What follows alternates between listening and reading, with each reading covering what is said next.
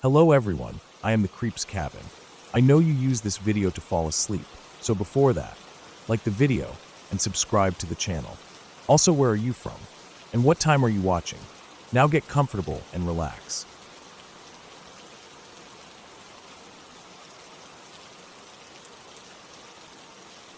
When I was about 13, my grandparents owned this house on the waterfront. It was on this kind of narrow, wooded peninsula that jutted out into a big body of water. The property felt completely cut off from the rest of the world. I remember how quiet it was, the kind of quiet that settles in so deep it makes your ears ring. The house itself was a small place, old, creaky, with big windows that faced the water. They only lived there for half the year because they'd go down to Florida when it started getting cold. That meant that during the off months, their kids, my mom, my uncles, and aunts, could use it whenever they wanted. We would go there as a family sometimes, or just for weekends when my parents needed to get away from work and the noise of town. The area around the house was heavily wooded, and the trees seemed taller and thicker than anywhere else I'd been. The ground was uneven, with roots snaking out of the dirt and old logs lying half buried under the leaves. Through the woods ran these streams, dozens of them it seemed, weaving through the land like veins, emptying out into the bay or inlet, whatever it was. Some of those streams were shallow, barely a trickle over stones. But others were wide and deep enough in places to form what we called swimming holes. They were spots where the water slowed down and pooled, carving out deeper sections near the bends or where the banks had been worn away over time. My favorite swimming hole was down a narrow trail that led away from the house and deeper into the woods. I don't know how far it was, maybe a 15-minute walk if you didn't stop along the way to look at things or throw sticks into the streams.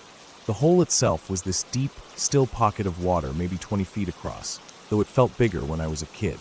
The water was dark, almost black in the middle, and if you went more than a few feet under the surface, it got so murky you couldn't see your own hand in front of your face. I'd always guessed it was about 12 to 15 feet deep in the center, though who really knows? There was a big old tree that leaned out over the water, its thick limbs stretched like an arm over the deepest part. Somebody, probably my uncles or one of their friends, had tied a rope to that limb. The rope was frayed in places, its fibers bleached white by the sun, but it held strong. Swinging out over the water on that rope felt like flying. You'd get a running start, grip the rope tight, and at just the right moment you'd let go, dropping into the cool water below. It was one of my favorite things in the world, that brief second when you felt weightless before the splash. That day, it must have been late afternoon.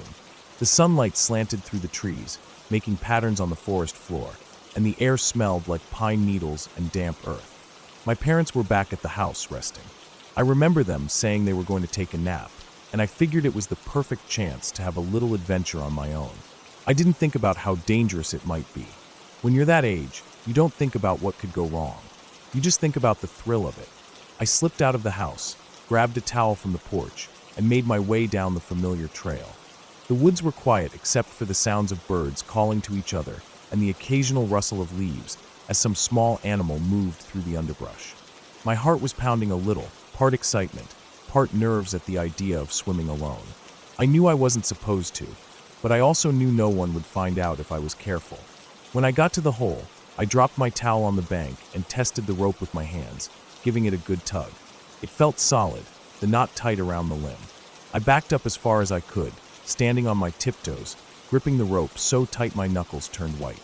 Then I ran. The ground under my feet was soft, and I could feel the roots through the soles of my feet as I sprinted toward the edge.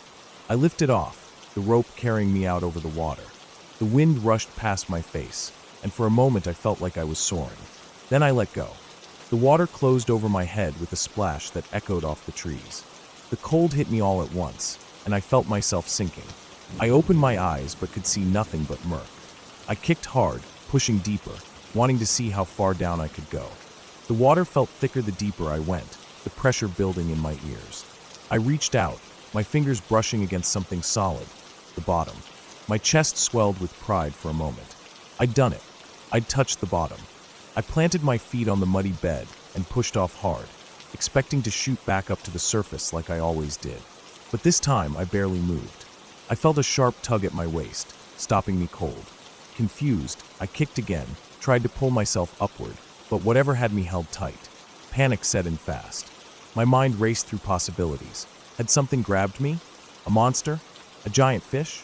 My heart was hammering so loud I could hear it underwater. I thrashed and kicked, twisting my body, trying to see what had me. My fingers found the edge of my swimming trunks, and I realized they were caught. The fabric was snagged on something rough, probably a branch or an old stump hidden in the mud. I couldn't see it, but I could feel it, the wood scraping against my legs as I struggled. I pulled at the waistband, tried to free myself, but the harder I pulled, the tighter it seemed to get. My lungs were burning now, the need to breathe overwhelming.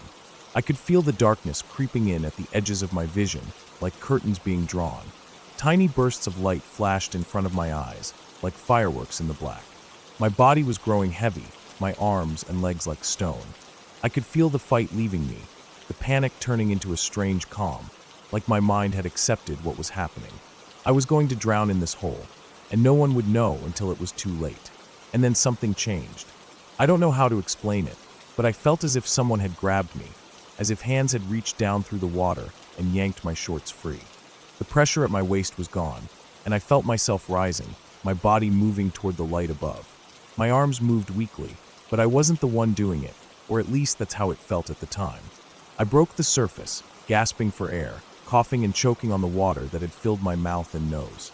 I flailed toward the bank, dragging myself onto the muddy edge, trembling all over. I lay there on the bank for what felt like forever, just breathing, trying to slow my racing heart. My whole body ached, and my head was pounding. My legs felt like jelly, and my hands were shaking so bad I could barely wipe the water from my face. When I finally looked down at myself, I saw the tear in my swim trunks, a jagged rip down one side where they'd gotten caught. That was the only sign of what had happened down there. I stayed on the bank a long time, too scared to move, too exhausted to try. The woods around me felt different now, heavier somehow, as if they knew what had just happened.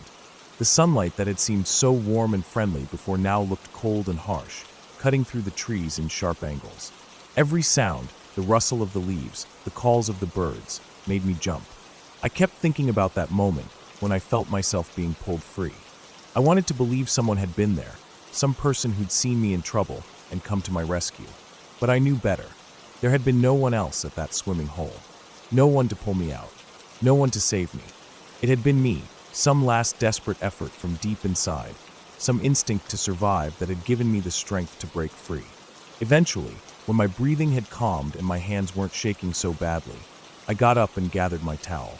My legs were unsteady beneath me as I made my way back along the trail. The walk felt longer than it ever had before. The woods seemed darker, the shadows deeper. Every step I took, I kept looking back over my shoulder, half expecting to see something following me, something that had watched it all happen. When I reached the house, I slipped inside as quietly as I could, not wanting to wake my parents. I went straight to the bathroom and looked at myself in the mirror. My face was pale, my eyes wide and haunted. I took off the torn trunks and stared at them for a long time, running my fingers over the rip. That tear was the only proof that any of it had been real. I threw the trunks away in the trash and took a long, hot shower, trying to wash away the fear, the memory of the water closing in around me, the feeling of helplessness. That night, I couldn't sleep. I lay in bed listening to the house creak and settle, to the wind rattling the windows, to the water lapping at the shore outside. Every time I closed my eyes, I saw the darkness of the swimming hole, felt the tug at my waist, felt the weight of the water pressing down on me. It was a long time before I ever went near that swimming hole again. And when I finally did, I never swam alone. Looking back, I know there was no savior down there with me. No mysterious person who appeared just in time to pull me free. It was my own body, my own mind, fighting to survive. Maybe it was instinct, maybe just blind luck, but something in me refused to give up, even when the rest of me was ready to. And that, I think, is what saved me that day. Not some outside force, but the will to live buried deep inside, that only showed itself when I needed it most. Even now, all these years later, I can still feel that moment. The weight of the water, the burn in my lungs, the terror of being trapped, and the incredible relief of breaking the surface, of breathing again. It stays with me, a reminder of how close I came, and how lucky I was to make it back.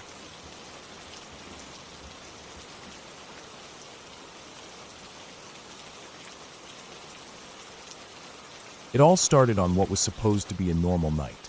A simple night out with friends, something we did often to break the monotony of living in a place where tension sat in the air like a thick fog. Where I grew up, life always felt like it was balanced on the edge of something dangerous. Small towns surrounded by sprawling inner-city neighborhoods, areas where gang violence was more common than not. I remember how, when I was in high school, the National Guard had to be called in to help the local police because things had gotten so out of hand. It wasn't the kind of place where you could just go anywhere without being aware of your surroundings. But at the same time, if you wanted to do anything remotely fun, whether that was catching a movie, bowling, or just grabbing a late-night snack, you had to head into those sketchy areas. There wasn't really another option unless you wanted to stay at home and do nothing.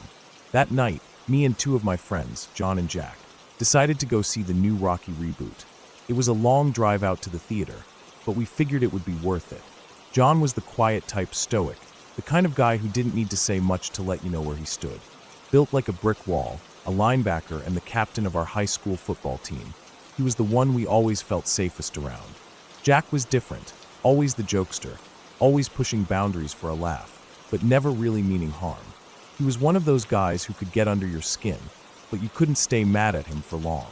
At the time, he had an arm like a cannon, something that would eventually lead him to a semi-pro baseball career. But back then it was just something he used to show off now and then. We left the theater feeling good. The movie had been solid, the kind of film that gets your blood pumping, makes you feel like you could take on the world. We were still chatting about the best scenes when we stepped out into the parking lot. That's when we saw it. A car parked near ours that looked like it had been through a war. The thing was absolutely trashed. The windows had been shattered, deep dents covered the doors. Someone had dumped what looked like dirt or mud onto the driver's seat, and the roof was caved in under the weight of an overturned trash can. The tires were slashed clean through. It was clear whoever did this wasn't just playing a prank. They hated whoever owned that car. And sitting right on top of the wreckage, like some kind of bizarre trophy, was a giant 7-11 Big Gulp cup. It stood upright, almost mocking the whole scene. Without even thinking, Jack picked up a rock. He grinned that mischievous grin of his, the one that always meant trouble. "Think I can hit that cup off?" he asked, more to himself than to us. We were about 90 feet away. If he hit it, it would have been impressive. But me and John weren't having it. We told him no way. This wasn't the place to be messing around, and we turned to head to my car. That's when Jack, true to form, decided to ignore us. By the time we were unlocking the doors and getting in, Jack came sprinting over, out of breath and wide-eyed. "We need to go. Now." His voice had that edge to it that told me this wasn't just another one of his jokes. He had thrown the rock. I don't know if he hit the cup. I don't even think he knows. What mattered was that he picked the worst possible moment to do it. The shouting started immediately. Voices echoed through the lot, loud and angry. We didn't have to look to know what had happened. The owner of the car had shown up, and they were not happy. My gut twisted into a knot. We had no way to prove we hadn't been the ones to destroy that car. And in a place like that, people didn't stop to ask questions. They didn't wait to figure out what happened. They acted, and a lot of the time, that meant violence. I fired up the engine and peeled out of the lot, my heart already pounding in my chest. At first, Jack was laughing like it was all a game. "That guy can't catch us. His car's trashed," he said between gasps. But the joke was on us. The guy wasn't alone. About 5 minutes down the road, I spotted headlights in my rearview mirror. Bright, high beams flashing at us, getting closer.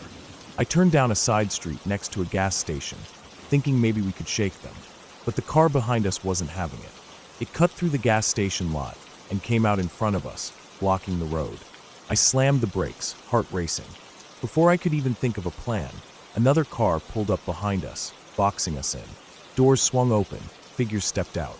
I remember the cold grip of fear that clutched my insides. This was it. This was how we were going to die. My friends were yelling, saying we could take them if it came to it, but their voices sounded distant, like I was underwater. All I could focus on was the glint of something metallic in the hand of the driver of the car in front of us. I didn't know what it was, maybe a gun, maybe a knife. It didn't matter. The adrenaline hit me like a freight train, and before I knew it, I slammed my foot down on the gas. The car lurched forward, tires squealing as we shot around the first car and back through the gas station. I didn't even look at the traffic light. I just blew through it and kept going. I could see the cars behind us, gaining ground. Jack was in the back, frantically calling friends, trying to figure out if we could pull up somewhere safe, somewhere we'd have backup.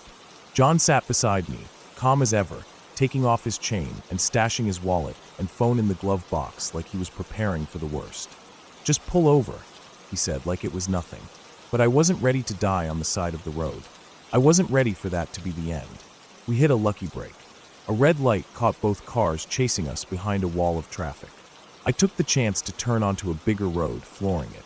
I hit 95, maybe faster, for what felt like forever, just trying to put distance between us. Jack kept looking behind us, calling out updates. For a few minutes, it seemed like we'd lost them. I let up on the gas, but there was nowhere to pull off, nowhere to hide. That's when Jack's voice rose in panic. The cars were back, gaining on us fast. I don't know what made me do it, but I decided to act like we weren't being chased. I kept the speed steady, hands relaxed on the wheel, heart hammering in my chest. The first car passed us, slowing down as the driver realized it was us. I swerved at the last second, cutting off onto an exit, leaving them behind. One car down, but the second car stayed on us. Now we were in familiar territory, back roads I knew like the back of my hand. Roads with no lights, sharp turns, and narrow lanes. The kind of roads that would throw off anyone who didn't know them. I pushed the car as hard as I could, weaving through the darkness. I could see the headlights behind us, but they were struggling to keep up. Jack started talking about pulling over, about fighting them off. We couldn't see more than a couple figures in the car. Maybe two, maybe three. It seemed like the odds were better now, but I kept thinking about the glint of metal. What if they had weapons? Finally, I spotted a field. It wasn't much, but it would have to do. I pulled in, tires crunching over gravel and dirt. We stopped, doors flew open, and we got out. John was first, standing tall, ready. Jack followed, and then me. We started walking toward the car that had stopped about 100 feet away, facing us. Jack raised his arms and began waving big, sweeping gestures toward the empty field, like he was signaling to a group of people hiding out there. I realized what he was doing, and I felt a flicker of hope. Maybe, just maybe, this would work. And somehow it did. The car hesitated, brake lights glowing in the dark, and then it backed up, slowly at first, then faster, until it was gone. Just like that. They noped out of there, not wanting to risk whatever they thought we had waiting for them. We stood there for a while, catching our breath, letting the adrenaline drain from our systems. My legs felt like jelly. My hands were shaking so bad I could barely get my keys back into the ignition when we finally climbed into the car. We didn't say much on the drive home. There wasn't anything to say. We'd been lucky. Stupid, but lucky. And I knew that night would stick with me forever. The fear, the rush, the way things could have gone so horribly wrong. When I finally pulled into my driveway, the relief hit me so hard I felt dizzy. I sat there for a while, engine off, listening to the quiet, just trying to calm down. Jack leaned forward between the seats, grinning like an idiot. "Told you I had a plan," he said. I shook my head, but I couldn't help but smile a little. For once, his bullshit had saved us. It took me hours to fall asleep that night. Every time I closed my eyes, I saw those headlights in the mirror, that flash of silver in the dark. I kept thinking about how easily it could have ended differently, about how a single wrong move could have meant we didn't make it home. And I promised myself I wouldn't put myself in a situation like that again. But deep down, I knew it wasn't entirely up to me. Not in the place we lived. Not with the kind of luck we had. We never talked about it much after that night. There wasn't a need. We all remembered. And to this day, I can still feel that rush when I think back on it. The sheer terror. The relief when it was over. The kind of night that changes the way you see the world. The kind of night you don't forget.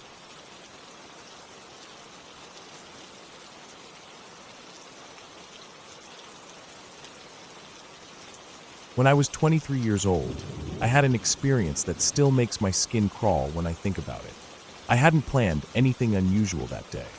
It was summer, one of those evenings where the heat from the day still clings to everything, and the sun hangs low in the sky, casting long shadows that make familiar places feel strange. I was walking through a patch of woods that connected two parks in my town, a path I'd taken plenty of times before. It wasn't exactly the wilderness, just a stretch of trees, overgrown bushes, and winding dirt paths that locals used to cut between the parks or take their dogs for walks. But that evening, the place felt different. I still can't quite explain it, But as soon as I stepped under the canopy of trees, it felt like the air shifted, like the woods were holding their breath. I remember hurrying my pace a little, not because I was scared at first, but because I wanted to get through before it got dark. The sun was dipping low enough that the light filtering through the trees came in slants, giving everything this reddish, golden glow.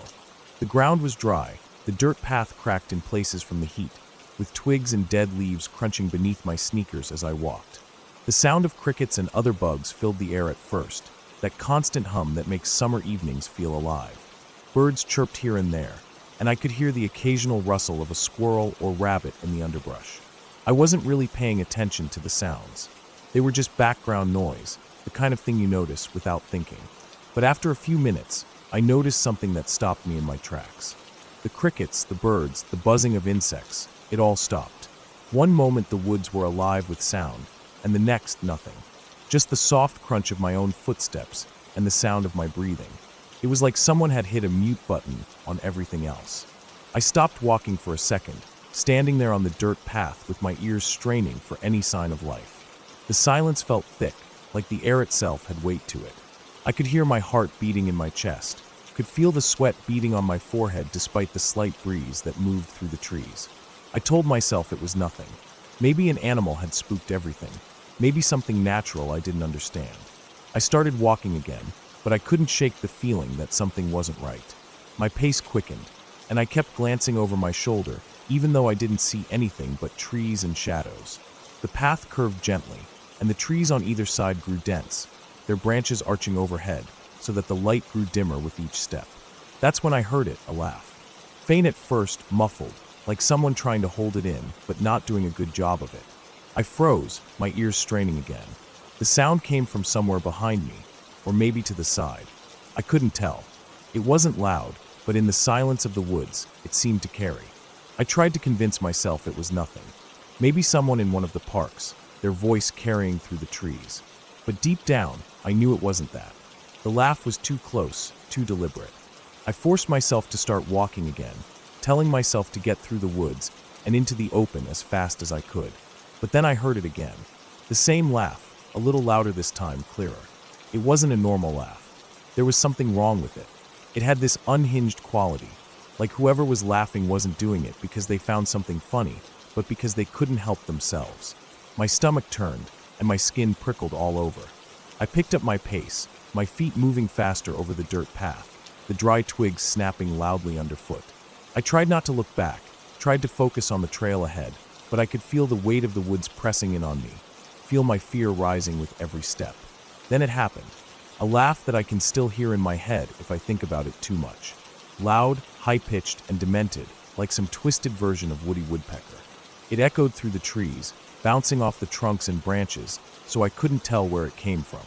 My heart felt like it stopped, and I turned around as I started to run. That's when I saw it, a large metal garbage can, and its lid flying through the air. Not rolling or tipping over, but flying, like it had been hurled with all the strength someone could muster. It sailed over a tree that had to be 20 feet tall, maybe more, and crashed down onto the path just a few feet from where I stood. The sound was deafening in the silence, metal smashing against the ground, the lid clattering off and spinning into the brush. I screamed, I know I did. I didn't even care how it sounded. I just ran. My feet pounded the path, my breath coming in ragged gasps, my arms pumping at my sides. I didn't look back. I couldn't. I just focused on the trail, on getting out of those woods.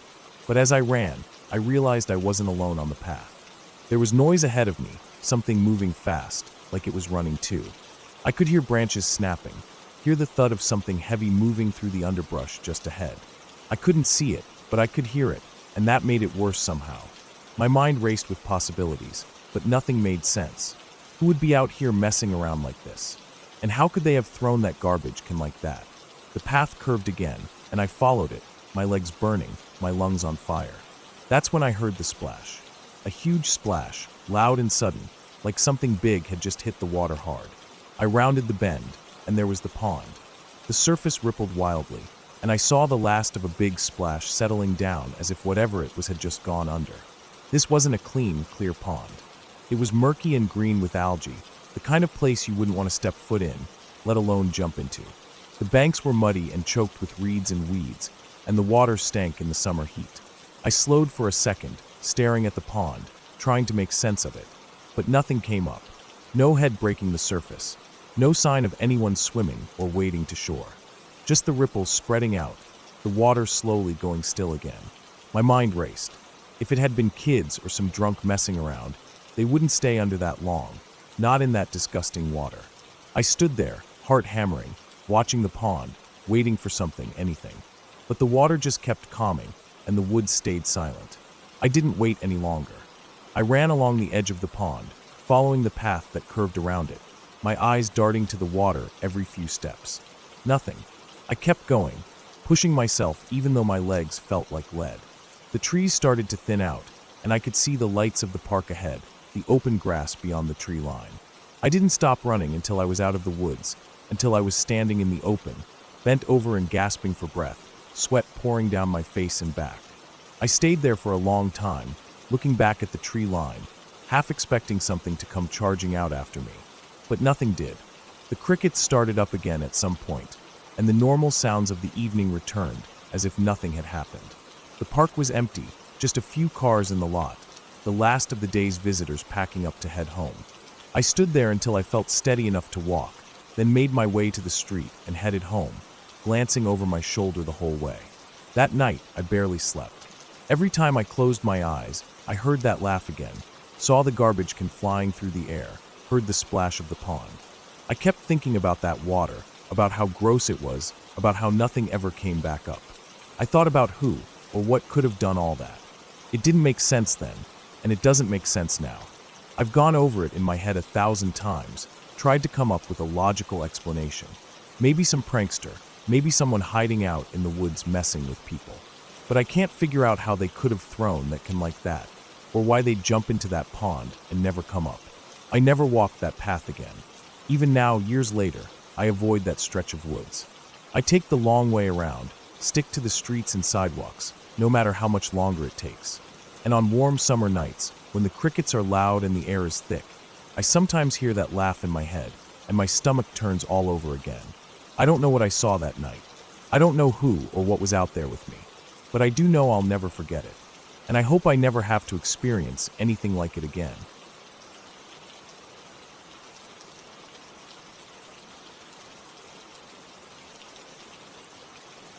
I was working as a security lieutenant for a National Guard airfield, and that night was like most nights had been up to that point.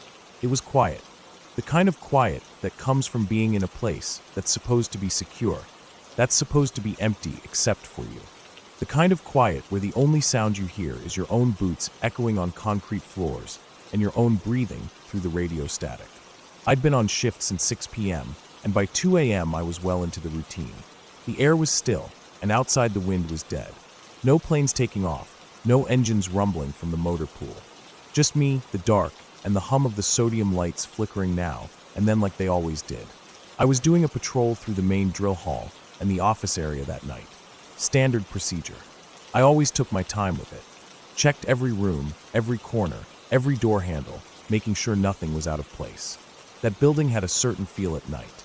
It was built solid brick, steel, the kind of place that made you feel sealed inside, like the outside world didn't exist once you stepped through the doors.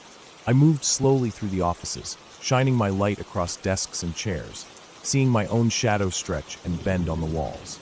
All the doors I checked were locked from the outside, same as they always were. The windows were secure, no signs of forced entry anywhere. It was just me in that big, empty space. When I'd made it through the last office, I walked out into the main hallway again. I could see the front doors about 40 feet ahead, the glass reflecting the exit sign's red glow behind me. I pushed the door open and stepped out into the night air. The coolness of it hit me, and I took a breath, glad to be done with the interior sweep for now. I paused there for just a second, listening to the silence outside, when I heard it, behind me, clear as anything I've ever heard in my life, the sound of someone sprinting down the hallway. Not a shuffle, not a light step, but hard, fast footsteps pounding against the concrete floor. It was coming from behind me and to the right, down the hallway that led toward the motor pool doors. My heart jumped. There was no mistaking it. It was a person running at full speed. Without thinking, training kicked in, and I drew my sidearm, spun on my heel, and went charging back inside. My boots hit the floor hard as I moved fast down the hallway, my weapon up, my light cutting through the dimness. I was shouting, telling whoever it was to stop, my voice loud and sharp in the empty building. The footsteps had stopped by then, but I didn't slow down. I could see the double doors at the end of the hallway that led out to the motor pool. They were closed. I could see the locks, still latched just like they'd been when I checked them earlier. I scanned everything. No way anyone had gotten through those doors without me seeing. The hallway was a dead end, and I was standing in it. I turned around, heart pounding in my ears, and started clearing back toward the front door. Every office I passed, I checked again. I opened doors, swept my light inside, checked behind desks and filing cabinets. Nothing. Every office was empty, just like before. Every door still locked from the outside. No way anyone could have ducked inside without me knowing. The place was dead silent again, except for the sound of my breathing and the occasional creak of the building settling. I wasn't satisfied. I couldn't be. I went through and re-cleared the entire building. Every hallway, every office, the locker rooms, the storage closets. The whole place. Room by room, door by door. I took my time with it, slower than the first pass, trying to catch anything I might have missed. But it was the same as before. Empty. Nothing but the smell of dust and the faint chemical tang of floor cleaner. My boots scuffed the floor louder now because I was more aware of every sound. The building felt different now, like it was watching me. Like the walls had shifted just slightly out of place. Eventually, I stepped into the main drill hall. The place was big, wide open, with high ceilings and the echo of my steps coming back at me like I wasn't alone. The space had always felt a little strange at night, like it was too big to be empty. As I swept my light across the room, my beam hit something that made me stop. There was a freestanding fan near the wall, and it was running. The blades were spinning fast, the motor humming softly. I knew for a fact it hadn't been on when I'd come through the first time. I'd noticed it earlier because I'd thought about how old and dusty it looked. There was no reason for it to be on. I hadn't touched it. No one else was supposed to be there. I stood there, staring at it for a long moment. My grip tightened on my sidearm. The air felt different in that moment, heavier, colder. I called out, not expecting any answer, but needing to break the silence that felt like it was pressing down on me. The second the words left my mouth, the fan stopped. It didn't slow down like a normal fan would. It didn't coast to a stop. The blades just froze in place, like someone had grabbed them or cut the power instantly. My skin went cold.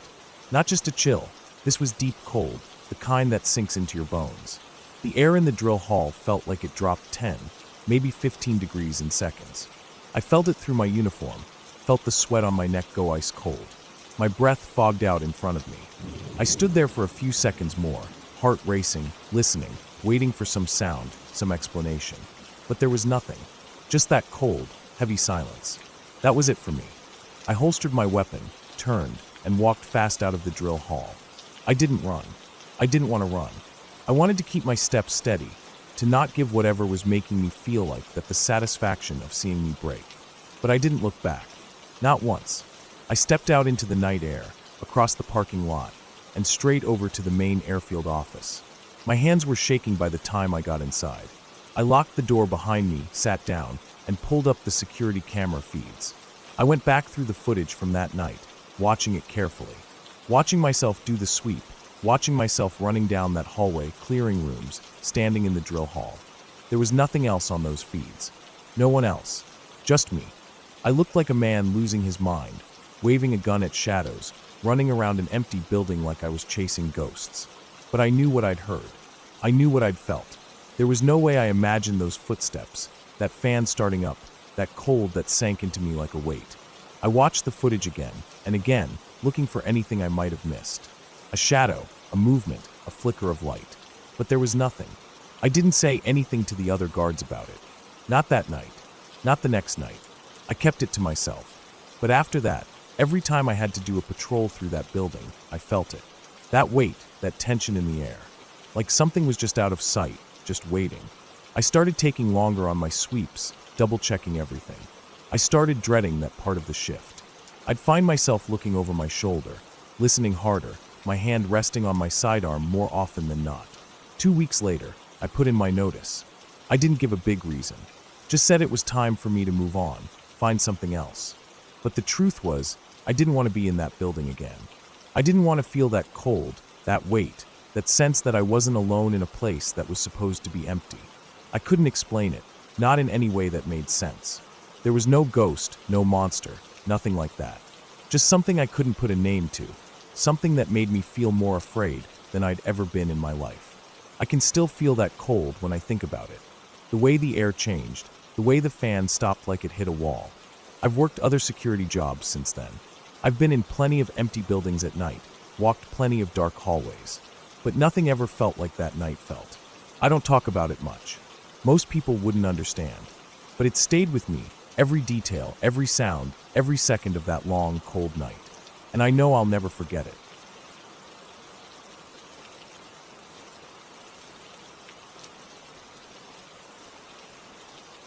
We were supposed to be leaving that afternoon. The plan was simple: pack up the car, check the lists one last time, and hit the road. My brother and I had been looking forward to this road trip to Canada for months. It wasn't anything fancy, just two brothers trying to get away for a while, see some new places, camp, maybe fish, and just enjoy some time where the air felt different. But like always, there were last-minute things that needed grabbing.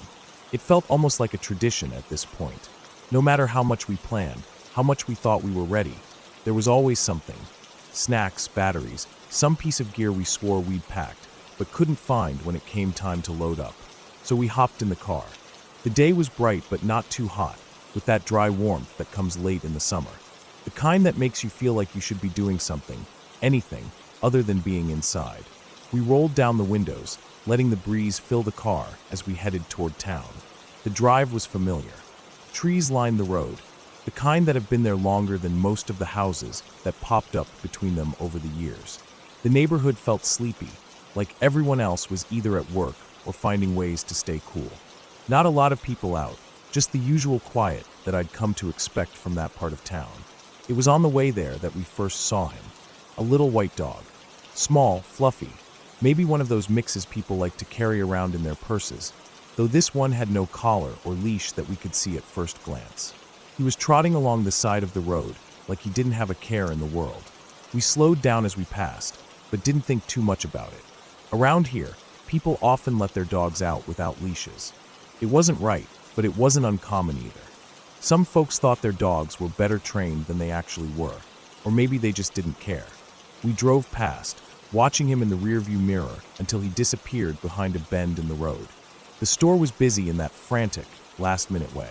People getting ready for their weekends, stocking up on groceries or supplies for barbecues or trips of their own. We moved through the aisles quickly, focused on what we needed. It was just small stuff, things that should have only taken a few minutes, but somehow it always drags out longer than you expect. I remember standing there at one point, waiting at the checkout, thinking about how good it was going to feel once we were finally on the road, with everything behind us except miles of highway and whatever adventure waited ahead. When we left the store, bags in hand, the sun had shifted a bit lower in the sky. The light had that golden edge to it, the kind that makes everything look a little softer, a little quieter. We were halfway home, just talking about the trip, when we saw him again. The same little white dog. But this time, he was on a busier street, much further from where we'd seen him before. That carefree trot he had earlier was still there, but now it felt out of place. Cars sped by him, drivers not even noticing the small shape along the side of the road. There was no one with him, no one calling after him, no one looking around in panic for a lost pet. We slowed down, the weight of what we were seeing settling in. It didn't take long for both of us to come to the same conclusion. This wasn't just some dog let out for a bit.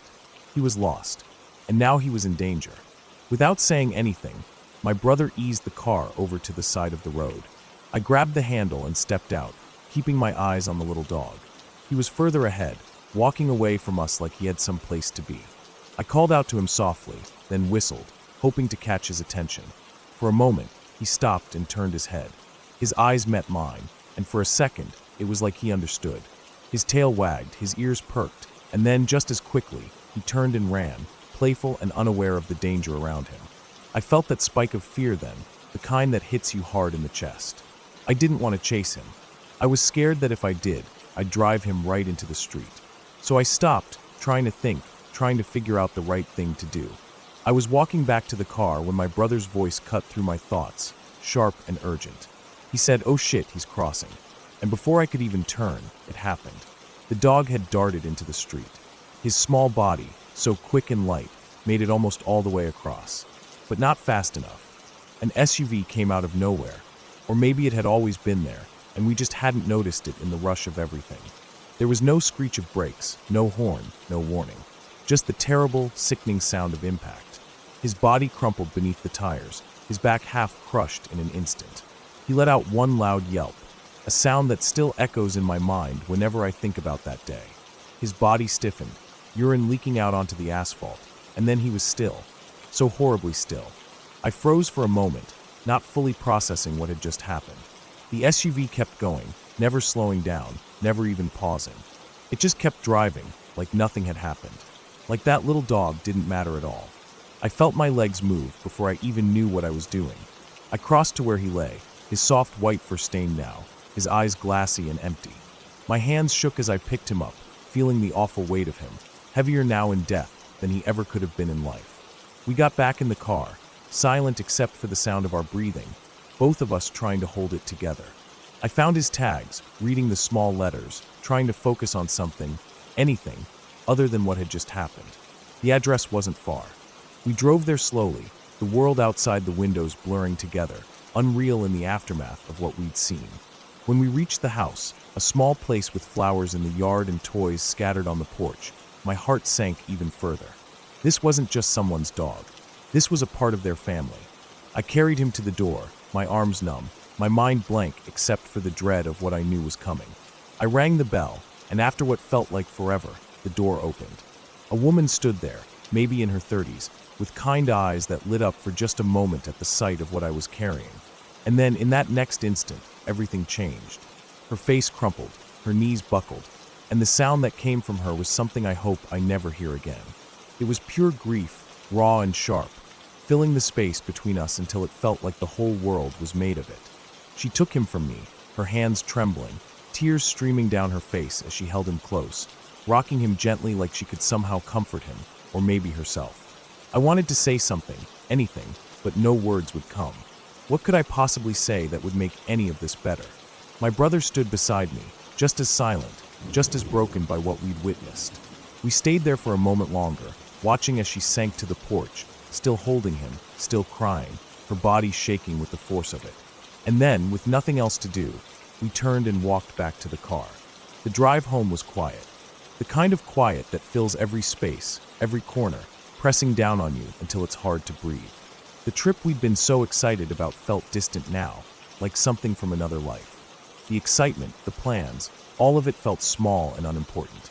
Later that night, after we'd packed the car and were finally ready to leave, I kept thinking about that little dog, about the way he'd looked at me when I called him, so happy, so full of life, about the way it had all ended in an instant, and about the woman, holding him and crying like her world had just fallen apart. I thought about the driver, too, the one who never stopped, never even looked back. And I wondered how someone could do that, how they could drive away like it didn't matter, like none of it mattered. We left early the next morning, the sun just starting to rise as we pulled out onto the highway. The road stretched out ahead of us, endless and empty, but my mind kept going back to that moment, replaying it over and over. The sound of the impact, the way the dog went still, the look on the woman's face. And no matter how far we drove, no matter how many miles we put between us and that street, I couldn't leave it behind. It stayed with me, a reminder of how fast everything can change. How in just one moment, something so small, so simple, can become something you carry with you forever.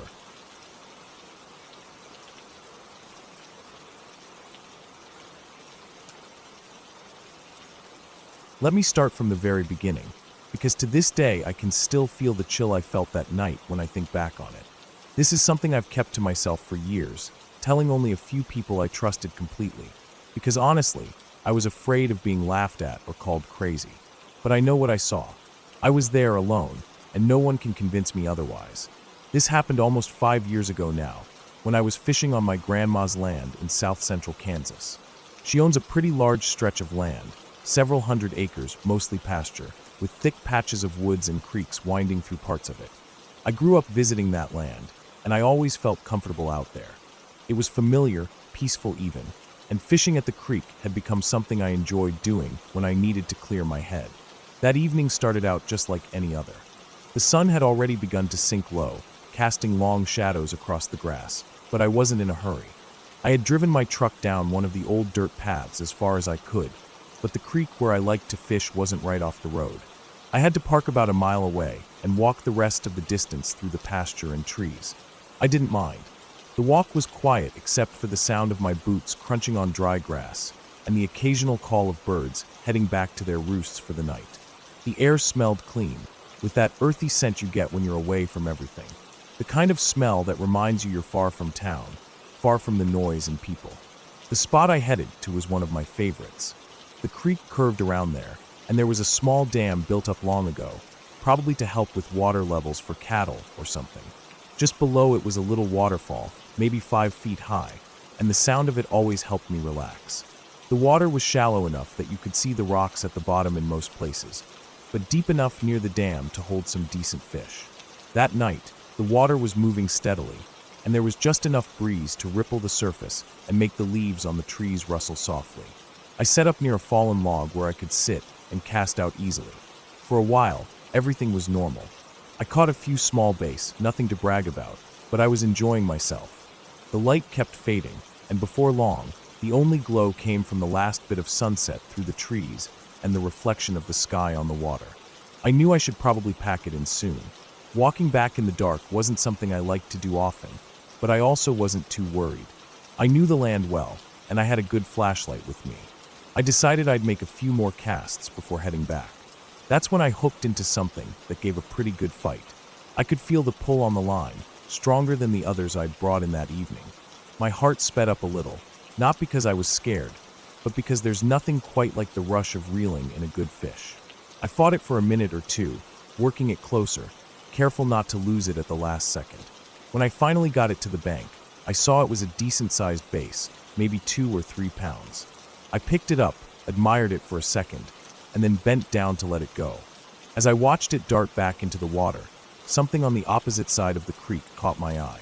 At first, I thought it was just a trick of the light. You know how, sometimes, when it's getting dark, your eyes play games with you. But this wasn't that. Across the creek, maybe 30 feet away, something stood just beyond the tree line. My brain didn't quite register what I was seeing right away. It was small, not child small, but smaller than any grown man. I'd say no more than 4 feet tall at most. It wasn't wearing clothes, and its skin, if you could call it that, was pale gray and almost shiny in the fading light. It looked thin, sickly even, like it hadn't eaten in a long time. The shape of its head is what really sticks with me. It didn't look human.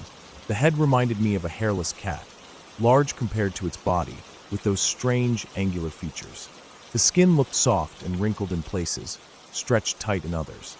It had long, thin arms that hung down by its sides, and its chest rose and fell with quick, shallow breaths. It was just standing there, still, looking straight at me. The eyes, God, the eyes. Dark, sunken, and wide, like it was just a surprise to see me as I was to see it. I froze. I didn't move a muscle. My mind was racing, trying to make sense of what I was looking at. I've spent enough time in the woods to know what most animals look like, even the rare ones you don't see every day. But this wasn't anything I'd ever seen before. It wasn't a coyote, or a bobcat, or anything like that. And it sure as hell wasn't a person. The thing stared at me for what felt like minutes, though it was probably only a few seconds. Its head started to rock from side to side, slow at first, then a little quicker, like it was swaying to music I couldn't hear. There was something almost hypnotic about it, but at the same time, every instinct in me screamed that I shouldn't be watching this, that I shouldn't even be there. My hand moved slowly to my belt where my fillet knife was sheathed. I didn't want to take my eyes off the creature for a second, afraid of what it might do if I looked away. My fingers found the handle of the knife, and I drew it out, gripping it tight even though I wasn't sure what good it would do me if that thing decided to come closer. The air felt heavy, like before a storm, and I could hear my own heartbeat pounding in my ears. Then it made a noise, a sound that still haunts me even now. I don't know how to describe it exactly. It was loud, shrill, and so high-pitched it hurt my ears. It wasn't like anything I'd ever heard before in the woods. Not a scream, not a cry, something unnatural. Something that didn't belong. As soon as it made that sound, it turned and bolted into the trees. It moved fast, faster than I thought something that size could move. I stood there for a second, listening to the crashing of branches and leaves as it disappeared into the woods. The sound of it moving faded quickly, swallowed up by the night. And then there was nothing but the waterfall and the sound of my own breathing. My hands were shaking. I couldn't stop them. I felt cold all over, like all the heat had drained from my body. I stayed there a little longer, knife still in hand, trying to calm myself down. I kept looking across the creek, half expecting to see it come back out of the trees. But it didn't. After a while, when I was sure it was gone, I grabbed my gear, switched on my flashlight, and started the walk back to my truck. That mile felt like 10. Every sound in the dark made my skin crawl. The rustle of leaves, the snap of a twig under my boot, the hoot of an owl in the distance, all of it made me jump. I kept looking behind me, sweeping the flashlight over the trees, certain I'd see those dark eyes staring back at me. When I finally reached the truck, I threw my stuff in the back and got inside as fast as I could. I locked the doors, even though I was miles from anyone, and sat there for a minute, just breathing. My hands still hadn't stopped shaking. I didn't even bother to clean my gear or change out of my boots. I just started the engine and headed home, taking the bumpy dirt road faster than I probably should have. The whole drive back, I kept glancing in the rearview mirror, half convinced I'd see that thing chasing after me down the road. When I got home, I didn't tell anyone. Not at first. I couldn't. I didn't want to hear the laughter, the jokes. I didn't want to be that guy, the one with the crazy story about seeing monsters in the woods. But I didn't go fishing alone out there for a long time after that. And when I finally did, I made sure to bring more than just a knife. I carry a gun with me now, every time. Not because I think it would do much good against something like that, but because it makes me feel a little safer, a little more in control. Over the years, I've heard other people talk about seeing strange lights down near that creek. People mention odd sounds at night, weird feelings, but no one I've talked to has seen what I saw. And I've never seen it again. Maybe I was in the wrong place at the wrong time. Maybe it was just as scared of me as I was of it. I don't know, but I do know that it was real. I know what I saw, and no amount of time or distance will ever change that.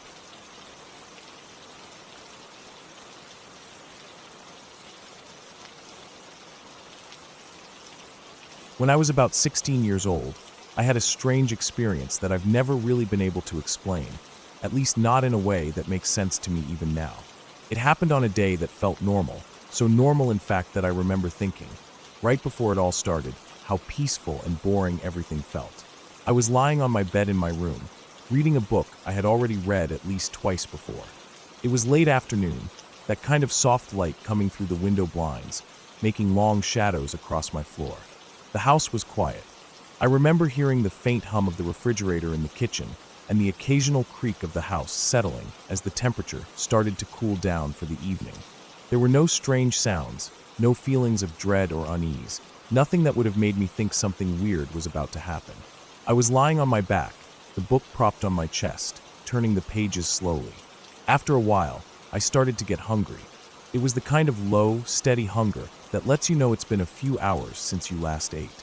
I remember looking up from my book, staring at the ceiling for a moment, and then glancing toward my door, thinking about getting up to go to the kitchen.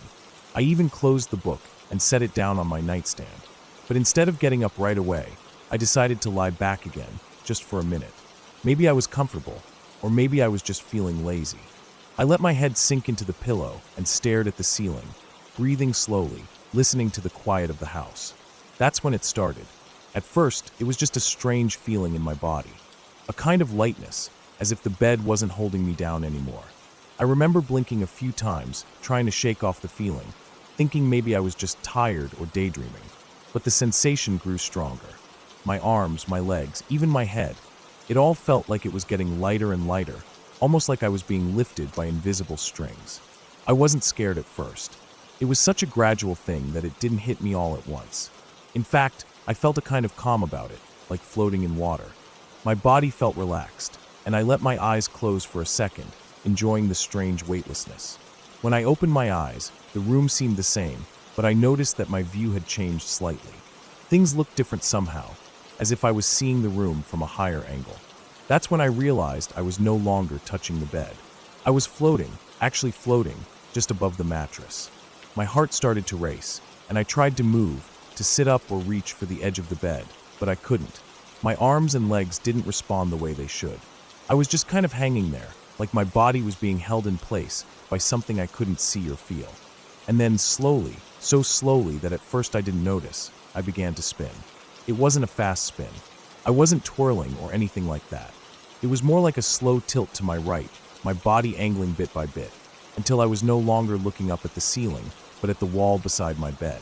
And then further, until I was looking at the floor, and then upside down, staring at my own face lying there on the bed.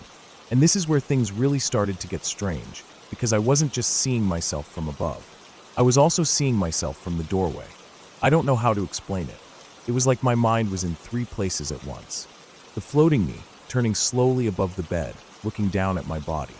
The me on the bed, eyes closed, looking peaceful and still. And the me standing in the doorway, watching it all happen with a kind of cold detachment. I could see myself from that angle, standing there in the doorway, arms at my sides, not moving, not reacting, just watching. And somehow, I knew that all of these versions of me were connected, that they were all me, but at the same time they felt separate, like different pieces of myself that weren't quite fitting together. The floating me felt a growing panic. As I turned and saw my own face upside down, a rush of fear ran through me. I wanted to scream, to call out, but no sound came. My mouth wouldn't open, or maybe it did and nothing came out. I don't really know. All I know is that the fear was real, and it was strong, and it felt like it was building, like I was about to break apart. But the me on the bed didn't seem to feel any of it. That version of me just lay there, calm, breathing slowly, eyes closed.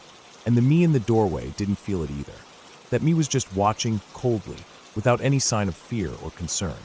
Just observing, as if watching something happen to someone else. The spinning continued, slow and steady, and then, just as suddenly as it had started, it stopped. The floating me dropped, falling the short distance back down toward the bed. I felt the impact, not hard, not painful, but definite, like slipping back into place. And the moment the floating me and the me on the bed touched, everything snapped back to normal. I was no longer seeing from the doorway. I was back in my own body, lying on the bed, staring up at the ceiling, heart pounding in my chest, my mouth dry, my hands trembling slightly. I lay there for a long time, not moving, just breathing and trying to make sense of what had happened. I looked around the room, half expecting to see that other me still standing in the doorway, but of course there was nothing there. Just my room, the late afternoon light still coming through the blinds, everything quiet and still. I listened for any sound, any sign that something was out of place, but the house was as quiet as before. Just the hum of the fridge, the creak of the walls. Normal sounds, familiar sounds. After what felt like forever, I sat up slowly, my body feeling heavy now, as if the weightlessness had been replaced by something much more solid. I swung my legs over the edge of the bed and put my feet on the floor, grounding myself, reminding myself that I was here, in this room, in this body. I stood up, feeling a little unsteady at first, but I steadied myself, took a deep breath, and walked out of my room toward the kitchen. I don't know how long I sat at the kitchen table, just staring out the window, trying to convince myself that it had all been a dream or some kind of daydream. Maybe I had fallen asleep without realizing it. Maybe I had imagined the whole thing, but it didn't feel like a dream. I could remember every detail so clearly. The feeling of floating, the slow spin, the sight of my own face, the me in the doorway watching. It was all burned into my memory, and no matter how much I tried to shake it off, it stayed with me. That night, I had trouble sleeping.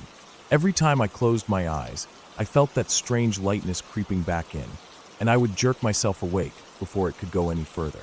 I kept the light on, hoping that would help, but it didn't. The memory of what had happened was too fresh, too vivid.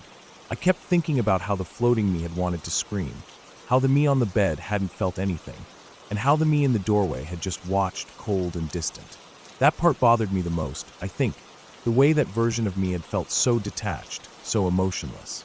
It was like seeing a part of myself I didn't recognize, a part that scared me in a way I couldn't quite explain.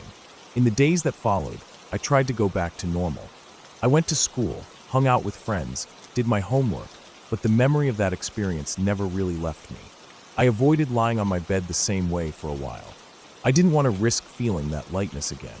I tried to keep busy, to stay distracted, but late at night, when the house was quiet and I was alone in my room, I would find myself thinking about it, replaying it over and over in my head, trying to find some meaning or explanation. But there was none. It was just this strange, unexplained thing that had happened, and I had to live with it. Looking back now, years later, I still don't know what to make of it. I've read about out-of-body experiences, sleep paralysis, lucid dreaming, all kinds of things that people have tried to use to explain moments like this. Maybe it was something like that. Maybe it was just my mind playing tricks on me, caught between sleep and waking. But no matter how much I try to explain it away, I can't forget how real it felt, how detailed, how clear. And I can't forget that cold, distant version of myself, standing in the doorway, watching it all happen without a trace of emotion. I never saw that version of myself again. I never floated above my bed again, never felt that strange lightness. But the memory stays with me, as real and vivid as the day it happened. And sometimes, when I'm lying in bed at night, I still glance toward the doorway, half expecting to see myself standing there, watching. But of course, there's never anything there. Just the empty doorway, the quiet of the house, and the weight of that memory, still as clear as ever.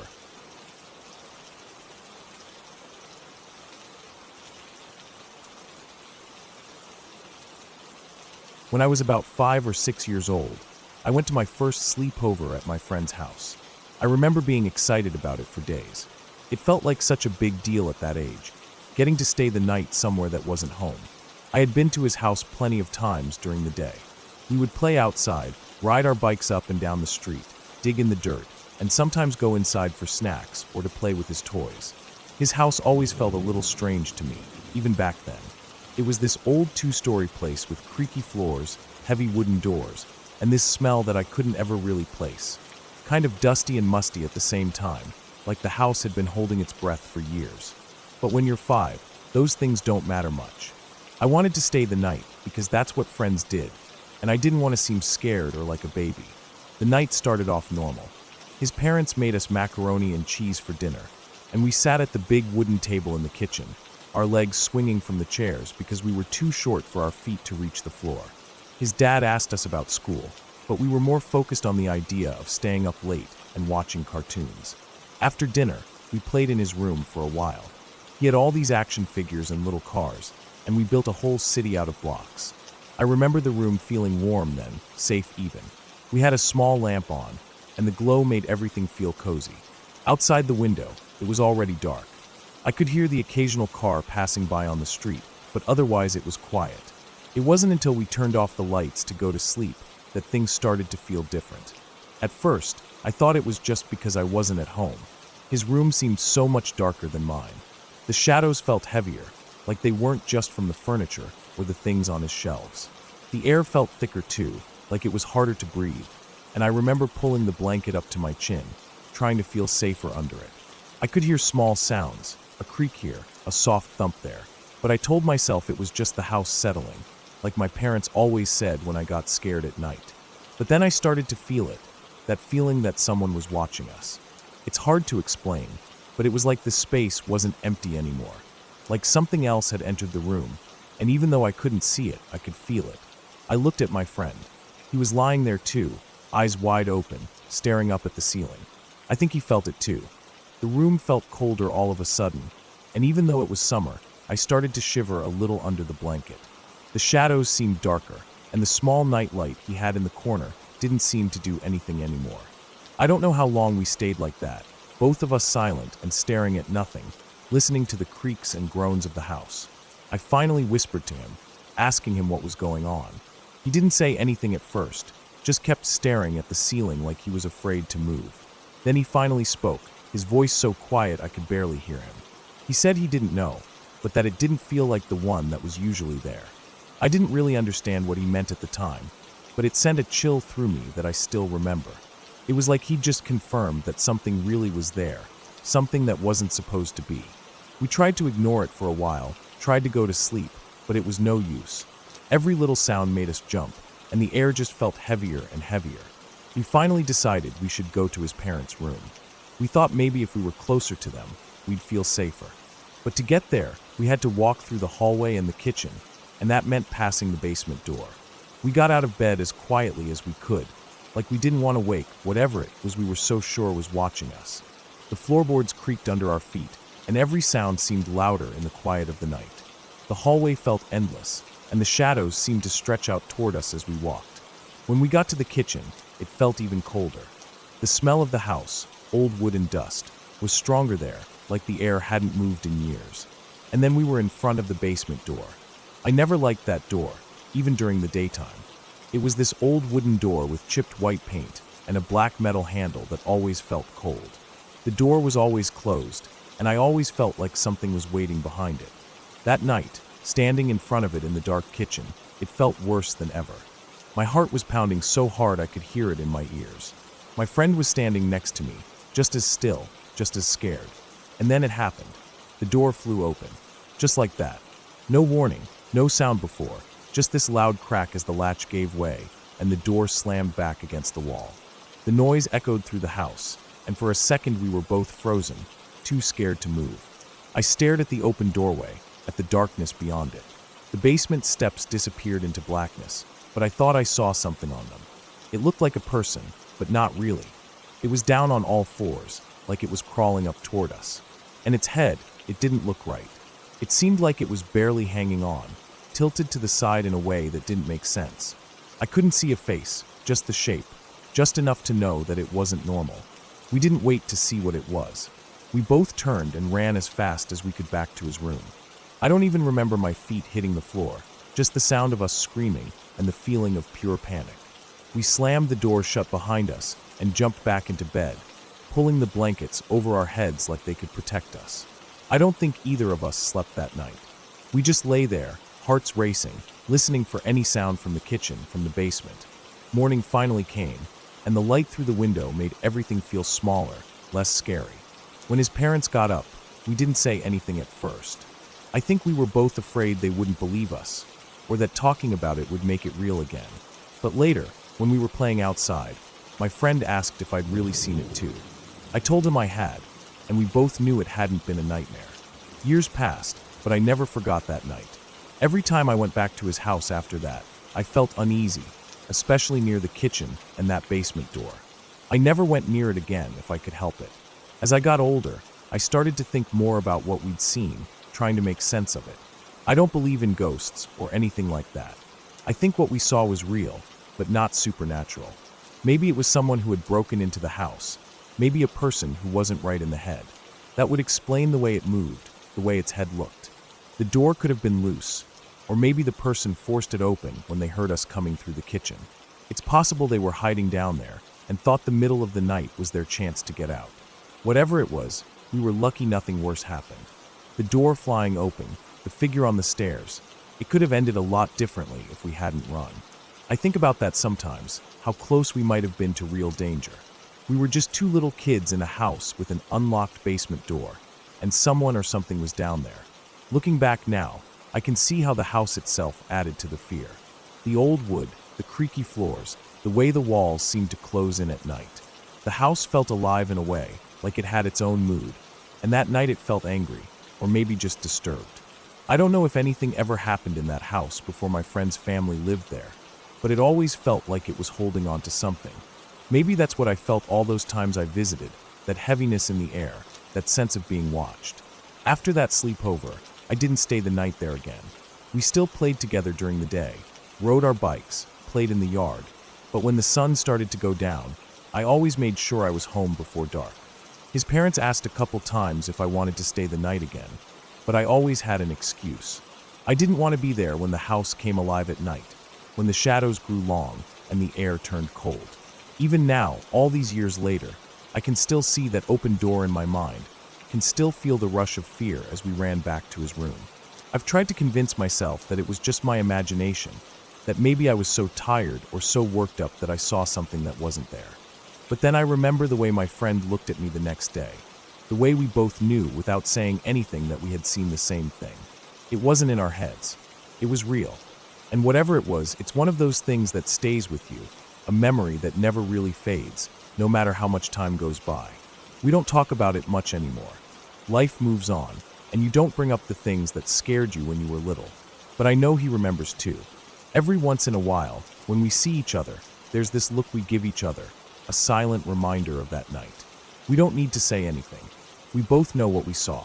And we both know we were lucky that night, lucky that whatever it was stayed in the basement, and we made it back to his room and to morning.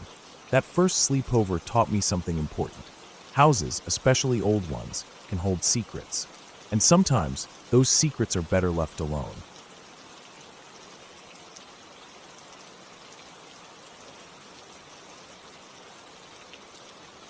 That summer when I was 23 was supposed to be simple.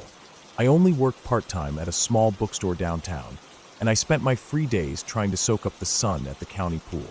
It was a big, well-maintained place, the kind with bright blue water that sparkled in the sun, with rows of lounge chairs lined up neatly along the edges. The pool was always busy, filled with the sounds of kids laughing, splashing, their parents calling after them, and lifeguards blowing their whistles every few minutes.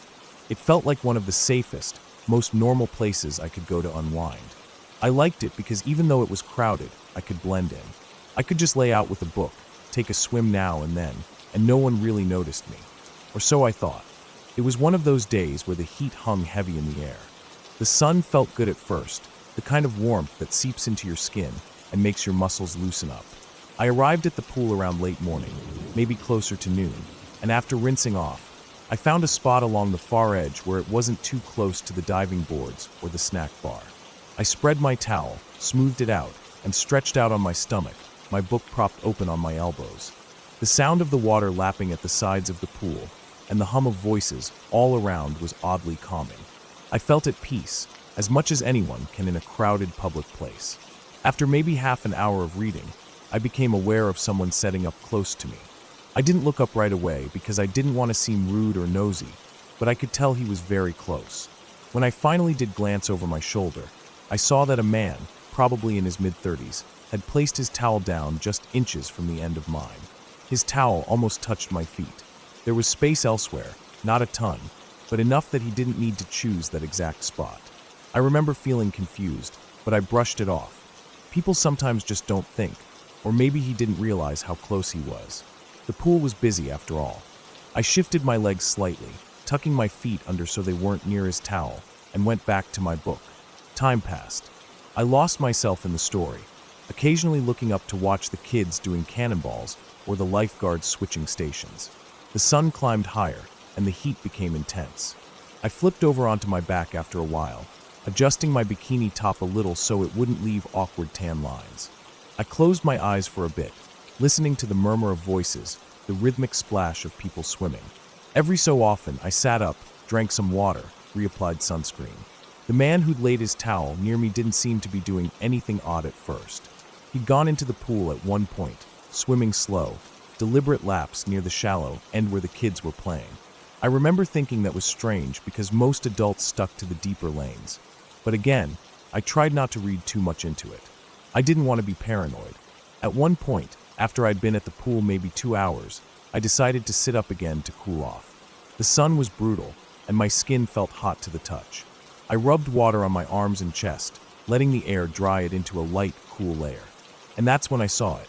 His bag, sitting right at the edge of his towel, right at my feet.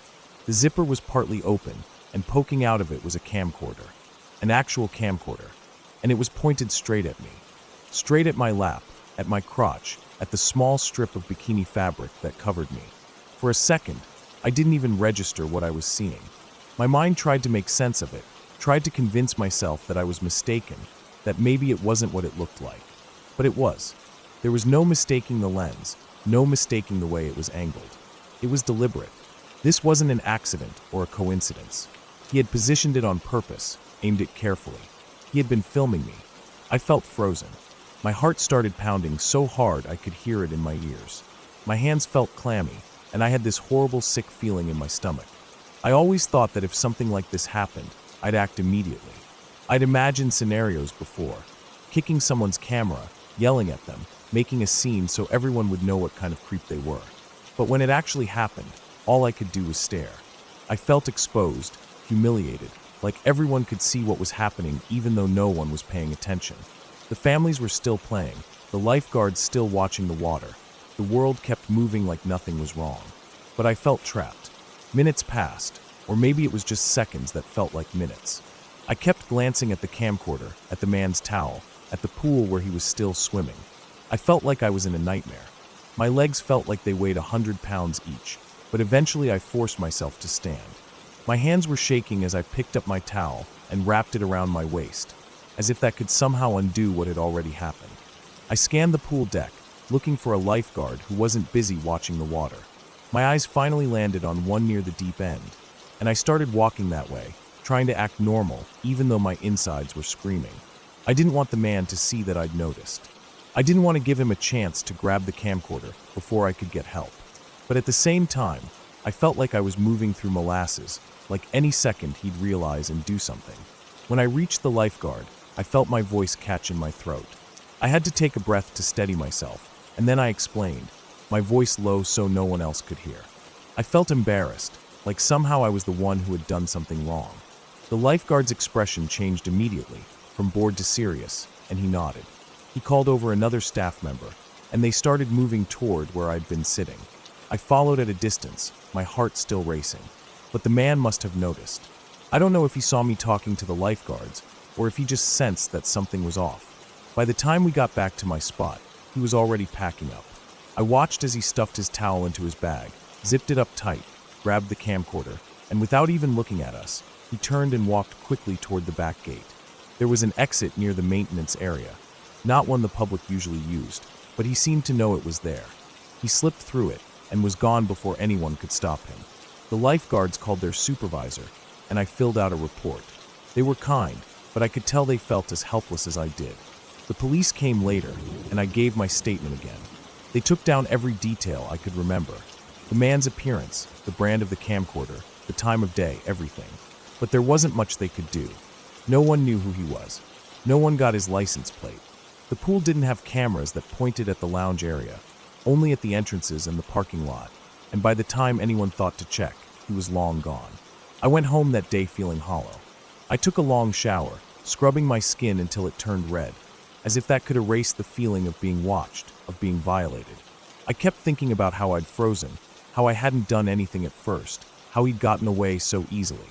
I replayed the moment over and over, thinking of what I should have done, how I should have kicked the camera, shouted for help, grabbed the bag. But none of that mattered now. For days afterward, I felt paranoid. I kept thinking I saw him in crowds. Every time I went out, I scanned the faces around me, half expecting him to appear. I stopped going to the pool. I couldn't stand the idea of being out there in the open like that again. The one place that had felt safe, normal, was ruined for me. I started spending my days off indoors, curtains drawn, feeling like my own skin didn't belong to me anymore.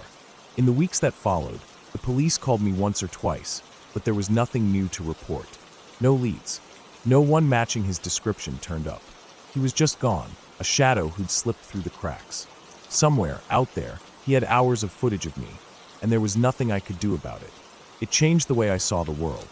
I'd always thought of myself as cautious, aware of my surroundings, smart about where I went and who I trusted. But this reminded me that sometimes it doesn't matter how careful you are. People like him find a way, and sometimes you can't stop them. That summer ended, but the feeling stayed with me for a long time. I never went back to that pool. I never laid out in public again. I still think about it, about him, about the camera pointed at me, and I wonder if he ever watched that footage, or if he moved on to someone else. I wonder if he ever thought about how he made me feel, but I doubt it. What I do know is that I didn't deserve it. No one does. And even though I felt powerless that day, even though I didn't react the way I thought I would, I know now that the shame wasn't mine to carry. It was his. It always was.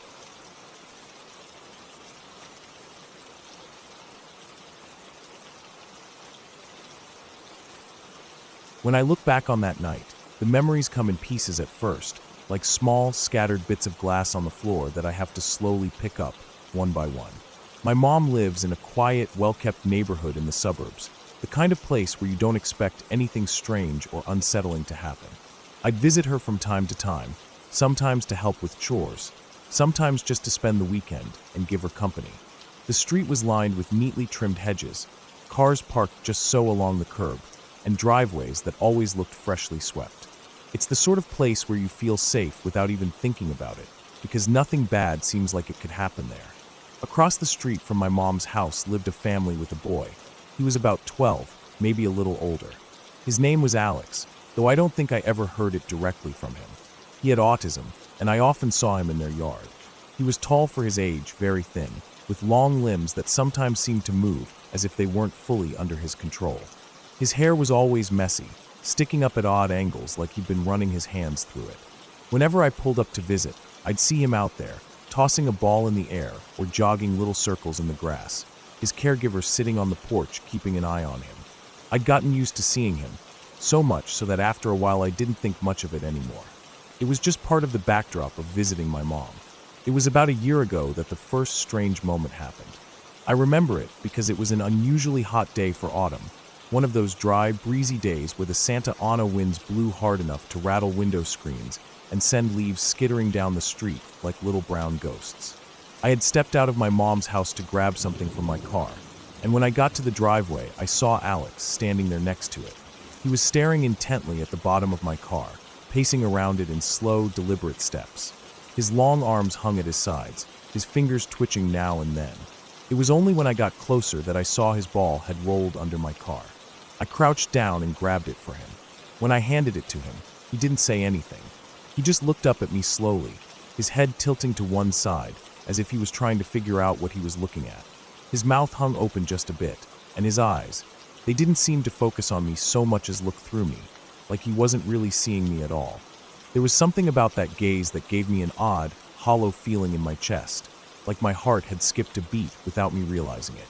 Still, I smiled awkwardly, trying to be polite, but he didn't react. He just stood there on the curb, cradling his ball against his chest like it was something fragile, and watched as I went back inside. Later that day I mentioned it to my girlfriend at the time, just in passing. She brushed it off, said he was probably just confused or maybe wanted to say thank you, but didn't know how. That made sense, I guessed. I didn't think about it much after that, at least, not until that night. I had decided to stay over at my mom's house since it was getting late, and the wind was kicking up strong enough that driving home didn't seem worth it. The wind was wild that night. You could hear it howling outside like it was alive, tearing down the street, rattling the trees, and slamming against the house hard enough to make it creak in places. At one point, I heard the unmistakable sound of a trash can being dragged along the pavement, scraping and clattering as it went. I was sitting in my old bedroom upstairs, the one I had stayed in during high school, wasting time on my laptop. The glow of the screen was the only light in the room, and I had the blinds cracked open just enough to see the shadows of tree branches dancing against the window glass. It must have been around 2 in the morning when I heard the alarm chime from downstairs. The system at my mom's house was simple, but loud enough to hear anywhere inside. Beep beep. Front door open. The voice was mechanical, emotionless, but in the dead of night it felt jarring. My first thought was that the wind had pushed the door open. It had happened before.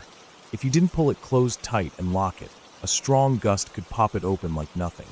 I sighed, annoyed at myself for not double-checking before I went to bed. I stood up, stretched a bit, and stepped out into the hallway.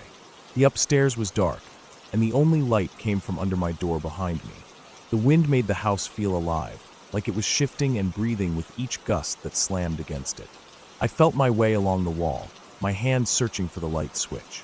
My fingers found it, and I flicked it on. That's when I froze.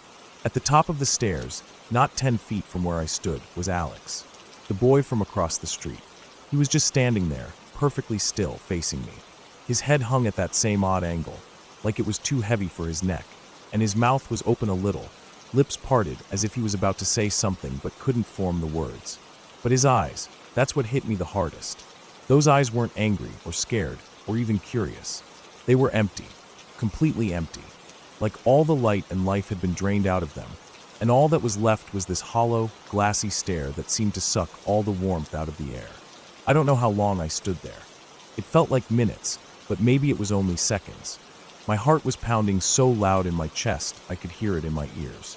The house seemed unnaturally silent except for the wind, which groaned and wailed outside, rattling the window panes like it wanted in. My first thought was that I had to get him back home, that something must have happened. But at the same time, I felt this deep, instinctive fear. Not of him exactly, but of the situation, of the wrongness of it. What was he doing in my house? How had he gotten in? His front door would have been locked, surely. And ours, I had been sure I shut it. Or had I? Doubt crept in, mixing with my fear and making my skin crawl. I finally managed to take a step forward. My legs felt stiff, like they didn't want to move. The wooden floor creaked under my foot, loud in the stillness. His eyes didn't leave mine. They followed me as I came closer, but he didn't move otherwise. When I reached out, his hand met mine without hesitation. His fingers were cold, so cold they felt damp, and long, longer than I expected, the way they wrapped around mine like thin branches. The touch sent a shiver through me, but I kept my grip firm and gently led him down the stairs. The whole way down, he didn't say a word, didn't look away, didn't resist. He just followed, his feet making soft thuds on the steps. I could feel his gaze on the back of my head, and it took everything in me not to look back. I just kept thinking about getting him home, getting him out of the house, locking the door behind me, and ending this bizarre, unsettling moment. When we reached the front door, I saw that it was open, swinging slightly in the wind. The night outside was dark, the streetlights flickering a bit from the power of the gusts. The trees were bending, their branches whipping around like they might break at any second.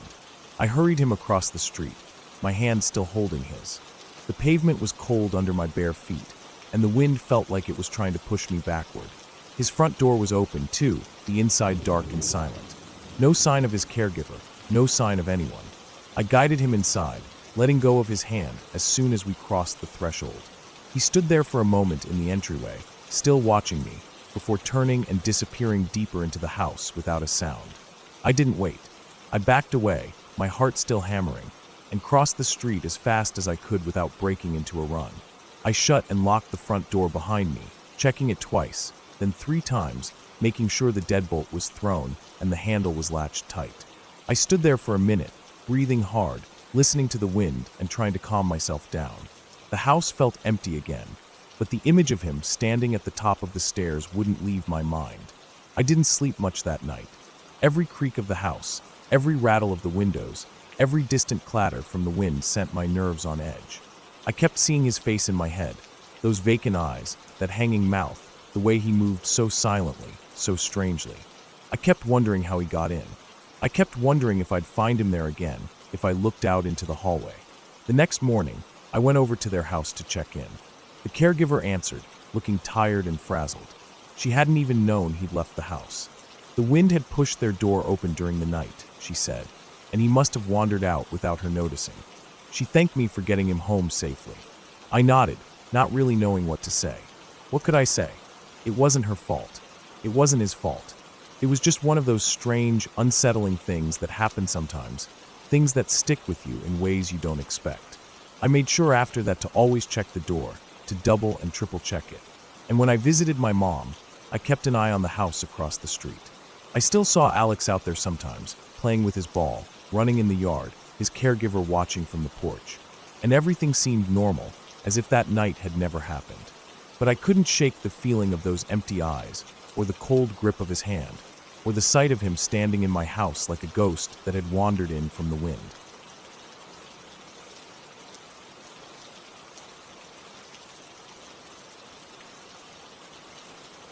When I think back to that morning, it's like watching a movie of someone else's life. But I know it was mine. I remember the weight in my chest that wouldn't go away, the way it felt like my heart had been hollowed out and filled with lead. I was a teenager then, caught in the middle of the darkest point of my life. The end of that relationship had gutted me. I thought I had been in love. Maybe I had, or maybe I just wanted to believe it so badly that I made it real in my mind. Either way, when it ended, it felt like everything I had built my world on had crumbled overnight. I didn't care about anything anymore. I didn't care about school, about work, about myself. I didn't care about what would happen next. I was tired of feeling empty. I was tired of waking up every day and going through the motions like a machine. I didn't care if something happened to me. Sometimes, if I'm being honest, I wished something would. That morning was just like any other. I barely slept the night before. I lay in bed staring at the ceiling for hours, my mind replaying everything that had gone wrong, every word that had been said, every mistake I thought I made. The sun came up, and I felt no better. My alarm went off, and I slammed it off without even looking at it. I didn't care that I had to go to work. I didn't care that I was running late. I didn't even care what I looked like. I didn't shower, didn't eat, didn't really think. I just threw on whatever clothes were nearby and grabbed my keys. My body moved, but my mind felt far away, like I was watching myself from above. I went out to my car, the same beat-up car I'd been driving since I got my license. It had scratches along the side and a dent in the back bumper. I'd stopped caring about things like that too.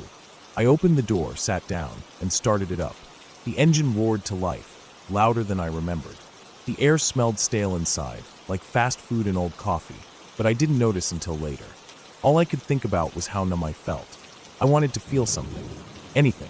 I gripped the steering wheel tighter, my knuckles turning white. I remember thinking, without really thinking, that maybe if I drove fast, maybe if I acted reckless, something inside me would snap back into place. Without even checking the mirrors, without looking behind me, I threw the car into reverse and slammed my foot down on the gas. The tires squealed against the concrete of the driveway as the car shot backward. It felt good for a second, to do something wild, to act without thinking. But it didn't last long. It all happened so fast, but at the same time, it felt like slow motion. As the car flew backward, I caught sight of something in the corner of my eye. A shape, a flash of color.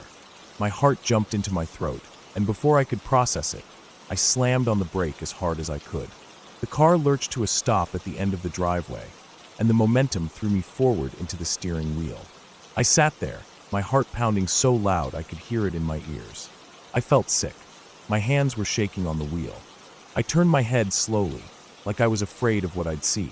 And there she was, a mother, standing on the sidewalk, just a few inches from where my car had come to a stop. She was gripping the handles of a stroller, and inside was a small child, maybe no more than a year old. The stroller was so close I could have reached out of my window and touched it. The mother's face was pale, her eyes wide with shock and fear. For a moment, we just stared at each other. No words, no sound except the rumble of my engine and the blood pounding in my head. I don't know how long that moment lasted. It couldn't have been more than a few seconds, but it felt like forever. In that moment, everything hit me at once. What I had almost done. How close I had come to ruining not just my life, but the lives of two innocent people. I imagined what would have happened if I hadn't stopped in time. The stroller crushed under my tires. The mother screaming. The sound of the impact. The aftermath. It played out in my mind so vividly that I thought I was going to throw up. My stomach twisted, and I could feel the sweat on my forehead. I had never been so scared in my life. Not when the relationship ended. Not during the darkest nights when I thought about ending everything. This was real. This was something I had done, and there was no taking it back. The mother took a step back, pulling the stroller with her. She kept looking at me, and I kept looking at her, and I wanted to say something, anything, but my mouth wouldn't work. My throat was dry and tight, like I couldn't breathe. And then I did the only thing I could think of. I put the car in drive and sped off. My tires screeched as I pulled away from the house, down the street, away from the scene I had just caused. My hands were shaking so badly, I could barely hold the wheel. My heart was still racing, and my mind was a blur. I kept seeing her face, the fear in her eyes, the stroller so close to the side of my car. The what-ifs played over and over in my head, each one worse than the last. I don't remember much about the drive to work. I know I must have made it there because I remember sitting in the parking lot afterward, my head resting on the steering wheel. I couldn't go inside. I couldn't face anyone. I just sat there, trying to calm down, trying to make sense of what had happened. The reality of it hit me hard. I had almost killed a child. I had almost destroyed a family. And for what? Because I didn't care? Because I was too wrapped up in my own pain to think about anyone else? It was like someone had thrown a bucket of ice water over me. The fog I'd been living in for so long started to clear, and I saw myself for what I really was. I wasn't just hurting myself anymore. My depression, my recklessness, it had nearly cost innocent lives. That was something I couldn't ignore. I sat in that parking lot for what felt like hours. I thought about everything. The way I'd been living, the choices I'd been making, the way I'd been shutting out everyone who tried to help. I thought about my parents, my friends, the people who cared about me and didn't know how bad things had gotten. I thought about that mother and her child, how they would go home and tell someone about the kid who almost ran them down in his driveway, how they would think of me as a monster, and rightfully so. I couldn't change what had happened, but I could change what I did next. That day was a turning point. I didn't magically get better overnight. It wasn't like I suddenly felt happy or whole. but I knew I had to try. I couldn't keep living the way I had been. I couldn't risk hurting someone else because I was too broken to care. I started small. I talked to my parents. I told them I was struggling, really struggling, and that I needed help. I started going to therapy. At first, I hated it. I didn't want to talk about my feelings. I didn't want to open up. But little by little, I started to understand myself more. I started to see why I felt the way I did and what I could do to change it. I made an effort to take care of myself, to eat better, to sleep more, to find things that made me feel even a little bit okay. I reconnected with friends I'd pushed away. I tried to be kinder, not just to others, but to myself. I tried to forgive myself for what had almost happened that day, even though it was hard. Even now, it's hard. Sometimes I still think about that morning. Sometimes I still see that mother's face in my mind, and it chills me to the bone. But I use it as a reminder that my actions matter, that my pain doesn't give me the right to put others at risk, that no matter how low I feel, there's always a reason to keep trying. Looking back, I realize how lucky I was. Lucky that I stopped in time. Lucky that no one got hurt. Lucky that I got the chance to change before it was too late. That moment could have ended in tragedy. It could have been something I could never come back from. Instead, it was the moment that woke me up. The moment that made me see how important it is to be aware of the world beyond my own pain. It taught me that depression isn't just something that affects the person who has it. It affects everyone around them too. And it's up to me to make sure I don't let it control my life or endanger the lives of others. I still have bad days. I still struggle sometimes. But I'm trying. Every day I'm trying. And that's what matters. That one morning, that one mistake, changed everything for me. It was a close call, too close. But in a strange way, it saved me. Because it forced me to see what I was becoming and gave me the push I needed to start becoming someone better. And for that, I'm grateful.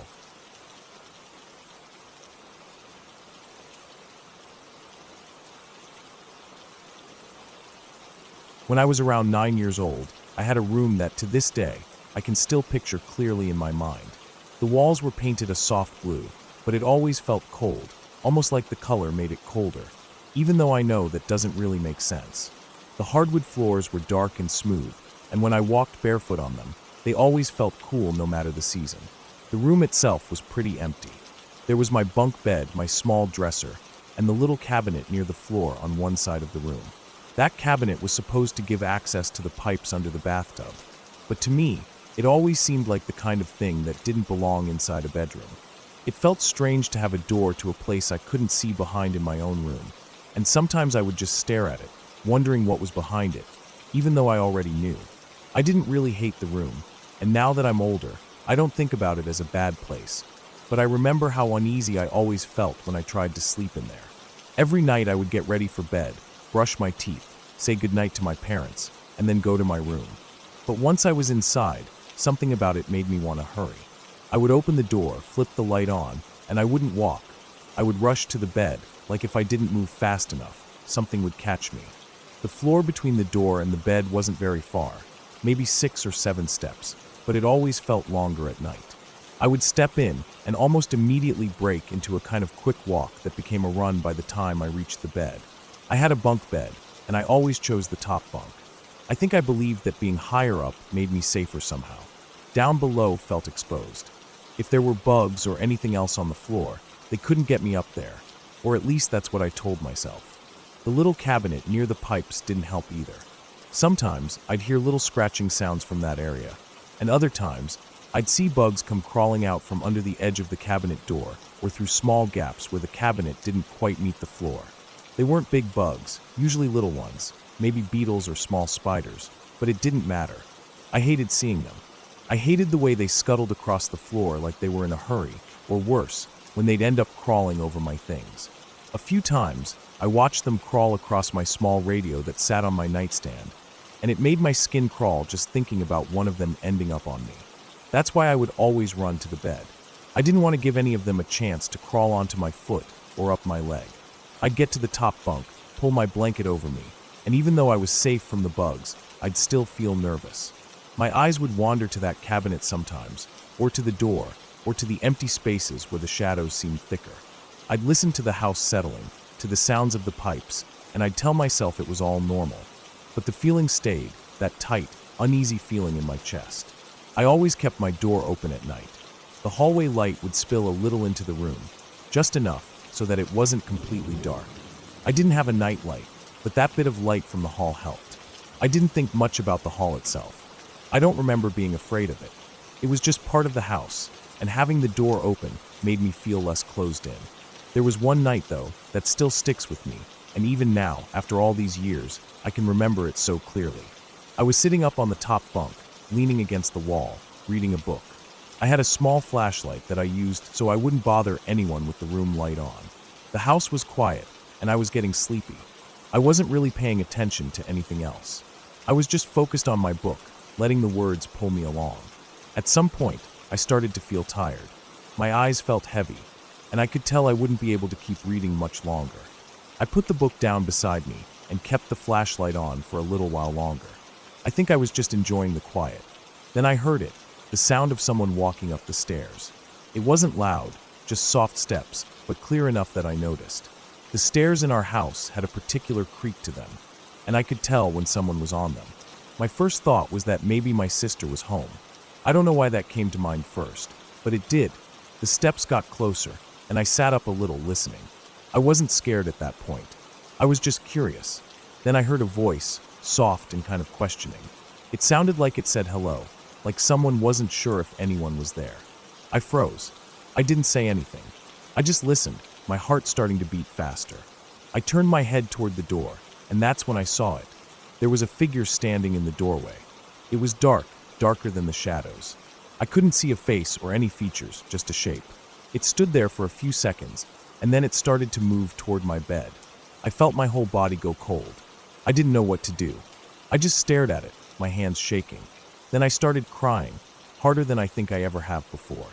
I grabbed my flashlight and shone it right at the figure, hoping it would go away or that I'd see something that made sense. But even with the light on it, it stayed dark. The area around it lit up, but the figure itself didn't. It was like the light couldn't touch it, like it absorbed it somehow. I don't know how long I was like that, crying and pointing the light at it, but it felt like forever. My heart was pounding so hard I could hear it in my ears. I kept thinking someone would come, that my parents would hear me, or that the figure would go away on its own. Then suddenly, I heard a door slam, and my parents came rushing out. I heard their footsteps in the hall. The figure was gone. Just like that, it wasn't there anymore. My parents came into my room, asking what was wrong, but I couldn't explain. I just kept crying, clutching my flashlight like it was the only thing keeping me safe. Later, after I calmed down, I tried to tell myself it was a dream. I must have been so tired that I imagined it. The way it didn't light up when I shone the flashlight on it. That had to mean I was dreaming, right? That's what I kept telling myself. I didn't want to think about any other possibility. But the truth is, it felt real. Everything about it felt real. The sound of the steps, the way my heart raced, the coldness that went through me. It didn't feel like a dream at all. I didn't sleep well in that room after that night. I stayed there until I was 10, but I never felt comfortable again. Every night, I'd lie awake, listening for sounds, watching the door, waiting for something I couldn't name. Eventually, we moved, and I got a new room. The new room didn't have a cabinet, and it didn't have hardwood floors. It was smaller, but it felt warmer, safer somehow. I didn't have the same uneasy feeling at night, and I started sleeping better. I still thought about that night, though. Even now, sometimes, when I'm alone in a quiet house, I remember the sound of those steps, the voice, the dark figure standing in my doorway. I've gone over it so many times in my head, trying to make sense of it. I've told myself it was just a mix of being tired, the shadows, maybe even a bug crawling somewhere that caught my attention at the wrong moment. I've thought about the way the light didn't seem to change anything and told myself that had to be my imagination. Maybe my eyes were playing tricks on me. Maybe I had started to drift off to sleep and didn't even realize it. And the whole thing was a half dream that felt more real than it was. That's the explanation I stick to because anything else doesn't make sense. And even though I'll argue it was just a dream, I still remember how it felt. I remember the fear, the way the air seemed to go still, the way I felt frozen in place. I remember how real it seemed at the time. And that's why, even now, when I think about that room, I don't think of it as a bad place, but I remember how I felt every night I had to sleep in it, and how that one night made me feel like I wasn't alone in there. I don't have nightmares about it anymore. and I don't stay up at night thinking about it like I did when I was younger. But sometimes, when the house is quiet and dark, and I hear a creak somewhere, I remember that night all over again. And for a moment, I feel like that 9-year-old kid again, holding my breath, listening, waiting. And then the moment passes, and I remind myself it was just a dream. Because that's the only thing that makes sense.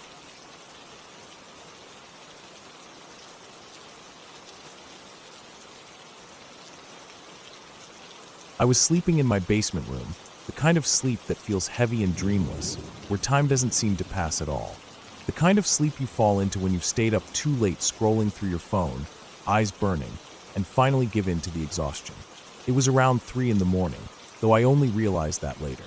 The basement had always been my space. It felt separate from the rest of the house, cooler, quieter, darker. I liked that. The walls were painted a dull blue, and the one small window near the ceiling didn't let in much light during the day, let alone at night. My bed was pushed up against one wall, my nightstand right beside it with a small lamp, an old clock, and the 3-inch pocket knife my dad gave me when I was younger. A dumb thing to keep there, probably, but I liked having it close, just in case. There was a small couch in the corner, near the foot of my bed, where friends would crash sometimes after we hung out, playing video games or watching movies. That night, though, I was alone, or at least I thought I was. I don't know what pulled me out of sleep at first. I remember this strange, low sound, like someone groaning. It wasn't loud, not at first, but it was steady. This soft, drawn-out moaning, like the sound someone makes when they're in pain. The kind of sound that creeps into your ears before your brain really registers it. At first I thought I was dreaming. I must be, right? Maybe it was some weird noise from outside, or the pipes in the walls making sounds like they sometimes did in the winter. I tried to ignore it, to will myself back to sleep, pulling the blanket tighter over my shoulder, pressing my face into the pillow. But it didn't stop. If anything, it felt like it was getting louder, or maybe it was just that I was waking up more, becoming more aware. I opened my eyes, staring at the darkness of my room, my heart starting to beat faster. The moaning was definitely inside my room. The couch was just out of my line of sight from where I lay. I couldn't see the couch from my bed without sitting up. My heart thudded against my ribs, that sick, cold feeling of fear washing over me. I told myself I must have left the TV on, maybe some late-night movie or infomercial, something with weird sounds. But I knew I hadn't. I don't sleep with the TV on. I don't like the flickering light, the noise. I like the quiet. I stayed there for what felt like forever, listening, too scared to move, hoping the noise would stop. But it didn't. The moaning kept going. Low, steady, like someone was hurt. Like someone was suffering. And that's when I finally forced myself to sit up, my body stiff, my hands clammy. I leaned forward just enough to see the edge of the couch. That's when I saw them. Legs. Someone's legs. The lower half of a man, his shoes still on. I felt my stomach turn over. My first thought, weirdly, was that maybe my friend had come back. The guy who'd been over earlier that evening. Maybe he'd come back after I went to bed. Maybe he'd crashed on the couch. Maybe that's all it was. But no, something was off. My friend's shoes weren't like that. And I leaned a little farther, my pulse roaring in my ears, and I saw more of him. His jeans, his shirt, his face. It wasn't my friend. Not even close. This guy was older, maybe in his 20s. He looked Hispanic, dark hair, unshaven. I felt this wave of confusion at first, like my mind was scrambling for an explanation. Who was he? Why was he here? How did he get in? And then that confusion turned to raw fear, the kind that makes your skin feel cold and your mouth dry. He hadn't noticed me yet. He just kept moaning, his head turned to the side, like he was in some kind of daze. I sat there frozen, trying to think. I kept looking at the knife on my nightstand. It was small, but it was something. My first instinct was to grab it, to rush him, to try to take control of the situation before he noticed me. But something stopped me. Maybe it was the size of him, maybe it was the way he looked, unpredictable, like he wasn't all there. My heart pounded so hard I thought it might give me away. And then I remembered. My room had been converted from part of the basement, and the door locked from the outside. That detail, usually just a quirk of the weird setup of our house, suddenly seemed like my lifeline. I made my decision. I moved as quietly as I could, sliding out of bed, keeping my eyes on him. But the floor creaked. Just a little, but enough. His head jerked up, and his eyes met mine. Wild eyes. There was no recognition, no normal human reaction, just something raw and unfiltered, something that made my blood run cold. And then he lunged at me.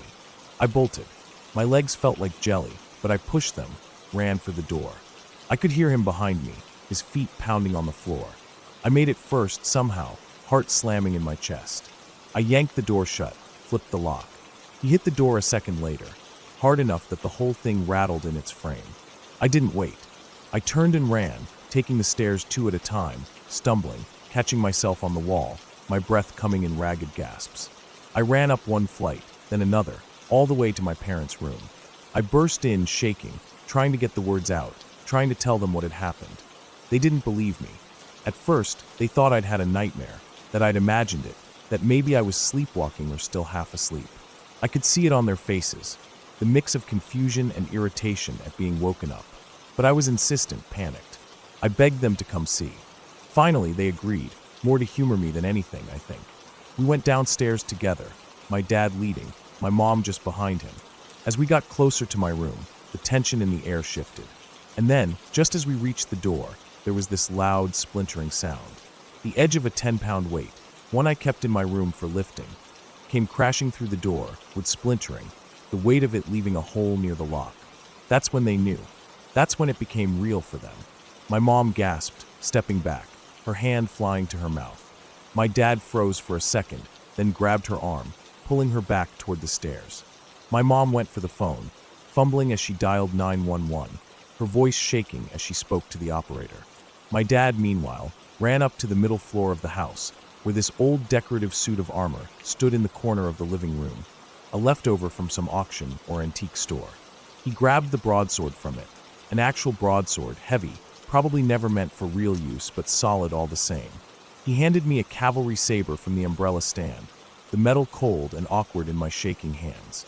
The minutes felt endless as we waited, listening to the sounds from the basement, the pounding, the crashing, the low, angry grunts of the man trapped inside. I kept glancing at the stairs, half expecting him to somehow break through, to come charging up after us. My dad stood ready, sword in hand, his jaw set, his eyes on the basement door. My mom kept talking to the 911 operator, her voice tight, strained. Finally, we heard sirens. The flashing lights filled the windows, and moments later the police were at the door. We let them in, and they moved quickly, efficiently. They went down, opened the basement door carefully, weapons drawn. The man inside didn't put up much of a fight. By the time they got to him, he was slumped on the floor, dazed, his energy spent. They cuffed him, let him out, and only then did I see just how out of it he was. His eyes were glassy, his movements sluggish. One of the officers told us later that he was high on something, PCP they guessed. That explained the strength, the madness in his eyes, the way he didn't seem to feel pain or fear. They said it was technically a citizen's arrest, since we'd locked him in. The phrase sounded strange to me at the time, like something out of an old movie. I just felt numb. The adrenaline was wearing off, leaving me shaky and cold, my hands trembling so badly I could barely set the saber down without dropping it. In the days that followed, I tried to act normal, tried to go back to school, to hang out with my friends, to sleep at night. But it wasn't the same. Every creak of the house, every shadow, every unexpected sound sent my heart racing. I started jumping at noises, waking up in a sweat from dreams that felt too real. I'd see him sometimes, not the real him, but flashes of him. In the corner of my eye, in the dark of my room. I'd hear that moaning again, soft at first, then louder, until I'd have to sit up, switch on the light, prove to myself that I was alone. After a while, my parents insisted I see someone. A doctor, then a therapist. In August, they said it, PTSD. The letters felt heavy, embarrassing somehow, like I hadn't earned them. I didn't fight in a war, I wasn't in some disaster. Just one night, one man, but it changed everything. The flashbacks hit without warning. The sound of something dropping, and I was back there. A weight crashing through a door. The glint of the saber in my hands. The look in his eyes. People didn't get it. I didn't even get it, not really. The shame settled over me like a second skin. I kept hearing that voice in my head. You got PTSD from that? Like it wasn't enough. Like I wasn't enough. But it was real. It is real. I live with it every day. The scars it left aren't the kind you can see, but they're there all the same. And every night, when I turn off the light, I still listen, just to make sure.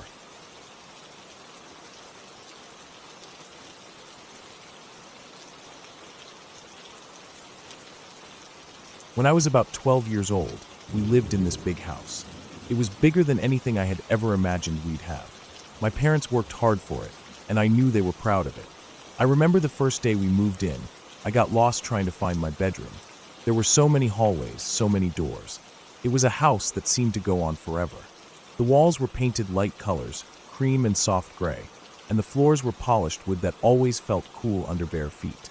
Big windows let in sunlight during the day, and at night the place seemed too quiet, too empty, like it had swallowed up all the sound from the outside world. Because the house was so large, my parents had a security system installed. It was one of those systems that beeped every time a door or window opened. The sound was loud enough to hear no matter where you were, but not so loud that it hurt your ears. I always found it comforting. That beep meant someone was home, someone was coming inside. I never thought much about it beyond that. It was a Saturday afternoon when it happened. I remember that clearly because I had been putting off my homework all morning. My parents had gone to the store together. They said they wouldn't be long, and I figured I'd get my homework done while they were gone. I didn't want to get scolded for waiting until the evening. I set up my stuff at the kitchen table, which wasn't really a table, but more of an island that had the sink attached. I liked doing my homework there because I could spread out my books and papers, and because the big window over the sink let in lots of light. I had just started working. I think I was halfway through a math problem when I heard it. The loud creak of our big front door as it flew open, and the security system beeping like it always did. It wasn't just the usual soft creak. The door sounded like it had been pushed open with force, like someone hadn't bothered to turn the handle all the way but had just shoved it. It hit the wall behind it with a dull thud that I heard from the kitchen.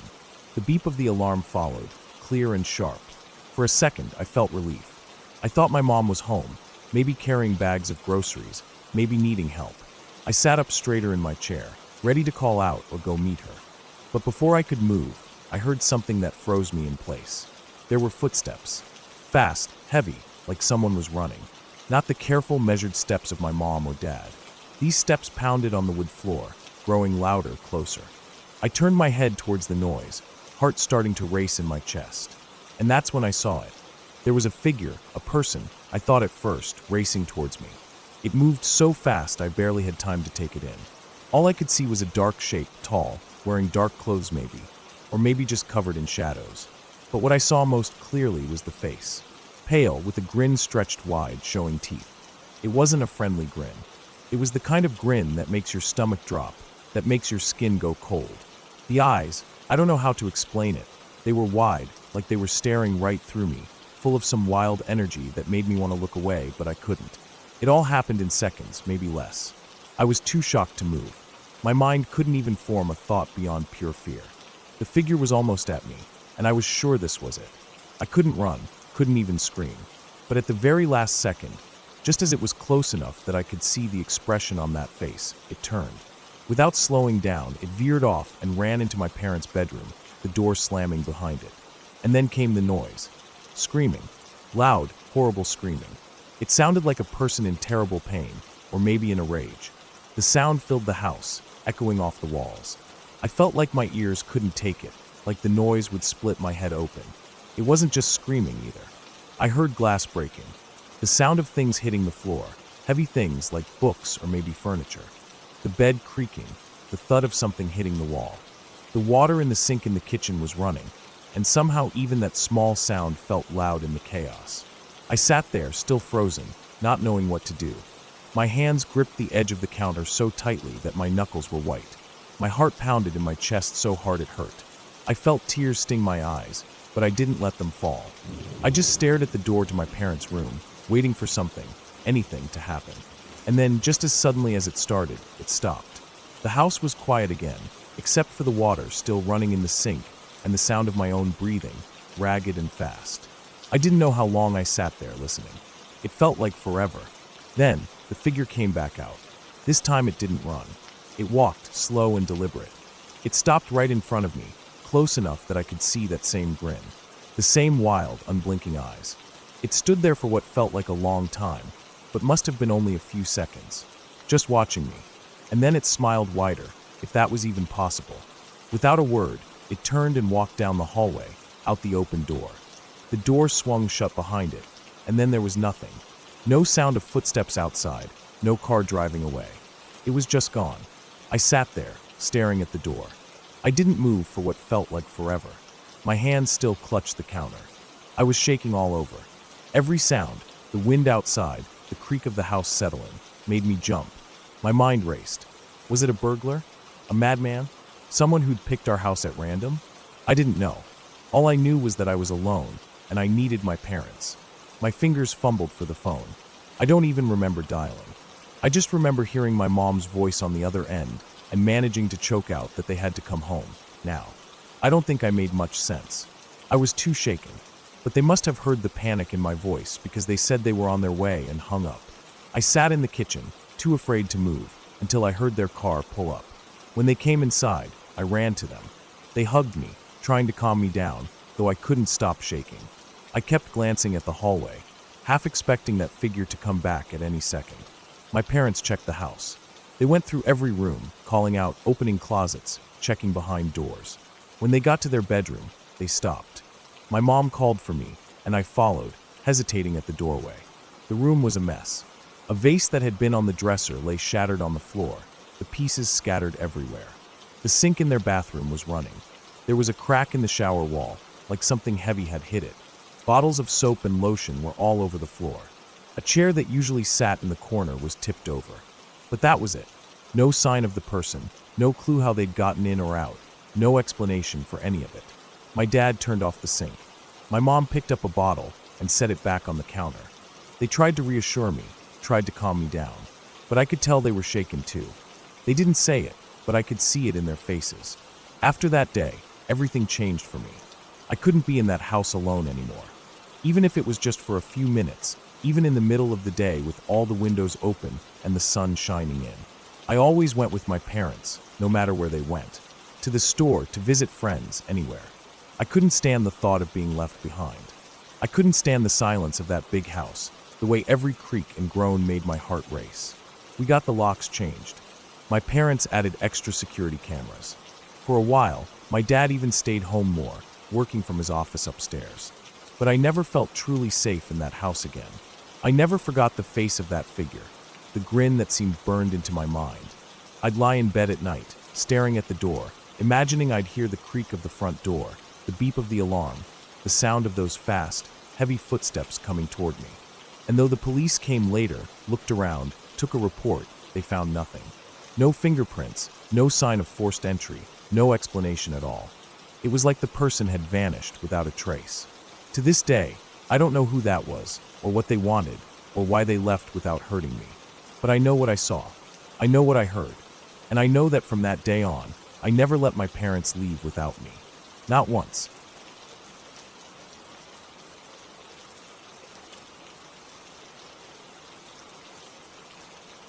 We had been driving for what felt like hours, though of course I can't remember exactly how long it really was. I was so young that most of that day is nothing more than a haze in my mind now, but that one moment, that one horrible moment, has stayed with me like it's burned into the inside of my eyelids. I must have been 2, maybe 3 years old.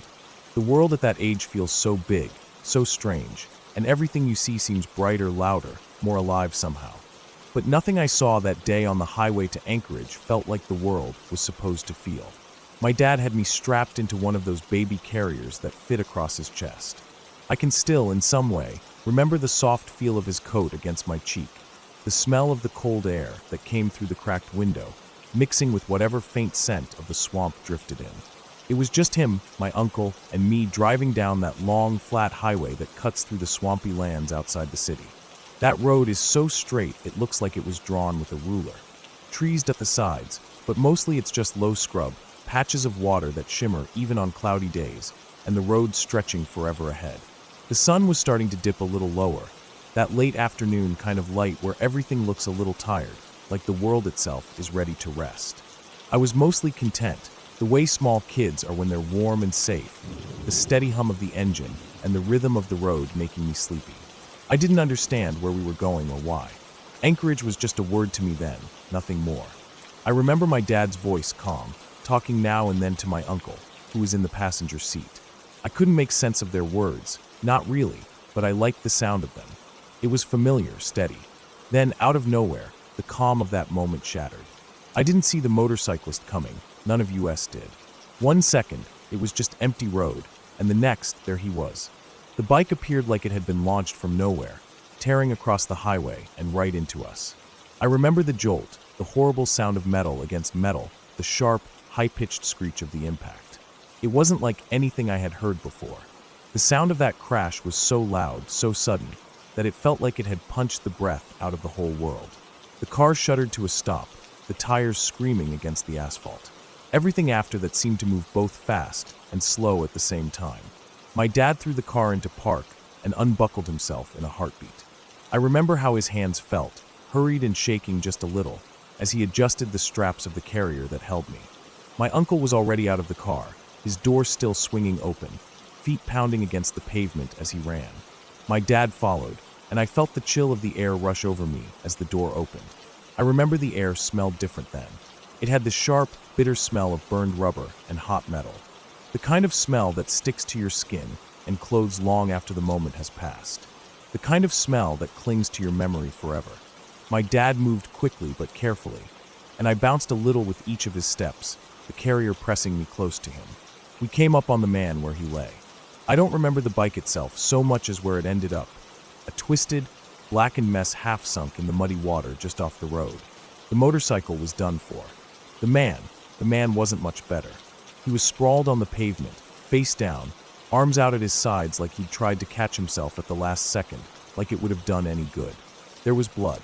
So much blood. It was pooled beneath him, seeping out in thick, dark lines that spread across the gray of the road. The color of it was wrong. Too dark, too deep. It smelled like copper, sharp and strange, mixing with the burnt smell of the crash. My dad slowed as we came up beside him, and he knelt down, putting me so close to the man that I could see everything. Even as small as I was, even as young and unknowing as I had been, I understood that something was terribly, terribly wrong. The man didn't move at first. He just lay there, still, except for the smallest twitch of his fingers. My uncle hovered nearby, swearing under his breath, looking up and down the highway like help might magically appear. But it was empty. Just us, the broken bike, and the broken man. Then the man moved. He rolled over with this horrible, slow effort, like it took everything he had left. And that's when I saw his face, or what was left of it. The skin below his nose was just gone, torn away, like someone had peeled it off, leaving nothing but muscle, bone, and shredded flesh. I didn't understand what I was seeing in that moment, but I knew it wasn't right.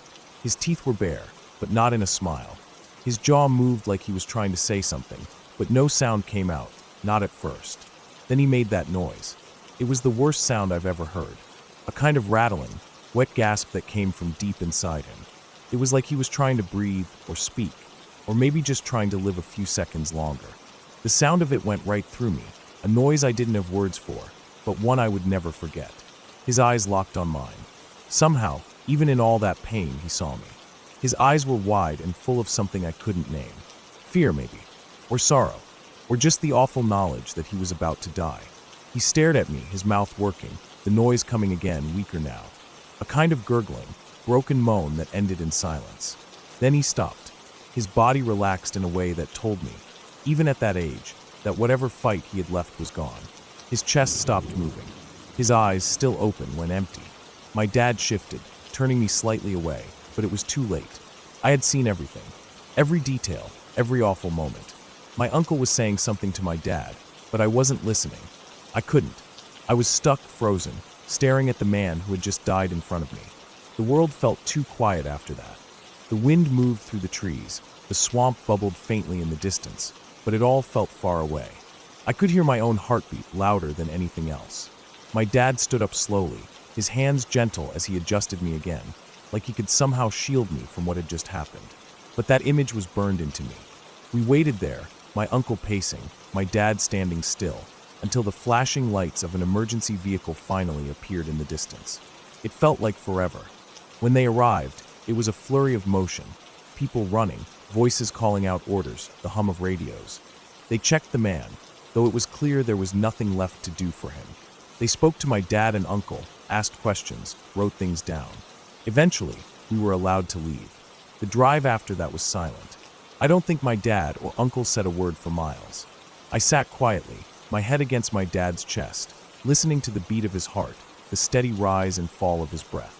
I didn't sleep. I don't think I could have. That night, and for so many nights after, I dreamed of that man. I'd see his face, or what was left of it, in my mind whenever I closed my eyes. Sometimes in my dreams he would speak, though I never understood the words. Other times, he would just look at me, the way he had in those final moments, his eyes full of that strange, haunting expression.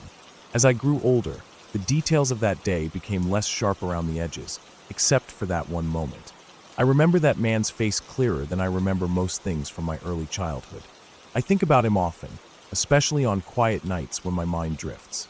And every now and then, I still dream of him. Not as often as I used to, but enough.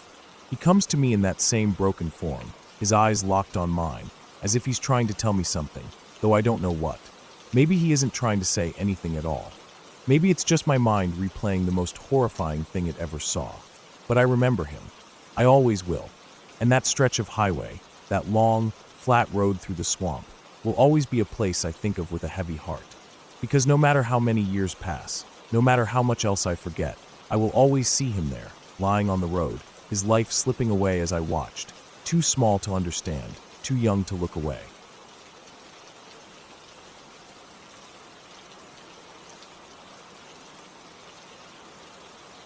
I remember that Halloween night like it was yesterday. The air had that crisp bite to it, the kind that creeps into your bones and makes you want to pull your jacket tighter. I had my old truck, the one with the dull paint and the creaky door, and I'd piled in my sister and a couple of her friends. They were all excited, laughing too loud, already hyped up from too much candy and the thrill of doing something that felt a little dangerous. They'd been talking all week about this house they heard was haunted. Some kid at school told them about it, or maybe they saw something online. I don't really remember. All I know is they begged me to take them there. It wasn't too far from town, maybe a 20 or 30-minute drive down some back roads, the kind where you don't see streetlights and the trees crowd the edges of the asphalt. The kind of road that makes you feel like you're heading into the middle of nowhere, even if you're not. I didn't really believe in any of that haunted house stuff, but I figured it'd be fun to give them a little scare. I kept the windows down so the cold air could pour in and make it feel spookier, and I turned the radio off so it was just the sound of the wind and the tires humming along the cracked pavement. The further we drove, the darker it seemed to get. Out that way, there weren't any houses with pumpkins on the porches or kids in costumes running around. Just empty fields, patches of woods, and the occasional fence line. The moon was out, but it was hiding behind thin clouds that made it look hazy and far away. The girls in the truck were getting quieter the closer we got. That nervous kind of quiet where you can feel them waiting for something to happen. We finally got to the spot where they said the house was supposed to be. I slowed down, peering out the windshield. I didn't see anything. Just an empty field, flat and quiet, the grass tall and waving a little in the breeze. No house, no driveway, no fence, nothing. I even pulled over onto the shoulder, cut the engine, and we all sat there for a second, just looking. I could hear them shifting around, trying to figure out if maybe they got the address wrong or if somehow we'd missed it. I stepped out of the truck for a minute, crunching over the dry grass, looking for any sign that a house had ever been there. There wasn't so much as a foundation stone or a broken bit of wood, just field. We sat for a few minutes, debating in that silent way where no one really says anything, just glancing at each other and wondering what to do. I climbed back in, started the engine, and we kept driving, figuring maybe they'd remembered it wrong. The road kept winding through the trees, and after a while, we came to this old bridge that crossed a narrow creek. Except there wasn't a bridge anymore. It must have been washed out in a storm, or maybe just gave way from age. Either way, there was no crossing it. I stopped, shined the headlights at what was left, just broken pieces of wood and twisted metal, the creek below glinting in the light as it ran fast over the rocks. There was no way around it, no way forward, so we turned around. I remember thinking how strange it was that they could have been so sure about the location of this house, only for it to be nowhere to be found. The drive back was quieter. The girls weren't giggling or trying to spook each other anymore. It was like the night had settled into our bones, and all we wanted was to get back to where there were lights and other people. I wasn't speeding, just taking it slow because the road was narrow and full of little dips and bends. As we came back toward the spot where the house was supposed to be, I saw something that made my stomach tighten. The headlights caught on something shiny off to the side. At first, I thought it was maybe a piece of trash or a sign, but as I eased the truck to a stop, I realized it was glass. The windows of a house. A house that hadn't been there when we'd first passed by. It was big, 2 stories, dark and still, like it had been there forever. The windows reflected the headlights back at us, making it hard to see inside, but the outline was clear enough. A porch ran along the front, the wood dark with age. The roof sloped steeply, and I could just make out a chimney on one end. It wasn't falling apart, but it didn't look new either. Just old and quiet, like it had been sitting there, watching the road for a long time. I turned off the headlights for a second, just to see if maybe I was imagining it, but even in the dim light from the moon, I could see the shape of it. There was no mistaking it. It was there, plain as day. We all just sat there, staring at it, trying to figure out how we could have missed it the first time. It wasn't like it was hidden behind trees or down a long driveway. It was right there, maybe 50 yards off the road, standing in that empty field like it belonged there. The silence inside the truck was heavy. I think we were all waiting for something to happen, but nothing did. No lights came on inside.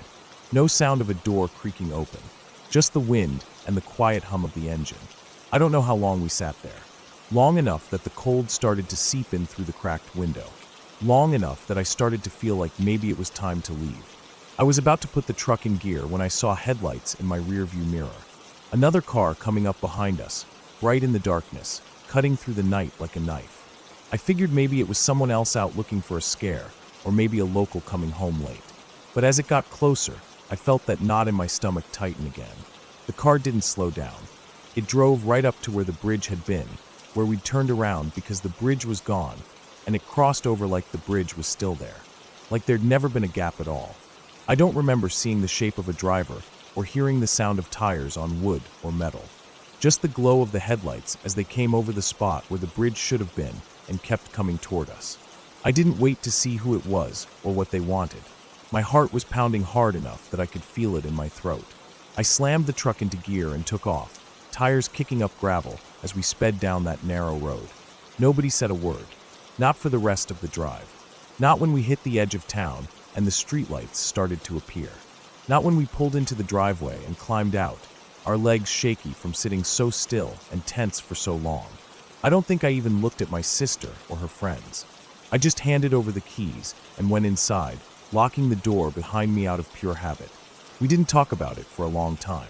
When we did, it was always with that nervous kind of laugh. The one you use when you're trying to convince yourself it wasn't as strange or as scary as it felt in the moment. We'd tell ourselves maybe we'd been turned around, and the house had always been there, and we'd somehow missed it. Maybe the car had crossed at a shallow part of the creek we hadn't seen in the dark. Maybe there was an old farm road or a low water crossing we didn't know about. Maybe. But deep down, I think we all knew how strange it was. How impossible it felt in that moment. How the house had been invisible the first time we passed, and how the car had crossed where no bridge should have been. I've driven that road a few times since, in daylight, just to see if I could make sense of it. The house isn't there. The field is still empty. The bridge was rebuilt a couple years after that night, but I always remember the way it looked broken and impassable that Halloween. That ride home remains the quietest I've ever had. The kind of silence where everyone's too wrapped up in their own thoughts to break it. The kind where you feel like speaking would somehow make it all too real. We never went looking for haunted houses after that. One strange night was enough to last us a lifetime.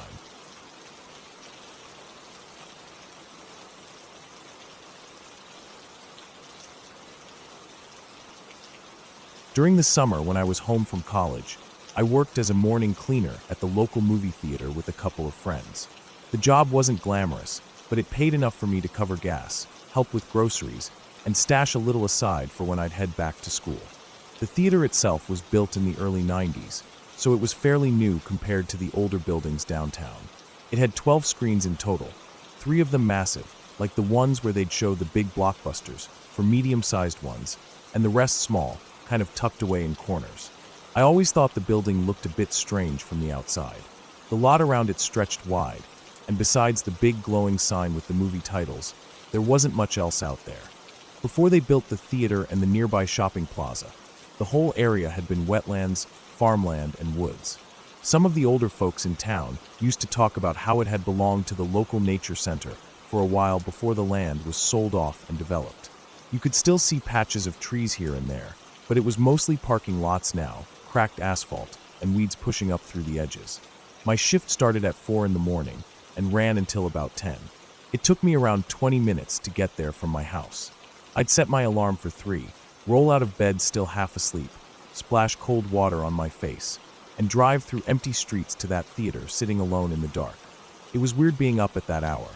Everything was quiet, the kind of quiet where you could hear your own heartbeat if you stood still long enough. I'd park close to the entrance under one of the flickering lights, grab my keys, and let myself in. The first few weeks on the job were fine. I'd throw on my headphones, crank up my music or a podcast, and get to work. Cleaning out cups and popcorn bags, wiping down seats, vacuuming up the messes people left behind the night before. It was routine. Sometimes I'd work alongside 1 or 2 other cleaners, but a lot of the time, we'd each be off in different parts of the building alone. One morning, my manager brought up something that, looking back, should have put me on edge right then. He asked if we had noticed any doors being unlocked when we arrived. I told him no. I hadn't seen anything like that. He nodded, kind of distracted, and then mentioned customers complaining. He said people, mostly women, had come up to the front desk terrified, talking about some tall guy in a suit following them between theaters, sometimes even into the bathrooms. They described him as lanky, around 7 feet tall, wearing a black suit and a bowler hat. They said he didn't talk, just followed them, moving slow, like he had all the time in the world. A few times, the police had been called, but no one ever found him. Some of the kids on the day shift had started calling him the tall man. I tried not to think too much about it. After all, I'd never seen him. At least, not yet. But there was one theater that made all of us uncomfortable, Theater 5. It was tucked back behind the bathrooms at the end of a long hallway. You had to walk down that hallway to get to it, and once you were inside, you were as far from the front of the building as you could be. When you were back there, especially early in the morning when the rest of the crew was cleaning other parts of the building, it felt like you were completely alone. No sounds from outside reached you, just your own footsteps and the faint hum of the projectors upstairs. People who cleaned that theater complained of getting headaches or nosebleeds, or feeling like someone was watching them from the dark corners. The managers didn't talk about it much, but nobody wanted to be assigned Theater 5. I was the new guy, though, so I got stuck with it more often than not. One morning, about 3 weeks into the job, I was working my way through Theater 5. I had finished sweeping the lobby and was tossing out cups and garbage. I had my headphones in, listening to music to make the time pass quicker. But I kept feeling like someone was behind me. You know that sensation you get when someone's staring at you? The hair on the back of your neck stands up, and your skin prickles. I'd stop what I was doing, pull out my earbuds, and glance around. Nothing. I even called out a couple of times, just to see if maybe one of my co-workers had come in without me noticing. No answer. Just silence. After a few minutes, I shrugged it off and went back to work. I was sweeping up in the back row of the theater, near the top, when I heard footsteps. Not soft footsteps either, running, like someone sprinting across the floor below. I looked down, and for a split second, I caught sight of a little kid, maybe 7 or 8 years old, with blonde hair, dashing out of the theater and into the hallway. My heart leapt. I thought maybe some kid had gotten inside somehow, so I dropped my broom and ran after him. I bolted down the stairs, through the hallway, and into the lobby. But there was no one there. No kid. The place was empty except for my boss standing outside the front doors, having a smoke. I felt like an idiot, standing there out of breath, looking around for someone who wasn't there. After that, I started hearing about Charlie. That was what people called the kid. Customers would complain about a blonde-haired boy running up and down the aisles during movies in Theater 5, making noise, laughing, throwing popcorn. The ushers would go to check it out, but the kid would always be gone. My coworkers said Charlie was harmless, just a nuisance. Things would go missing, cleaning supplies, flashlights, and show up in weird places. Trash cans would get knocked over when nobody was near them. A couple of the guys joked that Charlie was the tall man's kid, though no one ever saw the two together. Then came the morning I ran into the tall man.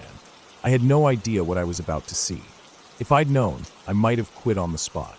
That morning, I was the first one to arrive. Part of being first meant going up to the projector level and turning on the lights for all the theaters. The upstairs area was strange at that hour. The walls were lined with giant posters and life-size cardboard cutouts of movie characters. In the dark, those things could mess with your head. I'd walk down the narrow hall, flipping on the lights one by one, shining my flashlight ahead of me. Only this time, I couldn't find the flashlight. It wasn't where we kept it. I figured someone had moved it, or maybe it had gotten tossed in a bin by accident. Either way, I didn't want to waste time looking for it, so I started down the hall, relying on the glow of the exit signs and the faint light from the projector screens. I remember I was whistling the theme song to the Andy Griffith Show. I'd been up all night watching reruns, and the tune was stuck in my head. The sound echoed weirdly in that space. I was about halfway down the hall, flipping switches, when I felt it. That same feeling I'd had in Theater 5, only stronger. Like eyes boring into me from the dark. I slowed my whistling, listening. That's when I saw it. At the end of the hall, in the dim red glow of an exit sign, was a shape. At first, I thought it was one of the cardboard cutouts. Maybe something from a horror movie promotion. But then it moved. The figure straightened up from a crouch, and I could see it was a man. A tall man. He had to be at least 7 feet. Thin. He started to whistle the theme song I'd just been whistling, only slower, drawing out the notes, like he was mocking me. The sound sent chills through me. I couldn't see his face, just the silhouette, but I could tell he was looking right at me. He began to walk toward me. Slow, deliberate steps, like he was in no hurry at all. His gait was off, like he had a limp on one side. My feet felt glued to the floor. I wanted to run, to move, but I couldn't. My mouth was dry, my heart thudding so loud I could hear it in my ears. He took a few more steps, still whistling, and then stopped. He turned without a word and walked into one of the small offices off the hall. That broke the spell. I turned and bolted down the stairs, 2 at a time, heart pounding so hard I thought it might burst. I didn't stop until I was outside, gulping in fresh air, my hands shaking. When my coworkers arrived, I told them what I'd seen. They nodded like it was no surprise. They said the tall man was part of the theater, like a fixture. They said he hadn't hurt anyone before, and probably wouldn't. But I didn't care. That was it for me. I put in my 2 weeks the next day. I finished my shifts, but I never went upstairs alone again. I stuck to cleaning the lobby and the smaller theaters near the front. I didn't want to be anywhere near Theater 5 or that dark hallway up top. After I left, I'd still hear stories from my friends who stayed on. More sightings of the tall man, more complaints from customers. The little blonde kid causing chaos. But I was done. I didn't need to see any more. I didn't need answers or explanations. I just knew I didn't want to be there anymore, and that was enough. Looking back, I think about those early mornings, the empty parking lot, the flickering lights, the hum of the projectors, and the strange sense of being watched. Maybe it was just the isolation, the weird hours, the dark playing tricks on my mind. Maybe there was more to that place than anyone wanted to admit. I don't know. All I know is, I've never been back to that theater, and I don't plan to.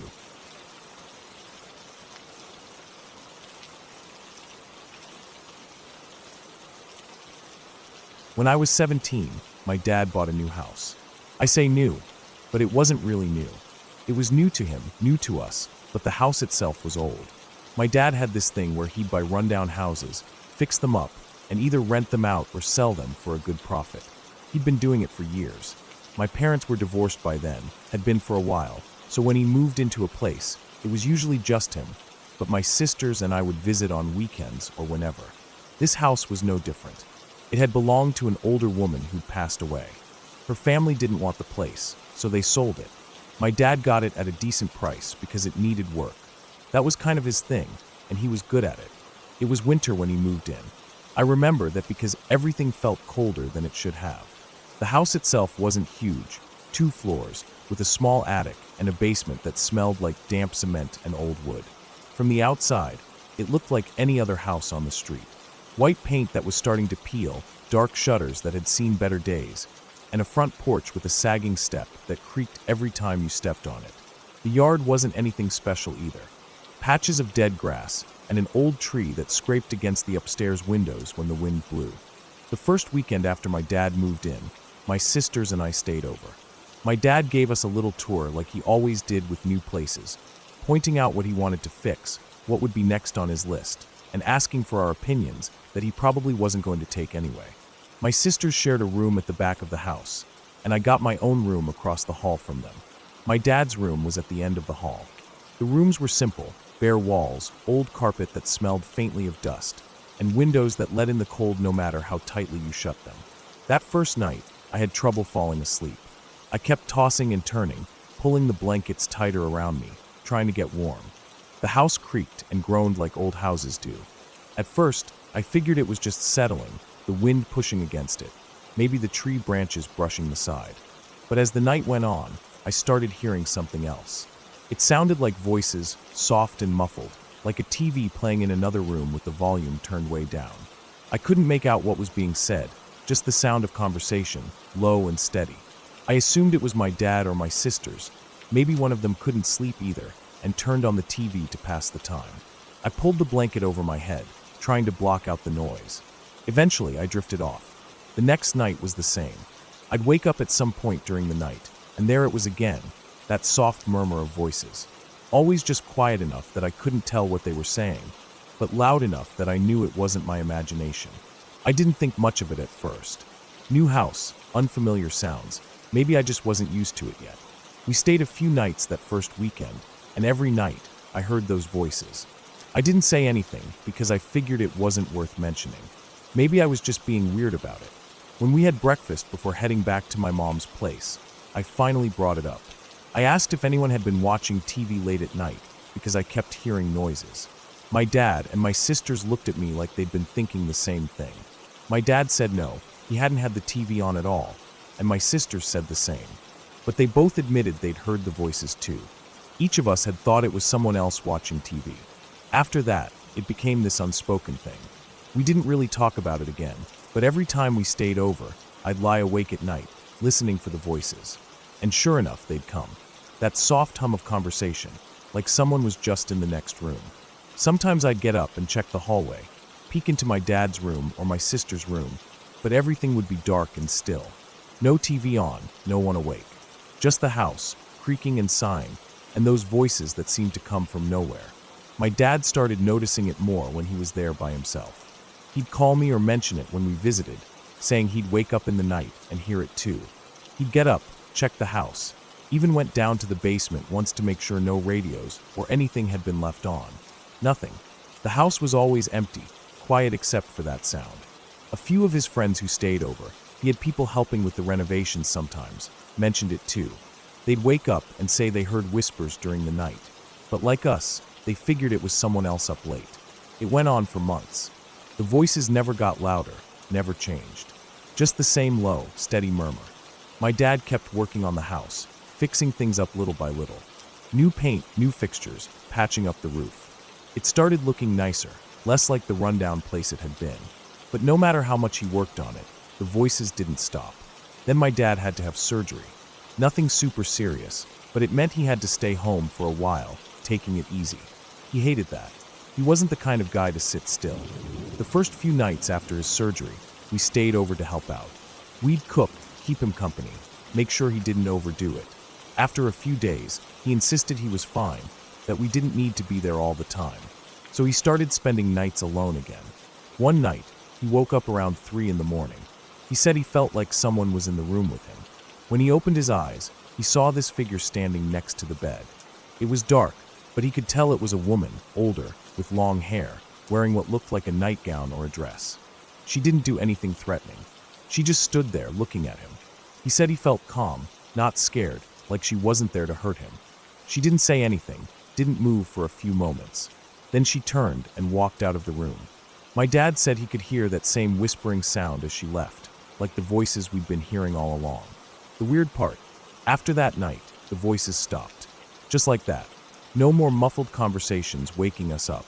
No more lying in bed straining to hear where it was coming from. It was like whatever had been there was done. The house felt different after that. Quieter, but not in a bad way. Just normal, like any other house. A few weeks later, when my dad was feeling better, he was working up in the attic, sorting through old boxes the previous owners had left behind. Most of it was junk, old curtains, broken furniture, stuff no one wanted. But there was one box filled with photos. Family pictures, mostly. Black and white, some faded with age. He brought them down to show us, thinking maybe the family might want them back. As we looked through them, We found pictures of the woman who used to live there. And there she was, the same woman my dad said he saw that night. Same face, same hair, same kind of clothes. We never found anything else unusual in the house. No hidden rooms, no secret diaries, no explanation for the voices. Just an old house that had belonged to someone else before it belonged to us. My dad finished fixing it up and ended up renting it out. The new tenants never mentioned anything strange, and we never heard the voices again. Looking back, I don't think it was anything supernatural. Maybe it was just the house settling in, the sounds of old pipes or wind through the walls. Maybe our minds filled in the blanks because we were in a new place, unfamiliar and a little creepy at night. Or maybe my dad, half asleep and recovering from surgery, dreamed the whole thing. Whatever it was, it stopped. The house became just a house, and we moved on. But I still remember those nights, lying awake, listening to voices that weren't there. And every so often, when I'm in a new place and the night is too quiet, I find myself listening again.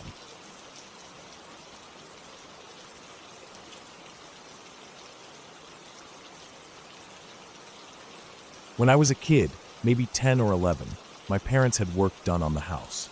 I remember it clearly because it was the first time I had seen the house really change. We had always lived in that same place, a modest two-story house that was a bit cramped but full of familiar corners and creaky spots that felt safe to me. My parents decided it was time for some improvements. They added an extension to the back, something about needing more space for the kitchen and dining area. But the part that mattered most to me was the attic conversion. That was going to be my room. I was excited about it at first. The idea of having my own space, up high above everyone else, felt grown-up. The attic had always been this dark, dusty place full of old boxes, forgotten holiday decorations, and the odd bit of furniture no one wanted to throw away. But after the builders were done, it was bright and airy. The walls were painted white, the floorboards polished to a soft shine. There were 2 skylights that let in a lot of light during the day, and at night, I could sometimes see the stars if the sky was clear. There was no proper door to my new room. The staircase from the first floor led straight up into the space. At first, that didn't bother me. It felt open, like my room was bigger because it wasn't shut off. But as time went on, that openness started to feel less comforting. I had this small radio I kept at the bottom of the stairs, just on a low shelf in the hallway below. I'd gotten into the habit of turning it on at night when I went to bed. It helped me fall asleep.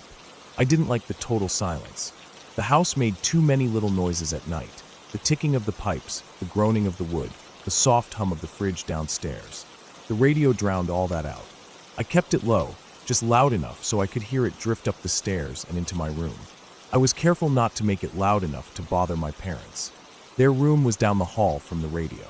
I didn't want to give them a reason to tell me to stop using it. I usually listened to one of 2 stations. There was a late-night talk station I liked, the kind where people would phone in and talk about all sorts of things. Sometimes I'd listen to a station that played soft classical music. It helped me relax. That night, the night I still think about, even now, I had set it to the classical station. I remember doing it. I was getting ready for bed, brushing my teeth, and I leaned over the banister and turned the knob until I found the right frequency. It was playing some soft piece I didn't recognize, but that didn't matter. I just wanted the sound. I went to bed, pulled the covers up, and lay there listening to the faint music. I remember how peaceful it felt at first. The music blended with the soft breeze coming in through the skylight, and I drifted off. I don't know how long I slept. It felt like I had been asleep for a while, but not long enough to feel fully rested. I woke up suddenly, with my heart already beating fast. It was the sound that woke me, a loud, strange sound that filled the house. It wasn't the soft music I'd fallen asleep to. It was something else. I lay there for a second, frozen, trying to make sense of it. The sound was coming from downstairs, from the radio, but it wasn't classical music. It was loud, too loud for the volume I had set. And it wasn't music. It was a voice, or what sounded like a voice, but not like any voice I had ever heard. It was distorted, drawn out, like it was being played on a tape that was melting. It sounded like someone singing, but the words didn't make sense. I couldn't tell what language it was, or if it was words at all. Just this long, drawn-out, garbled noise that made the hairs on my arms stand up. For a few seconds, I just lay there listening. I kept telling myself it was just the radio. Maybe the station had changed what it was playing, or maybe the frequency had picked up something else. I didn't want to move. The sound filled the house, louder than it should have been, and it felt wrong. Like it shouldn't be there. Like it didn't belong in the house at all. I tried to convince myself it was nothing, but I couldn't ignore how loud it was. It was blaring through the house, and I kept thinking that any second now my parents would wake up and come out to see what was going on. But they didn't. That was the part that made it worse. The sound was so loud that it seemed impossible that they wouldn't hear it. And still, no footsteps, no creak of their door opening. Nothing. Just that awful sound echoing up the stairs. Finally, I couldn't take it anymore. I threw off the covers and ran down the stairs as fast as I could. The closer I got to the radio, the clearer the sound became, and the more certain I was that it was some kind of singing. But not right. It was off, like a bad recording, or like it was coming through water. My hands were shaking as I reached for the knob and turned it off. The second it clicked off, the house fell silent again. That thick, heavy silence that you only notice after a loud noise stops. I stood there for a minute, my heart pounding so hard I thought I might be sick. I stood there, staring at the radio, like I expected it to turn itself back on. I kept listening for any sign that my parents had heard it, that they were awake. But the house stayed still. No doors opened. No voices called out to ask what was going on. It was like I was the only one who had heard it. I went back upstairs, but I couldn't sleep. I lay awake for hours, staring at the ceiling, listening to every creak and groan of the house, every little sound that might have meant the radio was starting up again. But it didn't. Morning eventually came, and I got up as soon as the first light started to come through the skylight. I went downstairs to check the radio. I don't know what I expected to find. Maybe I thought the station would be different, or the volume would still be turned up high. But everything was just as I had left it the night before. The dial was on the classical station, the volume low. Nothing had changed. It looked completely normal, like nothing strange had happened at all. I spent the rest of that day feeling uneasy. I kept thinking about what I'd heard, trying to come up with some explanation that made sense. Maybe the station had played something different that night. Maybe there had been some kind of interference, picking up another broadcast by accident. I tried to tell myself that's all it was. But I'd listened to that station so many times, and I had never heard anything like that before. And even if it had been interference, it didn't explain the volume. The radio had been set low. There was no reason it should have been loud enough to fill the whole house. I never told my parents. I didn't want them to think I was making it up, or that I was scared of sleeping in my new room. I just stopped using the radio at night. After that, I couldn't bring myself to turn it on again. The idea of waking up to that sound, or any sound at all, made me panic.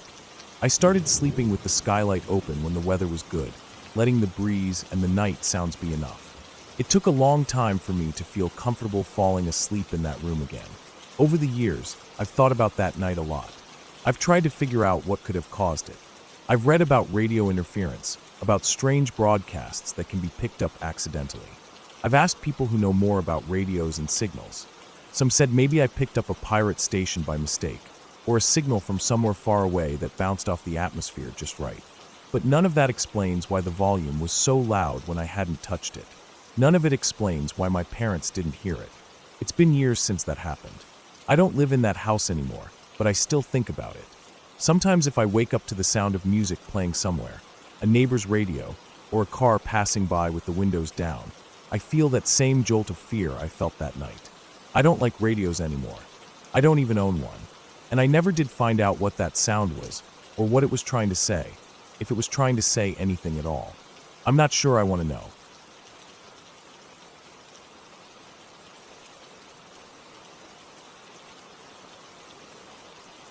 It was one of those thick, humid summer days where the air felt heavy, like it was pressing down on everything.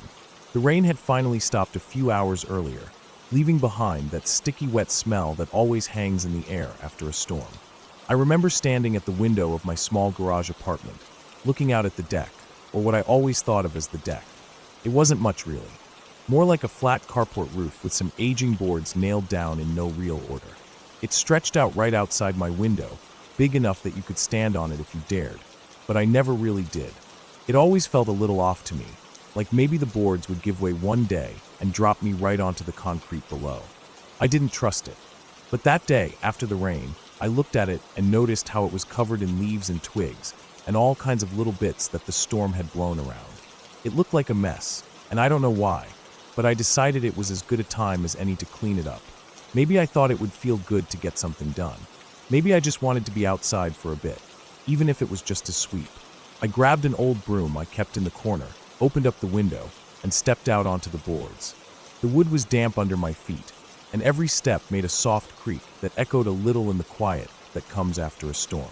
The sun was starting to set behind the trees, casting long shadows across the yard. I remember the way the air smelled, wet with dirt, that sort of sharp green smell of plants that had been beaten down by the rain.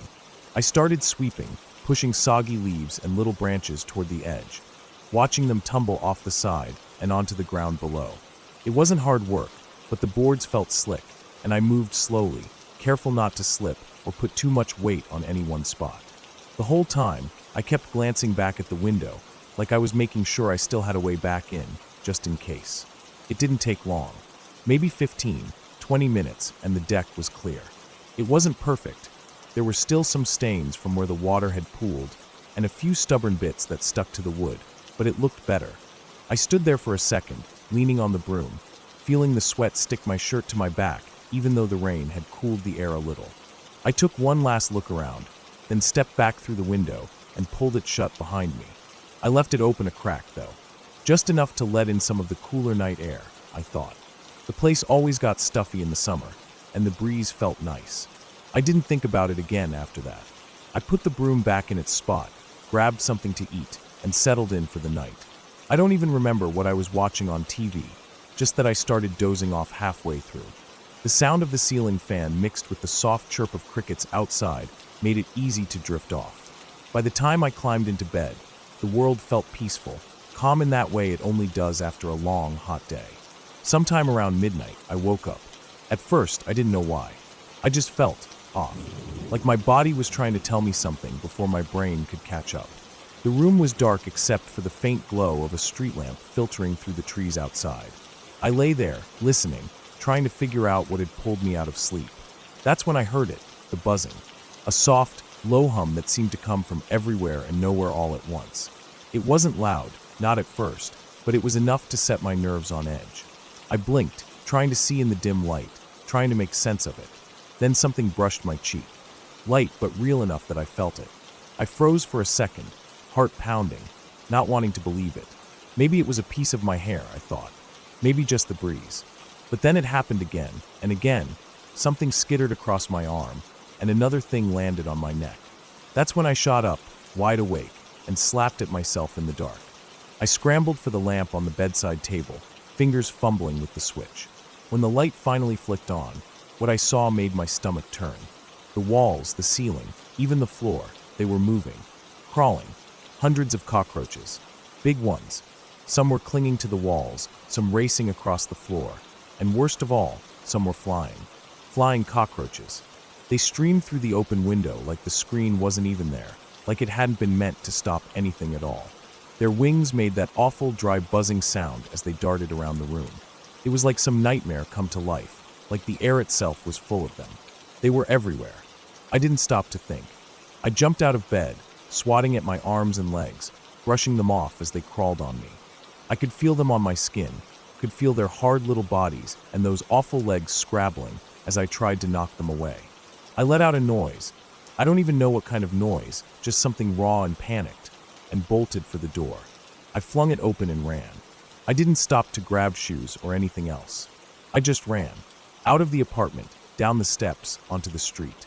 The night air hit me like a slap, but I didn't care.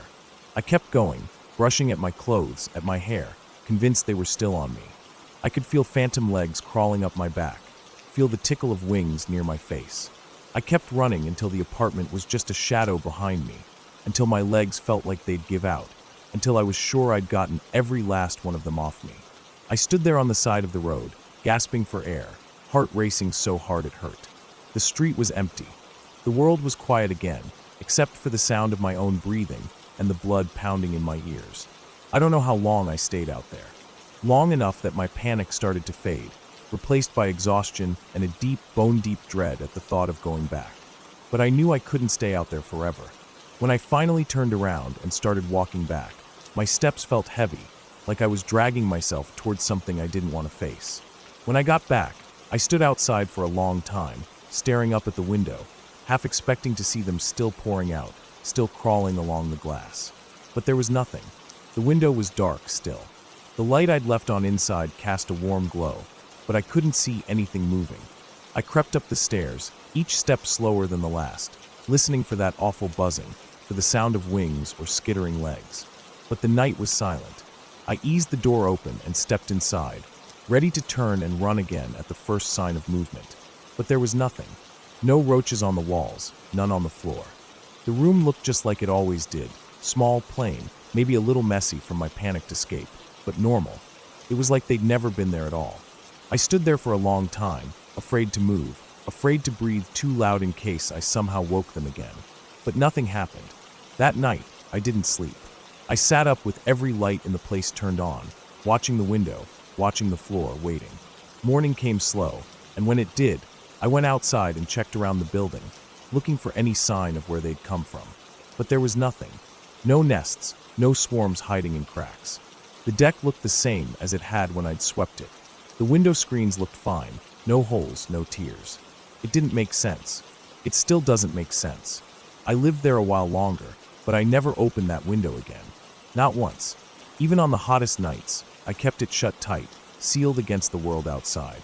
And every time I heard the faintest buzz or saw a shadow move just wrong, my heart would jump, and I'd brace myself for it to happen again. But it didn't. The roaches never came back. Not like that. Not in that way that made me feel like the whole place had been swallowed up by them. But I never forgot it. I never forgot the feeling of them on my skin, the sound of their wings, the way they seemed to come from nowhere and disappear just as fast. It stays with me even now. That night taught me a kind of fear I didn't know before. The kind that makes your skin crawl long after the danger is gone. The kind that never really leaves you.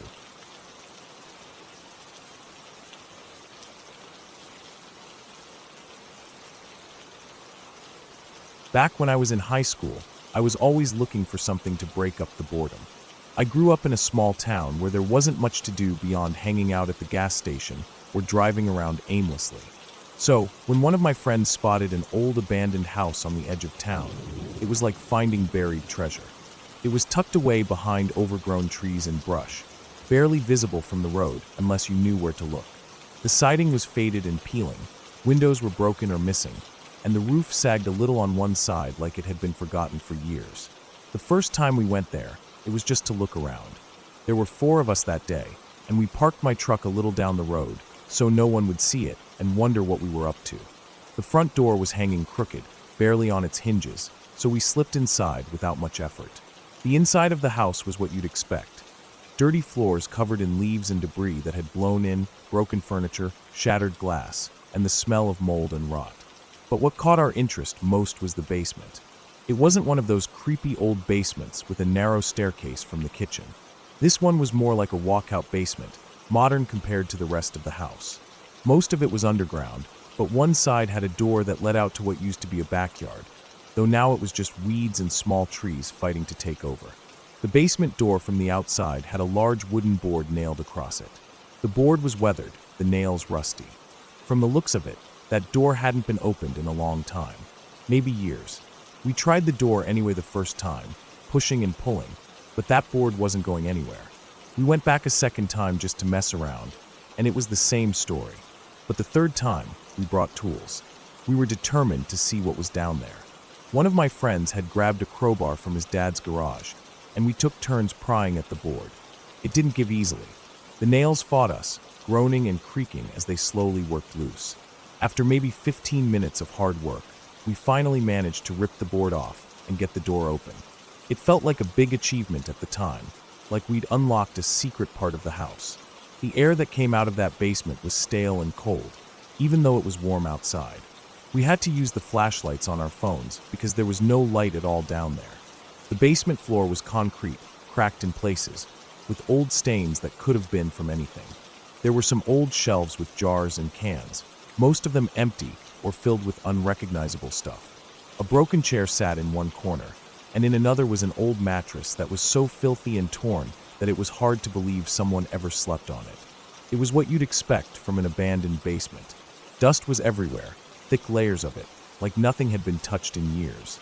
Cobwebs hung from the ceiling, and there was that damp, musty smell that basements always seem to have, only worse because of how long it had been shut up. We walked in farther, picking our way around broken stuff, just looking around. Then we saw it. In the middle of the room was a small, cleared spot. The dust had been swept or wiped away in a circle, and in the center of that circle was a piece of paper with a red rose lying on top of it. The rose caught my eye first. It looked perfect, but when I got closer, I realized it was plastic. Still, it was weird how clean it was. There was no dust on it at all, like it had been placed there recently. The paper was even stranger. On it was a pentagram drawn in thick black marker, with symbols around the edges that I didn't recognize. Maybe they were just random shapes, or maybe they meant something, I don't know. But like the rose, the paper had no dust on it either. It was clean, like it had been put there that day, even though no one had been in that basement in who knows how long. We didn't say anything. I think we were all just processing how strange it was. The basement was sealed up, and yet this thing was sitting there like someone had been there before us. It gave me a bad feeling in my gut. After a minute or two, one of my friends nudged me, and we decided it was time to go. We didn't run or anything, but we didn't hang around either. We got out of there, shut the door, and didn't bother trying to nail the board back up. We figured we'd leave it for the next curious group. I didn't think much about it after that. Just one of those weird things you see sometimes, and then move on. But about a week later, I was cleaning out my truck. I kept it pretty messy back then, with empty soda bottles, fast food bags, and random stuff in the back seat. I was tossing all the trash when I found a folded piece of paper tucked down between the seat and the door. I pulled it out and opened it up. It was the same paper from the basement. The pentagram, the symbols, everything. I froze when I saw it. I knew I hadn't picked it up. I hadn't touched it at all. I didn't see any of my friends grab it either. But there it was, sitting in my truck like it had been there the whole time. I felt my mouth go dry. I stood there staring at it for a long time. My first thought was that one of my friends must have taken it as a joke and left it in my truck to mess with me. But when I asked them later, they all said they didn't take it. I still don't believe them. It had to have been one of them. There's no other way that paper ended up in my truck. But the thing that got to me was that I couldn't figure out when they would have done it. We left the basement pretty quickly. I didn't see anyone pick it up, let alone fold it and hide it. And none of them ever admitted to it. They all swore up and down that they hadn't touched it. I called bullshit, of course, but it still left me uneasy. Because if they didn't do it, who did? After that, I threw the paper away. I didn't want it. I remember tossing it in a dumpster behind the gas station. But I couldn't shake the feeling that I'd brought something out of that basement that should have stayed there. I didn't go back to that house. None of us did. We didn't talk about it much after that either. It just became one of those things that hangs in the back of your mind, popping up when you least expect it. Every now and then, I'd think about that clean rose, that paper with no dust, and wonder who had been down there before us. And why. The weirdest part was that nothing else happened. There was no haunting, no bad luck, nothing that you could point to and say it was because of that paper. Life went on like normal. But sometimes normal isn't as comforting as you'd think. Because I'd lie awake at night, remembering the look of that paper, the symbols, the way it was folded so neatly in my truck like someone wanted me to find it. And the fact that, no matter how much I tried to convince myself otherwise, I never saw any of my friends take it. And I never figured out how it got there. That's what stayed with me. Not ghosts or curses or anything like that. Just the simple, cold fact that something about that night didn't add up. And probably never would.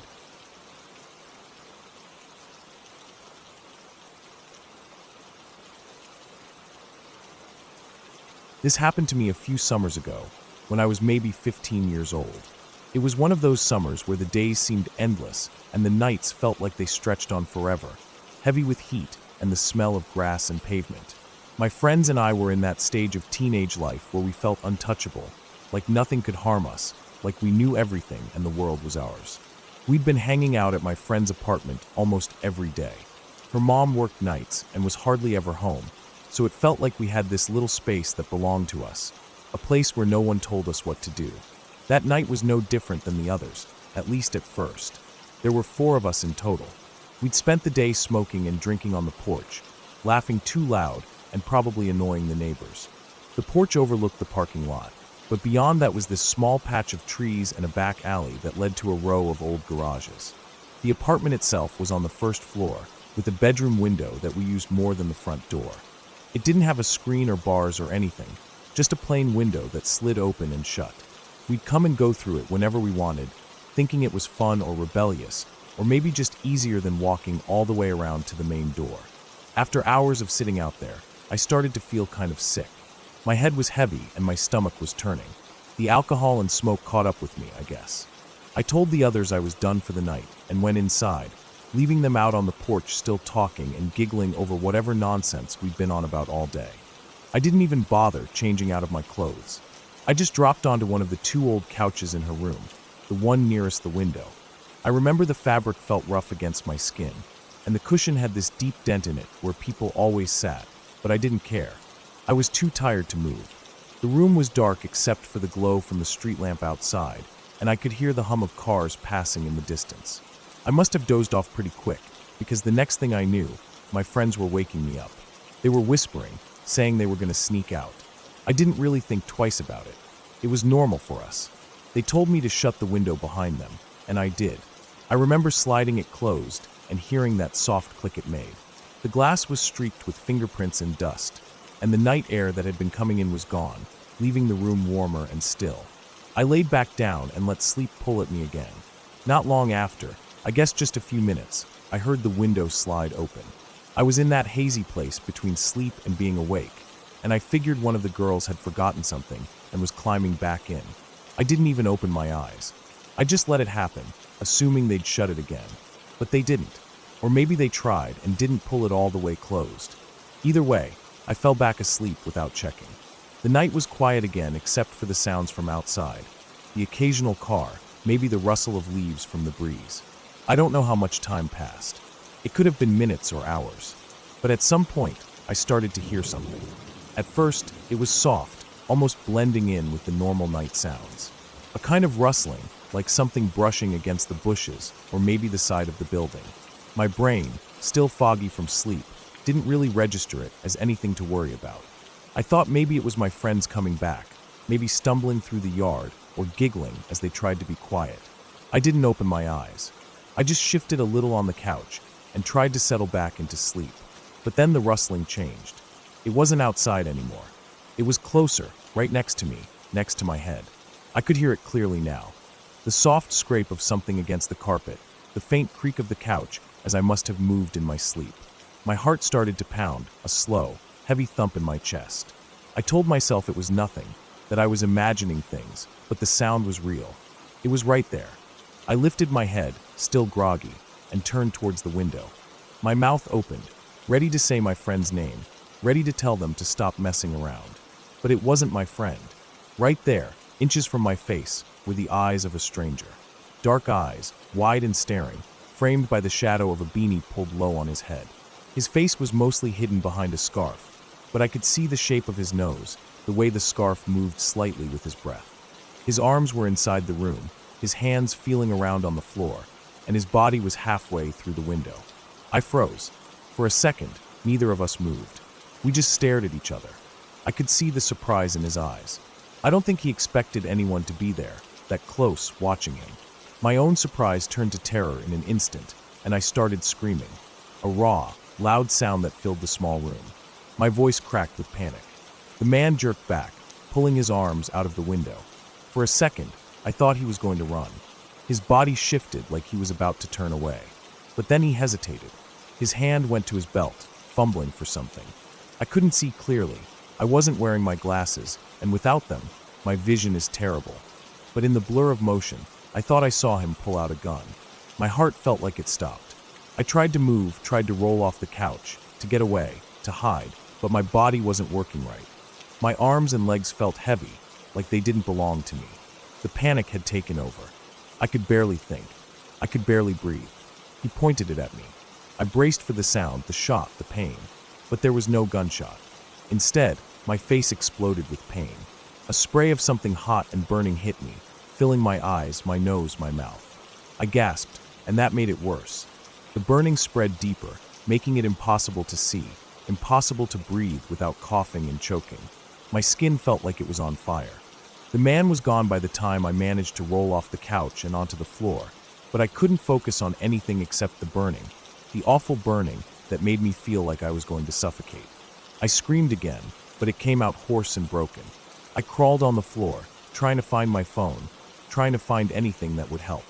My hands shook so badly, I could barely hold onto the phone when I found it. I called my friend, sobbing, begging for them to come back, to help me. The mace stung so bad I was sure I was going blind. Every breath hurt. Every tear felt like it made the burning worse. Time dragged. Every second felt like an hour. I don't know how long it took for them to get back, but it felt like forever. When they did, I heard the window slide shut, heard their voices, panicked and confused. They found me on the floor, clutching my face, crying so hard I couldn't speak. One of them ran to the kitchen and grabbed milk, soaked a washcloth in it, and laid it over my face. The coolness helped a little, but the pain was still there, raw and awful. We called the police. When they arrived, they looked around, asked a few questions, took some pictures. They didn't seem to take it seriously. I could tell by the way they spoke, by the way they exchanged glances. One of them even smiled a little, like it was a joke. They said it was probably a dream, that I'd imagined it, that maybe I'd accidentally sprayed myself somehow, or maybe I was just hallucinating from the drinking and smoking. They didn't find anything, no footprints, no fingerprints, no sign of forced entry. Just an open window and a girl with red, swollen eyes. They left, and that was that. For weeks after, I couldn't sleep. Every time I closed my eyes, I saw his face. Those eyes, wide and dark, staring into mine. I'd wake up sweating, heart racing, sure that someone was at the window again. Even now, years later, I can't sleep near windows without feeling that old fear creep back in. I double-check the locks, pull the curtains tight, but it doesn't matter. The fear's still there, because I know what I saw. I know what happened, and he's still out there somewhere.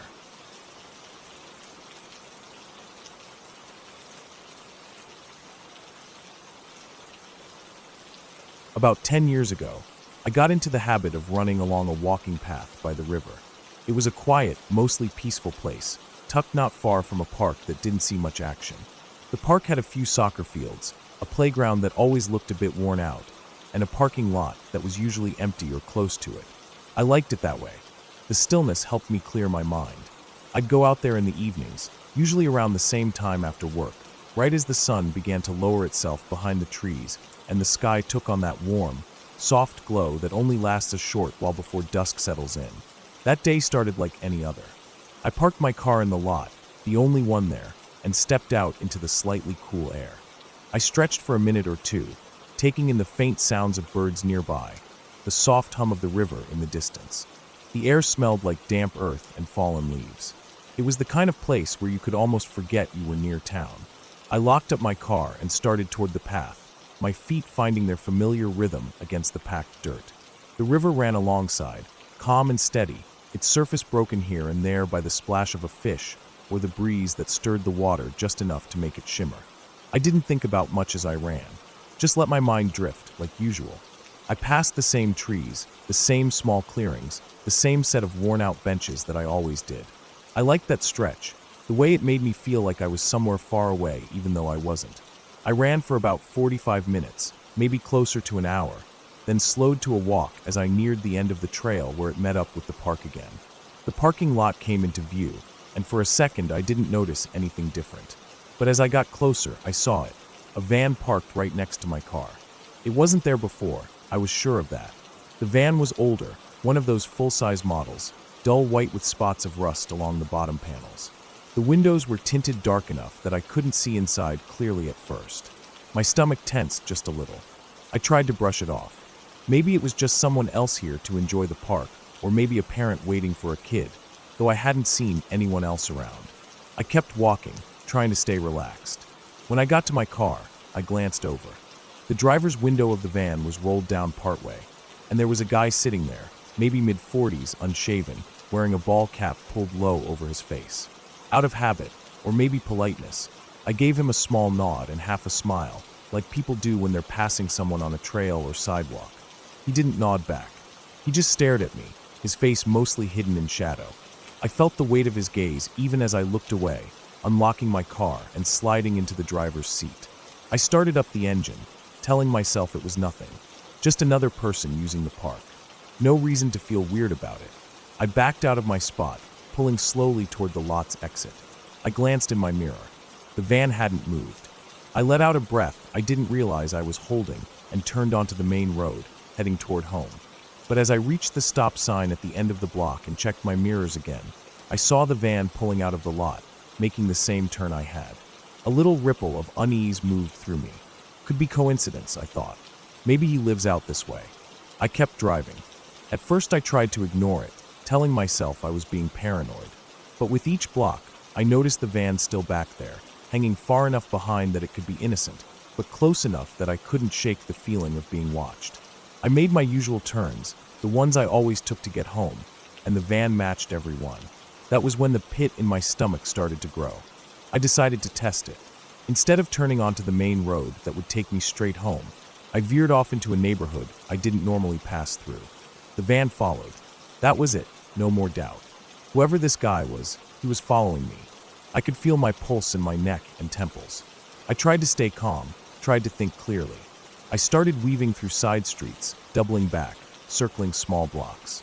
I took random turns, ones that didn't make sense unless you were trying to shake someone. Still, the van kept up, always a few car lengths back, always lurking there like a shadow I couldn't outrun. The streets were quiet, mostly empty. It was that time of evening when people were inside having dinner or settling in for the night. The windows of houses glowed softly, but no one was out on porches or in yards. I wished there was anyone, to see what was happening. I kept driving, trying to think. I didn't want to go home. The last thing I wanted was for this guy to know where I lived. I didn't want to pull into my driveway with him behind me. That thought made my skin crawl. So I kept going, trying to lose him. I took sharper turns, sped up, then slowed down suddenly, hoping he'd overshoot or give himself away.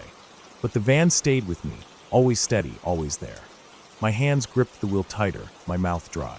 My mind ran through options. Should I call the police? Should I head for a station? Should I try to find a busy place, somewhere with lights and people? I decided on the latter. I didn't want to risk pulling over somewhere empty and isolated.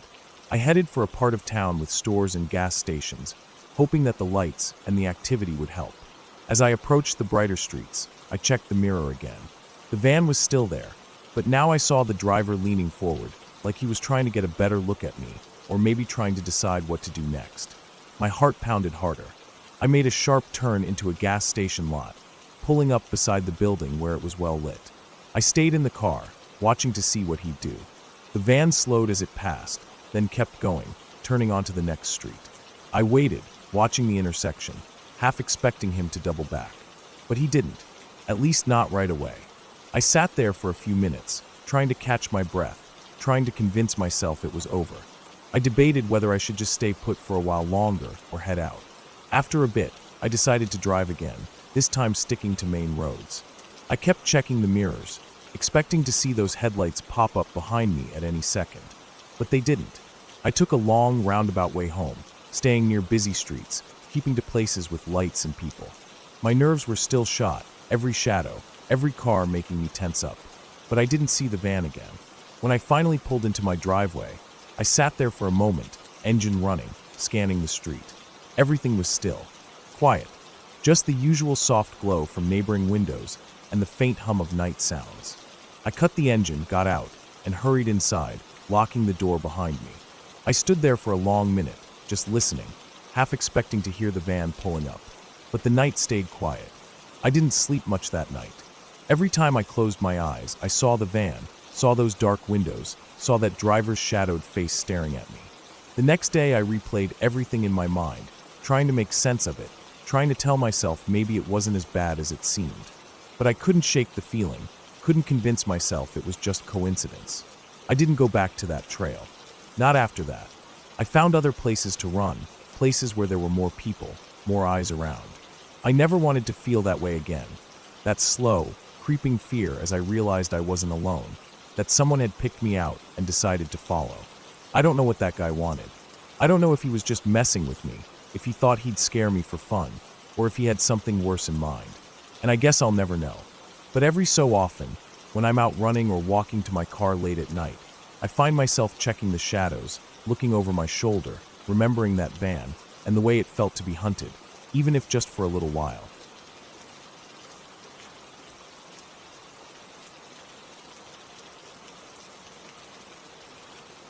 When I was 22, I was full of hope for the future, excited for what felt like the next big step in my life. I decided to move in with my boyfriend. We were both broke, sure, but we were happy. Poor plus poor still equals poor, but somehow, it didn't seem to matter.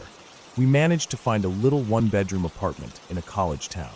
The rent was cheap, the place was small, but it was ours. We were proud of it, despite its many flaws. The apartment was on the first floor of an old building. The lead paint on the walls was so thick that we joked it would protect us from radiation if the world ever ended. The bathroom was small, the kind that feels like an afterthought in the building's design, and instead of a vent, there was just a small window placed right in the shower. It let in light and air, but also all the noises from outside. The appliances looked like they belonged to my grandmother's era. But to us, none of that mattered. We were young and in love. It was home. My boyfriend worked graveyard shifts, and I worked during the day, so we didn't get to spend as much time together as we wanted. When we were home together, we cherished the moments, enjoying the little things. We laughed, we cooked, we watched TV, and like many young couples, we spent a lot of time just being close, comfortable in our own skin. We had our routines, our jokes, our small pleasures that made us feel like the luckiest people in the world, even in that old, crumbling apartment. One of those jokes came from the mornings when I'd shower before work. My boyfriend would be getting home from his night shift just as I was waking up. He discovered that if he came up to the bathroom window, he could sneak a peek at me through the steam. I always caught him. I'd laugh, and he'd grin unashamed. It was harmless fun. It made us feel close, like we shared even the most ordinary parts of our day. After a while, I started to notice something odd. Outside that bathroom window, there was a log standing upright. It was like a small stump, just tall enough that it could be used as a step. I asked him why he needed it. He was already tall enough to see in without standing on anything. He said it wasn't his. We went outside together, and he moved it away from the window, tossing it into the yard. But a few days later, it would be back, propped up against the wall beneath the window. I figured it must have been the yard workers moving it out of their way while they mowed or cleared debris, placing it there temporarily. It seemed harmless. We didn't think too much of it. Eventually, as winter approached, the yard workers cleared away everything, including that log. The yard was bare, the debris gone. Life went on. We stayed wrapped up in our little world, unaware of the things going on around us. Our lease ended, and by then, the apartment complex was offering a deal we couldn't pass up. A 2-bedroom unit, cheaper than our current rent. We thought it was perfect, more space, less cost. The only downside was that the new apartment was at the far end of the complex, no longer facing a quiet suburban street, but backing up against an abandoned strip mall. The view from our windows was now a dark alley, dumpsters, and the remains of a Chinese buffet. Stray cats made their home there, and at night, you could hear them yowling and fighting. But we didn't care. The place was big, cheap, and ours. We filled it with what little furniture we had, hung up pictures, and made it feel like home as best we could. We were happy. So happy, in fact, that February, my boyfriend decided to propose. He bought a ring with help from a friend's father who owned a jewelry store. The ring was beautiful, silver with Celtic knot work, but when he brought it home, my heart sank. Someone at the store had misread the size. I have small hands, and instead of a size 4, the ring was a size 12. It slipped over my knuckles like it wasn't even meant for me. We were devastated. He put the rings, the engagement ring and the matching wedding bands, in his car's glove box, planning to return them the next day. But a snowstorm came through, and he couldn't make it to the store. When he went out the following morning, he found his car had been broken into. Nothing was taken except for the rings. We went to every pawn shop we could find, desperate, but no one claimed to have seen them. I hated seeing women with big hands wearing silver rings after that, always wondering if one of them was wearing the ring that should have been mine. Spring turned into summer, and with it came warm breezes and long days. We kept our windows open to let in the fresh air, but money was tight. We lost our phone service because we couldn't pay the bill. The city was struggling too. They laid off police officers, closed down stations, including the one closest to our neighborhood. We didn't think too much about it in the daylight. Everything felt fine when the sun was shining. One evening, my fiancé went to bed early, exhausted from work. I decided to take a bath, one of my favorite ways to unwind. I filled the tub, added salts and bubbles, opened the window a little for the breeze, and set up my laptop to watch a movie while I soaked. The hours slipped by. I watched one movie, then another. The water grew cooler, but I stayed in, too relaxed to care. Finally, after about 4 hours, I drained the tub, stood up, stretched, and dried off. The night air felt nice on my skin, and I decided to leave the window open a bit longer to air out the apartment. I stepped out of the tub, careful not to trip over my clothes, and moved toward the bathroom door. As I turned, I glanced back into the room, and that's when I saw him. There was a man at the window. For a second, my brain tried to make sense of it. Maybe it was my fiancée playing a joke. But no, the man's eyes were too high in the window, higher than they should have been. And then I saw his face clearly, and the shock hit me like a punch in the gut. I was frozen, unable to scream or even breathe. He wasn't just watching. His hand was moving. I saw the sick rhythm of it, and that's when I noticed the silver ring on his finger. The same kind of ring that had been stolen from us. Everything seemed to slow down. I saw the details, the shape of his face, the dark clothes he was wearing, the way he stood on something to give him height. The log. The same kind of log that used to appear beneath our window at the old apartment. My paralysis broke all at once. I ran, heart pounding so loud it drowned out everything else. I grabbed a blanket, wrapped it around myself, and fled to the bedroom. My fiancé was groggy, confused, but I could barely get the words out. By the time he got up and went to the window, the man was gone. All that remained was the log, standing upright beneath the window, like an invitation or a marker. We went to the police the next day. We had no phone, so we had to drive across town to file the report. But the police were stretched thin. There wasn't much they could do. We couldn't afford to move. We were stuck. I covered the windows with black contact paper, so no one could see in. I wedged boards into the frames, so the windows couldn't be opened. I carried pepper spray everywhere. I never left the apartment after dark unless I had no choice. But even then, on quiet nights, I'd hear sounds outside. Footsteps, breathing, the soft scrape of a shoe against the ground. My fiancé would check in the morning, and always there were marks in the dirt, as if someone had been standing there, watching, waiting. That was our life for the rest of our lease. A year of fear, a year of never feeling safe in our own home. When we finally left that apartment, I felt like I could breathe again, but the damage was done. I still can't sleep at night without checking the windows, without feeling that chill of being watched. I still see that silver ring in my mind and wonder about the man who wore it, who stole from us, who invaded our lives in ways we never imagined possible. It was real, every bit of it, and no amount of time has made it easier to forget.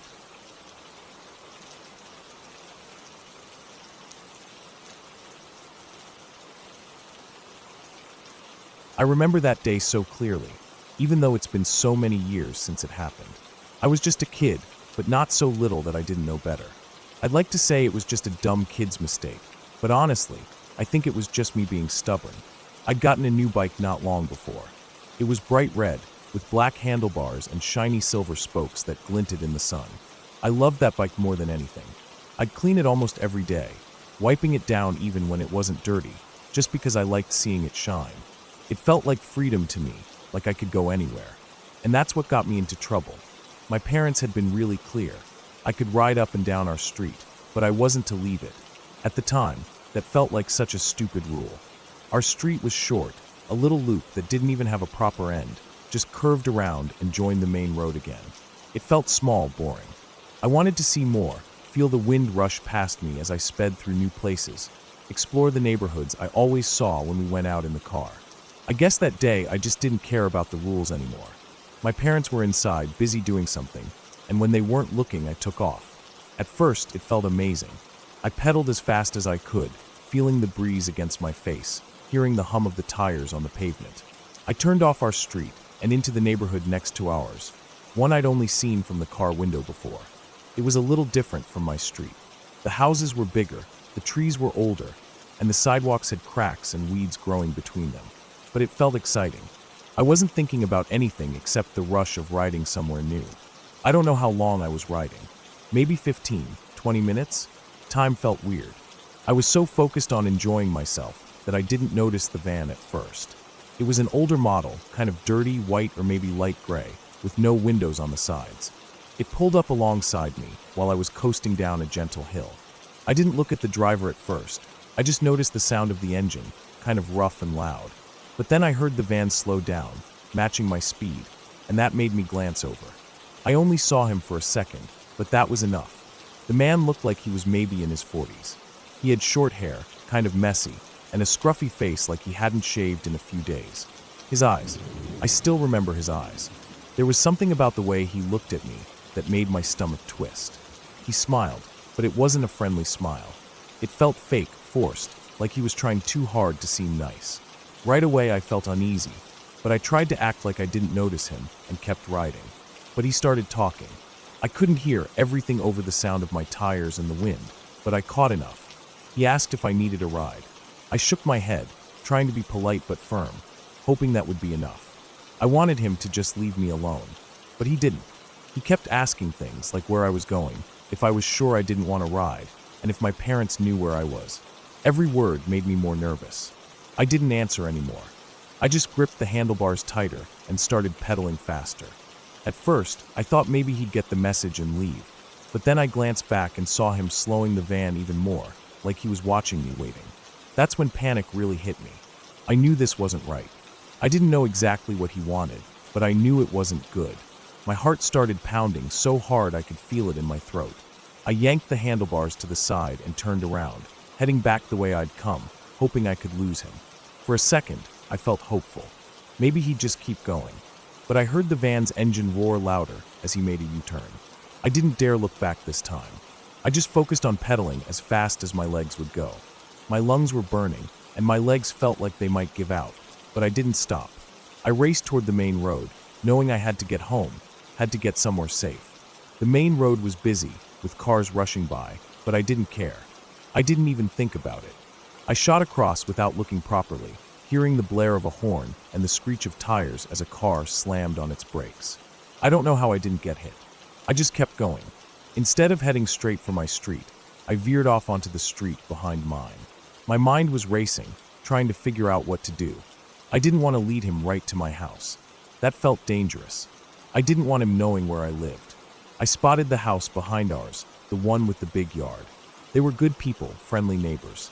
Their yard was kind of overgrown in places, with tall grass and some bushes along the edges. I figured I could hide there. I shot into their driveway, skidded to a stop, and dumped my bike near their garage. My hands were shaking as I ran across their yard, my sneakers slipping a little in the grass. Their fence was low, and I scrambled over it, my heart pounding so loud I could barely hear anything else. When I got to my own fence, I paused for half a second, looking up at it. It was taller, and I wasn't sure I could make it, but I didn't have a choice. I grabbed the top, my fingers barely catching the edge, and hauled myself up. The wood dug into my palms, but I didn't care.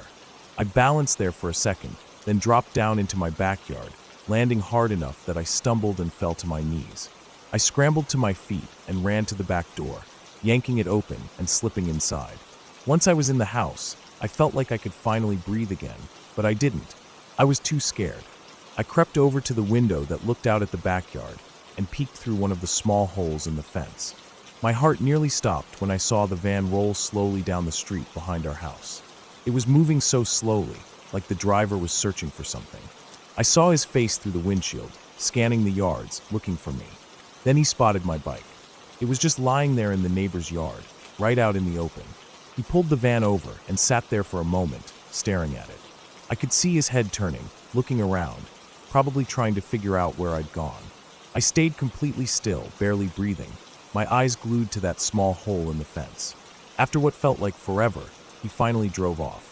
I watched the van disappear down the street, the sound of the engine fading away. But even when it was gone, I didn't feel safe.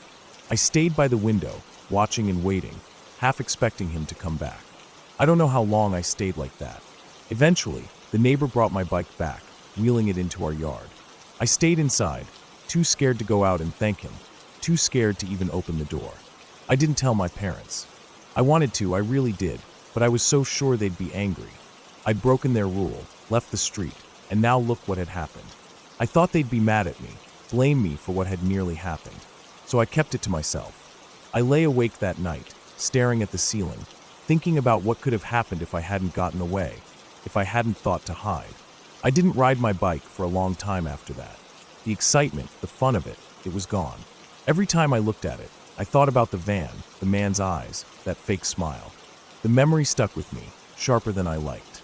Even now, as an adult, I still think about that day sometimes. I wonder who he was, what he really wanted, and what might have happened if I hadn't trusted my gut and gotten away.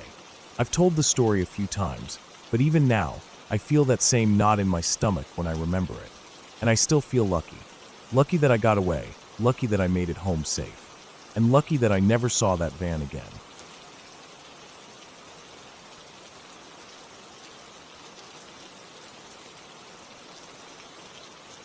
When I was 9, my world felt small and safe. I lived in an army estate, one of those married quarters where all the houses looked the same, neat rows of brick with tiny back gardens and front steps where mums sat and chatted in the afternoons.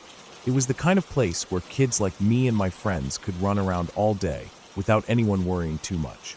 There were playgrounds everywhere, little pockets of adventure dotted between the houses, and we always had our favorite ones. The one my friend and I went to that day had the best swings. The chains were strong, the seats were wide and smooth, and if you pumped your legs hard enough, you could feel like you were flying right over the bar. It was one of those bright afternoons that made everything seem okay. The sun was out, but not too hot, just enough warmth to make the air feel nice on your skin. I remember the smell of cut grass, and somewhere far off, I could hear the steady hum of lawnmowers. There were a few birds chirping in the trees that lined the playground, and the breeze made the leaves rustle softly. My friend and I were on the swings, side by side, leaning back and stretching out our legs, trying to see who could go higher. We talked about the usual stuff. She had this new sticker book with ponies on it, and we were planning which ones we'd trade at school the next day. I was telling her how my cousin had just given me a cassette tape with some Madonna songs, and I couldn't stop listening to it. It was just normal, safe, fun. We didn't notice the man at first. He came from the side where the small path cut through the trees, the one we always used to get to the swings. I only saw him when he was already near us, standing by the edge of the playground, watching. He looked young to me, maybe in his 20s, though at that age anyone over 15 seemed like a grown-up. He had dark hair that was a bit messy, and he was wearing jeans and a light jacket, even though it was warm out. At first, I thought he must be someone's brother or cousin, maybe visiting like so many people did on the estate. Everyone seemed to know someone who knew someone. He didn't say anything straight away, just stood there, hands in his pockets, like he wasn't sure if he should come closer or not. My friend, always braver than me, called out a hello, friendly-like. That's when he came over, smiling in this way that made me feel weird, though I couldn't have said why. It wasn't like he was being mean or shouting or anything. Just something about that smile made my stomach feel tight. He started asking us questions, things that seemed harmless at first. How old were we? What did we like to do? Did we have pets? Did we like animals? His voice was soft, friendly almost, but something in me felt off. I couldn't put my finger on it. I just knew I didn't like him being there. My friend asked him who he was, maybe thinking like I did at first, that he was someone's cousin.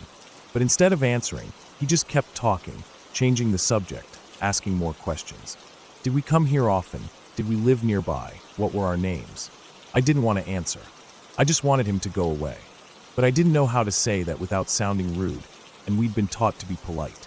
Still, my hands gripped the chains of the swing tighter, and I stopped trying to go higher. I could feel my heart thumping a bit harder, and I wished one of the mums would come down the path, or that we'd see someone we knew. But the playground was empty except for us. Then, without asking, he stepped closer behind me and started to push my swing. It wasn't hard at first, just a gentle nudge, like he was trying to be helpful or something. But I didn't like it. I didn't want him touching the swing, or being that close. The first push I tried to ignore, thinking maybe he'd stop, but he didn't. He kept pushing, and his hands touched my legs when the swing came back each time. That was it for me. I didn't care about being polite anymore. I told him to stop, my voice shaking even though I tried to sound strong. But he didn't stop. His hands were on my legs again, and I felt this jolt of fear that made my chest feel tight, like I couldn't breathe properly. I don't even remember deciding what to do next. My body just did it. As the swing came forward, I kicked out, hard as I could, right between his legs. I felt my foot connect, and I saw the shock and pain on his face as he doubled over a bit. But instead of going away like I thought he would, he grabbed at my legs, his fingers digging in, and pulled. I felt the swing lurch back, and before I could stop it, I was falling. My head hit the ground with a thud that seemed to echo in my ears. For a second, everything spun.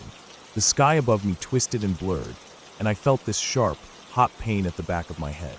I could hear my friend screaming, a high, panicked sound that seemed far away at first, like I was underwater. Then I saw him run. He didn't look back, just turned and bolted down the path through the trees, disappearing as quickly as he'd come. My friend knelt next to me, shaking my shoulder, still crying, asking if I was okay. I sat up slowly, feeling the sting of tears in my eyes, more from shock than the pain. My head hurt, and my hands were scraped where I'd tried to break my fall. We didn't stay. We ran, as fast as our legs would carry us, back through the estate, past the neat gardens and parked cars, past the other playgrounds that now seemed less fun, less safe. When we burst into my house, my mom knew straight away that something was wrong.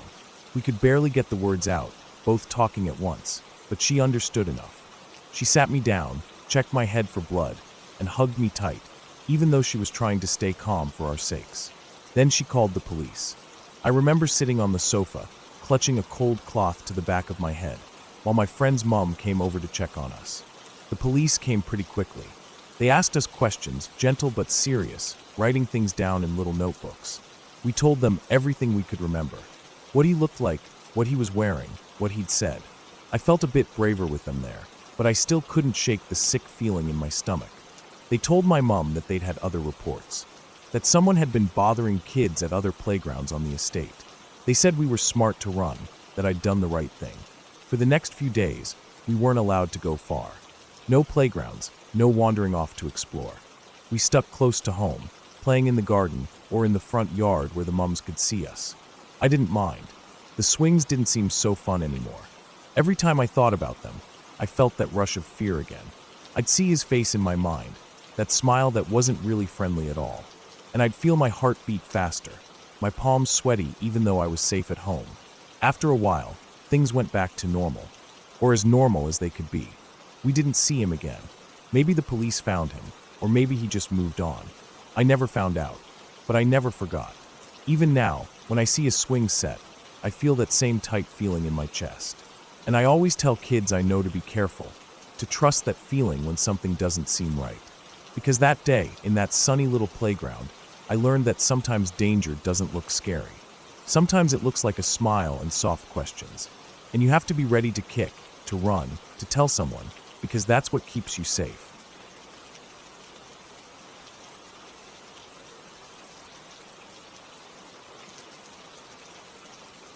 I was always scared of ghosts and demons. Even as a little kid, I hated hearing about them. I would try to tell myself they weren't real, that people just made them up to scare kids or to explain weird things that happened.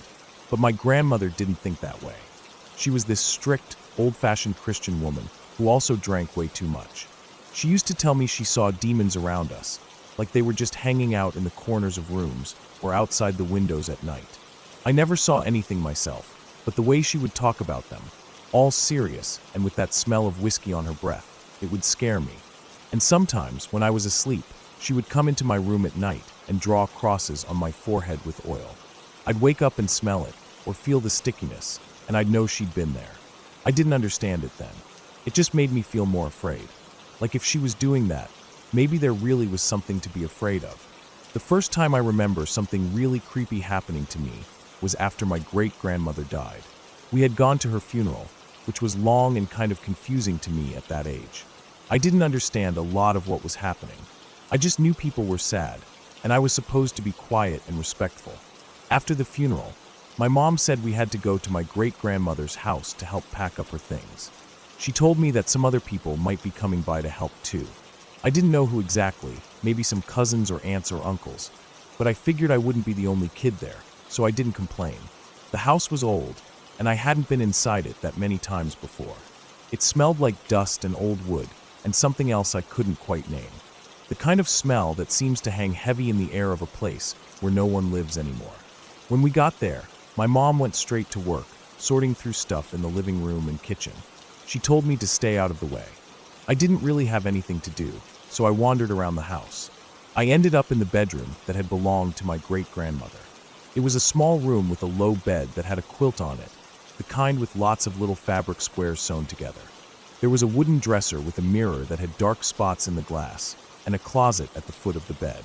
The room was dim because the curtains were drawn, but light slipped through the cracks enough that I could see well enough. That's when I saw her, a little girl, standing in the room like she belonged there. She was wearing a yellow dress with pink flowers. I thought maybe she was one of my cousins. I didn't know all of them that well. Maybe someone had brought their kid to help, or maybe she came with someone else. She looked normal enough, just standing there with her hands clasped in front of her. She smiled at me, and somehow I wasn't scared of her at all. She asked if I wanted to play hide and seek. I was a little kid, and I didn't think too hard about it. I said yes. She said she would be the seeker, and I should go hide.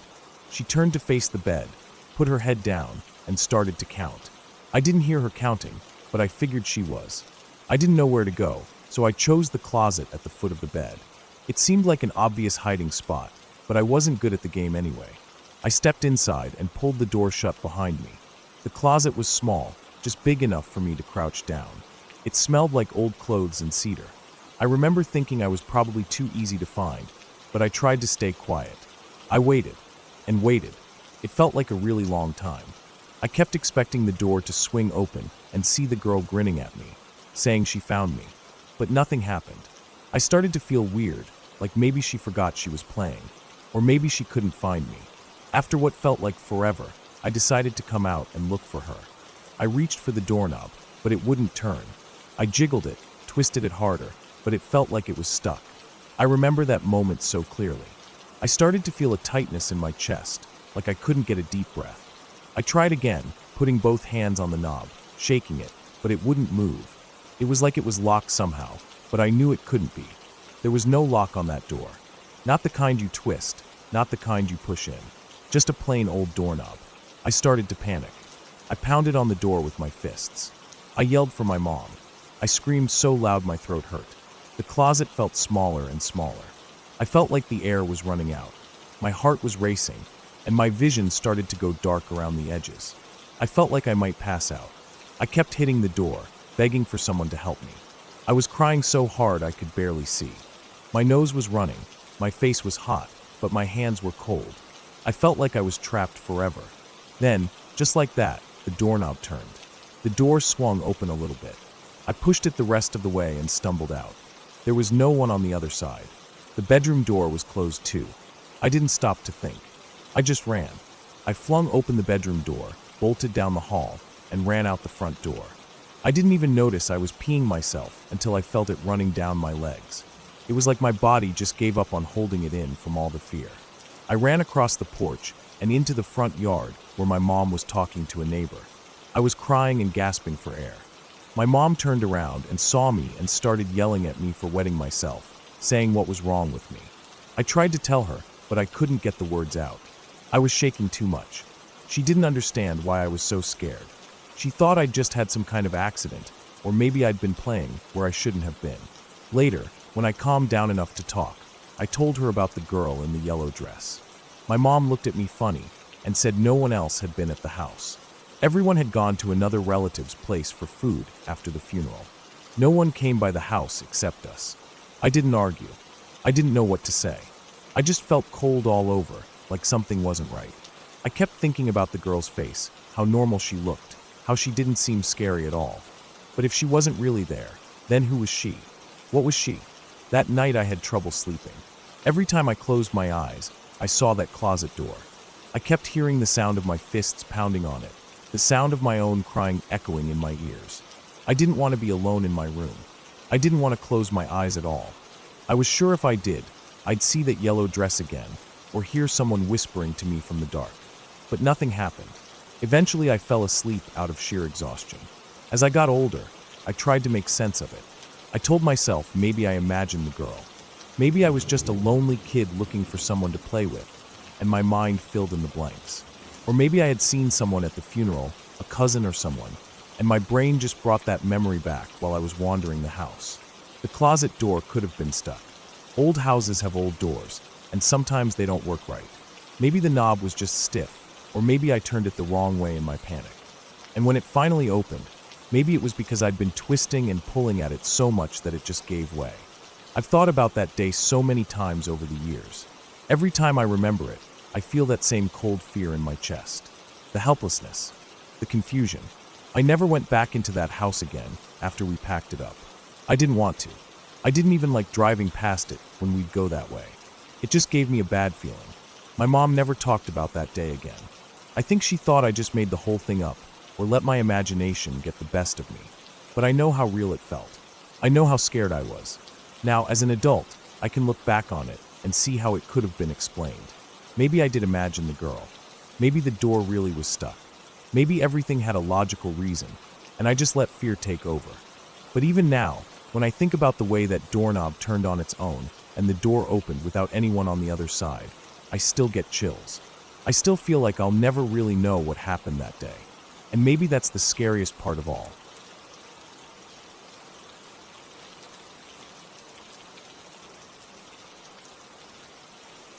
I grew up in a small town in Florida, one of those places where everything seems quiet, especially at night.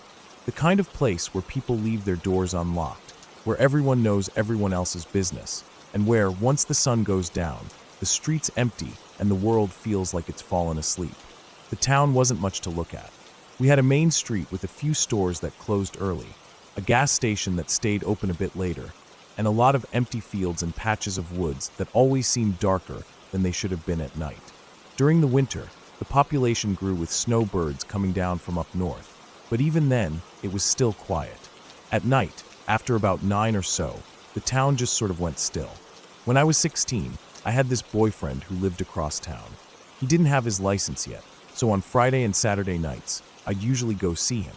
His place was on the other side of town, a good 15-minute drive from where I lived, maybe a little more depending on how many of the few stoplights I hit. His neighborhood was different from mine. The houses were smaller, closer together. Some of them looked run down, yards with overgrown grass, old cars sitting up on blocks, that kind of thing. It was a rougher part of town, but I didn't think much of it back then. I was young, and I felt like I could handle myself. Besides, it wasn't like there was much to be afraid of in our town. Or so I thought. That night, it was a Saturday, I think. I left his house around 10 or 10:30. It had been a normal night. We hung out, watched a movie, talked, the usual. I said goodbye and got in my car. The streets were already quiet, no one out, no cars coming or going. As I turned off his street, I noticed a pickup truck go by. It was an older model, maybe late 80s or early 90s, the kind you see a lot of down here, paint faded, dents in the sides, loud engine. I remember thinking it was strange to see another vehicle out that late, especially on that side of town. But I didn't think too much about it at first. People had places to go sometimes. Maybe he was heading home or to a buddy's place. I kept driving. I didn't really notice the truck again until a few turns later, when I realized it was behind me. Not close up on me or anything like that, but back there, following along. At first, I brushed it off. It was a small town, after all. Maybe he lived out the same way I did. But something felt off. The truck was moving slow, slower than you'd expect for someone just trying to get where they were going. And every turn I took, it took two. I started to get that prickly feeling in the back of my neck. The kind you get when you feel like someone's watching you.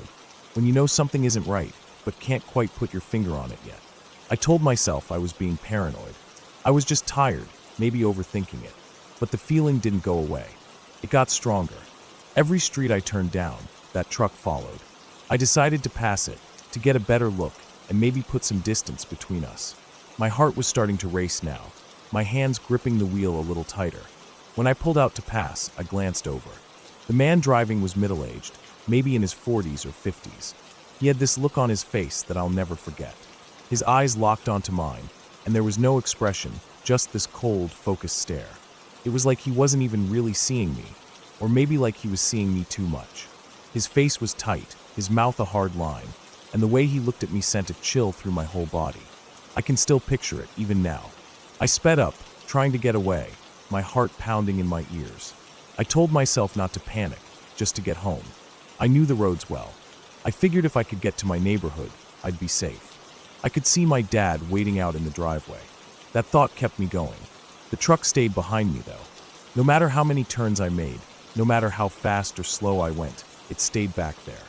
The town felt emptier than ever, like it was just me, that man, and the dark. The roads were dark, too. Most of them didn't have streetlights, and the ones that did had lights that flickered or barely worked. My headlights cut through the black, but it felt like the night was swallowing the light. Trees lined the sides of the roads, their shadows stretching across the pavement like long fingers. Every now and then, I'd pass a house, but the windows were dark, no one awake, no one to see what was happening. I remember my hands sweating on the steering wheel, my breath coming fast. I tried to keep calm, tried to focus on getting home. I thought about pulling over at the gas station, but it was closed. I thought about stopping at a house, but I didn't know if anyone would answer the door, and I didn't want to take the chance that he'd catch up to me. So I kept driving. When I finally got close to my neighborhood, I felt a little relief, but it was mixed with fear. What if he followed me in? What if he saw where I lived? I slowed down as I turned onto my street, glancing in the rearview mirror. The truck stopped at the main road, just sitting there. The headlights stayed pointed down the road, the truck not moving, just idling. I could see it in my mirror, see the shape of it, the glow of the headlights. It felt like it was watching me, like the man was still staring, even though I couldn't see his face anymore. I pulled into the driveway fast, my tires crunching over the gravel. My dad was standing there, just like I knew he would be. He must have seen the truck too, because he was looking past me, down toward the road. I jumped out of the car, my legs shaky, my heart still racing. I felt like I could finally breathe again. The truck stayed on the main road for a few more seconds, then slowly rolled past our street. My dad kept watching until it disappeared around the bend. I didn't sleep much that night. I kept thinking about that man's face, that look in his eyes. I kept hearing the sound of the truck's engine in my head, kept seeing those headlights in my mirror. I wondered what he wanted, why he followed me, what would have happened if I'd stopped somewhere, or if I hadn't made it home. My dad stayed up for a while too, sitting on the porch, keeping an eye on the road, just in case. But the truck didn't come back. Not that night, anyway. In the days after, I kept thinking about it. Every time I got in my car, I checked the mirrors a little more than I used to. Every time I saw an old pickup truck, my heart would skip a beat. The town felt different to me after that night, like it wasn't as safe as I thought it was. Like there were things hiding in the dark, people with bad intentions, waiting for the right moment. I never saw that man again. I never found out who he was or why he was out that night, why he followed me, why he looked at me the way he did. But the memory of that drive stayed with me. And even now, all these years later, when I'm driving alone at night and I see a truck behind me, I feel that same cold fear creep up my spine. Because sometimes you don't need ghosts or monsters to feel scared. Sometimes it's the living, breathing people who can make the night feel like it's closing in around you.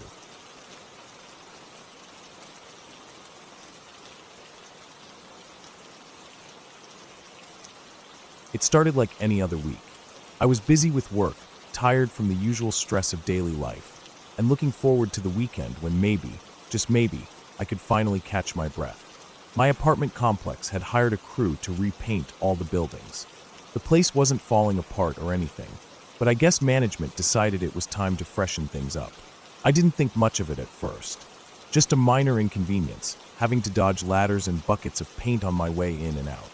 The painters they brought in were an out-of-town crew. The kind of guys who looked like they didn't care much about how they came across. A little rough around the edges, with worn clothes and hard faces. They weren't outright rude, but I noticed the stares.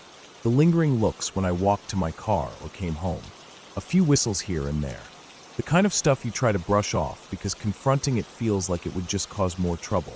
I figured they'd finish the job and move on, and I could go back to my usual routine without worrying about being watched. A few days into the work, the apartment management left notices on everyone's doors. They were going to power wash and paint the balconies, so anything we had out there needed to be moved inside. I had a cat at the time. He was an indoor-outdoor type, even though I lived on the second floor. I kept a little setup for him on the balcony.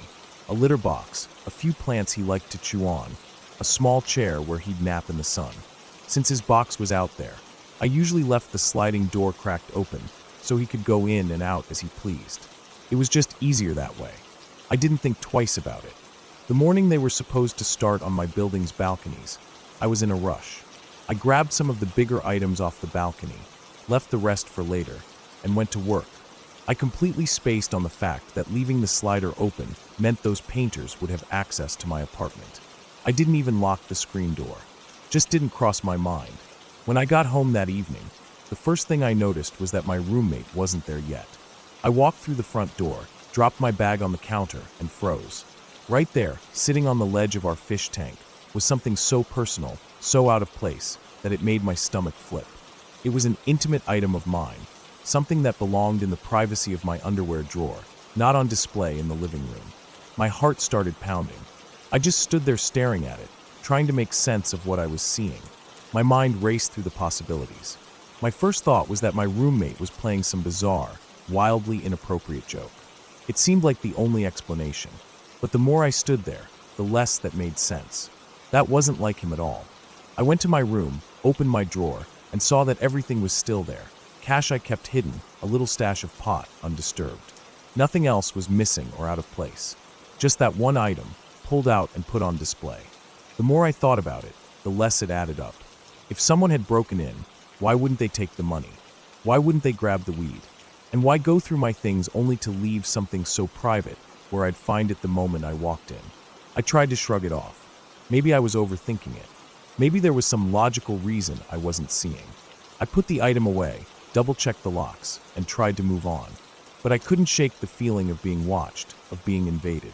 The next day, I came home from work and stopped in my tracks before I even got inside. Sitting just outside my door was a small, two-tiered wooden table. It looked old, like something you'd find at a thrift store. On it was what could only be described as a shrine, a small fertility god statue, incense that was still burning, half-melted candles, a few crystals, some rocks, and a potted plant. It was all arranged so deliberately, like someone had spent time setting it up just so. My skin crawled. I started knocking on my neighbors' doors, asking if they'd seen who put it there. Nobody had noticed anything. No one claimed it. I called a few friends, thinking maybe, just maybe, this was some twisted prank. I warned them that if it wasn't funny, and I was going to call the police and have everything fingerprinted. But every single person I called swore they had nothing to do with it. In fact, most of them told me to call the cops right away. I didn't want to go back inside alone. I waited in my car until my roommate got home. He was the kind of guy who didn't scare easily, always had his gun on him, always looking out for me like a big brother. When he arrived, we went in together. The first thing I saw was that two small picture frames I kept on the windowsill had been tampered with. The photos were gone. One had been of me and my son, the other of me and my best friend. Just empty frames now. I went into my bedroom. There, on my bed, was the same personal item from the day before, neatly placed right in the center. My heart was racing so fast I felt dizzy. But even then, part of me kept trying to find a reasonable explanation. Maybe there was some misunderstanding. Maybe I'd forgotten I moved it. But deep down, I knew better. The cops came. They took fingerprints, took photos of the shrine, and told me flat out that I should be very concerned. They suggested I move. That hit hard. It wasn't just me being paranoid. Something was really wrong. The next couple of days were a blur. I made arrangements to leave as soon as possible. My roommate was completely on board. The day after the cops came, sometime during the night, the shrine outside my door was taken down. We didn't hear a thing. Then the next day while we were at work, it appeared again. This time, my roommate didn't wait for me to see it. He took it down himself before I got home. Finally, moving day came. We started taking apart furniture, packing boxes, trying to get out as quickly as we could. When I lifted my mattress off the box spring, my stomach dropped. There, wedged between the mattress and box spring, was an old-school film camera. Not mine, not my roommate's, just there. Along with it were a couple more picture frames, taken apart, the photos missing. One had been a collage of me and my friend. Only the more revealing, sexier pictures were gone. I felt sick. We called the police again. They came out, took more photos, collected the camera, and said they'd check it for evidence. I told them I didn't want to know what was on the film unless it was absolutely necessary. I didn't want to think about it. I didn't want to know what someone might have seen or what they might have done. To this day, no one ever contacted me about it.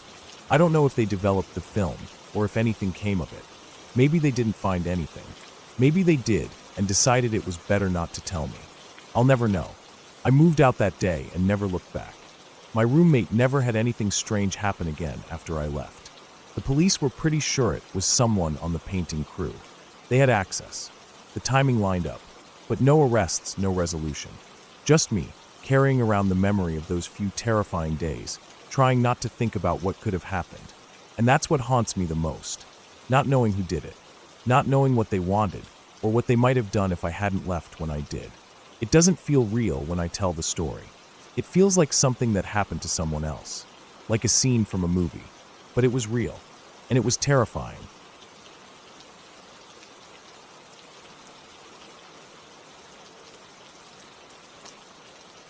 When I was about 8 or 9 years old, I was the kind of kid who scared easy.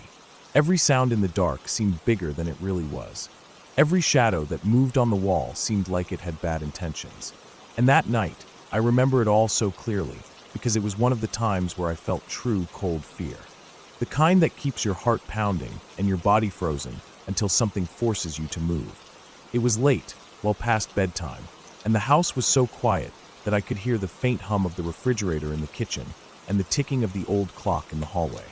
My room was small, tucked into the back corner of the house, and from my bed I could see the faint glow of the streetlight sneaking in through the window blinds. I had fallen asleep like usual, wrapped up in my blanket, with my head under the covers most likely, because I always thought that would keep me safe from whatever was out there. But I woke up suddenly. I don't remember what exactly woke me up at first. Maybe it was just that feeling, you know, the one, when something isn't right. But as soon as I lay there, listening, I heard it. A soft sound, coming from the living room. At first I wasn't sure what it was. It wasn't loud, not like someone stomping around or slamming doors. It was a kind of soft scraping, clinking sound, like plastic on plastic. And then I realized what it reminded me of. It sounded exactly like someone stirring a bucket of Legos. The sound was so familiar because that's what my brother and I did all the time. We'd sit on the floor and dig through the big plastic tub of Legos, trying to find just the right piece. But this wasn't daytime. This wasn't us playing. This was the middle of the night, and everyone should have been asleep. My heart started beating faster. I pulled the blanket up to my chin and just lay there frozen listening. The sound kept going. It wasn't constant, like someone just dumping the Legos out or shaking the tub. It was slow and steady, like someone was really looking for something. Like they had all the time in the world to find it. The fear started creeping up in me. That kind of fear that makes your stomach feel tight and your chest heavy. I tried to tell myself it was just my brother. Maybe he couldn't sleep. Maybe he was playing quietly, so he wouldn't wake anyone up. But even as I thought that, I knew it didn't make sense. My brother was a deep sleeper. He wouldn't wake up in the middle of the night just to play with Legos. And the sound wasn't coming from his room anyway. It was coming from the living room. I knew I couldn't stay in my room. I was too scared. I felt like if I just stayed there, something bad would happen. So I made up my mind to run to my parents' room. It wasn't far, just across the hall and down past my brother's room. I got out of bed as quietly as I could, my feet cold against the floor, and crept to my bedroom door. I opened it slowly, so it wouldn't creak too loud, and stepped out into the hallway.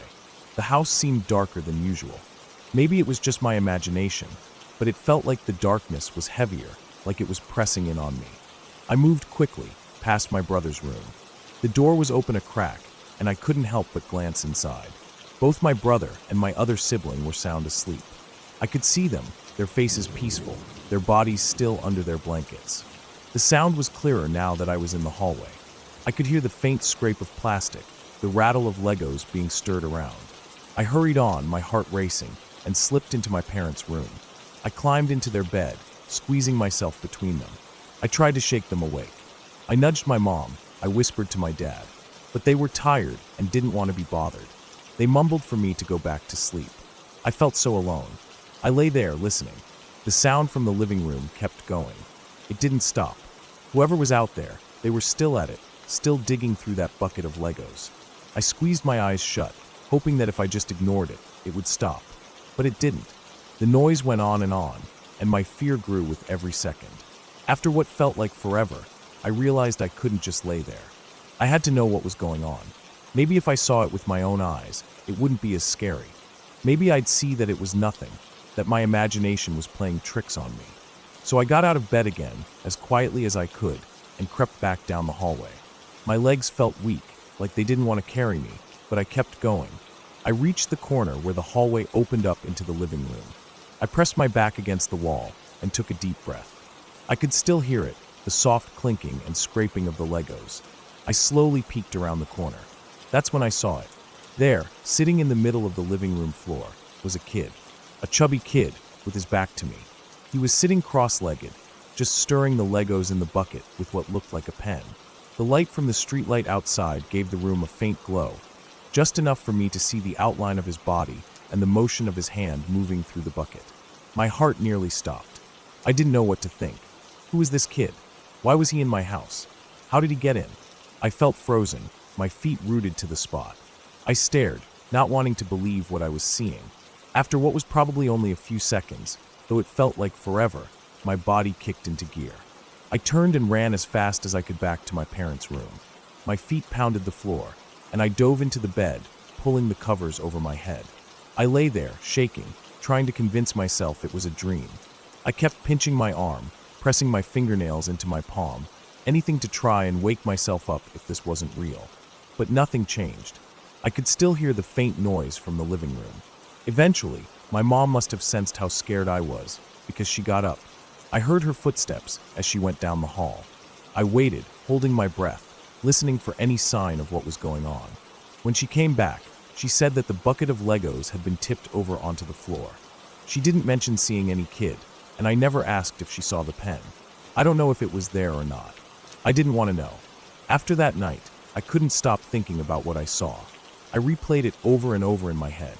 The way the kid sat there, so calm, like he belonged there. The way he stirred the Legos, slow and steady. It didn't make sense.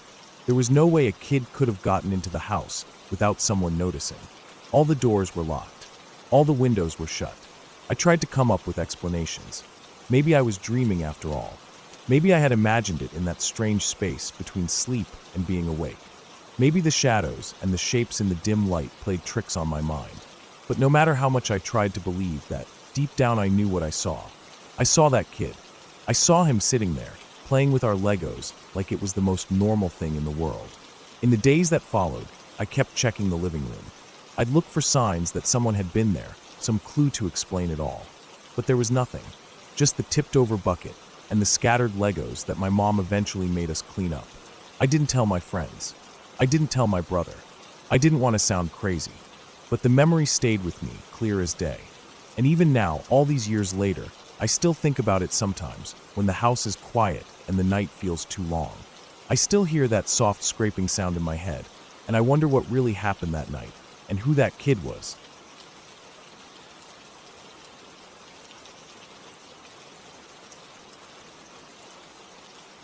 It happened early last September, when the days were still warm, but the evenings were starting to carry that quiet chill that hints at autumn.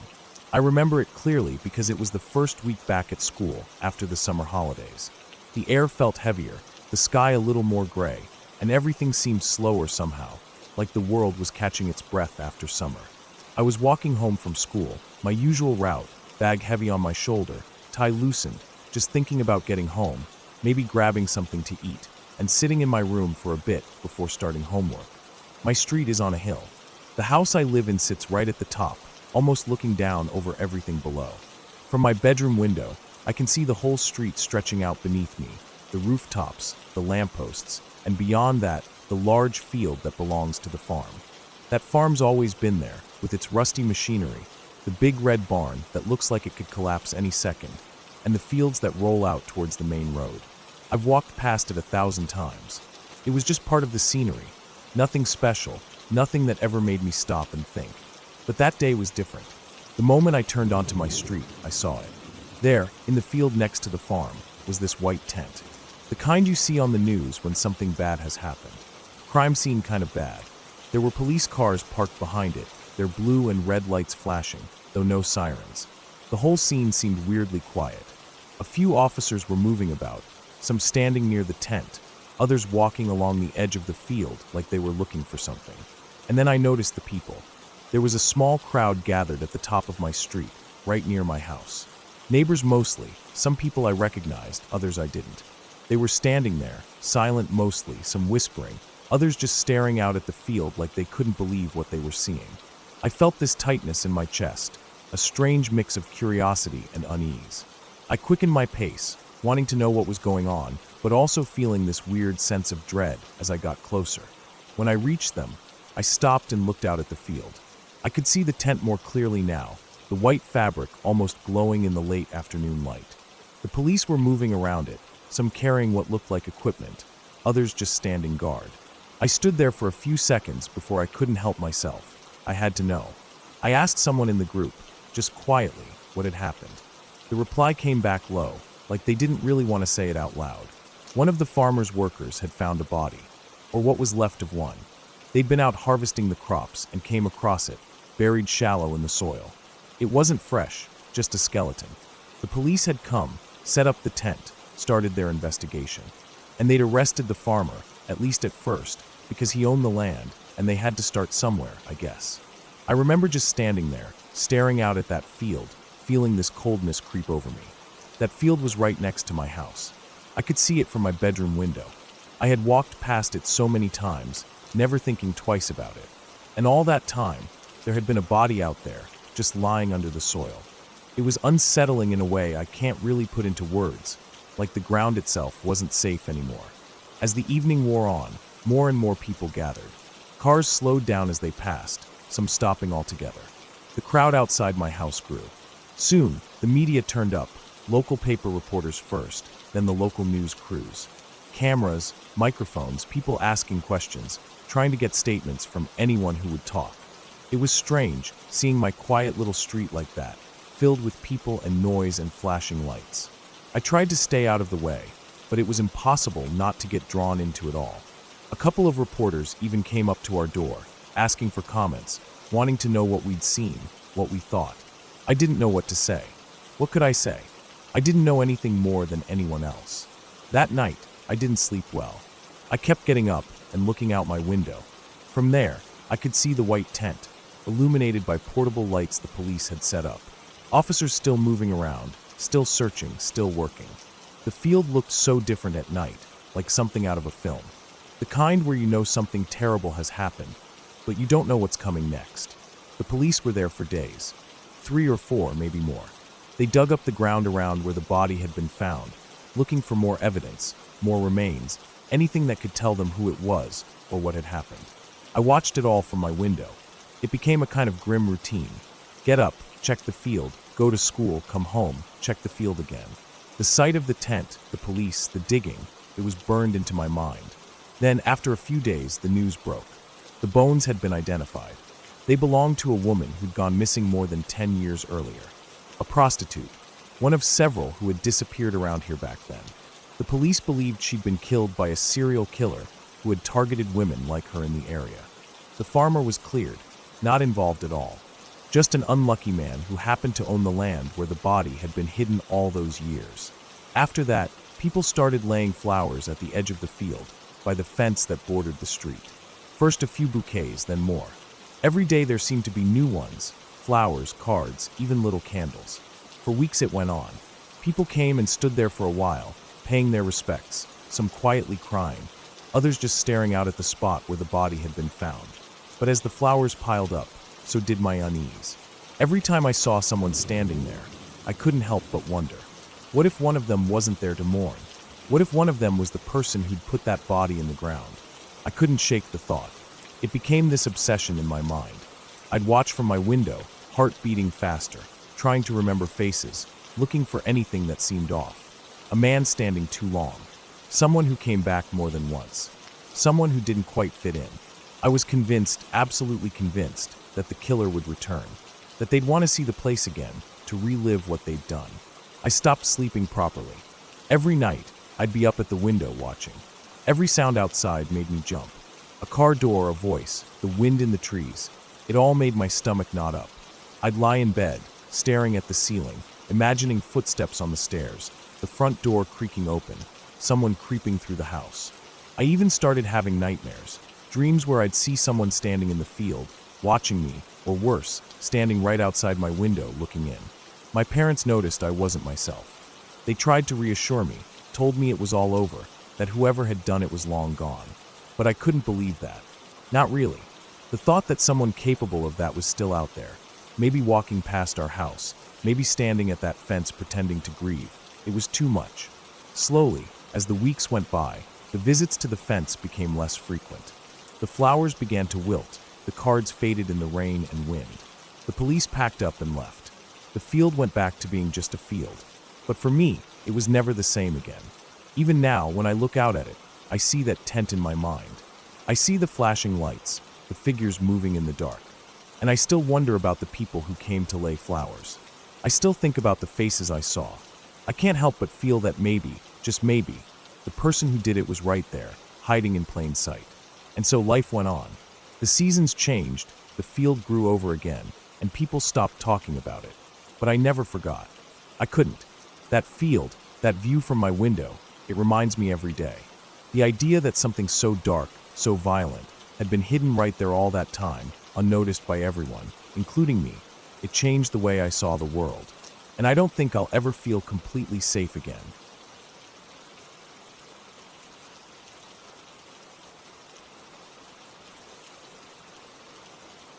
I remember that night so clearly. It's strange how certain memories just stick to you, as if your mind knows you'll replay them over and over. I'd been working at the children's hospital for a while by then, long enough that I thought I'd seen most of what could happen on the psych unit. But that boy, that night, it made me realize how wrong I was. I had the late shift, sitting behind that high counter in reception, surrounded by paperwork, files, and the constant low hum of fluorescent lights. The whole place smelled like antiseptic and stale air, like it always did.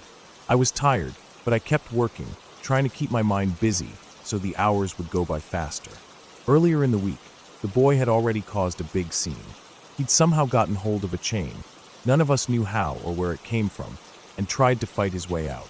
I wasn't there that night, but I'd heard all about it from the nurse and tech who'd managed to stop him. They were still shaken up, even though they tried to act like they weren't. The story spread quickly around the staff. We all pictured it, that kid standing in the hall swinging a chain around, wild-eyed and desperate. The nurse told me later that when she'd cornered him, she could see how scared he was, like he wasn't really seeing them, just seeing his way out. They were lucky, we all said. They got the chain away from him, without anyone getting hurt. A couple of nights later, he was still on the unit. Still not discharged, still not settled down. He had good moments, sure, but more often he was on edge, acting out, pushing limits. I think part of it was that he didn't trust us. Not that I could blame him, given what he'd been through before he came to us. But that night, something about his behavior felt different. There was this tension in the air, like everyone was waiting for something bad to happen. The nurse tried to keep him busy, tried to redirect him, but nothing worked. Eventually, she put him in the timeout room, hoping he'd calm down if he had some space. The room wasn't locked. We couldn't do that. It was just a small room with soft walls and no furniture, meant to be safe if a kid needed to cool off. I was at my desk, trying to get through the pile of charts and forms. The stack never seemed to get smaller, no matter how much I worked on it. The clock on the wall ticked slowly, the minutes dragging. The hallway outside was quiet for the moment, though I could hear the faint murmur of staff talking at the far end of the unit. I let out a long breath and kept my head down, focused on writing notes, checking names, making sure everything was in order. I didn't even hear him at first. The sound that finally made me turn wasn't loud, a soft shuffle, maybe, or the creak of a shoe on the floor. But it was enough to make me look over my shoulder. And there he was. The boy was standing right behind me, closer than anyone should have been able to get without me noticing. His eyes were glazed over, unfocused, but at the same time, there was this sharpness to them, like he was somewhere between being lost and being completely locked in on one goal. His breathing was rough, ragged, like he'd been running or crying or maybe both. My stomach dropped. I felt that cold rush, the kind that makes your heart pound and your skin prickle. I pushed my chair back slowly and stood, trying not to make any sudden moves. The counter felt like it wasn't high enough, like it wouldn't protect me if something happened. I didn't know what to say. My mouth felt dry. I think I mumbled something about getting the nurse. I remember hearing my own voice, shaky and quiet, and thinking how useless it sounded. But I stepped away, moving toward the side door that led out of the reception area. The boy didn't move at first. He just stared at me, breathing hard, eyes fixed on me in a way that made it clear he wasn't seeing me so much as seeing an obstacle. As soon as I got to the door and opened it, he snapped into action. He lunged at the wall, and hit the button that controlled the lock on the main door. I heard the buzz, that loud mechanical sound as the door released. And then he jumped, literally jumped, up onto the counter, trying to get over it and through the door before it locked again. The whole thing happened so fast, but at the same time, it felt like it was happening in slow motion. I saw his hands hit the edge of the counter, saw his feet scramble for grip, saw the desperation in every part of him as he tried to pull himself over. But the door clicked shut before he could get to it. The lock engaged again with a heavy, final sound, and he froze there for just a second, realizing he hadn't made it. That moment, seeing his face, seeing the mix of fury and hopelessness, stuck with me. He dropped back down to the floor, breathing even harder now, chest heaving, and I backed away, calling for the nurse. My voice was louder this time, clearer, because the shock had worn off enough that I knew we needed help, fast. The nurse came running, and together we guided him back toward the timeout room. He didn't fight as hard as I thought he would, maybe because he was worn out, maybe because some part of him knew it was over for now. But the rest of the night was tense. Every sound made me jump a little. Every time I looked up from my paperwork, I expected to see him standing there again, somehow having found another way out of the timeout room, another way to get past us. The nurse stayed close by, keeping an eye on him, talking to him quietly when she could, trying to keep him calm. He didn't settle much, but eventually he stayed in his room, too exhausted to keep trying. After that night, I kept thinking about all the what-ifs. What if he'd found another chain, or anything he could have used as a weapon? What if he'd gotten over that counter and through the door? What if I hadn't turned around when I did? The thought of him standing behind me, silent and so close, still makes my heart race when I think about it. I realized how vulnerable we all were, how even with all our procedures and safety measures, things could go wrong in an instant. It wasn't that I was scared of him, exactly. I was scared of his desperation, his panic, the way he seemed like he was fighting for his life, even though we weren't his enemies. I stayed on at the hospital for a little while after that, but that night stuck with me. Eventually, I decided it was time to leave. It wasn't just that incident. There were a lot of reasons, but that night was one of the things that pushed me toward the door. I kept wondering where that boy ended up, if he found a safer place, if anyone ever helped him feel like he didn't have to fight so hard just to get through the day. I hope so. I still hope so. Working at that hospital taught me a lot. It taught me about resilience, about fear, about how people cope with pain in ways that don't always make sense to the rest of us. It taught me how easy it is to miss the signs that someone is at their breaking point, and how hard it can be to stop them once they're there. And it taught me that sometimes the scariest moments aren't the ones where you see danger coming from a mile away. They're the moments where you turn around and realize danger is already standing right behind you, waiting for you to notice.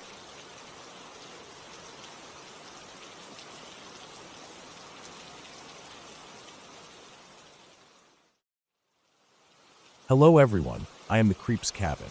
I know you use this video to fall asleep, so before that, like the video and subscribe to the channel. Also, where are you from? And what time are you watching? Now get comfortable and relax.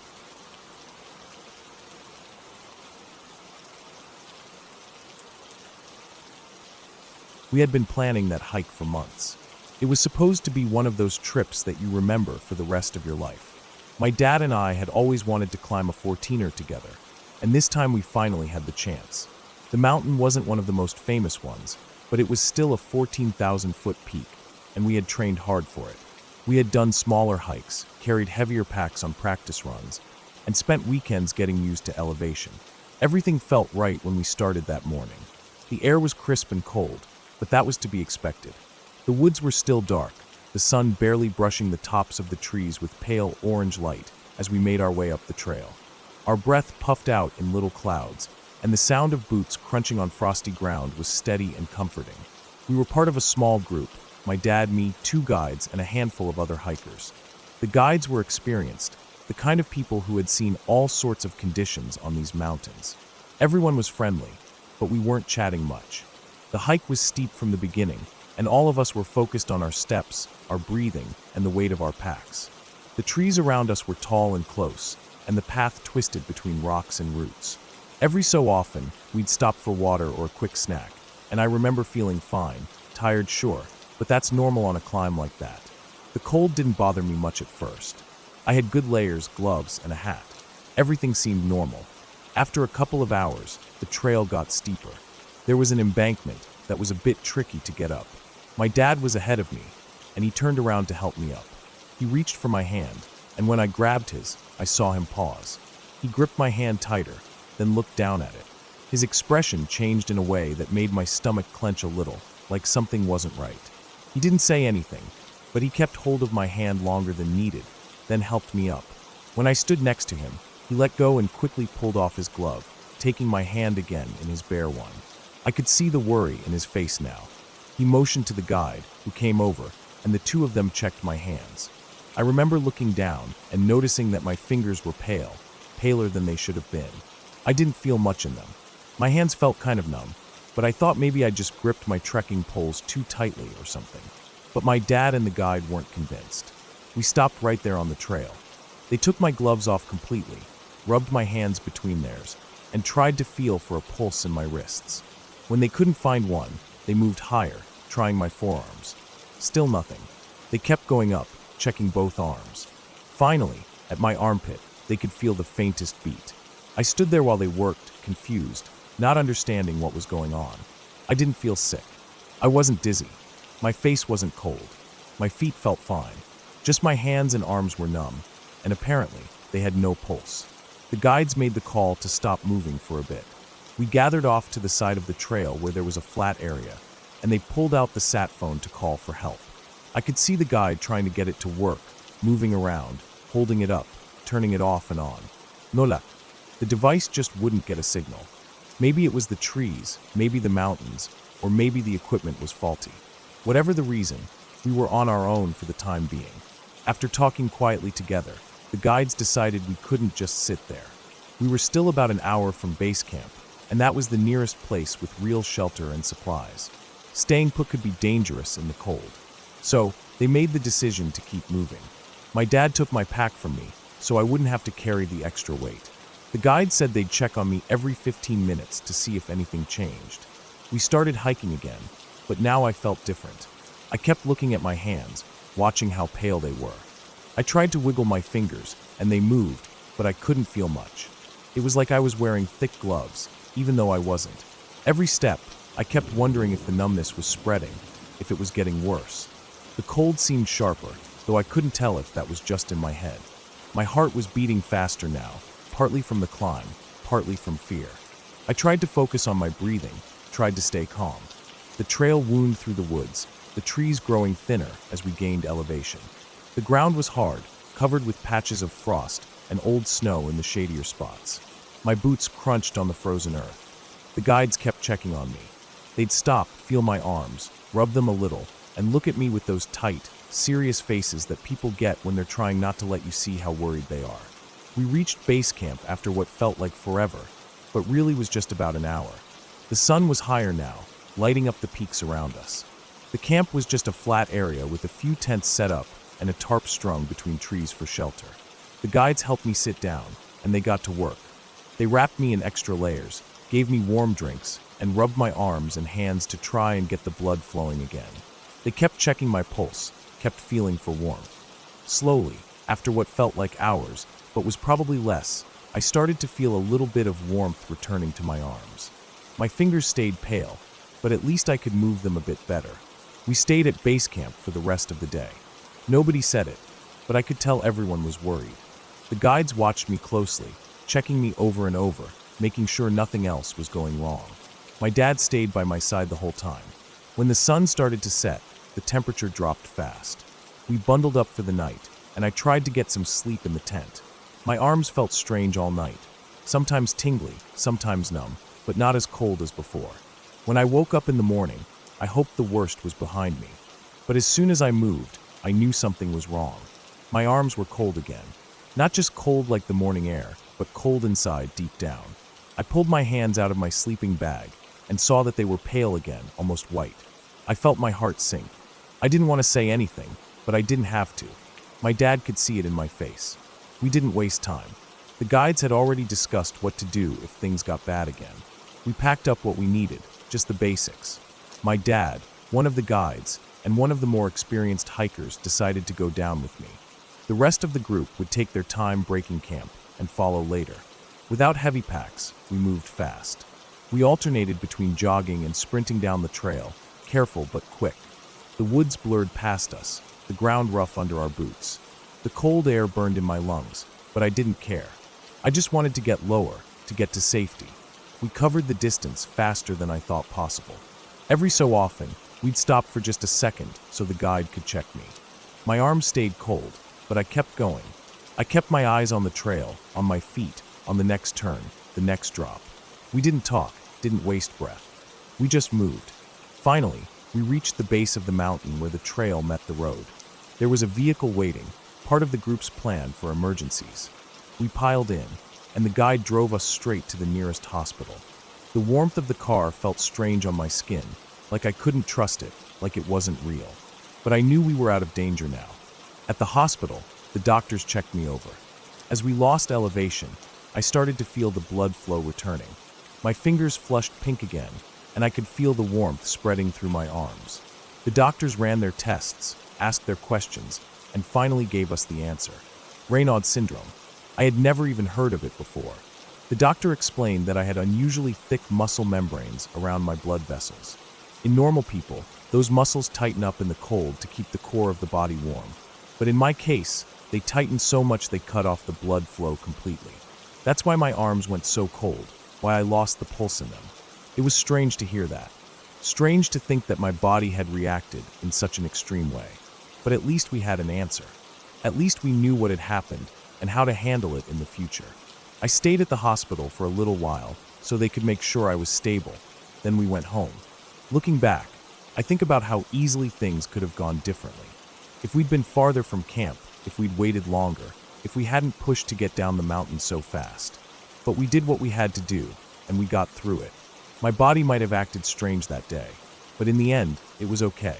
We learned from it, and I have a new respect for the way the body works, how amazing and weird it can be. I still hike. I'm more careful now, more aware of what's happening in my body, but I don't let it stop me. That mountain taught me a lot, and I'll never forget it.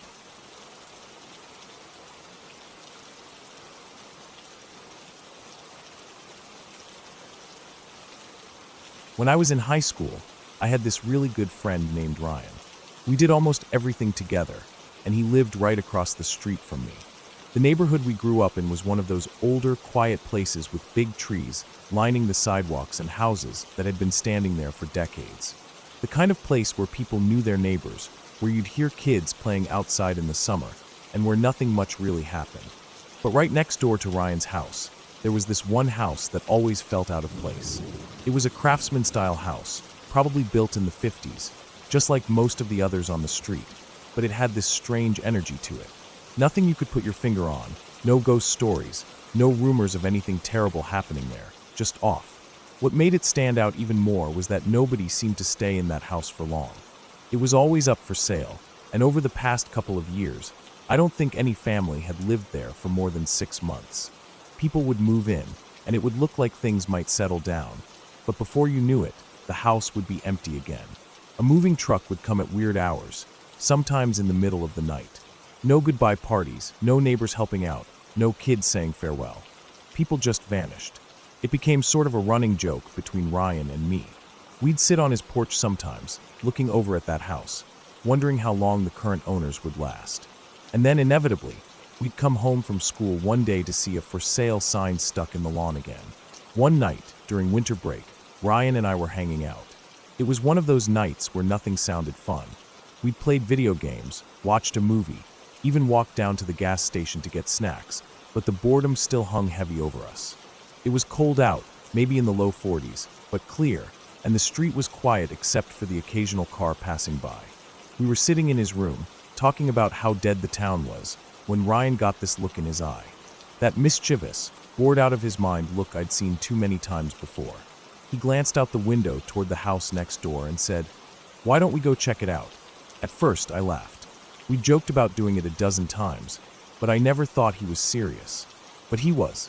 He kept talking about how it had been empty for weeks now, how no one would care, how we'd just look around a little and leave. After enough convincing, and maybe because I was as bored as he was, I agreed. We bundled up in hoodies and jackets and slipped out his back door. The house next door looked even more ordinary up close. There was no broken glass, no overgrown yard, nothing that screamed spooky. It was just empty, quiet. The porch light was off. The windows were dark. The front door, of course, was locked. We checked anyway, turning the knob gently just to be sure. No luck, so we went around back. There, we noticed something that made us both stop for a second, a dog door. It was one of those old flap-style ones built into the back door. Ryan was skinny, and after testing it out a bit, he realized he could just barely squeeze through. He told me to wait while he crawled in. I watched him disappear through that little opening, my heart picking up speed as I stood there alone in the dark. It felt like it took forever, but after a minute or two, I heard the soft click of the back door unlocking. Ryan opened it with a grin and waved me inside. The house smelled stale, like it had been sealed up for too long. There was no furniture except for a few built-in pieces that must have come with the house. A breakfast table in the kitchen, some cabinets, things like that. We walked through slowly, our footsteps loud on the hardwood floors. Every sound felt sharper in the silence of the house. The electricity was off, so the only light we had came from the streetlights outside. They cast this dim, yellowish glow through the windows, enough to see by but not much more. We ended up in the kitchen because it was one of the only rooms that felt like it had any character. The built-in table was set into a little nook by a large picture window. You could see the street out front from there, the empty sidewalk, Ryan's house across the way, the soft glow of a porch light a few houses down. We sat down on the floor across from the table, leaning back against the walls, just talking. About school, about life, about how weird it felt to be in someone else's house like this. We weren't really doing anything. We weren't vandalizing or stealing or anything like that. Just sitting, passing time, like bored kids do. We must have been there for a good 10 or 15 minutes. Long enough that the initial thrill of sneaking in had worn off. I remember thinking how normal the place felt. Nothing creepy, no weird noises, no cold spots. Just an empty house. And then it happened. I was mid-sentence, talking about some movie we'd watched, when Ryan let out this sharp, panicked yell.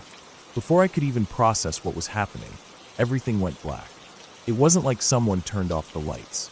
I mean, yeah, the house was dark, but this was different. It was like my eyes stopped working, like the world had just switched off. And with it came this cold, this awful, clinging cold that wrapped around me from head to toe. It wasn't the kind of cold you feel on a winter day. It was deeper, heavier, like it was inside my skin somehow, soaking into my bones. I froze at first, confused, my heart racing so fast I thought it might burst. I couldn't see, couldn't think straight. I felt my hands waving in front of my face, trying to find something, anything. My voice came out in a scream that I barely recognized as mine. I was disoriented, blind, and surrounded by this horrible cold. Then I felt a grip, Ryan's hand grabbing mine hard, yanking me to my feet and pulling me in a direction I couldn't see. I stumbled after him, still blind, still feeling like I was wrapped in ice. After what felt like an eternity, though I'm sure it was only seconds, my vision started to come back. Slowly at first, just a vague glow, then shapes, then finally the blurry outline of the street under the light. The cold started to fade as we reached the sidewalk outside, like it was peeling off layer by layer. My breath came in ragged gasps, my whole body shaking. I looked around, realizing we were standing in the street, the empty house behind us. Ryan beside me looking as scared as I felt. We stood there for a while, catching our breath, the street silent around us. The night felt normal again, like nothing had happened. But I couldn't stop shaking, couldn't stop feeling like something was wrong. Ryan didn't say anything at first, and I didn't ask. I think we were both too stunned to speak. When I finally managed to look at him, really look, I saw how pale he was, how his eyes kept darting back toward the house like he expected something to come out after us.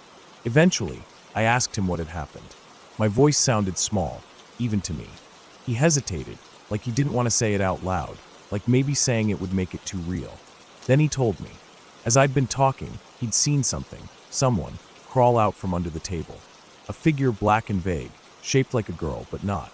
No details, no features, just a dark outline. He said it moved slowly, deliberately, and then it climbed onto me, sat on top of me. That's when I'd gone still, my eyes wide open, but not seeing. When I'd started groping around like I was blind. That's when he pulled me out. I didn't know what to think. I didn't want to believe it. But I knew what I'd felt, that cold, that darkness, that awful sense of being trapped. We stood there for a long time before we finally worked up the nerve to go back to his house. We didn't talk much the rest of the night. We just sat in his room, the lights on, trying to shake off the feeling. For the next few days, I couldn't stop thinking about it. I'd walk to school and catch myself glancing at that house, half expecting to see someone or something looking back at me from the window. I avoided walking too close to it. If I had to go past, I'd cross the street, keep my head down, hurry my steps. At night, I'd lie in bed replaying it all in my mind. That cold, that blackness. I couldn't explain it. I couldn't reason it away. And no matter how much I tried, I couldn't forget how real it had felt. Ryan and I stayed friends. We still are. And every now and then, it comes up in conversation. We'll be talking about something random, and one of us will mention that night. We always tell it the same way. The details don't change, no matter how many years pass. And every time, it gives me chills. That house was eventually sold again, and again, and again. No one ever stayed long. I stopped paying attention after a while. I didn't want to think about it. I didn't want to remember. But I do. I always will. Even now, years later, I've never felt anything like that since. That blackness, that cold, it was like nothing else. No ghost stories, no horror movies, nothing comes close. It wasn't a dream. It wasn't my imagination. It was real as the streetlight that guided us out, as real as the frost on the ground that night. And I never went back. I never set foot near that house again. I didn't need to. I'd seen enough.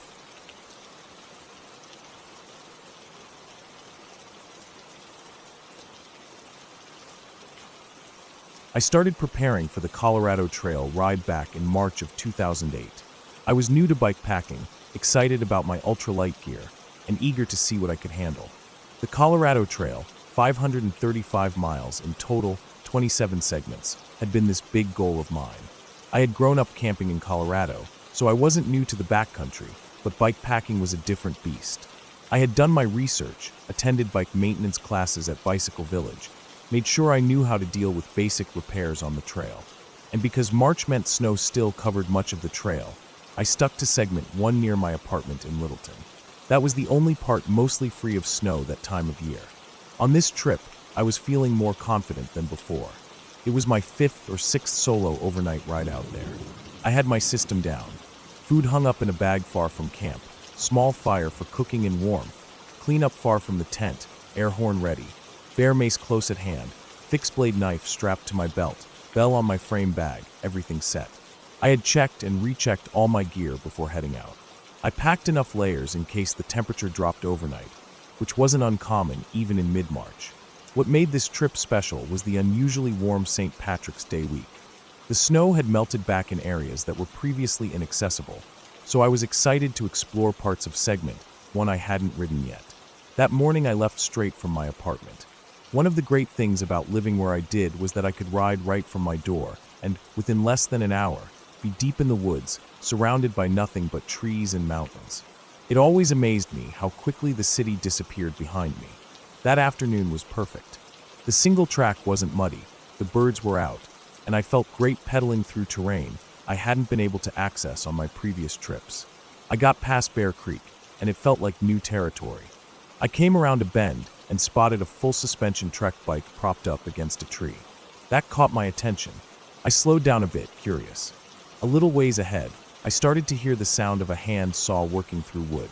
When I rounded another bend, I saw a man in his mid-50s, long brown hair, wearing a flannel shirt and jeans, sawing away at a downed tree that was blocking the trail. He waved as I approached. I stopped and greeted him. We ended up working together for a bit, dragging the pieces of the tree off the trail after he finished cutting through it. He seemed friendly enough, told me he had been riding the trail for decades, and that every spring he came out to help clear the trail where trees had fallen over the winter. We got to talking while we worked, and I, without really thinking about it, shared a lot of details. How I was new to the Colorado Trail, what gear I was carrying, that I wasn't armed beyond bear mace and a knife, where I planned to camp. At the time, it felt like harmless conversation between two people who shared a love for the outdoors. As we finished moving the last of the tree sections off the path, he told me about a spot up ahead, about a half-mile further, just off the trail. He said it was a great camp spot, with a fire pit already set up, sheltered from the wind by cliffs, and with a fantastic view of Waterton Canyon. After the ride from my apartment and the extra work clearing the trail, I was pretty tired. It sounded perfect. We parted ways, and I thanked him for the tip. When I found the spot he mentioned, it was as good as he described. The cliffs provided some cover, and sure enough, there was a fire pit someone had built. I set up my tent, and while I was gathering firewood, I stumbled across the waxed canvas bag of tools he told me about. Inside was a small handsaw, a hatchet, a hammer, and a few other things. I used the saw to cut enough wood to last the night, then put everything back where I found it. Dinner was a dehydrated meal that tasted better than it should have, followed by some cherry cobbler from a pouch. I sat by the fire for a bit, took in the view, smoked a little, and let myself relax. I cleaned up, packed away my food and trash, washed up away from camp like always, and turned in for the night. I even used my earplugs, something I started doing after a few restless nights solo camping. I don't know how long I was asleep before it happened. Something woke me up, and I knew right away it wasn't just a dream or some small animal. My whole body went on high alert. The hair on my neck stood up. I lay still, listening, but with the earplugs in I couldn't hear anything. I grabbed my headlamp and slipped out of the tent as quietly as I could, pulling out my bare mace and knife. The night was unnervingly still. No breeze, no rustling of leaves, no sounds of any kind. Just a heavy, suffocating silence. I scanned the area with my headlamp and a handheld flashlight. Nothing. No eyes reflecting back at me, no movement. But the sense of dread only grew stronger. My gut told me something was wrong. I pulled the pin on my personal alarm. The 130 decibel scream echoed through the trees. Still nothing. No sound of anything running off, no crashing through the underbrush. But I couldn't shake it. I felt frozen for what must have been a minute or two, heart racing, trying to force myself to think. I needed to get out of there. But with bike packing, it wasn't as easy as tossing gear in the trunk and driving away. I had to break down camp, pack everything securely, balance the weight on my bike so I could ride. It took longer than I wanted, close to 15 minutes, and every second felt like an hour. I kept glancing around, expecting to see someone or something emerge from the trees. I couldn't shake the feeling that I was being watched. When I finally got packed and ready, I started pedaling out. The trail sloped downhill at first, which helped, but I knew I had a tough uphill stretch before I could hit the long descent back toward home. The moonlight was enough that I could see without a light in most places. I kept my headlamp ready anyway. My legs burned as I pushed up the hill, made worse by the weight of my gear. I tried to convince myself it was just my imagination, that the alarm had done its job and scared off whatever had been out there. Then I heard it. Footsteps. Just off the trail to my right, maybe 4 feet away. I froze. The sound stopped too. I strained my eyes but couldn't see into the thick trees. My heart pounded so hard I could feel it in my ears. I forced myself to yell, loud and angry, hoping to scare off whatever it was. I shouted threats, curses, anything I could think of. The footsteps shifted, twigs snapped. Something big was there. I couldn't see it, but I could hear it. I started pushing the bike uphill again, shouting, "Why, oh bear," over and over, hoping that if it was a bear, the noise would drive it off. The trail was too steep to just hop on and ride. I had to walk it until I had enough momentum. When I finally did, I rode hard, heart racing, legs burning, glancing over my shoulder whenever I could. I had to stop and hike a few more times, each time yelling, trying to sound bigger and more threatening than I felt. I kept hearing it, the steady, deliberate sound of footsteps just off the trail, keeping pace with me. It wasn't charging, just following. When I reached Lenny's Rest, I was exhausted. My lungs burned. My legs felt like jelly. I stopped for just a moment, leaning on my handlebars to catch my breath. That's when I heard it again, crashing through the brush, something coming uphill fast. I didn't wait to see what it was. I jumped on the bike and started down the trail, faster than I'd ever gone before. The switchbacks came at me quick, but I didn't care. I leaned into the turns, pushing my bike harder than I ever had. One slip, and I could have gone off the edge, but all I could think about was getting as much distance between me and whatever was chasing me as I could. Halfway down, I hit that rocky section I always had to walk. I slowed, jumped off, walked it carefully but quickly, heart hammering. Before I took off again, I paused just long enough to listen. I heard it, crashing through the trees, not following the trail, just barreling down the slope toward me. It was like it didn't care about obstacles, just coming straight for me. I didn't wait any longer. I jumped on the bike and tore down the trail, not stopping, not looking back, just focusing on the path ahead. The trail flattened out when I reached the water road, and I kept pedaling, pushing myself as hard as I could. I didn't slow down until I hit Wadsworth Boulevard, back where the city started, where the street lights and the sound of cars felt like safety. I stopped finally, breathing hard, drenched in sweat despite the cold night air. I looked back toward the trail, but there was nothing there. No sound, no movement. Just the city, and behind me, the dark line of trees that had felt like home so many times before. That night, I didn't go back to the trail. I rode home, locked my bike, got inside, and sat there for a long time, just listening to the quiet of my apartment. I never figured out what had followed me. Maybe it was a bear, or a mountain lion, or maybe even a person. I don't know. But whatever it was, it reminded me in the clearest, most terrifying way that out there, in the woods, you're not at the top of the food chain. And I learned to trust that gut feeling, that instinct that says get out now, because sometimes it's the only thing between you and something you don't want to meet face to face.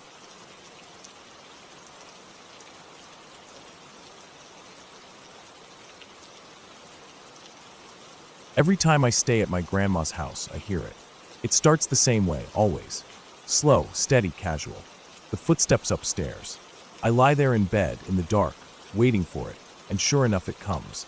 The sound starts at one side of the room above me, as if someone takes their time walking from one end of that long, narrow room to the other. The first time I heard it, I was 14. I remember the age because that's when everything about sleeping at their house changed. Before that, I'd sleep in a different room, a room where I felt safe, where I could close my eyes without that heavy weight of fear pressing down on my chest. But when my grandparents started sleeping in separate bedrooms on the first floor, something about their sleep habits not matching up anymore, they moved me to another room. My room was still on the first floor, but this one sat directly under that long room upstairs, the one that always made my skin crawl. I'd been afraid of the upstairs for as long as I could remember. It was the sort of fear that never made sense, but never let go either. I couldn't explain it to anyone without feeling foolish, but the fear was real. It settled in my bones whenever I so much as looked at the staircase. The upstairs had this odd stillness, like the air itself didn't move right. And there was that one room, the long, narrow one. I remember how they told me the story, back when I was younger. My grandparents, usually when we were all sitting around after dinner, would talk about how the sons of the previous owner had said they saw a gorilla come out of the closet at night. A gorilla. They said it danced around the room, and then went back into the closet. I'd laughed along with everyone, thinking it was just a kid's silly story, or maybe the boys were playing a joke on their parents. But in the back of my mind, even then, I hated the thought of that room. I hated the thought of closets that could hide anything in them, of windows that looked out over the dark yard. And now, at 14, I was expected to sleep right below it. That first night, after they'd switched me to the new room, was the first time I heard the footsteps. I remember lying there in the dark, all the lights off, staring up at the ceiling and trying to convince myself I was just imagining things. But then it came. A slow, deliberate thump, thump, thump. It started at one end of the room upstairs. I could picture it in my mind as the sound passed directly over me, step by step, heading toward the far end of the room. It stopped, just as casually as it started. And there I was frozen in bed, wide awake, my heart beating so hard it felt like it might punch its way out of my chest. I stayed that way, listening, waiting, afraid to move, afraid even to breathe too loud. I kept telling myself maybe it was just the house settling, like Grandpa always said. But it didn't sound like that.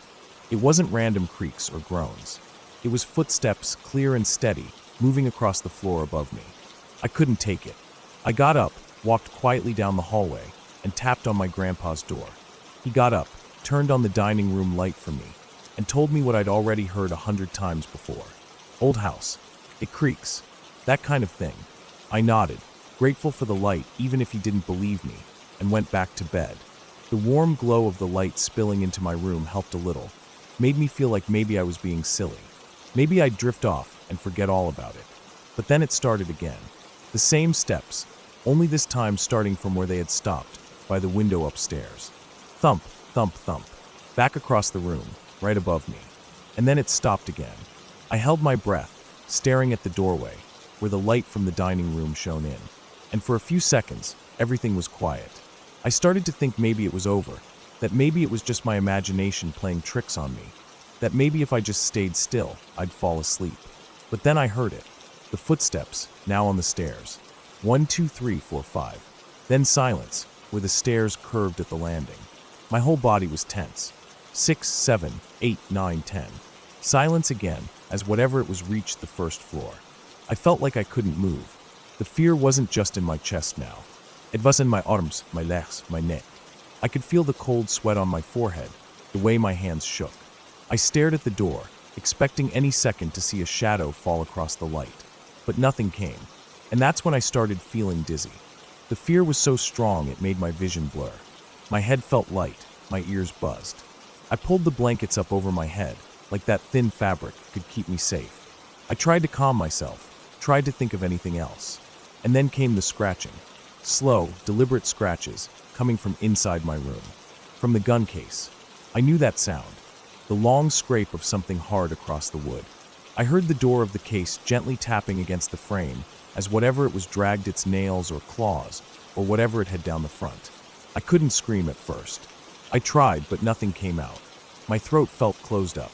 I forced myself to breathe, to pull in air, and finally let out a scream. My grandpa was there in seconds, opening the door, the light flooding the room, and I felt like I could breathe again. He looked at me, probably thinking I was overreacting, but I didn't care. I was just glad I wasn't alone anymore. That night, I did what I had to. I took a sheet, draped it over the side of the bed, and crawled underneath. I wrapped myself in a comforter so tight I could barely move, put on headphones, turned my back to the door, and closed my eyes. I didn't want to know if it came back. I didn't want to see it if it did. The next morning, Grandpa told Grandma what had happened. She brushed it off like always. Said it was silly, said my cousin had said the same thing once, hearing footsteps at night. I tried not to let it get to me, but the fear was still there, just under the surface. I slept under the bed for the rest of my stay that week. I figured if I couldn't see whatever it was, maybe it couldn't see me.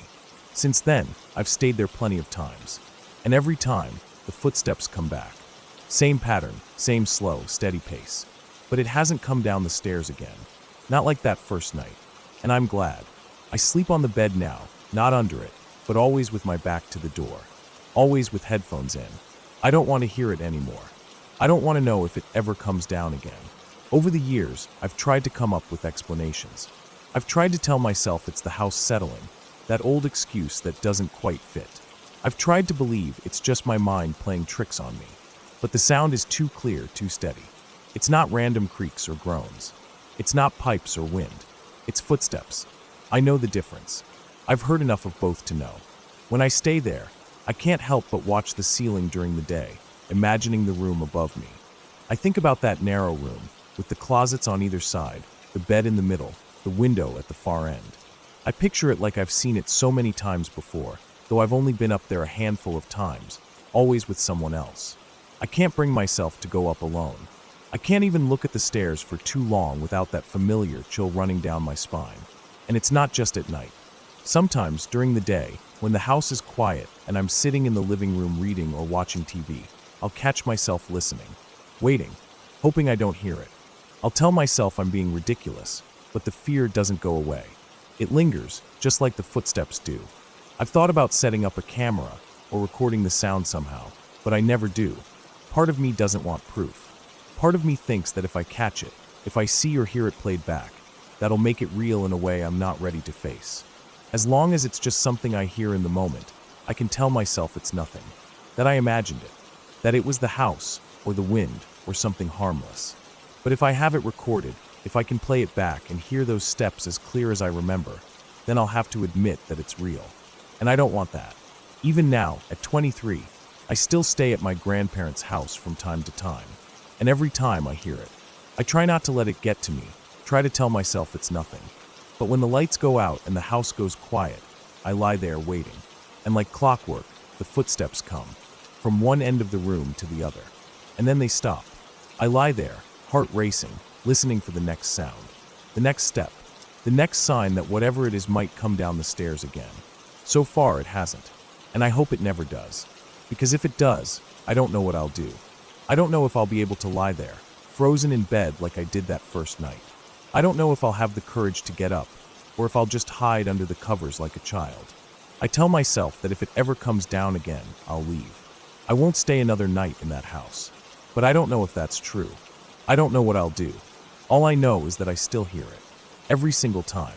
And I still sleep with my back to the door, headphones in, trying my best to pretend it isn't there. Because if I hear it come down those stairs again, I don't want to know. I don't want to see. I don't want to face whatever it is that walks upstairs at night.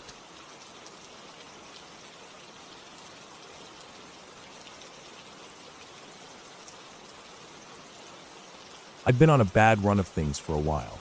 The kind of stretch where you can feel your life slipping through your fingers like water. I'd been using pretty heavily.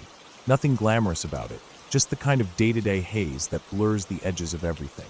I knew I needed a break before I really lost myself. So one night, without too much thought, I packed up some basic camping gear, tossed it in the back of my car, and started driving. I didn't have much of a plan. I just pointed myself toward the Mississippi River in Illinois. I figured it was far enough from everything and everyone that I could have a few quiet days, clear my head, and maybe come back feeling like I had some control over my life again. The drive was long. About 4 hours, give or take, depending on how much you care about speeding laws out on empty stretches of highway. I barely noticed the scenery as I went. Just mile after mile of trees, fields, and small towns that all seemed to blend together. It was late afternoon when I finally rolled into the area managed by the Army Corps of Engineers. It wasn't a campground or anything official like that, just public land, open to anyone willing to find a spot and set up. That's what I wanted. No check-ins, no fees, no neighbors in the next tent over who'd give me looks or ask questions. I found a place a little ways off the main gravel path. The river wasn't too far off, maybe a 5-minute walk through some trees. The spot was mostly flat, and the ground was soft enough that I knew I wouldn't have to fight too hard with tent stakes. The woods were thick, but not so much that I felt boxed in. There was a small clearing, just big enough for a fire and my little tent. I parked the car nearby, grabbed my gear, and got to work. Setting up didn't take long. The tent was an old 2-man dome I'd had for years, and the motions of putting it up were familiar, almost comforting. I gathered up some dead branches and twigs, made a small fire, and just sat for a bit, watching the flames. For the first time in a while, I felt like I could breathe. But that didn't last long. Not too long after I'd gotten settled, the clouds started rolling in. Big, heavy, gray ones that looked like they'd been waiting all day for the right moment to open up. Sure enough, within minutes, the rain started. At first, it was just a light drizzle, but it picked up quick. I hurried to douse my fire, not wanting to risk anything spreading, and ducked into the tent. The sound of the rain hitting the nylon was steady, calming in a way. I lay there in my sleeping bag, listening to it, and before I knew it, I'd drifted off. I don't know how long I slept, but at some point I woke up. It was still dark, though the rain had stopped. The first thing I noticed was the sound, soft, but definitely there. Something was rustling outside my tent. Not the wind, not an animal either. Too deliberate. My heart started beating faster. I lay there, trying to stay quiet, listening.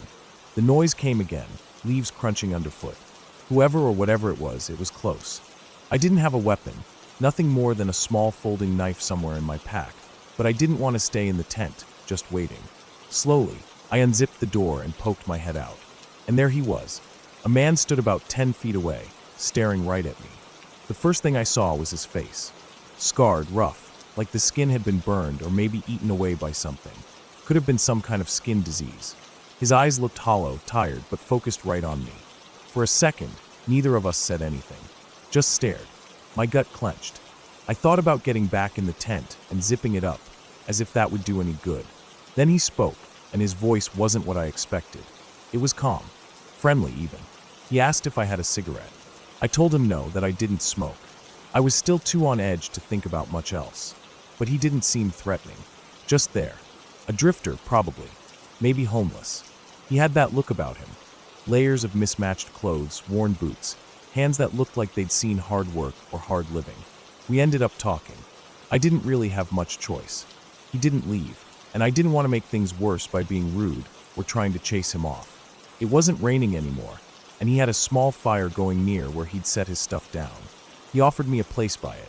I figured it was better than sitting in my tent, waiting for him to make up his mind about what he wanted.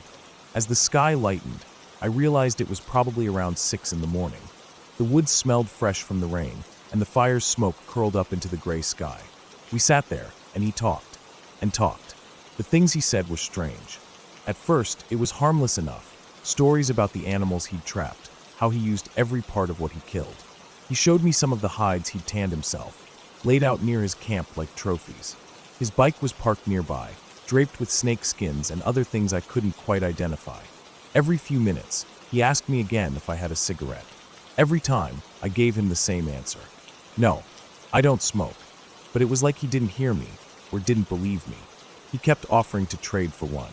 At one point, he tried to give me this hobo stove he'd made, an elaborate thing he was clearly proud of. Said I could have it for just one cigarette. I kept telling him I didn't have any. After a while, I stopped bothering to explain. His stories got darker as the hours passed. He talked about how when he killed animals and ate them, he gained their strength, their intelligence. Like by taking their lives, he was somehow adding to his own. He was eager to share what he knew, how to set traps, how to skin different animals, how to cook them so nothing went to waste. I listened, because what else could I do? Some of it was actually useful, in a way. But I kept my guard up. Then he started saying things that chilled me. He talked about how he took power from what he killed, but not just animals. He mentioned rape. The word came out of his mouth like it was nothing, like it was just part of the same survival tactics he'd been teaching me. He rambled, his thoughts all over the place. He didn't make a lot of sense, but the way he said it, the calm, matter-of-fact tone, made my skin crawl. I tried to act like I wasn't reacting, but inside I felt sick. It wasn't just people he talked about. The way he spoke, I got the feeling he didn't make much of a distinction between animals and humans. It was all the same to him. Anything he could take strength from. That's how he saw the world. I don't think he meant me any harm, at least not then. He seemed happy just to have someone to talk to. Like maybe it had been a long time since he'd had that. But I couldn't stop thinking about the knives he'd shown me, the traps, the way his mind worked.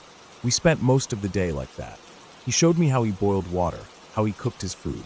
We shared a little rice and beans I had in my pack. The sun started to dip lower, and the shadows grew longer.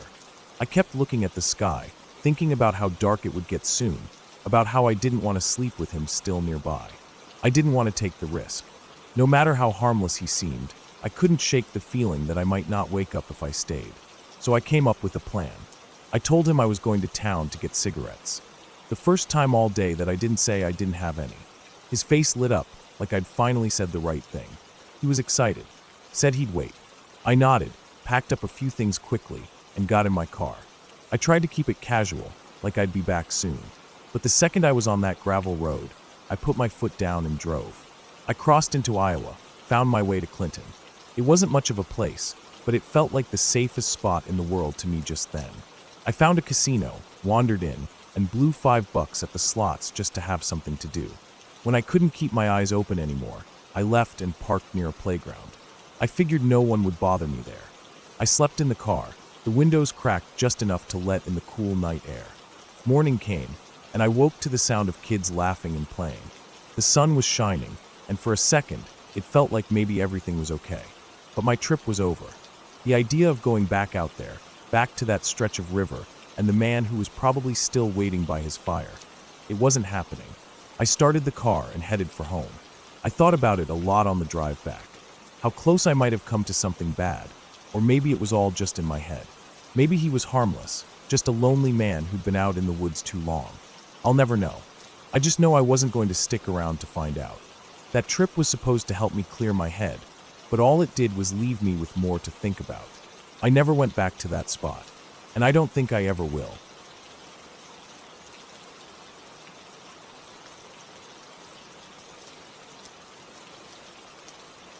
When I was about 10 years old, one night stands out in my memory more clearly than most.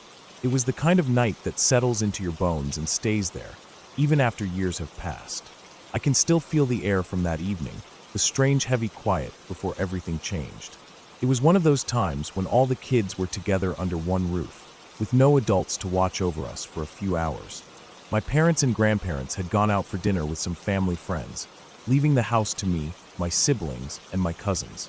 There were about 10 of us all together, the oldest maybe 15 or 16, the youngest only about 7.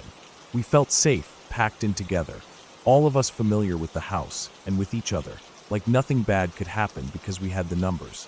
We had made popcorn and set up a little movie marathon in the living room.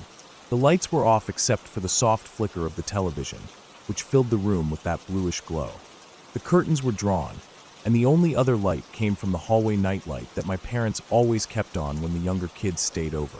The house had that quiet hum that happens when a lot of people are together, but not talking much, just focused on the screen, the soft sound of breathing, the occasional crunch of popcorn, the shuffling of someone changing position on the couch or floor. I remember how calm it felt, how normal. That normal feeling didn't last. It happened all at once, so fast I didn't even have time to think before my body reacted. There was this deafening boom, like nothing I had ever heard before. It wasn't like thunder, though at first I thought maybe that's what it was, because what else could make that sound?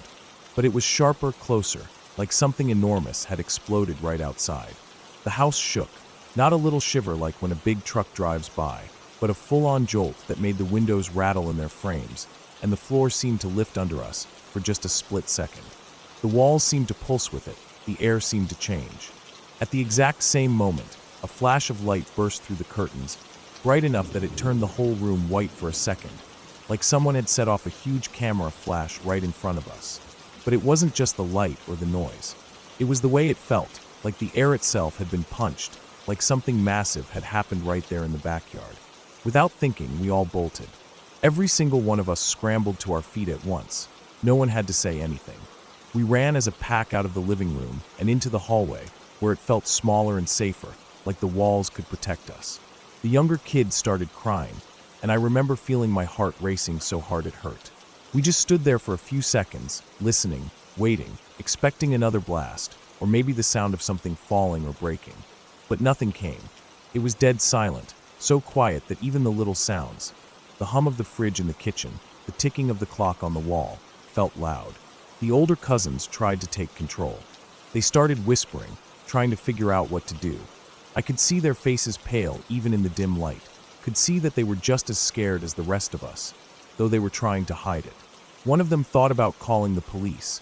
I could tell from the way they kept looking at the cordless phone sitting on the little table by the front door. But after some back and forth, they decided to call the parents instead. They didn't want to overreact. Maybe it was something explainable. Maybe it was nothing. While they made the call, the rest of us stayed in the hallway, huddled together. I remember the feeling of my cousin's hand gripping mine so tight it hurt. I didn't even mind. It felt better not to be alone. After a few minutes, when it became clear that nothing else was happening, we started to calm down just a little. Enough that the fear turned into this uneasy curiosity. We wanted to know what it had been, what could have caused that blast and that light. But none of us wanted to be the first to go back into the living room. Finally, the oldest cousin grabbed a fireplace poker and led the way. The rest of us followed, picking up anything that seemed like it could be a weapon. A broom, a baseball bat, even a heavy flashlight. Looking back, I can see how funny it must have been, this little group of terrified kids armed with whatever they could find. But at the time it felt deadly serious.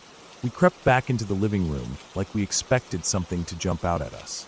But the room was exactly the same as we had left it.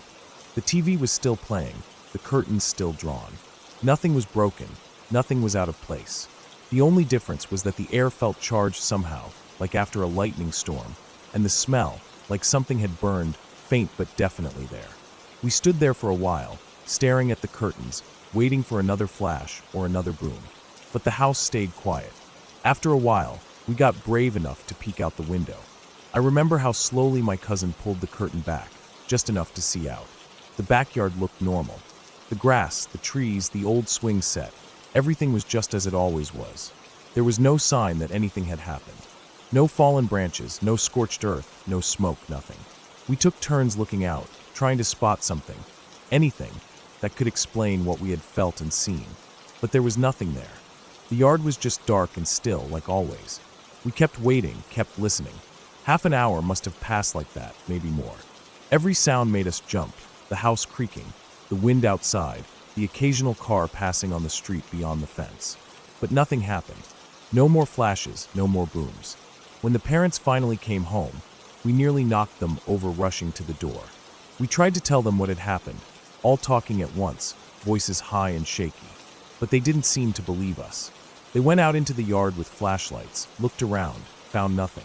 No sign of damage, no sign of anything at all. They said maybe it was just our imaginations.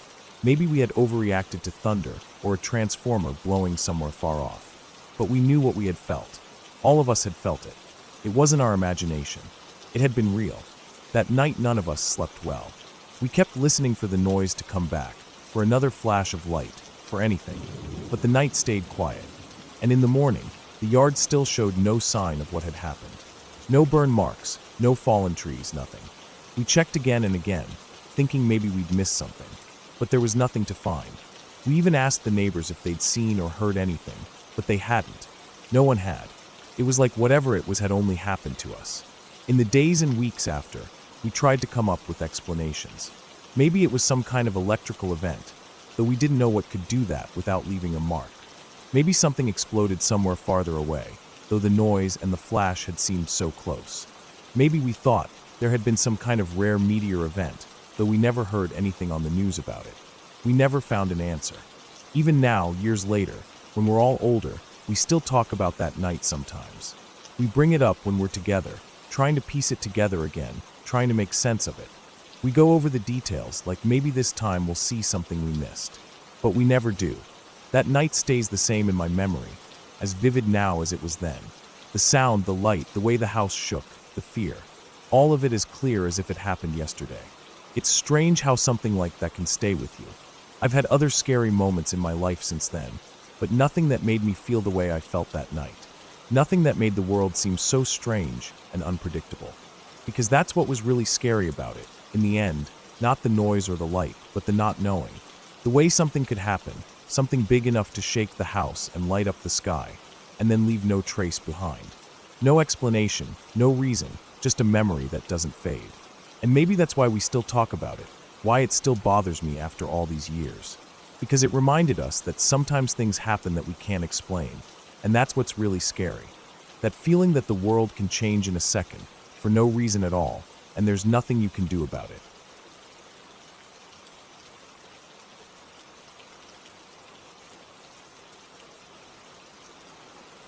I was young back then, maybe in my early 20s, and like most young men that age, I thought I had everything figured out. It was summer, the air was warm, the sky clear most days, and the world felt wide open, ready for me to explore it. I had set out with a good friend of mine to hike across rural France. Just the two of us with nothing but our backpacks, a tent, and a general sense of adventure. We weren't seasoned campers by any means. Sure, we'd spent nights under the stars before, but we weren't experts. We were just two young guys looking for freedom, and maybe a bit of peace in the quiet of the woods. That day had been long. We'd walked for hours along dusty trails that wound through fields and forest edges. The kind of paths that feel like they've been there for hundreds of years, worn down by generations of travelers. By late afternoon, we were both tired and hungry. We'd run low on food the night before, so when we spotted a small town not far from the trail, it felt like finding an oasis. The town was tiny, no more than a cluster of stone houses with red roofs, a church that had seen better days, and a single little grocery store that looked like it hadn't changed in 50 years. We walked into that store sweaty and dusty, earning a few curious looks from the locals. We grabbed what we could, some bread, cheese, a bottle of water, and a bit of fruit. It wasn't much, but it would fill our stomachs for the night. We didn't linger in town. Both of us were eager to find a spot to set up camp before it got too dark. The sun was already dipping low, casting long shadows across the fields. We left the town behind and re-entered the woods. The path was clear enough at first, the kind of dirt track that was easy to follow even as the light faded. But as we kept walking, looking for a flat patch of ground large enough to pitch the tent, the daylight kept slipping away. I remember how quickly it seemed to go. 1 minute, there was still enough glow to make out the trail ahead. The next, it felt like we were walking into a tunnel of darkness. Neither of us had brought a lamp. I know how stupid that sounds now. We had thought the moon would be enough, or maybe we just didn't think at all. When you're young, you feel invincible, like nothing can go wrong. So we kept moving forward, our boots crunching over the dirt and loose stones, the sound of our breathing louder in the quiet of the night. The trees crowded close on either side, their branches reaching over us, blotting out most of the sky. but enough moonlight filtered through that we could at least tell we were still on some sort of path. Time passed, though how long I can't say. Minutes, maybe an hour. The darkness felt thick around us. Every so often, I'd glance up, trying to catch a glimpse of the stars through the branches, but they were hidden. All I could see was the pale light of the moon. We began to notice that the ground beneath our feet had changed. The crunch of gravel gave way to something softer. Grass. The path seemed to open up, and the tight press of trees fell back a little. It felt like we'd stepped into a clearing. We couldn't see much, but the air felt different, more open, less hemmed in by trunks and leaves. We stopped walking. Both of us were dead on our feet by then. We dropped our packs and agreed without a word that this was as good a spot as any. It was flat enough, and we weren't in the mood to keep searching. We fumbled with the tent in the dark, working more by feel than by sight. Our fingers found the familiar fabric, the poles, the ties. It wasn't the neatest setup we'd ever done, but it stood well enough, and at that moment, that was all that mattered. Once the tent was up, we sat down on the grass and tore into the food we'd bought. I remember the bread was a bit stale, the cheese soft and strong smelling, but I didn't care. Hunger makes you less picky. We ate in silence, listening to the faint rustle of the wind through the trees. Every so often, I thought I heard distant sounds, the faint hum of a car engine maybe, or the low murmur of voices, but I chalked it up to my imagination. We were deep in the woods, after all. Or so I thought. After we'd eaten, we crawled into the tent, too exhausted to do much else. I remember lying there, feeling the cool night air seeping through the thin walls of the tent. The ground was hard under my back, but I was so tired I didn't care. I drifted off quickly, the kind of sleep that only comes after a long day on your feet. Morning came suddenly, and not in the way I expected. I was yanked out of sleep by a noise so loud it felt like it was inside my head.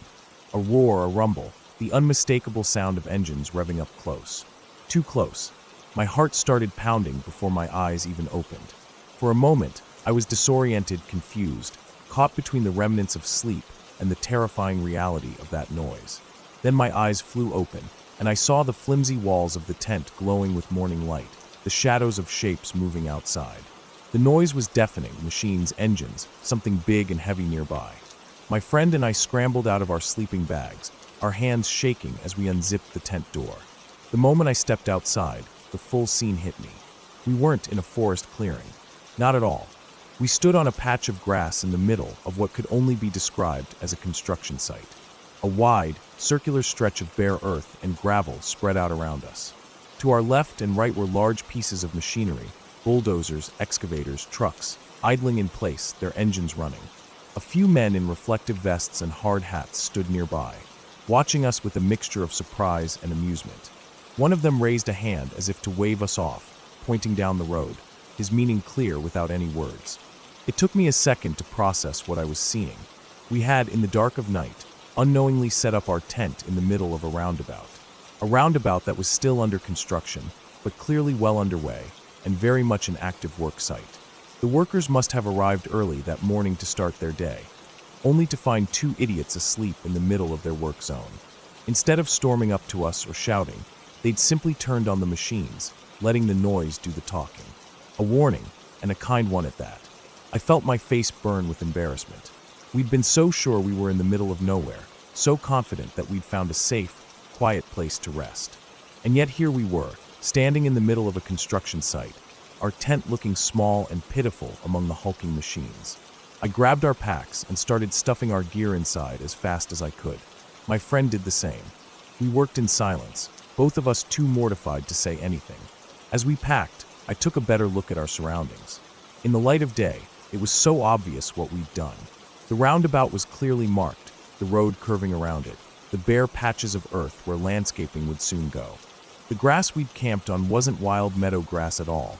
It was the start of what would become the center island of the roundabout, maybe seeded by the workers or left over from whatever had been there before.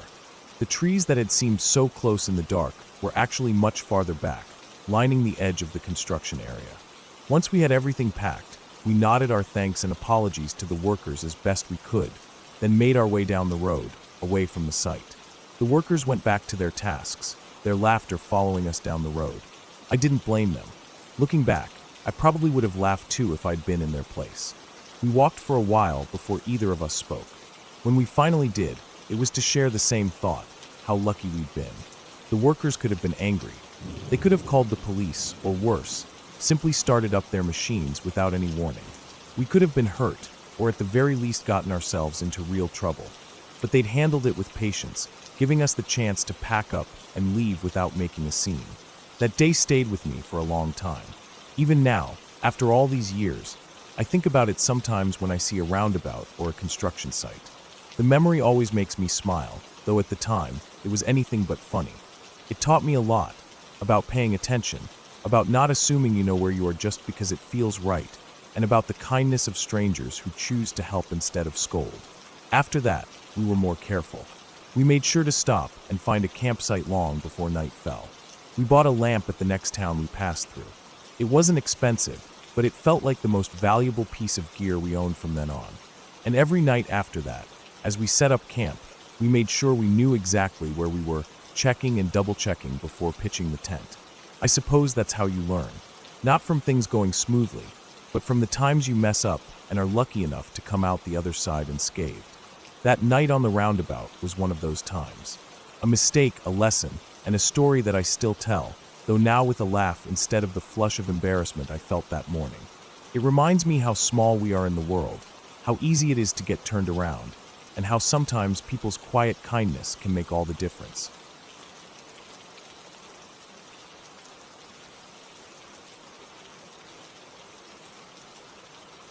I had just gotten my CPR certification a week before, and it was still fresh in my head. The steps, the counting, the hand placement, the pressure. I had practiced over and over on those dummies, hearing the instructor's voice in my head, reminding us how important it was to act fast, to stay calm, to remember that you were the only thing standing between life and death. But it's one thing to hear it in a classroom, to feel your hands pushing down on plastic ribs. It's something else when you're standing there with a real person, with real skin and bones, with real blood, with real breath, or the absence of it. It was supposed to be a fun day. Me and my friends had gone out to this thrift store on the edge of town, one of those big old buildings that used to be a warehouse or a grocery store or something. It had that smell, you know, the mix of dust, old clothes, and stale air that hits you when you walk in. We were hunting for Halloween costumes, messing around, laughing at some of the weird stuff we found on the racks. I remember being in the dressing room, pulling on this ridiculous cape, when everything went quiet. I mean dead quiet. Like the kind of silence that makes the hair on your neck stand up. No more laughter. No more chatter. Just that heavy kind of silence that tells you something's wrong. I heard footsteps, quick ones, and then a voice saying something about someone passed out in the parking lot. I froze for a second. My heart jumped into my throat. I remember staring at myself in the cracked mirror, that stupid cape hanging off my shoulders, and I felt this rush of cold all through me. I yanked it off, tossed it on the bench, and stepped out.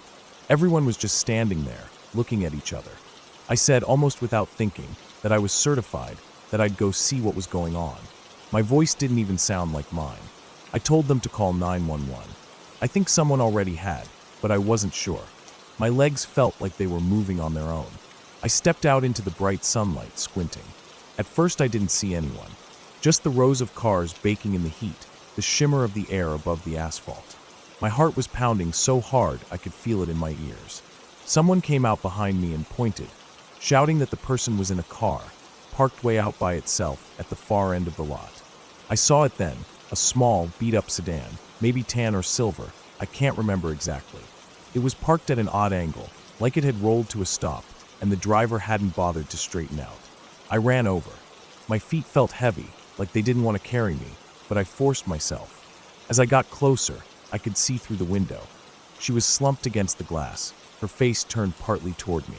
I'll never forget that image. Her skin was blue, like really blue, not just pale or gray. Her lips, her eyelids, even her cheeks had that awful bluish-purple look. Her mouth hung open slightly. I could see the red rings around her eyes, those telltale signs I'd learned about, but they were dark, almost black in the shade. Her head was tilted at such a strange angle, like her neck had given up. I froze for a second. I honestly freaked out. My mind went blank except for this screaming voice in my head telling me to do something, anything. I yanked on the door handle. It was unlocked. When I opened it, a smell hit me. The sharp, chemical stink of drugs, mixed with sweat, vomit, and something sweet, like cheap perfume or air freshener.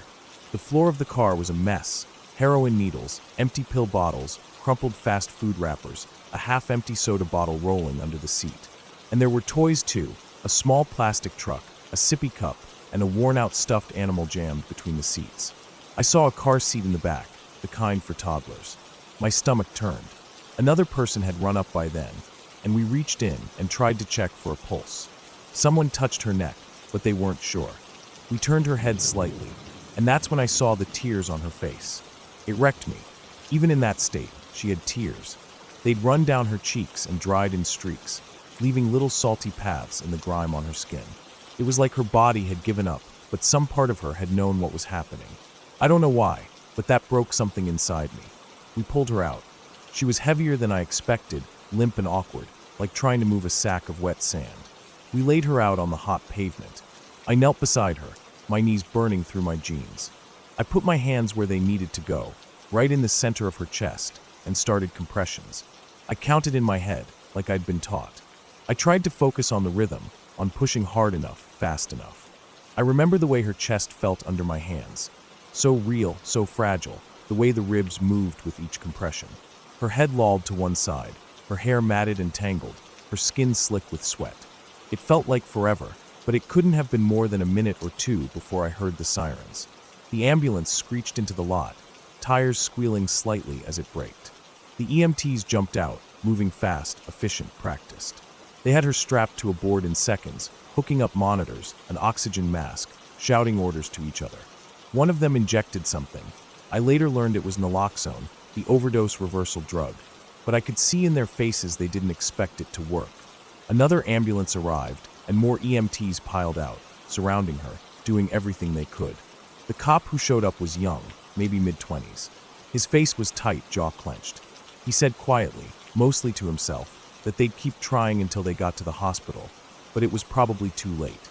I stood there, shaking, my hands stained from the dust and dirt of the parking lot, feeling like I was watching everything from far away. My friends had come outside by then, standing back, silent. Nobody said anything. We just watched as they loaded her into the ambulance, still working on her, still trying. I noticed her tattoos then, as they lifted her, 2 names on her arm, 1 on each wrist. Kids' names, I'm sure of it. Probably hers. I thought of the car seat in the back, the toys, the sippy cup. I thought of those little kids waiting for their mom, maybe at daycare or with a relative, and the weight of it hit me like a punch to the gut. When the ambulances left, sirens fading, the lot felt empty, hollow. The cop stayed for a bit, took down our names, asked what we'd seen, what we'd done. His voice was kind but tired, like he'd seen this too many times before. When he was done, he thanked me for trying, told me I'd done the right thing. I didn't feel like I had. I felt useless. I kept seeing her face in my mind, those tears, that awful color of her skin. We stood there a while longer, not knowing what to do. The sun was lower now, casting long shadows across the lot. A breeze picked up, stirring trash and dust. My legs felt weak, like they didn't want to hold me up anymore. My friends came over, gave me a pat on the back, said we should head out. We didn't say much on the way home. The ride was quiet, heavy. I kept staring out the window, watching the trees blur past, replaying everything again and again. That night, I couldn't sleep. Every time I closed my eyes, I saw her. I heard the sound of my hands on her chest, felt the give of her ribs. I smelled that awful mix of scents from her car. I kept wondering about her kids, about who they were, where they were, if someone had told them yet. I thought about her tears, and I wondered what had gone through her mind in those last moments before she lost consciousness. I wondered if she'd been scared, if she'd wanted to stop but couldn't, if she'd thought of her kids as the world slipped away. In the days that followed, I kept looking for news, for any word about what had happened to her. I didn't find much. Just a small blurb in the local paper about a woman found unresponsive in a parking lot, transported to the hospital, no name given. No follow-up, no obituary that I could find. It was like she'd disappeared. Just another statistic. Just another life lost to drugs. But to me, she was real. She had a face, a name inked on her skin, tears on her cheeks, a story that ended in that empty lot. The whole thing changed me. I kept replaying it, wondering if I could have done something different, something more. The training had taught me what to do with my hands, with my breath, but nothing prepares you for what it does to your heart, to your mind. I think about it still, even now. Every time I hear sirens, every time I see someone nodding off on a bench or a corner, I remember her. I remember the color of her skin, the way her body felt under my hands, the way the world seemed to hold its breath in those moments between life and death. And I hope, wherever she is, that she found peace. And I hope her kids, wherever they are, found love, found safety. That was the day I learned that knowing what to do isn't always enough. Sometimes you can do everything right and still lose. But you try anyway, because maybe, just maybe, it'll be enough the next time.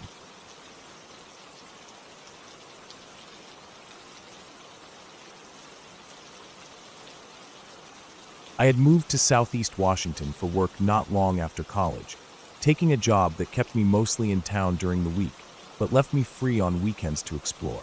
The Blue Mountains weren't far, and I found myself drawn to them like a moth to a porch light. I'd grown up on a farm and ranch in Montana, and the outdoors was in my blood. There was something about getting out of town, away from the buzz of power lines and the noise of people, and into the hills where the world felt bigger and quieter. I'd been hunting since I was a kid, and there was no better way to learn a piece of country than to walk it alone, looking for sign, learning where animals fed and bedded down, and seeing how the land fit together. I'd made a habit of scouting the most remote areas I could find. Most hunters, I'd learned, don't stray too far from their trucks or ATVs. I figured the deeper I went, the fewer people I'd have to contend with once season came. So most weekends that summer, I loaded up my pack with the basics: a bivy sack, a little food and water, my .45, and some optics, and set out. I wasn't looking to bag anything yet. I was looking to learn the country, see where the elk and deer liked to move, and just generally get a feel for the land. The Blue Mountains are big country, and I liked the challenge. One particular Saturday, I got a later start than I'd intended. I'd had to run a few errands in town, and by the time I was loaded up and on the road, it was mid-afternoon, but I wasn't too concerned. A few hours of hiking would still get me well away from the roads before dark, and the best animal movement happens at dawn and dusk anyway. I parked at a turnout where I'd seen on the map that a gated logging road took off into the hills. I shouldered my pack, checked that my sidearm was secure, and headed up the trail. The climb was steady and the air warm, but not uncomfortable. The road hadn't been used in a long while. Grass and small saplings grew in the wheel ruts, and I saw no fresh tire tracks. After maybe a mile, I cut off the road and started angling up a ridge that looked like it would give me a good vantage point of the surrounding valleys. It was tough going, lots of down timber, brush, and loose rock, but I made it up without incident. By the time I topped out, the sun was just beginning to sink toward the horizon, painting the hills in that soft orange light that makes everything look a little more peaceful than it really is. I found a small bench just below the ridge crest, flat enough to lay out my bivy sack, and with a decent view of a couple drainages. I dropped my pack, took a long pull from my water bottle, and settled in with my binoculars. The world got quiet as the sun slipped lower, the breeze soft through the pines, the only sound the occasional call of a bird settling in for the night. I glassed the slopes and meadows, picking out a pair of whitetail, just moving cautiously out of the timber to feed. No elk, no bears, but it felt good just to sit there and watch the day end. When full dark came, I stayed put for a while, listening to the night sounds. There was no reason for a fire, I wasn't cooking, and I didn't want to spook any game. I ate a little jerky, drank some more water, and crawled into my bivvy. The stars came out bright and steady above the trees, and I let my eyes wander over them until sleep took me. I don't know how long I slept before the headache started. One moment I was dreaming, something about being back home, fixing a fence, and the next I was wide awake, my skull pounding like someone was driving a spike into it. The pain came in waves, a surge that made me grit my teeth and clench my fists, then a brief easing, then another surge. I lay there on my back, staring at the blackness above me, trying to figure it out. I wasn't dehydrated. I'd been careful about drinking enough on the way in, knowing how easy it is to let that slide. I hadn't hit my head. I wasn't sick, but my breathing fell off too, like I couldn't quite catch a full breath no matter how I tried. The air felt thinner somehow, though I wasn't that high up. Then, through the pounding in my head, I heard it. A sound drifting down from the mountainside above me. At first I couldn't make sense of it, my focus too clouded by the headache, but it came again, louder, clearer. A long, hollow call, deep and resonant, echoing faintly off the ridges. I froze, straining to listen past the pulse in my ears. It came again and again. Not a coyote, not a wolf, not a bear. I'd heard all of those countless times, and this was none of them. There was something about it, too loud, too steady, too strange. It sounded like a large mammal, I was certain of that. The depth of it, the way it carried through the trees, told me this wasn't some bird or small critter. It had weight to it, but it didn't match anything I knew, and I knew a lot. I'd spent my life mimicking animal calls, learning the patterns and tones that would fool even sharp-eared predators. I'd called coyotes close enough to see their eyes glow in the moonlight, bulls close enough to hear their breath. But this didn't fit. I tried to tell myself it was some Washington bird I wasn't familiar with. Maybe an owl or something else native to these hills. But that was a lie, and I knew it.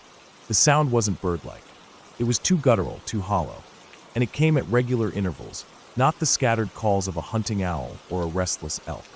Every 30 seconds or so, that same drawn-out whoop would drift down the slope, as steady as a metronome. I lay there, headache pounding, listening, trying to make sense of it. The more I focused on the sound, the less I could fool myself. And the less I focused on it, the worse my headache seemed to get, as if my mind wouldn't let me look away. The call didn't move off or change. It just kept on, like a beacon in the night. Finally, around 2 in the morning, I'd had enough. The headache, the breathing trouble, the strange call, it was too much. I unzipped the bivvy, packed my gear in the dark, and decided to head out. The way I'd come up was too rough to tackle at night, especially with my head throbbing like it was. But I remembered the gated road I'd crossed not far above my camp. It would be longer, but easier going in the dark.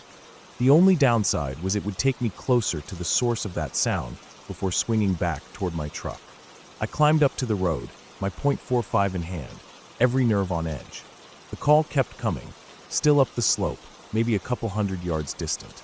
As I walked, it seemed to shadow me, staying just above, pacing me. I couldn't see a thing up there, just black trees and deeper black shadows, but I could feel it, and I could hear that call. Steady, measured, following. The walkout felt endless. Every crunch of gravel under my boots sounded too loud, every breath ragged in my chest. I kept looking upslope, half expecting to see something step out into the moonlight, but nothing ever did. Just that sound, rising and falling, always the same. When I finally dropped down toward the main road, something shifted. The headache eased, the tightness in my chest let up, and I could breathe easy again. The call faded behind me, lost in the night. By the time I reached my truck, the world felt normal again, the strange pressure gone. I drove home in silence, replaying the night over and over in my head. I told myself it must have been altitude sickness that triggered the headache and breathing trouble, though I wasn't that high. Maybe the stress of the situation had made it worse. But the call, that stuck with me. Back at my apartment, I couldn't sleep. I sat at my computer, pulling up bird calls from Washington, trying to match what I'd heard. Nothing came close. Finally, on a whim, I searched for supposed Bigfoot recordings. I didn't expect anything, didn't believe in that stuff. But damn if one of the clips I found didn't match almost exactly. That same deep whoop, that same hollow tone. I don't know what I heard that night. I've gone back to that area several times since walked through the thick, tangled slope where the sound had come from. I've never heard it again. The land was as rugged and wild as I remembered, thick with brush and shadow, but empty of that strange voice that followed me through the dark. And maybe that's for the best.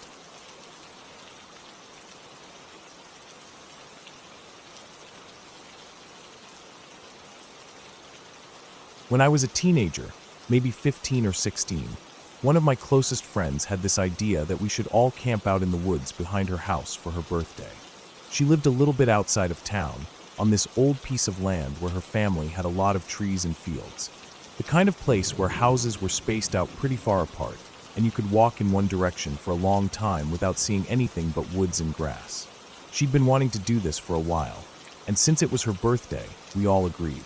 It sounded like fun, and honestly, none of us wanted to be the one to say no and seem like a wimp. There were 6 of us girls. We spent most of the afternoon getting ready. I remember how excited we all were, running around packing up stuff we thought we'd need. Flashlights, blankets, snacks, bug spray, and her dad's old tent that hadn't been used in years. The tent was huge, big enough for all of us to squeeze into without too much trouble. We even packed up a few folding chairs and brought along a little cooler with soda and chips. Her mom let us take some hot dogs and marshmallows too. We set off while the sun was still up, dragging everything out behind her house, down the slope that led into the woods. The spot we picked wasn't too far, maybe an eighth of a mile, though it felt like more with how much stuff we were carrying. We found a little clearing where the ground was mostly flat and not covered in rocks or fallen branches. You could still see the back of her house through the trees if you looked hard enough, so it felt safe, but still far enough to feel like a real camping trip. Setting up the tent took longer than we thought. We couldn't figure out the poles at first, and we kept laughing and falling over each other, trying to hold it up. Eventually, we got it standing, even if it was a little crooked. We built a small fire with some wood we found, and tried to roast the hot dogs on sticks we'd whittled down. They mostly ended up burnt on the outside and cold in the middle, but we ate them anyway, because we were starving. The sun went down, and the air got cooler. You could hear all the little sounds of the woods, the crickets, the leaves rustling, the occasional snap of a twig somewhere out there in the dark. After a while, we all crawled into the tent, bringing the blankets and pillows with us. The fire was still going outside, crackling and casting a warm glow that flickered through the thin fabric of the tent. We lay there in a circle, giggling and telling ghost stories, trying to scare each other. One of the girls had a flashlight, and she kept shining it under her chin to make herself look creepy while she talked. We tried to outdo each other with scarier and scarier stories. The kind about women in white dresses who appear on empty roads, or strange noises heard in empty houses. Every little sound from outside made us jump and look at each other wide-eyed. Then, as we were in the middle of one of those stories, we heard it. A soft crunch of leaves, slow and steady, like something walking around outside. At first, we all froze, not even breathing. The sound circled the tent, slow and heavy, like whatever it was taking its time, checking us out. The fire was still burning strong, so the shadow it cast on the tent was huge, dark, and looming. You could see it clearly moving around us, pausing now, and then like it was listening. And then came the sniffing, a loud, wet snuffling sound, right up against the tent fabric. It moved along one side, then the other, circling, getting closer, then further, then closer again.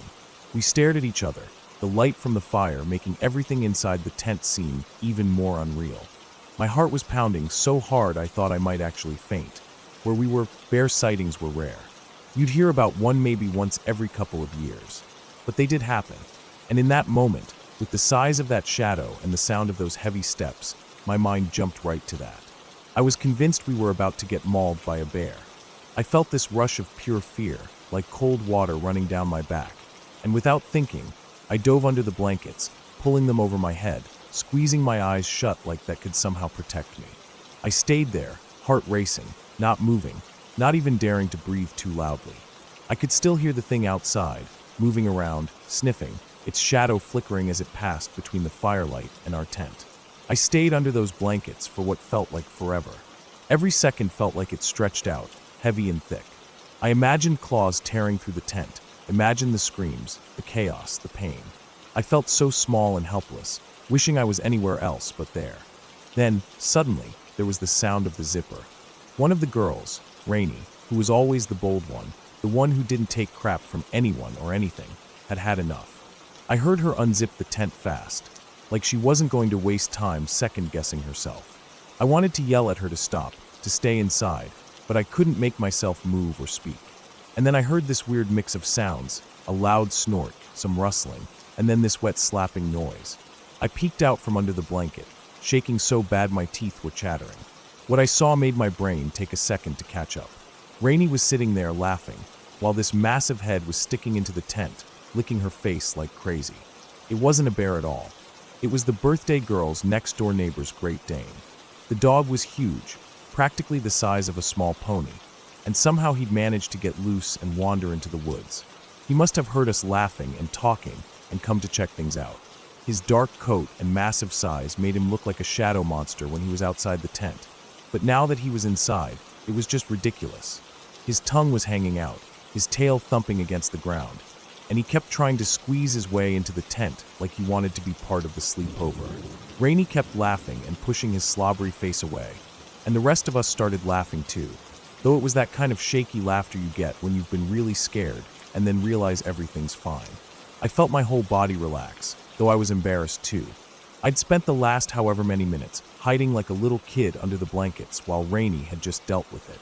The dog stayed with us for the rest of the night.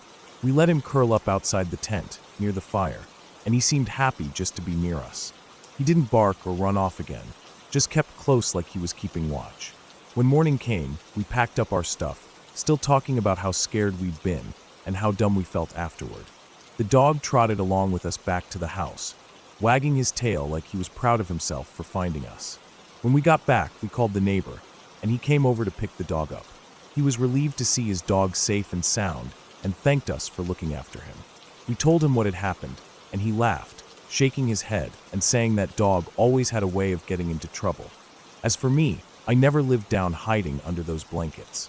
For years after, anytime someone brought up that night, someone would joke about me and my bear-proof blanket shield. But honestly, I didn't care too much. That night taught me something. Sometimes what you're most scared of turns out to be nothing at all. And sometimes it's better to face what's outside the tent than let your imagination run wild. The memory of that night stuck with me in a good way.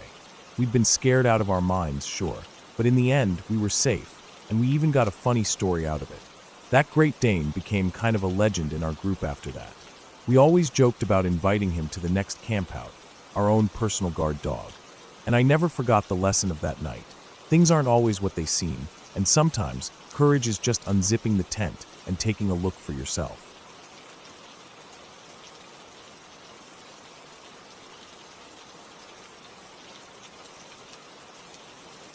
My grandfather had this second house out in Wilmington, Ohio. Compared to where we lived in Cincinnati, it felt like a whole other world. The house itself wasn't anything fancy. A simple, sturdy place with a wraparound porch and those creaky old floorboards that always seemed to groan under your feet, no matter how light you tried to step.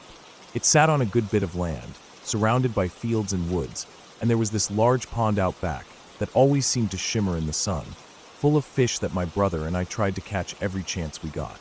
We had so many family cookouts out there, long afternoons of eating, fishing, and wandering around, just soaking up the quiet of the country. It was the kind of place where time felt like it slowed down.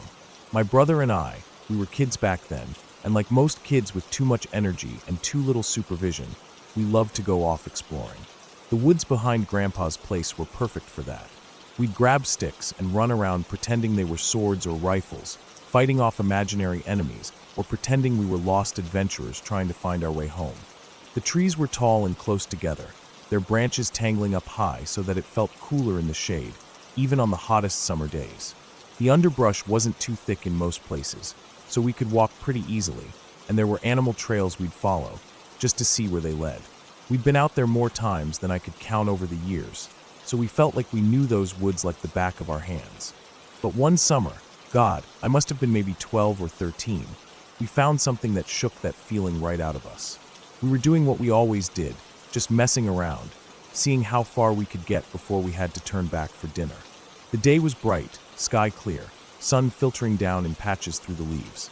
I remember the smell of the place, that mix of dirt, leaves, and the faint fishy smell that always seemed to drift over from the pond. We were maybe a good half-hour's walk from the house when we stumbled across it. The first thing we noticed was the paint. Bright red symbols, strange ones, painted onto the trees. They didn't look like letters or anything you'd see in books. More like shapes, circles with lines through them, triangles with eyes in the middle, crooked stars. The kind of thing that makes your stomach twist, even though you don't know why. There was a sort of clearing there, not big, but enough space for what was set up. A table stood right in the middle of it, a battered old thing with more of those symbols scrawled across the top in that same red paint. And then there was the bus. That's what really did it. It was an old yellow school bus, the kind you'd see parked outside a school or rumbling down the street packed with kids. Only this one wasn't on the ground. It was up in the damn trees. I swear to God, it was balanced between two huge oaks, at least 30 feet off the ground. The nose of it pointed out just a little like it could tip over at any moment, but it didn't. It just sat there, quiet, like some kind of giant bird's nest. I had no idea how it got up there. Even now, I can't figure it. There were no ramps, no pulleys, nothing that we could see that explained it. It was just there, like someone had decided the ground wasn't good enough. There was also a tent nearby, big enough for a couple people maybe, but filthy, stained with mud, and what looked like more of that red paint. Same weird symbols all over it. The flap of it moved just a little in the breeze, like it was inviting us in or daring us. I remember standing there, my heart pounding in my chest, my brother next to me silent for once. We weren't sure what to do. Part of me wanted to look inside, to see if there was anything that could explain what we were seeing. The smarter part of me, the part that usually kept me out of trouble, was screaming at me to leave it alone. We stood there for what felt like a long time, but it was probably only a minute or two. In the end, we didn't go in the tent. We turned around and walked away. Not ran. We didn't want to look like we were scared, even though we were. But we didn't waste time either.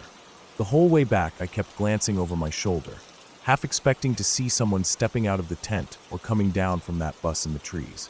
But no one did. The woods stayed quiet, except for the usual sounds of birds and the wind in the leaves. That wasn't the only strange thing we ever found in those woods. Deeper in, maybe on another afternoon or maybe the same day, I can't remember exactly, we came across what looked like a shanty town.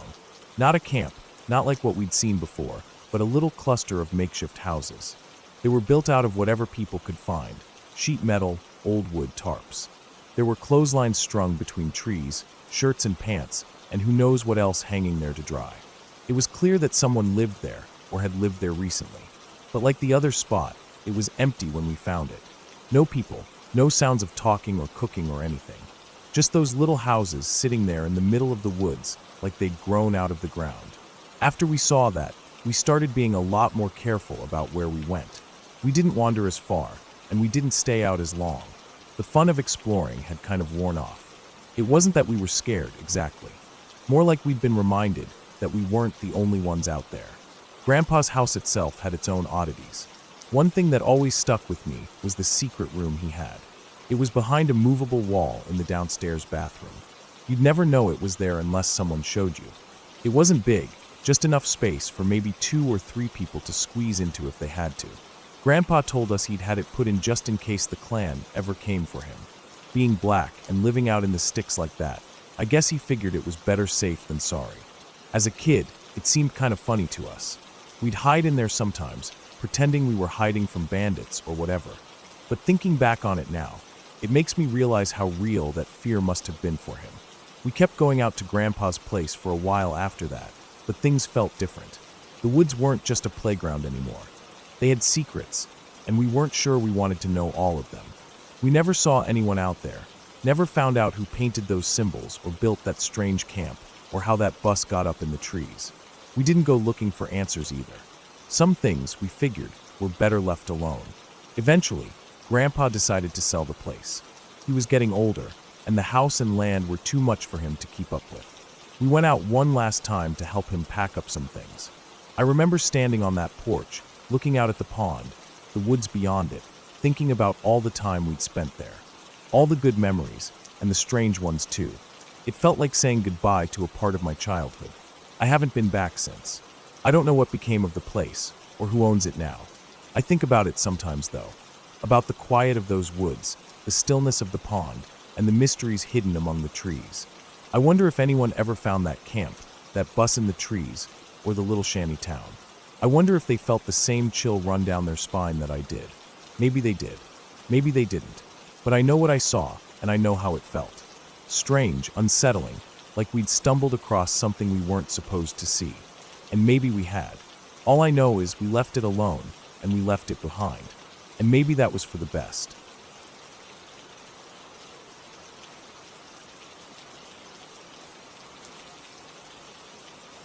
I'm alone in the house, a house that always feels too quiet when it's empty, too big for one person. My family had gone on vacation, and I had decided not to go with them. I wanted a break from everything, some time to myself. Our house sits farther back on the lot than most other houses in the neighborhood. From the street, it looks tucked away, hidden almost behind overgrown bushes and 2 oak trees that cast long shadows over the driveway and front yard. The layout of the house is strange, different from any other I've seen. The sidewalk runs all the way along the side of the living room before it ends at the porch. The front porch is small, nothing more than a concrete slab with a single step up to the door. And the living room windows, they're massive. They run nearly floor to ceiling and stretch across almost the entire front wall. They let in a lot of light during the day, but they don't open, and at night, they make me feel like I'm on display. No curtains, no blinds, just dark glass reflecting whatever light is inside, while outside remains a mystery. That night, I decided to drink. I wasn't a heavy drinker normally, but with the house empty and no one to bother me, I figured why not. I started with beer, then moved on to whiskey, pouring myself glass after glass as I watched mindless TV, letting the warmth of the alcohol take over. The hours slipped by, and before I knew it, I could barely keep my eyes open. I thought about going to my room, but the thought of walking through the dark house, past those big windows, felt like too much. I told myself it was silly, that there was nothing out there, but I couldn't shake the feeling. So I stayed on the couch, right under those windows. I grabbed a blanket from the back of the couch, pulled it over me, and passed out. I don't know how long I was asleep before I woke up. It wasn't any sound that woke me, not at first. I woke up because I was freezing, the kind of cold that sinks into your bones and makes your teeth chatter. I sat up a little, confused. The house was sealed up, no windows open, no doors open, and it was summer. It didn't make sense. I rubbed my arms, trying to warm myself, and that's when I heard it, the banging. It was loud, sudden, and so close that it felt like it came from inside my head at first. But it was coming from above me. I froze, my heart racing, my breath caught in my throat. I didn't want to look. I didn't want to see what I knew was there. But I couldn't stop myself. Slowly, without moving my head, I opened my eyes and shifted them up to the window. There was someone there. A figure tall, standing right outside, pounding on the glass with both hands. The face was hard to make out in the dark, but I could see the outline, the way the figure moved, the way the hands slammed against the window again and again. I felt sick. I wanted to move, to run, but my body wouldn't listen. My mind raced. Who was it? Why were they here? How long had they been watching? I glanced at the cable box under the TV. The green numbers glowed in the dark. 3:04 a.m. The banging continued, relentless, as if whoever it was knew I was there, frozen on the couch, too scared to move. I stayed as still as I could, barely breathing, hoping they would stop, hoping they would think I wasn't home. But they didn't stop. They kept pounding on the window, shaking it in the frame, making a sound that seemed to fill the whole house. I stared at the figure, willing it to leave, but it stayed, hammering the glass, as if trying to break through.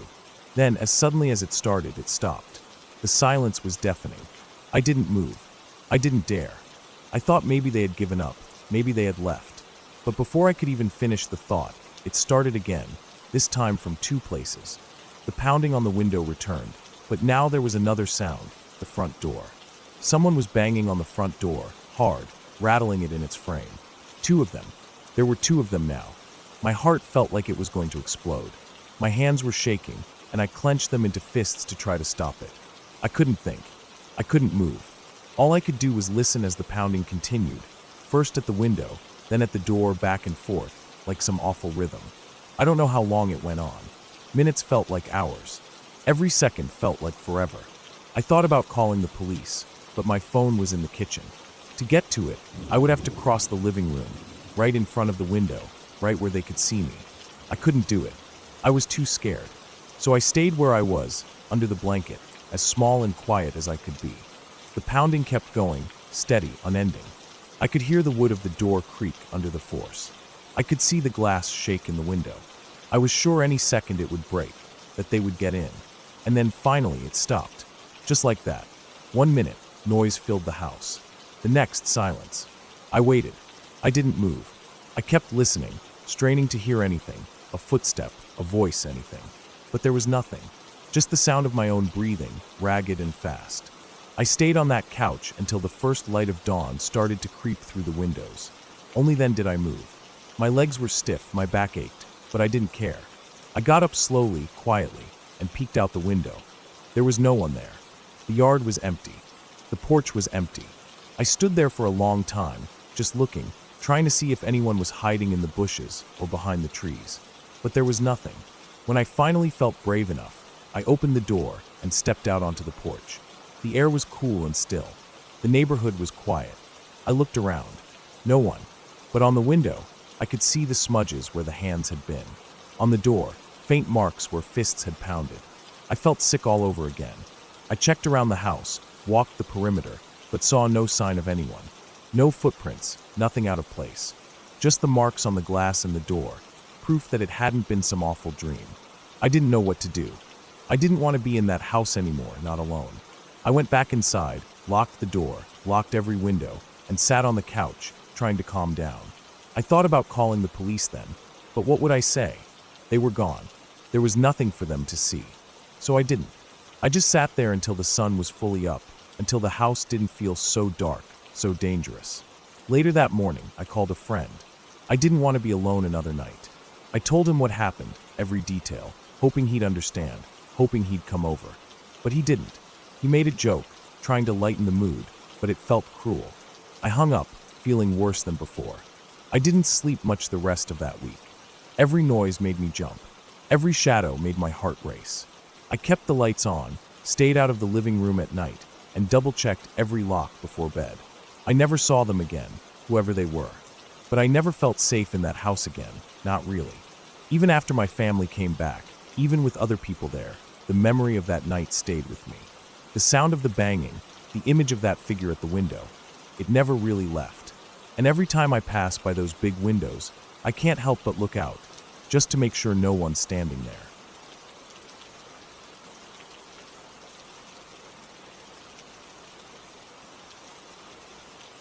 I had just turned 17 when I finally got my license. It was one of those things I'd been counting down the days for, dreaming of the freedom it would give me. I remember that feeling of sitting behind the wheel of my car, a beat-up old sedan my parents had handed down to me, and knowing that for the first time, I could just get in and go wherever I wanted without asking permission or waiting on someone else. My friends and I had already started planning all the dumb stuff we'd get up to with that freedom, and one of those things was finding abandoned houses. We weren't vandals or anything like that. We just thought it was cool to find those places no one cared about anymore and claim them for a night, drink some beers, tell stories, maybe have a little party. There was this excitement in the idea of being somewhere we weren't supposed to be. One house in particular had caught my eye. I passed it every night on my way home from work. I worked the closing shift at a small grocery store, so it was usually dark by the time I was heading back. The house sat back from the road, surrounded by overgrown grass and weeds that had gotten so high in some places they reached the bottom of the windows. It was big, too, one of those houses where you could tell whoever started building it had big plans, but something stopped them from finishing. The walls were up, but there were places where you could see right through to the other side. No windows, no doors, no signs of life. Just this hollow shell sitting there, year after year. I mentioned it to one of my friends, Matt. He was always down for this kind of thing. I told him how it looked, how big the property was, and how it was set back far enough from the road that no one would probably even notice if we were there. He got excited, and we started talking about checking it out together. We made plans to go see a movie one evening, and I decided that before we hit the theater, I'd take him out there so he could see it for himself. It was summer, so the days were long, but by the time we headed over that way, dusk was starting to settle in. That kind of in-between light where it's not quite dark, but not really day anymore either. I had my headlights on as we turned down the road that led to the house. The place looked even more eerie in that fading light. The shadows stretched across the yard, and the unfinished frame of the house stood out against the sky like a skeleton. I remember feeling a little chill as we pulled up in front of it, but I tried to play it cool. I didn't want Matt thinking I was spooked by an empty house. We sat there for maybe 10 seconds. Long enough for him to get a good look at it. Long enough for me to feel that little thrill of being somewhere we weren't supposed to be. Then I put the car in reverse, and we started heading back toward the main road. I didn't want to hang around too long. The idea was to scout it out, not to get caught. We'd barely gotten back onto the main road when I noticed the truck. It was big, one of those lifted pickups with massive tires. At first, I thought it was just coincidence, just someone else heading out at the same time. But then I saw the high beams come on, bright enough that they lit up the inside of my car like it was daytime, and I realized the truck was right on our tail. Like so close I couldn't even see its headlights in my rearview mirror, just this blinding wall of light. Matt and I exchanged a look, that kind of look where you don't have to say anything because you both know something's not right. I tried to stay calm, told myself it was probably just some local annoyed that we'd pulled up on private property. I kept driving, sticking to the speed limit, hoping the guy would back off once we got further down the road. But he didn't. If anything, he seemed to be getting closer. which I wouldn't have thought possible given how close he already was. When we got to the intersection where we needed to turn, I put on my signal and made a right. There was a gas station on the corner, one of those old ones that still had a mechanic's garage attached to it, though it didn't look like it had been open in years. As I was turning, I saw out of the corner of my eye that the truck didn't follow me. Instead, it cut across the gas station lot, bouncing over the cracked pavement and weeds, and came to a stop right in front of us, blocking the road. I hit the brakes hard. For a second, I just sat there, staring at this massive truck that was now blocking my only way forward. The driver's door opened, and out stepped this man. And I mean, this guy was huge. Broad shoulders, thick arms, the kind of guy who looks like he could break you in half without even trying. He didn't run at us or anything like that. He just walked over, slow and steady, like he knew we weren't going anywhere. I could feel my heart pounding in my chest. My mouth went dry. I remember my hands gripping the steering, while so tight my knuckles turned white. Matt was dead silent beside me, which was maybe the scariest part because Matt was never quiet. He always had some smart comment or joke ready, but not this time. The guy came up to my window and knocked. I didn't want to roll it down, but what choice did I have? Leaving it up felt like it would only make things worse. So I cracked it just enough so he could talk to us. The whole time, I was hyper-aware of how empty the road was. Normally, that was a busy stretch, even at that time of night. But now, it was like we were the only people in the world. No headlights, no cars, no one pulling into the gas station. Just us, the truck, and this guy. He leaned down and stared at us through the window. His eyes were hard, like he was sizing us up, deciding if we were a threat or just some dumb kids. I could smell tobacco on his breath, see the stubble on his face, the sweat on his brow. He asked what we were doing at the house. His voice was low, but there was this edge to it that made it clear he wasn't asking just to be polite. I lied. I didn't even think about it. The words just came out. I told him we were making a U-turn. That was it. Just a U-turn. No harm done. I tried to make my voice sound casual, like we hadn't even noticed the house, like we were just two kids trying to get where we were going. He didn't say anything right away. Just stared at us, that smile slowly creeping onto his face. Not a friendly smile. More like he was amused by how scared we were. Then, without another word, he stepped back, waved us on, and went back to his truck. I didn't waste a second. I eased around him as carefully as I could, then put my foot down as soon as we were clear. We didn't say anything for a while, just sat there in the car, both of us trying to process what had just happened. When we were finally far enough away, Matt let out this long breath, like he'd been holding it the whole time. We went to the movie like we'd planned, but neither of us really paid attention. The whole time I kept replaying it in my head. The empty house, the truck, the man, the way the road had gone so still and quiet. It didn't feel like coincidence. It felt like we'd stumbled onto something we weren't supposed to see. After that night, I kept my distance from that house. I still passed it sometimes, and every time I did, I'd glance over at it. It never changed. Still unfinished, still empty, still sitting there like it was waiting for something. But I never saw another car there. No trucks, no people. Just the house and the overgrown yard. I don't know what was going on there. Maybe it really was nothing. Maybe the guy was just some neighbor looking out for the place, though it didn't feel that way. The way he smiled, the way he blocked us in, it felt like a warning. Like he was letting us off easy that time, but wouldn't be so kind if we came back. To this day, I get that same uneasy feeling whenever I think about it. The way that house looked in the fading light, the way that truck came out of nowhere, the way the world seemed to go silent right when we needed someone else to be around. I've driven past it a few times since then, but I never stop. I don't slow down, don't look too long. Just keep moving, eyes on the road, hands tight on the wheel. And I never went looking for abandoned houses after that. Whatever thrill we'd been chasing, it wasn't worth it. There's something about places like that, places that were started but never finished, that feel like they belong to someone, even if no one's living there. Someone's always watching, always waiting. And sometimes, if you're lucky, they'll let you go. But not always. So yeah, don't go into abandoned houses. It's not worth it.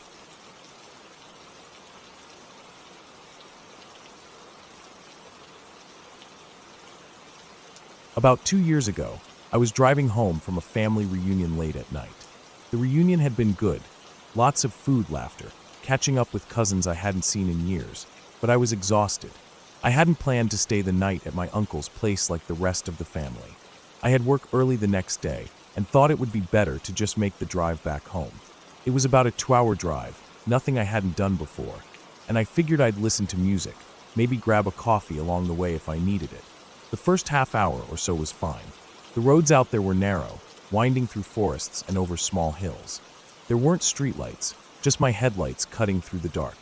The trees on either side of the road were dense, tall, and overgrown. Their branches seemed to reach out toward the road, forming a tunnel of sorts. The kind of road that looks fine in the daylight, but becomes something else entirely at night.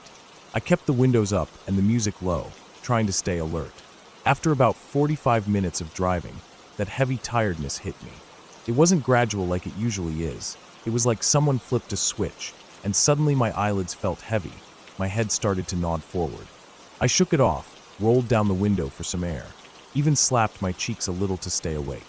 But it wasn't working. The last thing I wanted was to fall asleep at the wheel. There weren't many cars on the road, but every few minutes one would pass by in the opposite direction, its headlights briefly lighting up the inside of my car before disappearing into the night.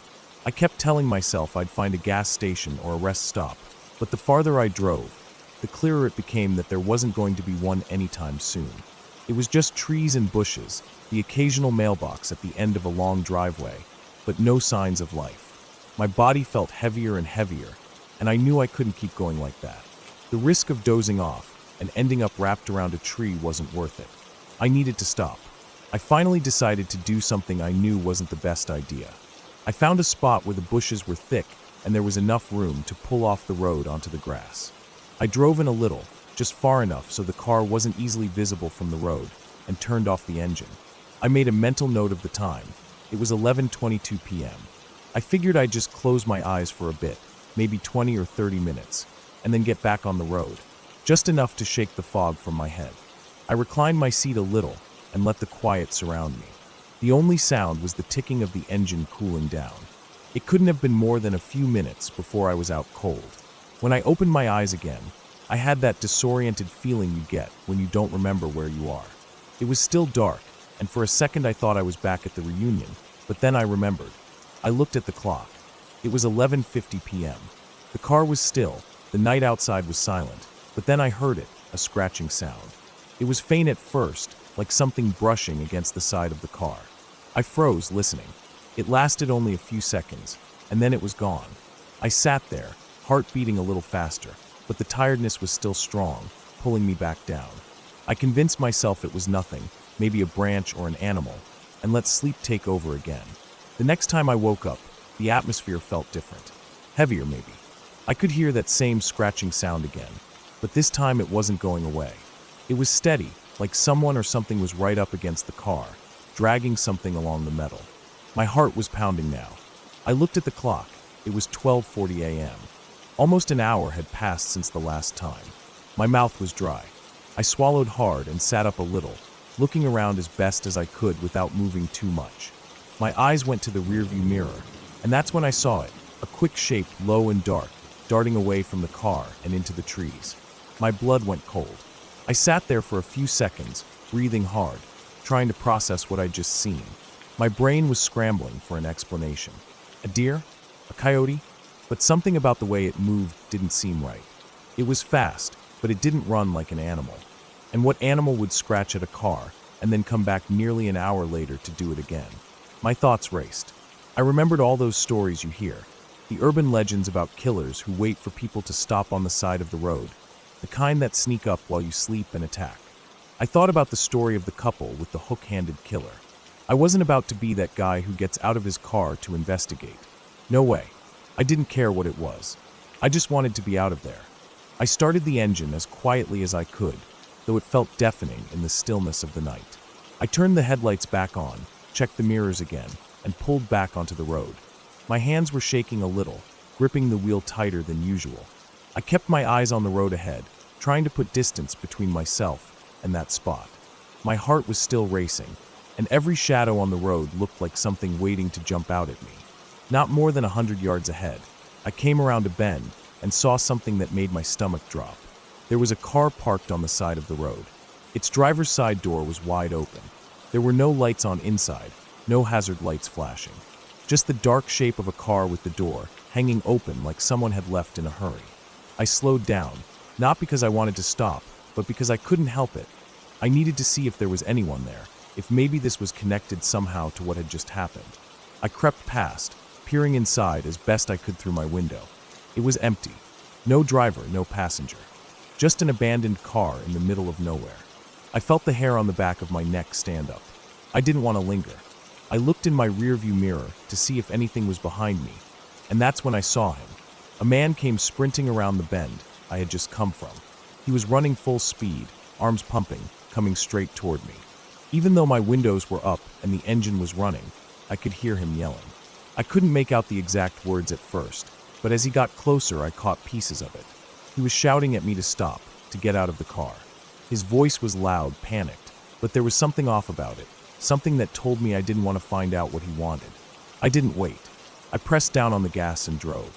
My heart was pounding in my ears. I didn't look back again. I just kept going, taking the turns faster than I should have, the tires humming on the asphalt.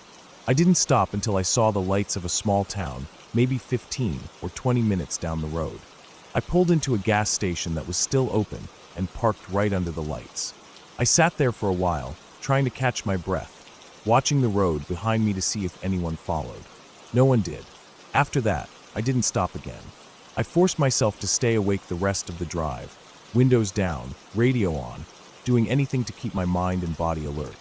I kept thinking about that scratching, about that shape running into the trees, about the man chasing after my car. I kept asking myself what his plan had been. What would have happened if I'd stayed parked, or if I'd stopped at that abandoned car? When I finally got home, it was past 2 a.m. I parked in my driveway, sat there for a few minutes, and then went inside. The house felt safe, familiar, but I didn't sleep much that night. Every time I closed my eyes, I saw that man running at me, heard the scratching sound on the car. The next day, I checked the sides of my car in the daylight. Sure enough, there were marks along the rear door and the panel above the back tire. Long, thin scratches that hadn't been there before. I don't know what made them. Maybe it was an animal. Maybe it was that man, trying to mess with me before he made his move. All I know is, I won't ever stop like that again, no matter how tired I am. I'll find a proper rest stop, or keep driving until I see lights. Because that night could have ended a lot differently, and I'm just glad it didn't.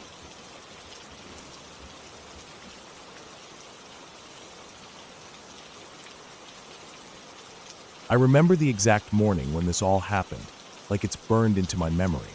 I was up before dawn, like usual, sipping on my coffee while the sun barely started pushing its way up over the horizon.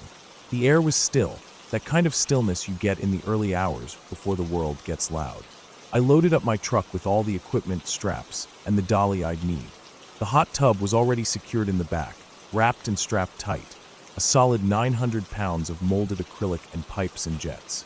Heavy as sin, but I'd moved these things so many times I didn't think twice about it. I had my route planned, I had my supplies, and I figured it was just going to be another long but normal workday. Driving out toward Branson, Missouri, I remember how quiet the roads were at that hour. It gave me time to think, though my thoughts didn't stray far from the job ahead. The gated community where I was headed was one of those places that made you feel like you didn't belong unless you owned a yacht or some vacation property somewhere. Fancy houses, winding roads, and more money tied up in landscaping than most folks earn in a year. I pulled up to the gate, gave my info, and the guard waved me through like I wasn't hauling around a small pool on wheels. The house I was delivering to was perched on the side of a hill, a massive thing of glass and stone and steel, half finished with scaffolding clinging to its sides like some giant insect. The driveway led me straight up to what they called the 4th floor, though it felt more like the ground floor from where I stood because of the way the house was built into the hill. The other floors stepped down the hillside like giant stair steps, so standing there, it was easy to forget how far the drop really was. When I got out of the truck, I was met by a bunch of construction workers, hard hats, dusty boots, the whole deal. The contractor wasn't around, but the crew had been told to help me out and get the hot tub in place. I got a look at the path I'd need to take, down into the yard, up a makeshift ramp onto the porch, through the living room, and out onto the deck. That deck, I'll never forget the sight of it. A bare skeleton of a thing, just enough boards laid down to make a narrow bridge from the patio doors to the far corner where the hot tub would sit. No railing, no safety net, just open air and a 4-story drop waiting to swallow anyone who put a foot wrong. I walked the path first, planning every move in my head. The deck boards flexed under my weight as I crossed them, just enough to make my stomach knot. Below, the ground sloped away steeply, ending in a jumble of boulders and scrub. If I fell, there wouldn't be a hospital visit. It would be a body bag. We started the process slowly, carefully. The hot tub came down off the truck, down the ramp into the yard, up the ramp onto the porch. The guys were good about helping, steady hands and strong backs. We got it through the living room without so much as a scuff on the walls, and then out onto that unfinished deck. The air felt thinner out there, like I could feel the sky above and the emptiness below. Every step was deliberate. The tub was balanced on its edge on the dolly, and the weight of it made the boards creak in a way that raised the hair on my arms. We edged it along that narrow strip of decking, the tub towering over me, the dolly groaning with the load. I kept my eyes on the boards, on my feet, on the edge of the deck that seemed to call to me with every inch I moved closer. The wind picked up a little, just enough to remind me how high I really was, how exposed. Finally, we got to the far corner. That was where it needed to go, snug up against the house, so they could finish building the deck and add the railing later. The contractor had given specific instructions. Leave it on its edge for now. I didn't like it, but it wasn't my call. Laying it down would have been safer, easier, but I had to work with what I had. I explained the plan to the crew. We'd put blocks under one side of the dolly, tilt the tub, pop the straps, remove the dolly, then set the tub back down on the deck. Simple enough in theory, but I could see the problem right away. There wasn't enough room. The deck wasn't wide enough to do it clean. I'd have to stand with my heels dangerously close to the edge, nowhere to step back if anything shifted. But there wasn't another option. I took a breath, tried to steady my nerves. We got the blocks under. I tilted the tub, feeling the weight of it settle against me. I could hear my own heartbeat, loud in my ears. My feet were planted, but not as solid as I would have liked. There was barely any deck behind me, just empty space. We popped the strap on one side, worked the dolly loose. One side free, but the other side stuck. I felt the tub shift slightly toward me as the guys tried to work it loose, and I called out for everyone to freeze. I needed to reset my feet, but there was no deck left. I had to edge back just enough that my heels hung over the side, toes gripping what little surface I had left. The wind chose that moment to gust again, making the tub wobble just enough to send a jolt of panic through me. The guys were steady, hands on the tub, but I could feel how close we were to losing control. My arms ached from holding the weight, my back screamed at the awkward angle I had to maintain. And that one guy, off to the side, was fiddling with the strap that would eventually secure the tub to the house. He wasn't helping, not really, just keeping out of the way, or so I thought. We were so close. The dolly just needed a nudge, just a bit more, and it would be free. And that's when it happened. One of the workers, impatient or maybe just trying to help, gave the tub a kick at the corner to try and pop it loose. It worked. The dolly came free. But I wasn't ready. My balance was already razor thin, and the sudden shift sent me off. I felt my heels lose their grip, felt the deck fall away behind me. My arms pinwheeled, grasping at nothing, my body arching backward toward that empty space. In that split second, everything slowed down. I saw the boulders below, sharp and unforgiving. I saw the sky, so bright and empty above. I felt the weight of my own body tipping, going past the point where I could recover. I knew I was falling. There was no stopping it. No one could reach me in time. And then, like a miracle, I felt something hit the small of my back, hard and fast. It jolted me forward, slammed me into the bottom edge of the tub. My arms wrapped around it on instinct, clutching it like it was the only thing keeping me alive, because in that moment, it was. The tub wobbled, the guys steadied it, and somehow, I was upright again, pressed against the side of that massive piece of acrylic, heart pounding, legs shaking. The dolly was clear now. They pulled it out, stood the tub up straight, and there I was, hugging it like a lifeline, trying to get my breath back. My mind was racing, trying to piece together what had happened. And then I saw it, the strap. That strap that the worker had been messing with, the one I'd thought was just a distraction. He'd secured one end of it to the house already. When I fell, it had been hanging off the deck behind me. And when I went over, he'd grabbed it and yanked with everything he had. It wasn't designed to catch a falling man, but that day it did. It caught me, pulled me forward just enough to save me from the fall that would have ended me right then and there. Afterward, when it was all done, I thanked him the only way I knew how. I had been saving for a Christmas surprise, a trip for my wife and daughter to Breckenridge, Colorado. A proper vacation, something we'd never really done. But after that day, after that moment, I knew he deserved it more. I gave it to him, sent him and his family on that trip. They never knew what I'd been planning, so it didn't hurt as much to give it up. It felt right. He saved my life, no question about it. There wasn't a mark on me, but the memory of that fall, of that strap catching me, of the look on the worker's face as he realized what he'd done, that stays with me. Every time I step onto a deck, every time I move one of those heavy tubs, I think of it. That day could have ended so differently. It could have been a tragedy. But instead, it reminded me how sometimes the smallest action, something as simple as securing a strap, can make all the difference.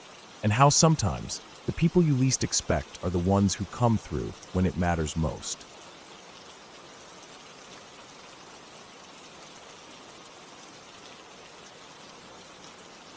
I used to work at a Boy Scout summer camp deep in the woods of the southern United States. The camp was huge, stretching over thousands of acres of forest and hills, with lakes scattered here and there. There were dirt roads winding through it, but for the most part, once you got out beyond the main camp, you were in the middle of nowhere. I had been working there for a few years and knew the area pretty well. I knew where the trails led, where you could find water, and where to avoid because of thick undergrowth or hidden ravines. I wasn't exactly an expert woodsman, but I was comfortable out there. The kind of comfortable that comes from spending week after week in the same woods, hearing the same sounds at night, getting used to the way the forest comes alive after dark. Every week, we'd get a new group of scouts, mostly teenage boys, eager to earn their badges. One of the badges that always drew a lot of interest was wilderness survival. For that badge, part of what they had to do was build a shelter out of what they could find in the woods, sticks, leaves, branches, and sleep in it overnight without a tent. It was supposed to teach them self-reliance, resourcefulness, and give them a taste of what it might be like to really have to survive on their own in the wild. It was my job to lead them to the designated spot and supervise them overnight. The spot we used was maybe half a mile from the main camp as the crow flies, but we always took a longer, winding path to get there. The trail we used twisted through the trees, crossed a shallow creek, climbed a small ridge, and then dropped down into a hollow surrounded by tall pines and oaks. By the time we got there, the boys always felt like they were miles from anywhere, lost in the middle of the woods, which was exactly the point. The hollow was a good place for it, flat enough to sleep on, with plenty of deadwood and fallen branches for shelter building, and a small clearing where we could safely build a campfire. That week started out like any other. The boys were excited, full of energy, talking over each other as we made our way down the trail. I let them set the pace, listening to their chatter, making sure no one wandered off. When we got to the hollow, they got to work right away, some of them trying to make impressive lean-tos or debris huts, others just piling sticks together in the hope that it would be enough. It took them a couple of hours to get their shelters finished, during which time I showed them how to tie basic lashings and pointed out good branches and leaves to use. We gathered firewood together and got the fire going, and after a simple dinner, hot dogs and baked beans cooked over the fire, we all settled in around the flames as the light faded from the sky. It was a quiet night at first. The fire crackled, and the boys told stories and joked with each other, the way they always did. Every now and then I'd hear an owl hoot in the distance, or the rustle of some small animal in the underbrush, but that was normal. The stars came out one by one above the trees, and the air cooled down, the way it always does out there. I kept an eye on the boys, making sure no one was wandering too far from the fire or getting into trouble. After a while, the conversation slowed down, and I could see the boys getting tired, their energy finally burning out. It was probably around 11 o'clock when I told them it was time to turn in. They grumbled a little, but they were too tired to argue. One by one, they went to their shelters, crawling into the little spaces they'd made for themselves, some of them better built than others. I stayed up for a while, tending the fire, making sure it burned down safely. I was with another staffer, a guy named Mark, who was in charge of the group with me. We didn't say much, just quietly cleaning up, making sure the area was safe before we called it a night. That's when we heard it. At first, it was so faint I wasn't sure I was hearing anything at all. It sounded like bells, church bells. I froze, listening harder. The sound came again. Clear but distant. Bells, no doubt about it. Mark looked at me, his face pale in the firelight. We both knew there were no churches anywhere near us. The nearest town was at least 20 miles away, and even if there had been a church out there, what church rings its bells at midnight? The bells kept ringing, slow and steady, maybe every 30 seconds. We stood there listening, trying to figure out where it was coming from. The sound seemed to float through the trees, hard to pin down, like it was coming from everywhere and nowhere at once. I kept looking over my shoulder, expecting to see something, someone, but there was nothing. Just the woods, dark and silent except for the ringing. The boys started to stir. I could see them poking their heads out of their shelters, looking around, confused. They heard it too. I didn't want them to panic, so I spoke up, keeping my voice as calm as I could. I told them it was nothing to worry about, that maybe it was some kind of event back at camp. A church service, I said, or a memorial or something. It was a lie, of course, but I didn't know what else to say. I needed them to feel safe. The bells kept on ringing. We stood there listening, waiting for it to stop, but it didn't. It went on and on, the same slow, steady rhythm. Every time I thought maybe it had stopped, I'd hear it again, faint but clear. After what felt like forever, though it was probably only 30 minutes, the bells finally stopped. The silence that followed was almost worse. The woods seemed too quiet, like everything was holding its breath. That's when the singing started. It was soft at first, just a faint hum on the breeze. Then it grew louder, enough that I could tell it was voices, many voices. It sounded like choir music, the kind you hear in old churches.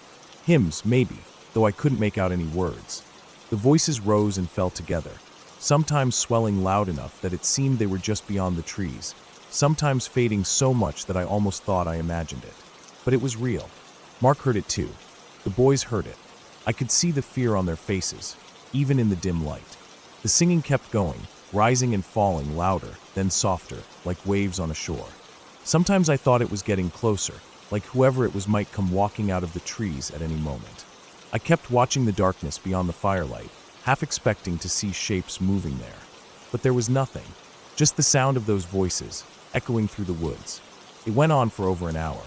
I kept trying to convince the boys, and myself, that it was fine, that there was some reasonable explanation. I told them again that it was just a church service at camp. Maybe a special event, I said. Maybe something to mark the end of the week. The boys didn't look like they believed me, but they didn't argue. They stayed in their shelters, watching the woods, listening. Finally, at almost 1 a.m, the singing stopped. Just stopped, all at once, like someone had flipped a switch. The woods were silent again, except for the normal sounds, the chirp of crickets, the occasional hoot of an owl. The normal night sounds that I had known so well, and that had seemed so far away while the bells and singing filled the air. We didn't sleep much that night. I stayed up, keeping watch, listening for any sound that didn't belong. Mark did the same. The boys eventually fell asleep, though I don't think it was restful. I kept the fire going until dawn, when the first light crept through the trees and the world felt normal again. When we got back to camp the next morning, I couldn't stop thinking about it. I kept playing it over in my head, trying to make sense of it. A few days later, I heard from one of the senior staff what had really happened. There had been a large KKK rally not far from camp that night, only a few miles away. That's what we had heard. The bells, the singing, the eerie sense of some hidden presence in the woods. It had all come from that. I felt sick when I found out. All that time I had been trying to reassure the boys, telling them it was just a harmless church service, that they had nothing to be afraid of. But there had been something out there that night, something real and dangerous. I had led those boys out into the woods, into the dark, and we had been closer to that than any of us realized. After that, I never heard the bells again. But every time I took a group out for wilderness survival, I found myself listening, just in case. And I always kept the fire burning a little longer, just in case. The woods felt different after that. Still beautiful, still peaceful in their own way, but different. Like I had seen a side of them I hadn't known was there. A side that wasn't about the trees or the stars or the sound of a creek running over stones, but about what people could bring with them into the dark. And that was something I never forgot.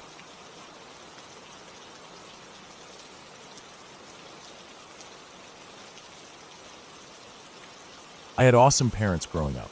The kind of parents that didn't mind bending the rules a little if it meant their kids were happy. On weekends, They let me sleep in the living room. My sister, she was a light sleeper, and sharing a room with her meant I had to be quiet once bedtime came.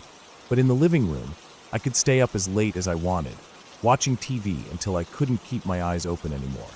I loved it. I felt free, in my own little world with nothing but the glow of the screen and the soft hum of the night outside. Nick at Night would play all the old shows, and I'd stay up until I was too tired, eventually falling asleep on the couch. It became my little tradition. That night started out like any other. I had my blanket wrapped around me, my feet tucked up under me as I laid sideways on the couch, staring at the TV. The room was dark except for the flicker of the screen. Outside, the crickets were chirping, and the world felt still. We lived out in rural Georgia, where the houses were spread far apart, and the trees seemed endless. Our front yard was big, but it ended where the woods began. Tall pines, thick oaks, and all kinds of brush created a wall around us, and beyond that was just more woods, as far as the eye could see. When the moon was full, like it was that night, the world outside took on this silver glow. You could see everything in this strange, pale light, like the trees were made of glass and the grass was coated in frost. I always thought it was beautiful. At some point, I must have dozed off. The TV was still on, but the sound was low. My head was heavy, and I remember my eyes fluttering open for a second, then closing again. But then I felt it, that prickly feeling, like when your skin tightens up and your heart skips a beat before you even know why. It felt like my body sensed something before my brain caught up. My eyes flew open, and I sat straight up on the couch without even thinking about it. My breath hitched, and my eyes went right to the front window. The big picture window that looked out over the front yard and the line of trees beyond it. And there, in the perfect light of the moon, I saw it. A shape, a person, sitting up in one of the trees. I could see the outline so clearly, like it was drawn in ink against the silver background. Someone was up there, perched between two thick branches, still as a statue. My stomach dropped, and I felt frozen, like I couldn't even move a muscle. My heart was pounding so hard it felt like it would burst out of my chest. Then the dog noticed. Our old hound Mix had been asleep on the rug, but in an instant, he was up at the window, his fur bristling, lips pulled back in a snarl. He growled low at first, then started barking and clawing at the glass like he wanted to rip through it. That snapped me out of it. I jumped up, heart racing, and bolted down the hall to my parents' room. My feet felt like they barely touched the ground as I ran, and all I could think about was getting them, telling them, making them see what I saw. I burst into their room, my chest heaving, and tried to get the words out.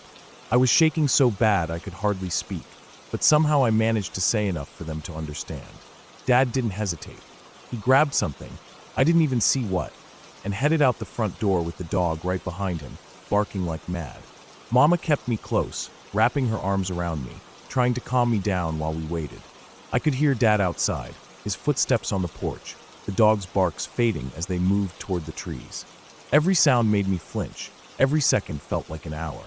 My eyes kept darting to the window, half expecting to see that shape again. Finally, Dad came back. He was out of breath, but trying to act calm, trying to reassure me. He said there was no one out there. He looked around, but the yard was empty, and the trees were still. The dog had sniffed around, but didn't find anything. Maybe I dreamed it, he suggested. Maybe it was a trick of the light. But I knew what I saw. I knew I hadn't imagined it. Still, I nodded and let Mama guide me back down the hall. I didn't want to sleep in the living room anymore. Not that night. I crawled into my own bed, feeling small and scared. My sister was half awake when I came in. I whispered what had happened, even though my voice was shaky and I wasn't sure I wanted to say it out loud. She didn't say much, just looked at me with wide eyes before turning over, pulling her blanket up tight. Dad stayed up, walking through the house, checking the doors, looking out the windows, sipping his coffee. I could hear his footsteps, steady and comforting. I laid there, stiff as a board, listening. Every creak of the house made me jump. Every little sound outside made me hold my breath. But eventually, with Dad making his rounds, I started to feel like maybe it was over. Maybe whoever it was had gone. Maybe I could finally sleep. But then I saw him, outside my window this time. The same figure, standing just beyond the glass, bathed in moonlight. I could see him clearly, the features of his face hidden in shadow, but I could make out the shape of him, the outline of his body. He didn't move at first, just stood there, staring in. My heart stopped. My breath caught in my throat. Then slowly, he lifted a finger to his lips, the universal sign for silence, for me to stay quiet. And then, as quickly as he appeared, he turned and ran. Not back into the trees, not toward the road, just straight across the yard, like he had no fear of being seen, like he didn't care if anyone was watching. I couldn't hold it in. The tears came hard and fast, and I couldn't stop them. I cried and cried, shaking so bad I felt like I'd fall apart. The image of him standing there, of that finger to his lips, burned into my mind. I don't know how long I lay there, crying into my pillow, too scared to move, too scared to call out for Dad, because I didn't want to make a sound.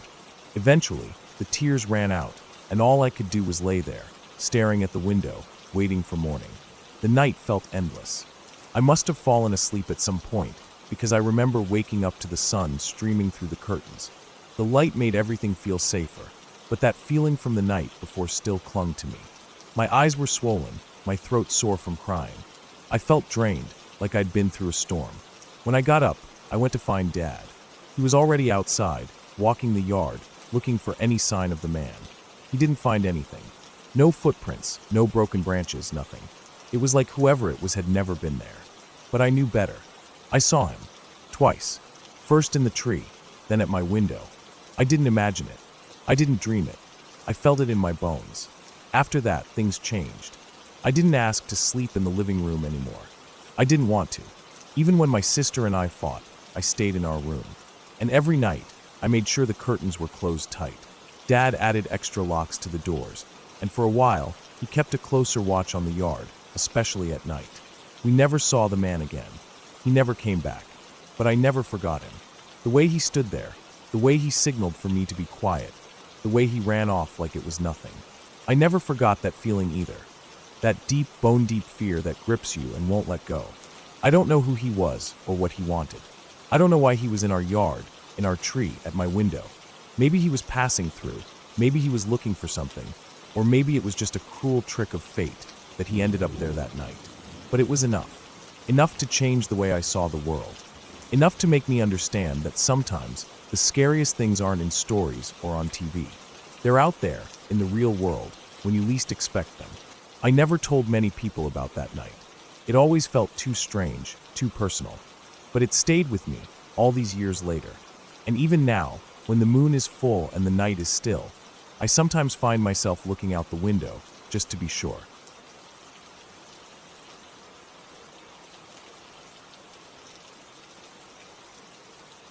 We had been talking about this trip for months. My best friend and I, both 16, both from this tiny village in Germany where nothing ever happened, wanted something big. We wanted to see the world, or at least some of it. We'd camped so many nights back home, in fields or woods around our town, hiding from farmers or just staying where no one cared. So we thought, why not France? Why not the Mediterranean?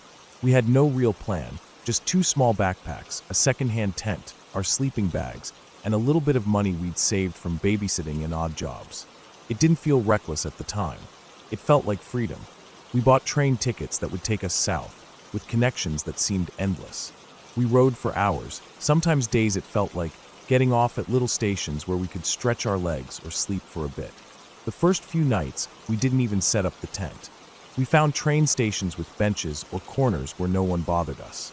Once, we met these guys running a beach bar who let us sleep behind the bar, safe from the wind, even giving us some leftover bread and cheese in the morning. We felt lucky, like the world was kind to us because we were kind to it. When we finally got to this small town by the sea, it felt like we had arrived. The beach stretched forever, and even though it was cloudy and the air smelled like rain, it was beautiful. We didn't have money for a campsite, but that didn't worry us. We'd never needed official spots before. We walked until we found a quiet part of the beach, away from the bars and the hotels, just sand and some concrete pillars where the garbage cans were chained. We set up the tent, using the pillars to anchor it down because the wind was already picking up. We tied the guy lines tight, double-knotted them, and even put some rocks inside the corners of the tent for extra weight. We didn't want to wake up with the tent blown into the sea. While we worked, I noticed this man fishing a little down the beach. He was older, maybe 50 or more, with a thick jacket and a cap pulled low. He watched us, but not in a way that seemed strange at first. People stare sometimes when they see 2 young girls putting up a tent alone. He waved, and we waved back. That was all.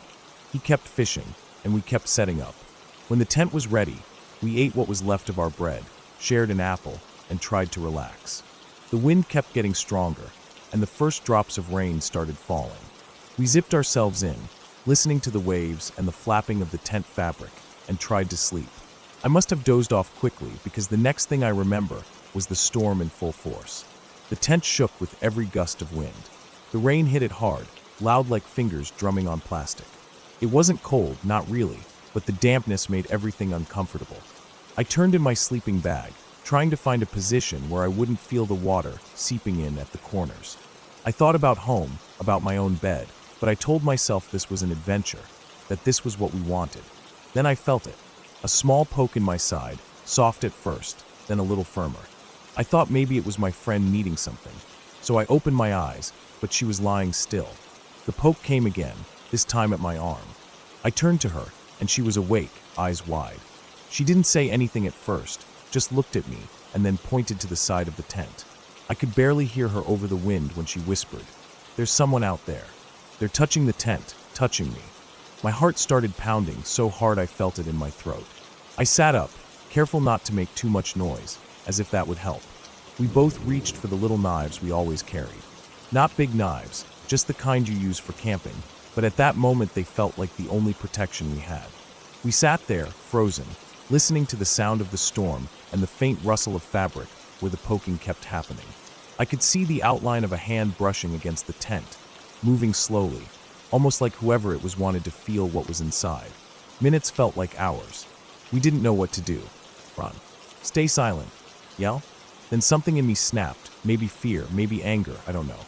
I hissed to my friend that we were going to open the zipper and face whoever it was. We couldn't just sit there waiting. My fingers shook as I pulled the zipper down. The storm roared louder as the flap opened, the rain hitting my face like needles. And there he was, that same fishing guy from earlier. His jacket was soaked, his cap pushed back on his head, his hair plastered to his face. His eyes looked strange in the darkness, reflecting the lights from the town far down the beach. He started talking, quickly, in a mix of French and broken German. I could barely understand him over the wind. He pointed at the pot we'd left outside, the one with the scraps of food from dinner. Something about rats, that they were coming to eat it, that he was trying to help us. I stared at him, trying to make sense of it. Rats? In a storm like this? I couldn't even see the sand properly through the rain, let alone any rats. We asked him, or more like motioned at him, because I don't even know if words came out right, why he was still here. Why he was standing outside our tent at 2 a.m. He smiled, or maybe it was just the way the light hit his face, and said something about his friends, about meeting them for night fishing. But I didn't believe that for a second. No one was fishing in this weather. No one was out here in the middle of the night except him.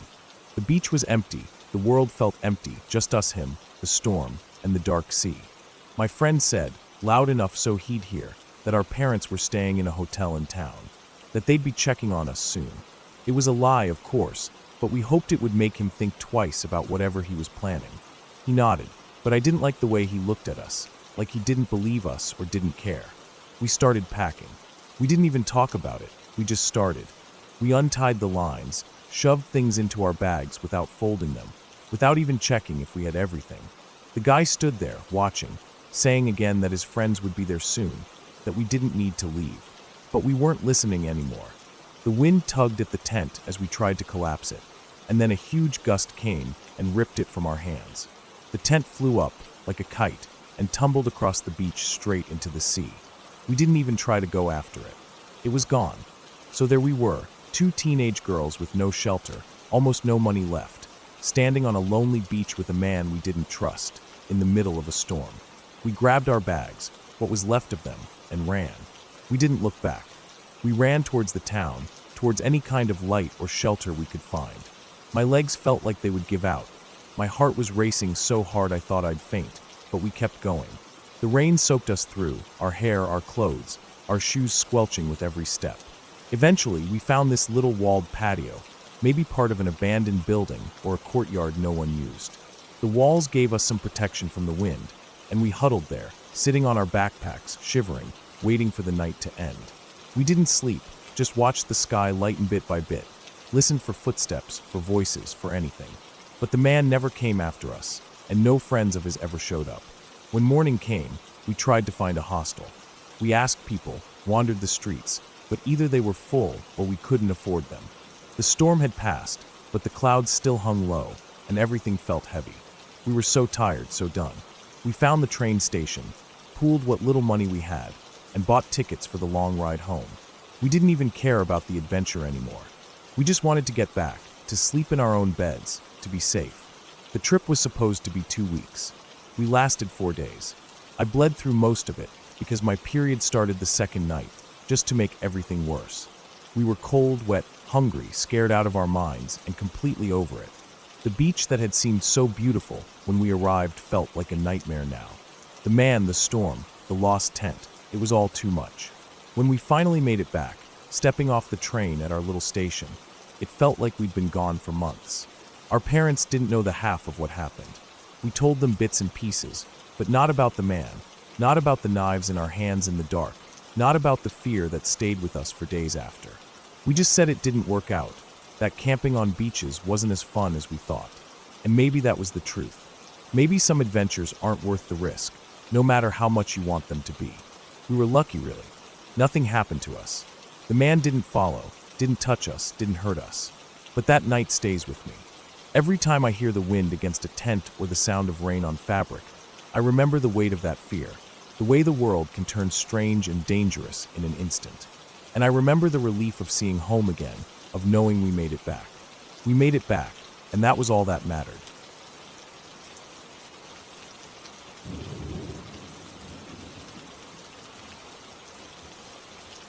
I've always loved through hiking and climbing.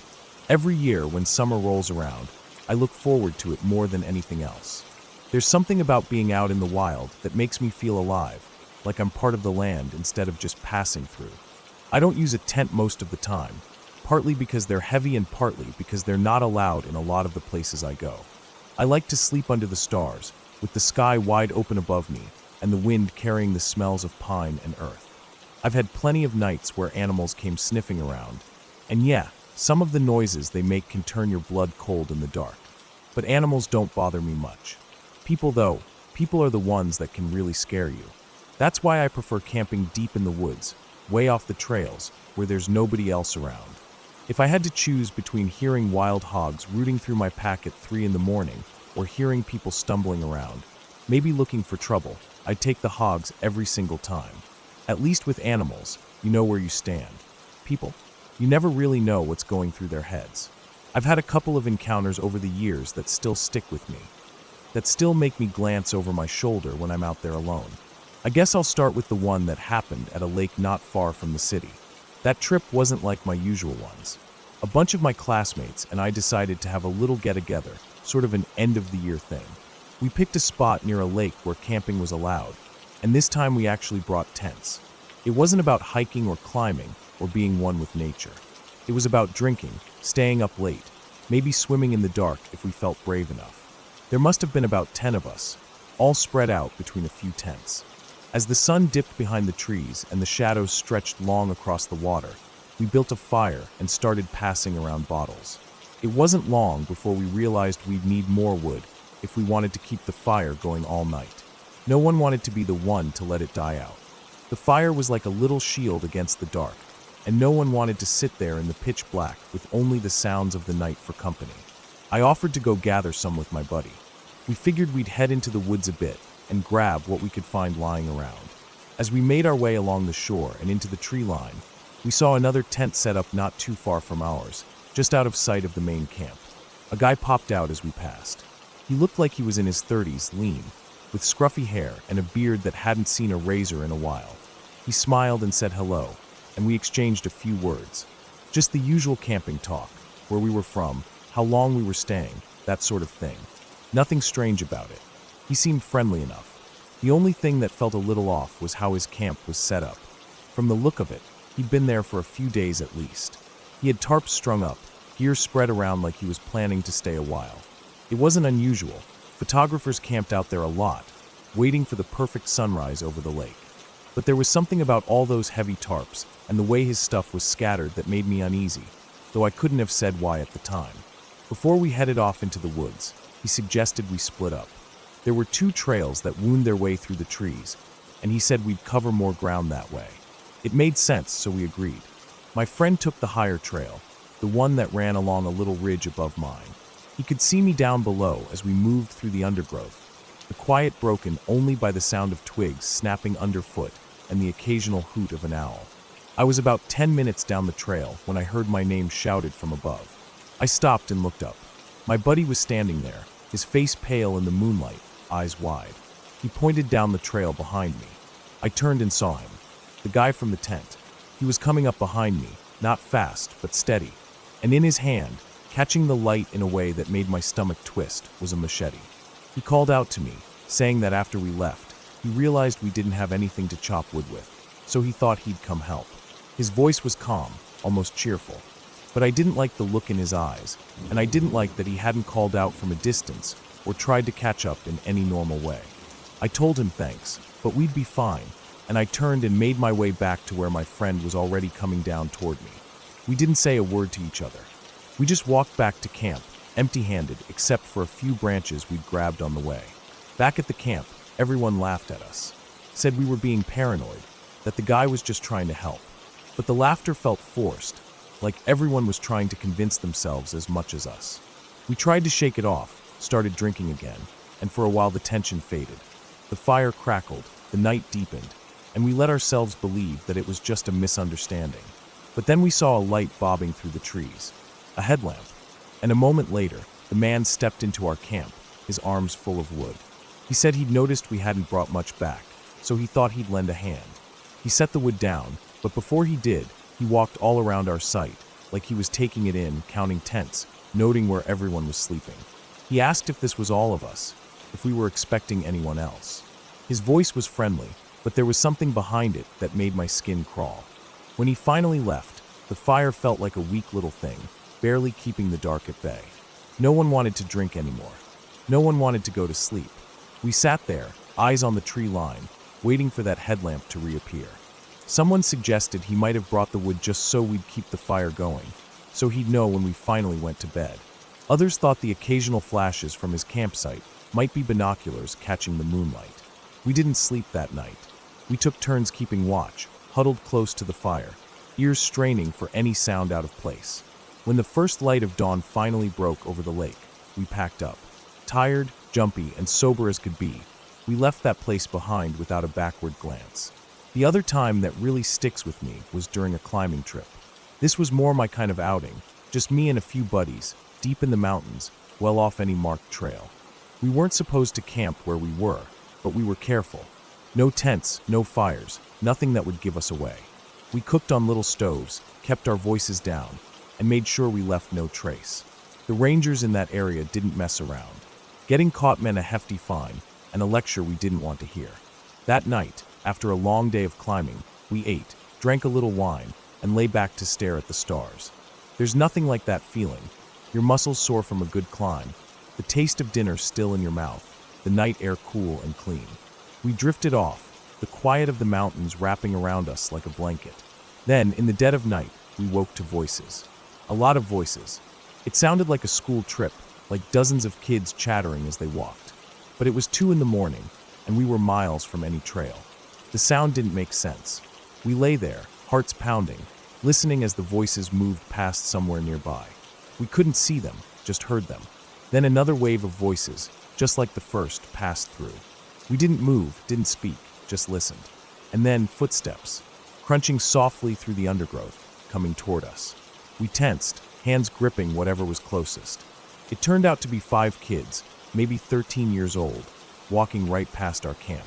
They didn't have lights, not even a glow stick or phone screen, just walking through the woods in the dark, following the voices. They nodded at us as they passed, like we were just another part of the landscape, and kept going, heading toward where the voices had gone. We didn't sleep after that. We just lay there, waiting for something else to happen, trying to make sense of it. Maybe they were scouts, maybe there was some explanation we couldn't see at the time. But the way they moved through the night, without lights, without a sound but the soft tread of their boots, still gives me chills when I think about it. When dawn came, we packed up and left, sticking to the shadows, making sure we didn't run into anyone else. There are a lot of strange things that happen out in the wild. You hear noises, you see things that don't quite add up.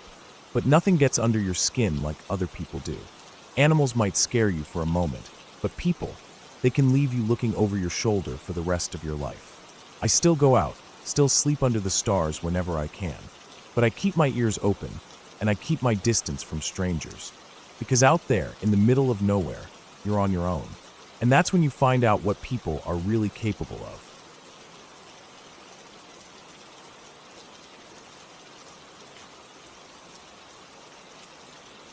I had been living in Southern Oregon for a while before I moved back to Georgia. The decision to leave Oregon wasn't easy. Life out there had a certain calm to it, a rhythm that was slow and peaceful. The days were quieter, the air cleaner, and people seemed more content just being where they were. I could drive for miles through pine forests and over mountains without seeing another soul. That peace had sunk into my bones, and I didn't realize how much I'd grown used to it until I found myself surrounded by the chaos of city life in Georgia. The noise, the rush, the constant motion, it was overwhelming. I thought I could handle it, thought maybe I needed the change, but after just a few weeks I felt drained, like all that calm had been scraped out of me. I decided I had to get away for a bit, just for a day or two. I needed trees, a creek, maybe a fire. Someplace where I could hear myself think again. Valentine's Day rolled around, and it felt like the perfect excuse. I never really celebrated it anyway, and I wasn't in the mood to be around people or fake a smile at couples holding hands. I packed up my gear, tent, sleeping bag, a cooler with some food, my old cast iron skillet, firewood I'd picked up from a roadside stand, and headed north toward the Appalachian foothills. I'd always loved that stretch outside of Helen, the way the road winds between hills thick with trees that seemed to go on forever. I drove until the pavement ended and kept going on a dirt road that snaked up into the hills. The higher I climbed, the fewer signs of life I saw. No houses, no hikers, not even another car. It was exactly what I wanted. I went maybe 7 miles up that dirt road before I hit a gate that was closed for the winter. The Forest Service must have shut it after the last snowfall. I parked my truck off to the side, found a spot down by a little creek just below the road, and started setting up camp. It felt good to move around, to get my hands busy. The air was crisp, the kind that smells of pine needles and cold water. I pitched my tent on a flat patch of ground, close enough to the creek to hear it, but not so close that I'd have to worry if it rained. I stacked my firewood, got a small blaze going, and dragged a chair over next to it. I remember leaning back, looking up at the sky starting to pink up with sunset, and feeling like I could finally breathe again. For the first time in weeks I felt at ease. That peace didn't last long. It was still daylight when I heard the sound of a truck coming up the road. The engine echoed off the hills before I saw it. I looked up and watched as an old pickup came into view, rattling and coughing like it barely had enough life to make it up the mountain. It slowed as it got near my camp, and I felt my stomach tighten. Something about it didn't sit right with me, even before I saw who was inside. There were 2 guys in the cab, both of them rough-looking. Beards that looked more like they'd been forgotten than grown, dirty ball caps pulled down low. One of them had a bottle of liquor in his hand. I don't know what it was, whiskey maybe, but he took a long pull from it while they both looked down at my camp. Their eyes moved from the fire to the tent to the single chair by the fire. I felt exposed, like I'd hung a sign out that said alone. They asked why the road was closed, though they didn't seem to care much about the answer. Mostly they just looked. Looked at me, looked at my gear, looked at the tent like they were checking if someone might come out of it. I told them, we're just staying the night, putting weight on that word like it could build me a little wall. I glanced at the tent, hoping it would sell the idea that I wasn't out there by myself, that maybe my man was inside, just out of sight. They didn't say much after that. Just took another drink, kept looking a beat too long, then finally drove off up the road toward the gate. I watched them go, heart hammering harder than I wanted to admit. Even after they were gone, the camp didn't feel the same. The trees didn't feel friendly anymore. The creek sounded louder, or maybe it was just the blood rushing in my ears. I tried to shake it off, tried to tell myself I was being silly, but the feeling stuck. I sat by the fire until the last light drained out of the sky, listening for the sound of a truck, watching shadows move as the fire popped and crackled. Every snap of a branch, every rustle of the wind made me jump. Finally, I decided to call it. I couldn't sit there all night jumping at sounds. My tent felt too vulnerable. The thought of crawling in there, and trying to sleep while my mind ran wild wasn't something I could face. My truck had a camper shell over the bed, and I thought maybe I'd climb in there. If those guys came back, maybe they'd check the tent, figure I was inside, and leave. But the longer I sat there trying to convince myself that was a good plan, the worse it sounded. I kept seeing them in my mind's eye, the way they looked at my camp. I couldn't ignore the knot in my gut. Something wasn't right. So I did what I had to do. I packed up.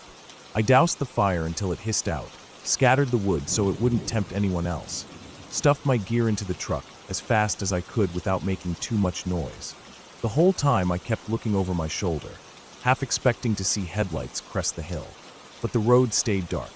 When I finally got behind the wheel, I sat there a minute, trying to calm down. The cab smelled like smoke and pine. My hands were shaking on the steering wheel. I took a deep breath, let it out slow, and pulled onto the road. I remember telling myself it was going to be fine, that those guys were probably miles away by now, that I'd get down to the main road, find a cheap motel, and laugh about it in the morning. I didn't even make it around the next bend. Their truck was there, parked on the shoulder just out of sight of my camp. They had killed the lights. I couldn't see inside, but I could see the shape of it, sitting dark and silent in the night. My headlights swept over it as I came around the curve, and in that instant their engine roared to life. They pulled out right in front of me, tires kicking up dust and gravel, and started down the road. Slowly, too slowly, like they wanted me to follow. My heart was in my throat. The road down was narrow, winding, with cliffs on one side and the mountain on the other. No room to pass, no room to turn around, and no cell reception. I checked, just in case. Dead. I gripped the wheel and kept my distance, headlights fixed on their tailgate. I started thinking through what I'd do if they stopped, if they tried to block the road. I knew the cliffs well enough to know I couldn't risk trying to run them off. One bad turn, and I'd go over the edge. And if they had a gun, well, I didn't have anything to fight back with but my truck, and that wouldn't help much against a bullet. The miles crawled by. Every turn felt like it took a year. I kept waiting for their brake lights, for them to stop in the middle of the road and force me to decide. But they didn't. They just kept up that slow, steady pace, like they were thinking through their next move. Like they knew I was trapped behind them. My mouth was dry as dust. My mind raced through options, but there weren't many. I just had to make it to the main road, get to where other people might be, where I could maybe get a signal, where I could find help. When the last bend came into view, I felt like I could finally breathe again. The main road opened up ahead, empty but wide and flat. I didn't even care which direction they turned. I just needed them gone. As soon as they hit the pavement, they gunned it. Their truck shot off down the road, taillights shrinking fast in the distance. They didn't look back. They didn't slow down. They just disappeared into the night. I pulled onto the highway and turned the opposite way. Drove until I found a motel with a glowing vacancy sign, an old place with paint peeling from the trim and a cracked Coke machine out front. I parked right under the office light and went in, hands still shaking, voice tight as I told the clerk what had happened. I gave him their license plate, told him I thought he should call the sheriff. He nodded, picked up the phone. I don't know if he believed me or just figured it wasn't his business, but I didn't care. I was done. I just wanted a lock on the door and a few hours of sleep. That night, I lay on the motel bed listening to every sound, every car that went by, every creak of the building settling. But I was safe. I knew that much. And when morning came, I packed up and drove home, back to the city, but I didn't stay long. Not after that. The peace I'd had in Oregon called me back, and I listened. I made my way home, back to the forests and rivers that made sense to me, where the wild things you had to worry about had fur and claws, not bottle caps and bad intentions.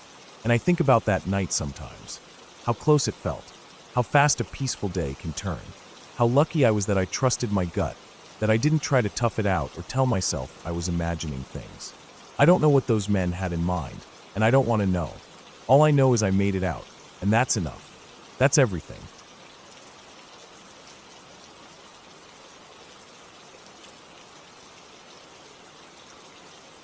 It was a cold night, the kind that seemed to seep right through your coat and settle in your bones no matter how tightly you pulled it around you.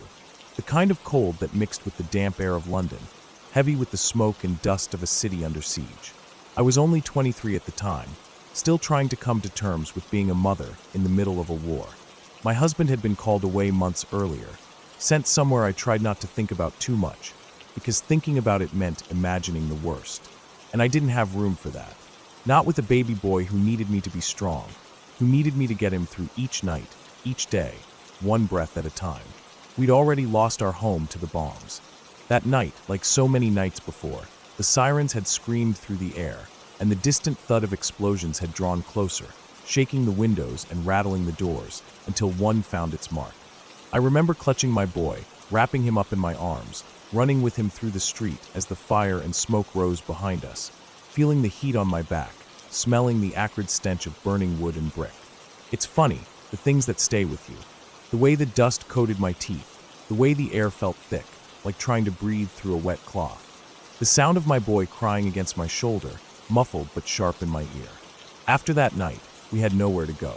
Everything we owned had been swallowed by that fire. So when my friend offered me a place to stay, I took it without hesitation. She was kind, and she understood. She set me up in a small room at the top of her house. It wasn't much, just a narrow bed, a cot for my boy, and a window that looked out over the rooftops, where you could see the glow of fires burning in the distance, the smoke drifting up to meet the dark sky. That evening, I remember feeling bone-tired. Every part of me ached. My arms from holding the baby for so long, my legs from running, my head from the constant fear that never seemed to let up. I wanted nothing more than to lay down, just for a few hours, to close my eyes and forget, even for a moment, what was happening outside. I carried my boy up the narrow stairs, the old boards creaking under my feet. The house smelled faintly of wood polish and coal smoke, a familiar smell, comforting in its way. I was almost to the top when something made me stop.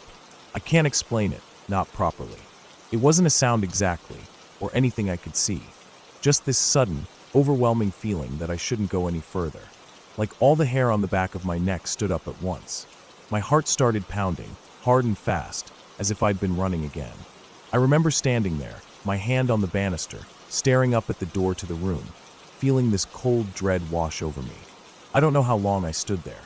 It felt like forever, but it was probably only a few seconds. And then I turned around. I didn't think about it, I just did it.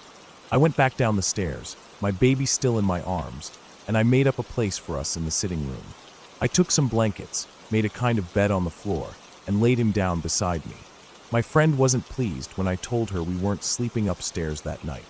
She thought I was being silly, maybe even ungrateful. But I didn't care. I couldn't explain what I felt, but I knew I couldn't sleep in that room. The night dragged on, as nights did in those days. Every distant boom of a bomb made me flinch. I lay there in the dark, one hand on my boy, feeling the rise and fall of his little chest as he breathed. That was all that mattered, that he kept breathing, that I kept him safe. I remember listening to the wind rattling the window panes, the strange quiet between the explosions, the occasional groan of the old house settling.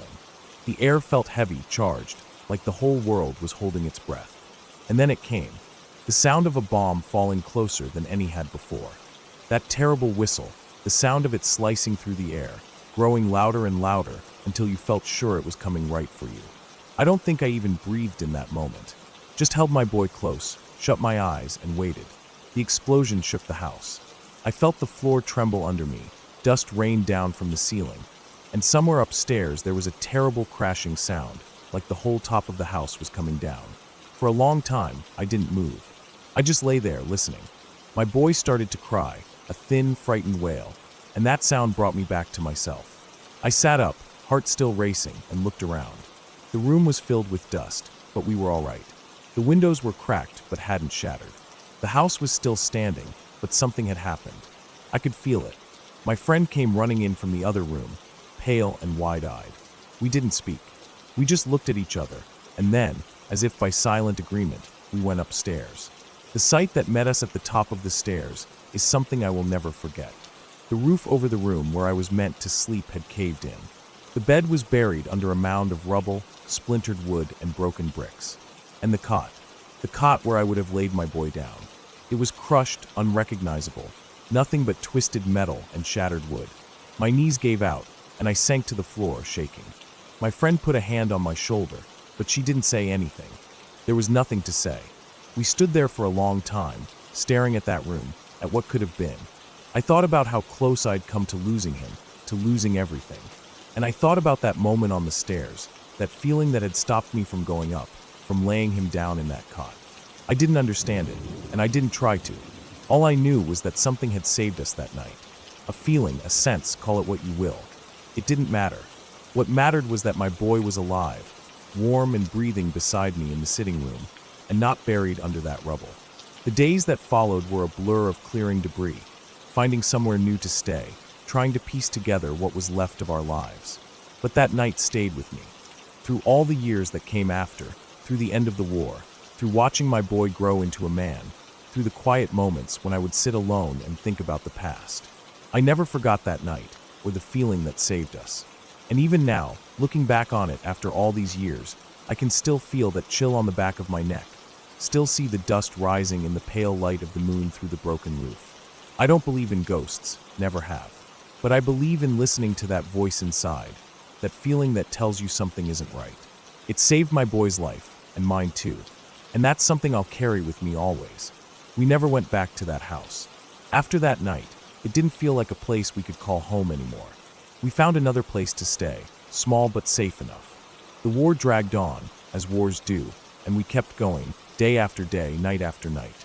There were more bombs, more close calls, but nothing that ever came quite so close as that night.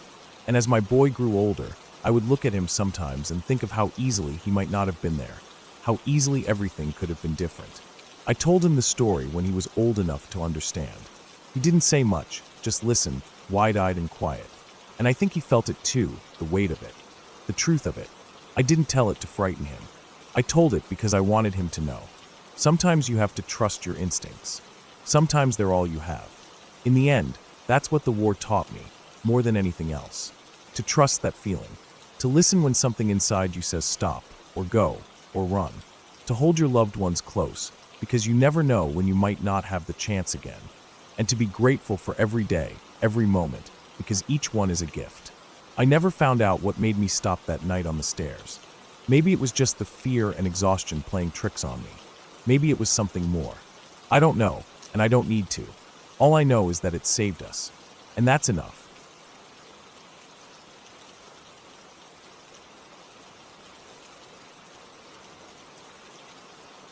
It was the fall of my junior year of high school when a group of us decided to go camping in Ocala National Forest.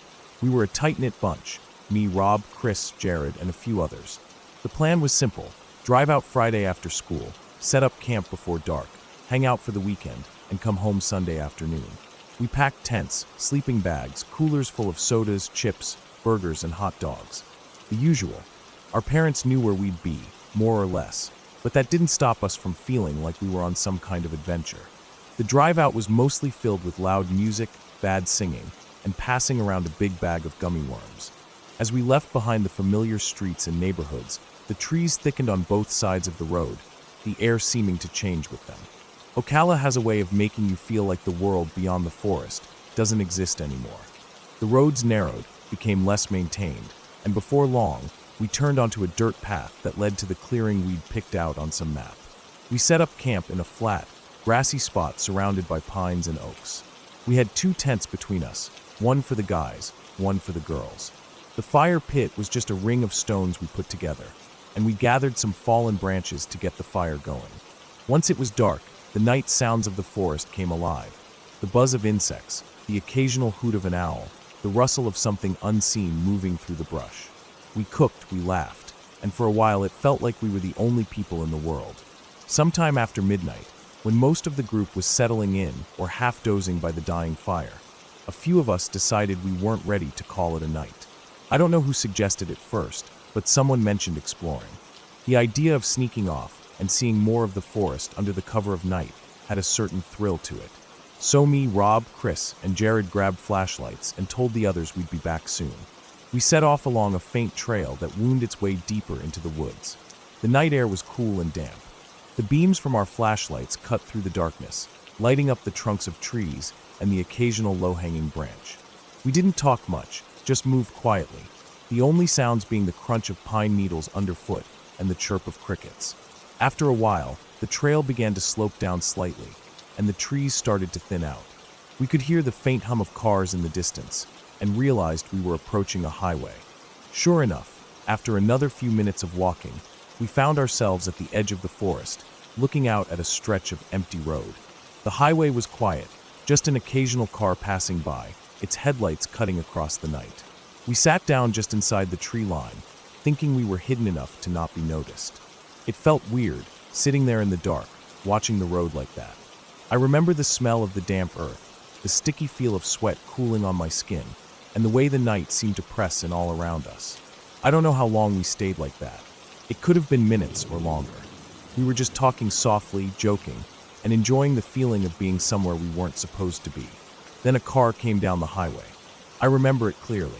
It was an older model sedan, maybe silver or light blue. It wasn't speeding, just cruising along at a steady pace. For whatever reason, maybe instinct, maybe paranoia, we all decided to duck down behind some low shrubs. The car passed, but then we heard the sound that made our blood run cold. The engine slowing, then stopping. Headlights lit up the trees around us, casting long, shifting shadows. Doors opened, slammed shut, and then footsteps. Heavy, fast footsteps on the pavement, heading straight toward where we were crouched. Panic hit me like a punch in the gut. I didn't stop to think. I just bolted. All of us did. We scrambled up and ran full speed back the way we'd come.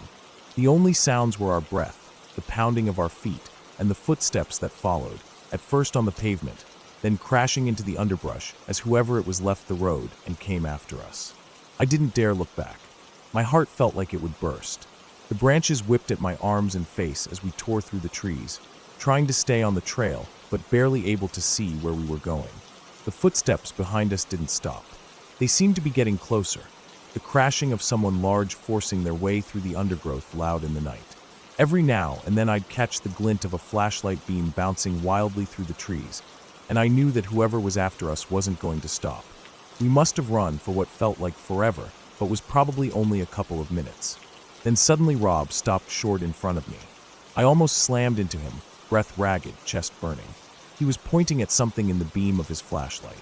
A spider, huge, hanging in the middle of a web stretched across the path. A banana spider. Its long legs and fat yellow body seemed to glow in the light. The web was perfect, almost beautiful, except for the fact that it was blocking our way and Rob had frozen in place. I didn't stop to think. I could still hear them behind us, crashing through the woods. My mind was screaming at me to move, to do whatever it took to get out of there. I grabbed Rob by the shoulders and shoved him forward, right through the web. The spider vanished into the darkness as the web clung to Rob's face and arms. He stumbled forward, yelling and flailing, but at least he was moving again. I followed, tearing through what was left of the web, feeling the sticky threads across my skin, not caring anymore. We ran until the trees opened up and we could see the faint glow of our campfire in the distance. We didn't stop. We didn't look back. We just kept going until we were back in the clearing, breathless, wide-eyed, hearts hammering in our chests. The others were still up, sitting around the fire, talking quietly. When they saw us burst out of the trees like that, they jumped up, startled. We must have looked like we'd seen a ghost, sweaty, dirty, faces scratched from branches, spiderwebs clinging to us. We collapsed near the fire, gasping for air, trying to explain what had happened between breaths. After a minute or two, we realized that no one had followed us back to camp. No voices, no footsteps, no sign of whoever it was that had chased us. Just the quiet night sounds returning, as if nothing had happened. I kept glancing at the tree line, half expecting someone to come crashing out after us, but no one did. Maybe they'd given up. Maybe they'd gotten lost in the dark. Maybe they never intended to catch us in the first place, just to scare us. I didn't know, and to be honest, I didn't care. I was just glad we'd made it back. We didn't sleep much that night. We took turns keeping watch, sitting by the fire with flashlights in hand, ears straining for any sound out of place. Every crack of a branch or rustle of leaves made us tense up, but nothing came. The night passed slowly, but morning finally came, and with the sun rising over the trees, the forest felt like a different place. Safer somehow. The terror of the night before seemed almost unreal in the daylight. We packed up early and headed out, not saying much as we loaded the cars. The drive back was quieter than the drive out. No loud music, no singing. Just the hum of the tires on the road, and everyone lost in their own thoughts. I kept replaying it in my head. The sound of those footsteps, the crash of someone forcing their way through the underbrush, the look of that spider in the flashlight beam. I knew I wouldn't forget any of it. Looking back now, I still don't know who those people were or what they wanted. Maybe it was just some locals messing with us. Maybe they thought we were up to no good and decided to scare us off. All I know is that I've never felt fear like that again. The kind of fear that makes your legs move before your mind even catches up. The kind that stays with you long after the danger has passed. And I've never gone back to Ocala at night. Not once.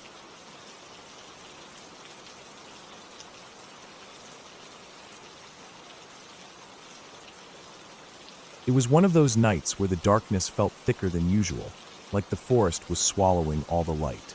I remember the cold air cutting through my uniform, settling deep into my bones, and the way the damp earth smelled underfoot. It was around 1 a.m, maybe a little later.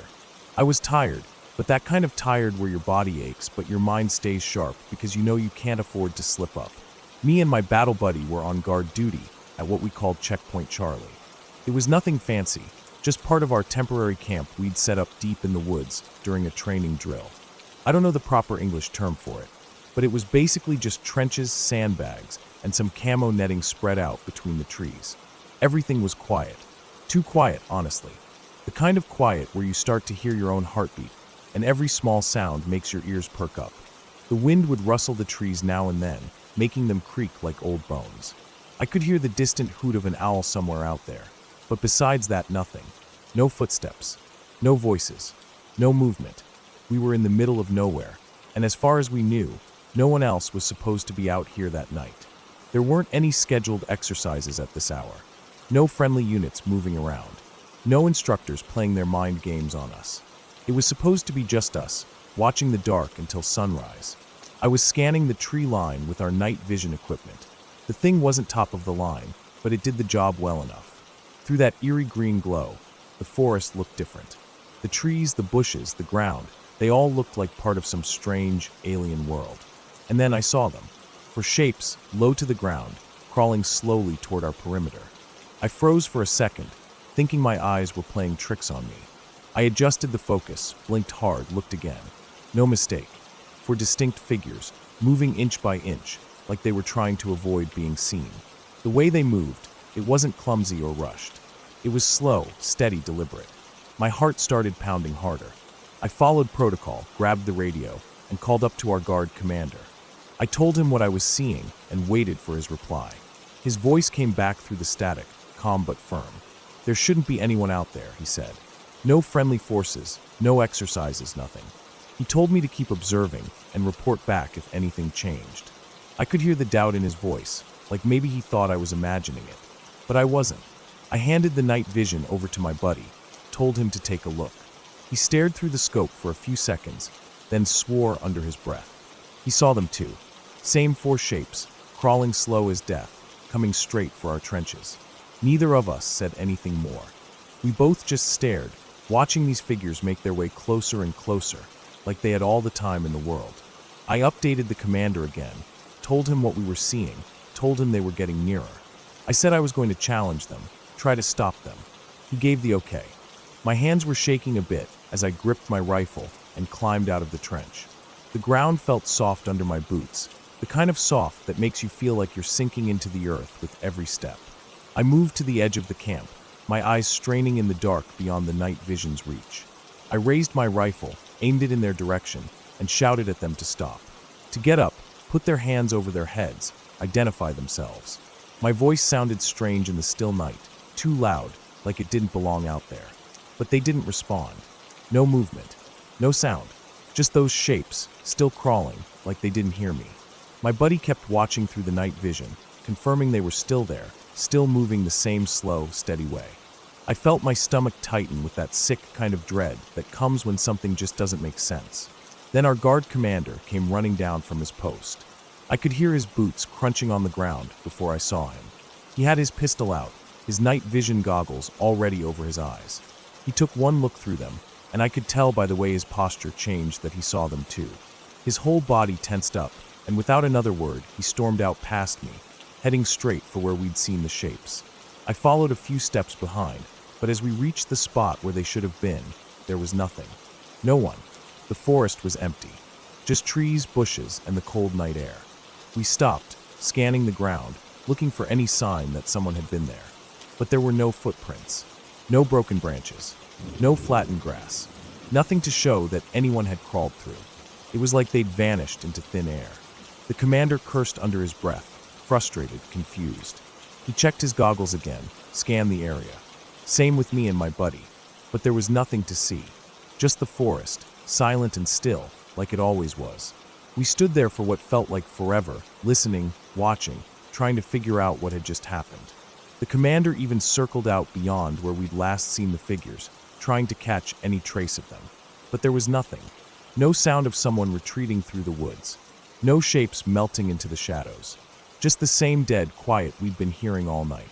Eventually, we went back to our trenches, but none of us could settle down after that.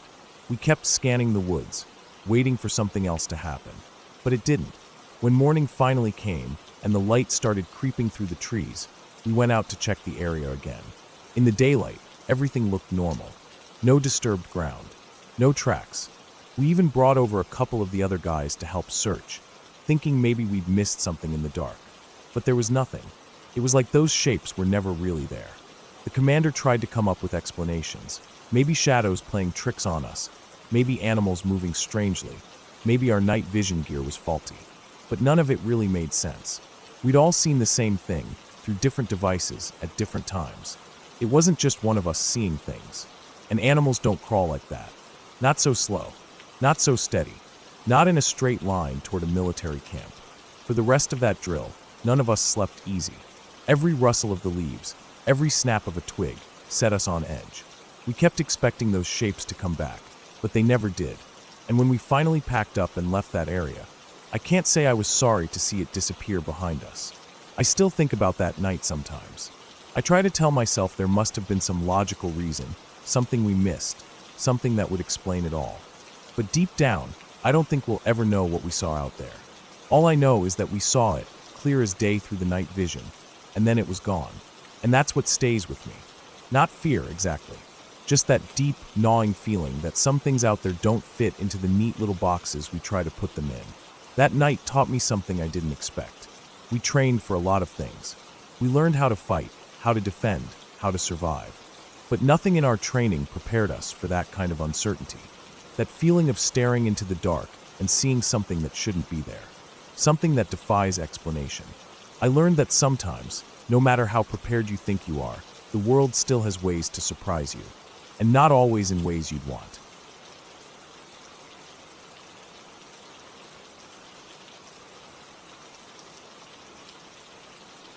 It was one of those sticky summer nights where the heat never seemed to leave the air, even long after the sun had gone down.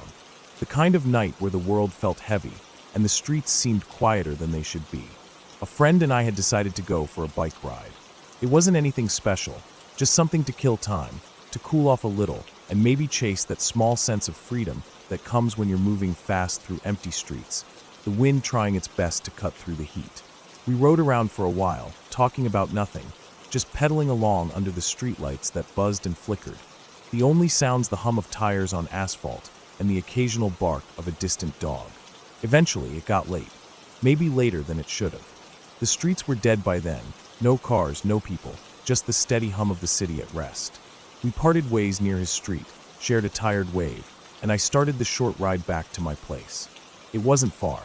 2 blocks, maybe a little more, if you counted the little detour I had to take because of construction. The city had torn up part of the road near my block, so I had no choice but to ride up onto the sidewalk for a bit.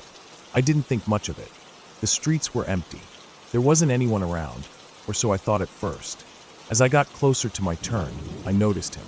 A man, walking alone down the sidewalk, heading the same direction I was. He didn't look homeless, but he looked rough. Maybe early 40s. Scruffy, like he hadn't shaved in a while, wearing clothes that had seen better days but weren't falling apart. He had that look, someone who'd been through something, but who tried to keep it together. In any other situation, I wouldn't have thought twice about passing him. But the sidewalk was narrow, thanks to the construction. I didn't want to startle him. I didn't want him to think I was sneaking up on him.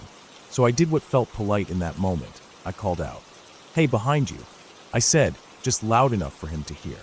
He turned. The look he gave me stopped me cold. His face twisted into this mask of pure anger, like I just spat at him or something.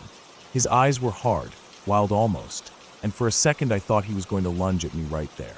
But he didn't. He just glared, like he wanted to burn a hole through me with his eyes. My heart kicked up a notch. I didn't say anything else. I just kept riding, turning down my street like I'd planned. That's when I heard him. The quiet of the night broke, shattered by his voice. He started shouting. At first I couldn't make out the words, just the sound of pure rage, filling the empty street. Then the words came clear. He was screaming about me, calling me a fucking cunt, telling me he was going to kill me. Over and over, louder and louder, like the words themselves were feeding his anger. I didn't look back. I didn't want to. My heart was pounding so hard it felt like I could hear it in my ears. I lived just off the corner, a quick left, and I'm at my place. But I couldn't let him see where I lived. I couldn't risk him knowing that. So I made a split-second decision. Instead of turning into my building's driveway, I kept going. I pedaled hard, faster than I thought I could at that point. My legs burned. My lungs burned. I took the block wide, thinking I'd just loop around and see if he'd moved on. The whole ride around the block, my mind raced. I kept glancing over my shoulder, half expecting to see him running after me, gaining ground. But he wasn't there. The block was empty again, the night silent except for the sound of my tires, the chain on my bike, the blood rushing in my ears. I started to think maybe he'd kept walking. Maybe he'd screamed himself out and moved on. Maybe this was just one of those weird encounters that sticks in your head but doesn't amount to anything. But when I came back around the block, that small hope shattered. From a distance, I saw him, standing on my front stoop, not moving, just standing there, like he belonged there, like he'd been waiting for me. His posture was strange, still too still. His head was turned slightly, watching the street, watching for me. He knew. Somehow he knew. I don't know how, but he knew I lived there. And he was waiting. I kept riding. I didn't slow down, didn't let on that I saw him. My stomach felt hollow. My hands shook on the handlebars. He didn't shout this time, didn't move, just stood there, watching, like he was daring me to stop, daring me to come home. I passed the house and kept going, heart hammering in my chest. The night felt heavier now, like the air itself was pressing down on me. Every shadow looked like him. Every alley seemed to hide a threat. I didn't know what else to do, so I headed back toward my friend's place. My legs were so tired I thought I might collapse, but fear kept me going. I didn't want to stop. I didn't want to risk him catching up. I made it back, somehow, feeling like I'd been holding my breath the whole way. My friend's house felt like a safe island in a sea of danger. I left my bike in the alley, too shaken to think about locking it up properly. I just wanted to be inside, to be somewhere with other people, with light, with walls between me and the night. I stayed there that night, didn't sleep much. Every sound outside made me jump. Every creak of the house, every car that passed, every distant voice. I kept thinking about that man, standing there so still on my front stoop, about the look on his face, about how he didn't need to say anything that second time, because the message was clear. I see you. I know where you live. The next morning, I texted my mom, told her what had happened. We talked it over. She asked if we should call the police, but in the end, we didn't. Nothing had really happened, not yet. And what could we say? A man stood on our porch. He yelled at me. It didn't feel like enough. It felt like it would be a waste of time, and maybe it would just make things worse. I tried to convince myself that it was over, that it had been a weird, isolated incident, that he'd moved on. But the feeling didn't leave. That sense of being watched, of being followed. Every time I came home after that, I found myself looking over my shoulder, checking the stoop before I went up, listening for footsteps that weren't mine. I started to dread going out at night. Even during the day, the memory of that night hung over me like a shadow I couldn't shake. 2 days later, my bike was gone, stolen right out of the alley behind my friend's house. Maybe it was random. Maybe it wasn't. I'll never know. But when I found the empty space where it should have been, my stomach dropped. It felt like the final piece of that night snapping into place. Like whoever had taken it, whoever had stood on my stoop, wasn't done yet. Like I'd been marked somehow. After that, things slowly settled down. No more sightings. No more stolen things. But the memory stayed. I never rode that late again. I never took that route again. And every time I passed by that corner, that stoop, that alley, I felt it, the echo of that night. The weight of that stare. The knowledge that sometimes danger doesn't come with a warning or a reason. Sometimes it's just there waiting, quiet and patient, until you cross its path. And you never forget it.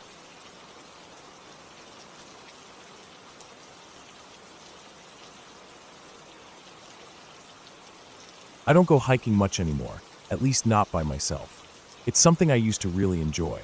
Just getting away from everything for a while. No traffic, no phones, no one asking for anything. Just me, the trees, and the sound of my boots on the trail. There's something peaceful about being out in the woods, miles from anywhere. At least, that's what I used to think. That all changed after one particular walk I took a few years back. I've never talked much about it, and even now as I think back, I feel that tight, uncomfortable knot form in my stomach. But I'll tell it here, just to get it out. Maybe writing it down will help. It was early autumn, one of those crisp, cool days where the sun is out, but it's not really warm. The air smelled like fallen leaves and damp earth. I remember the crunch of the dry leaves under my feet as I made my way along a small trail I'd found off one of the main paths. It wasn't marked on any map I'd seen, but that was part of the appeal for me. I liked going where fewer people had been. There was a kind of satisfaction in finding my own little piece of nature. I wasn't in any hurry.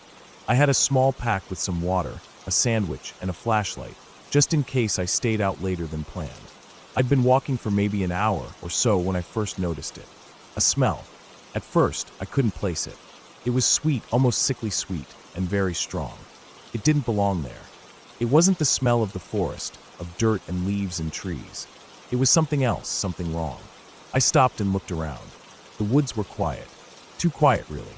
No birds, no rustling of small animals in the underbrush. Just stillness and that heavy, cloying scent in the air. Curiosity got the better of me. I stepped off the faint trail and pushed through some bushes, brushing aside low branches and stepping over fallen logs. The smell got stronger with each step. I can still remember how it seemed to cling to the back of my throat, making me want to gag, but at the same time drawing me in. Finally, I came to a small hollow, shaded and damp, and that's where I saw him. He was lying there, half hidden under a tangle of weeds and branches, like the forest itself was trying to cover him up. His skin had turned a strange, greenish-gray color, and he was swollen, his arms and legs stiff and bloated. His face was the worst. It didn't look human anymore, more like a mask that had been left out in the sun too long and started to melt. His mouth was open, and his eyes, well, there wasn't much left of them. The animals had been at him, birds maybe, or other things. I didn't want to look too closely. For a few seconds, I just stood there, frozen. I don't think I even breathed. I felt cold all over, like the temperature had dropped 10 degrees in that little clearing. Then my heart started pounding, and my mind kicked into gear. I backed up slowly, trying not to trip, and once I was a few steps away, I turned and ran back to the trail. My hands were shaking so bad I could barely pull out my phone. The signal was weak, but I managed to get through to 911. I told the dispatcher where I was as best I could, describing the trailhead I'd used and landmarks I remembered passing. The woman on the other end told me to stay where I was, that they were sending someone out, but it might take some time given the location. So I waited. I didn't want to, but I knew I had to. I didn't want to leave him there alone, even though he was beyond caring. I felt like it was the right thing to do, somehow. So I made my way back to the clearing, keeping my distance this time, and sat on a fallen log nearby. The sun was starting to dip lower, casting long shadows between the trees.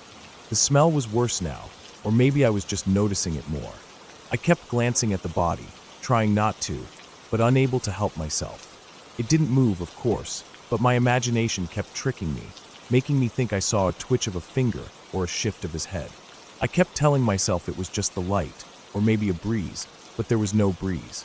The air was still and heavy, and the woods were silent. Time seemed to stretch on forever. I kept checking my phone, watching the battery drain. I didn't want to be out here in the dark, not with him. The shadows grew longer, and the colors of the forest faded from gold and green to gray and black. I could barely see the details of the body anymore, but the smell was still there, stronger than ever. I tried not to think about the insects, the things crawling on him, in him. I tried not to think about how he'd gotten here, why he'd chosen this spot, what he'd been thinking in those last moments. Finally, after what felt like hours, I saw lights through the trees. Flashlights. Voices calling out. Relief flooded through me, and I called back, leading them to the hollow. The officers were kind, professional, but I could see it on their faces when they saw him. The same horror I'd felt, the same sadness. They asked me questions, how I'd found him, how long I'd been there, if I'd touched anything. I answered as best I could. They told me it looked like he'd taken his own life, that he'd probably been out there for several days at least. They didn't tell me how, but I didn't ask. I didn't want to know. Eventually they led me out of the woods. There were more people at the trailhead now, other officers, an ambulance that wasn't in any hurry, and a coroner's van. They thanked me, took my details, and told me I could go. I got in my car and just sat there for a while, trying to process everything. The smell still clung to my clothes, to my skin, or maybe it was just in my head. I drove home in silence. The image of that hollow, that body, burned into my mind. That night I didn't sleep. Every time I closed my eyes, I saw him. Lying there, staring up at nothing, his face twisted and broken. I kept smelling that awful sweetness, even though I'd showered twice and changed my clothes. Over the next few days, I kept thinking about him, who he was, what had driven him to that place. I checked the local news, but there wasn't much about it. Just a brief mention of a man found dead in the woods, no foul play suspected. That was it. No name, no story, just another lost soul. But the worst part came after. The dreams. I didn't expect them. I thought maybe a few bad nights, then I'd forget, or at least the memories would fade. But the dreams were vivid, real in a way that left me shaken when I woke. I'd see him standing at the edge of the woods, or sitting on that fallen log where I'd waited. His face would change, sometimes as I'd seen it, bloated and decayed, other times more whole but still wrong, twisted in anger or sorrow. He never spoke, not at first. Just stared at me, accusing, as if I'd done something wrong by finding him, by disturbing his place of rest. After a while, the dreams got worse. He'd talk, though it wasn't really talking. It was like hearing thoughts that weren't mine, dark and angry, telling me I shouldn't have found him, that I should have left him there, that I'd stolen his peace, telling me to join him. That part scared me the most. I knew it wasn't real, just my mind trying to make sense of what I'd seen, but in the middle of the night, half awake, it felt real enough. I started avoiding sleep, staying up late, trying to tire myself out so I wouldn't dream. I stopped going into the woods altogether. The thought of being out there alone again made me sick to my stomach. I tried to talk to someone about it once, a friend I trusted. I kept it light though, just said I'd seen something upsetting, had some bad dreams. They told me it would pass, that it was normal after something like that. And it did mostly. The dreams became less frequent, less intense. I stopped seeing him every night, then only once in a while. But even now, years later, he still shows up from time to time. Usually when I'm stressed or feeling low. I'll see that hollow in my mind, or catch a whiff of that sickly sweet smell out of nowhere, and it all comes rushing back. I don't blame him, not really. Whatever his reasons were, they were his. I just happened to be the one who found him. I remind myself of that when the memories creep in. I didn't do anything wrong. I did what I had to do. But still, I can't help but feel like I intruded on something I wasn't meant to see, like I crossed a line without meaning to. And that's what stays with me the most, not the sight of him, not even the smell, but the feeling of having stumbled into something private, something final, and not being able to forget it. I don't go hiking much anymore. When I do, I stay on the main trails where other people are. I don't go looking for hidden paths or quiet places no one else has been. Some things are better left undisturbed.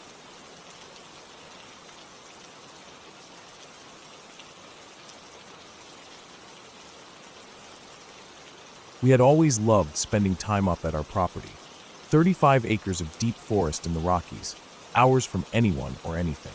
My parents had bought the land when I was little, and some of my earliest memories were of being out there, hiking through the trees, playing in the streams, building forts out of fallen branches. It was our place, our escape from everything. We knew every inch of it, or at least we thought we did. My parents were both experienced in the outdoors. My dad had grown up hunting and fishing in these mountains, and my mom had done solo backpacking trips before I was born. They taught my brother and me everything they knew.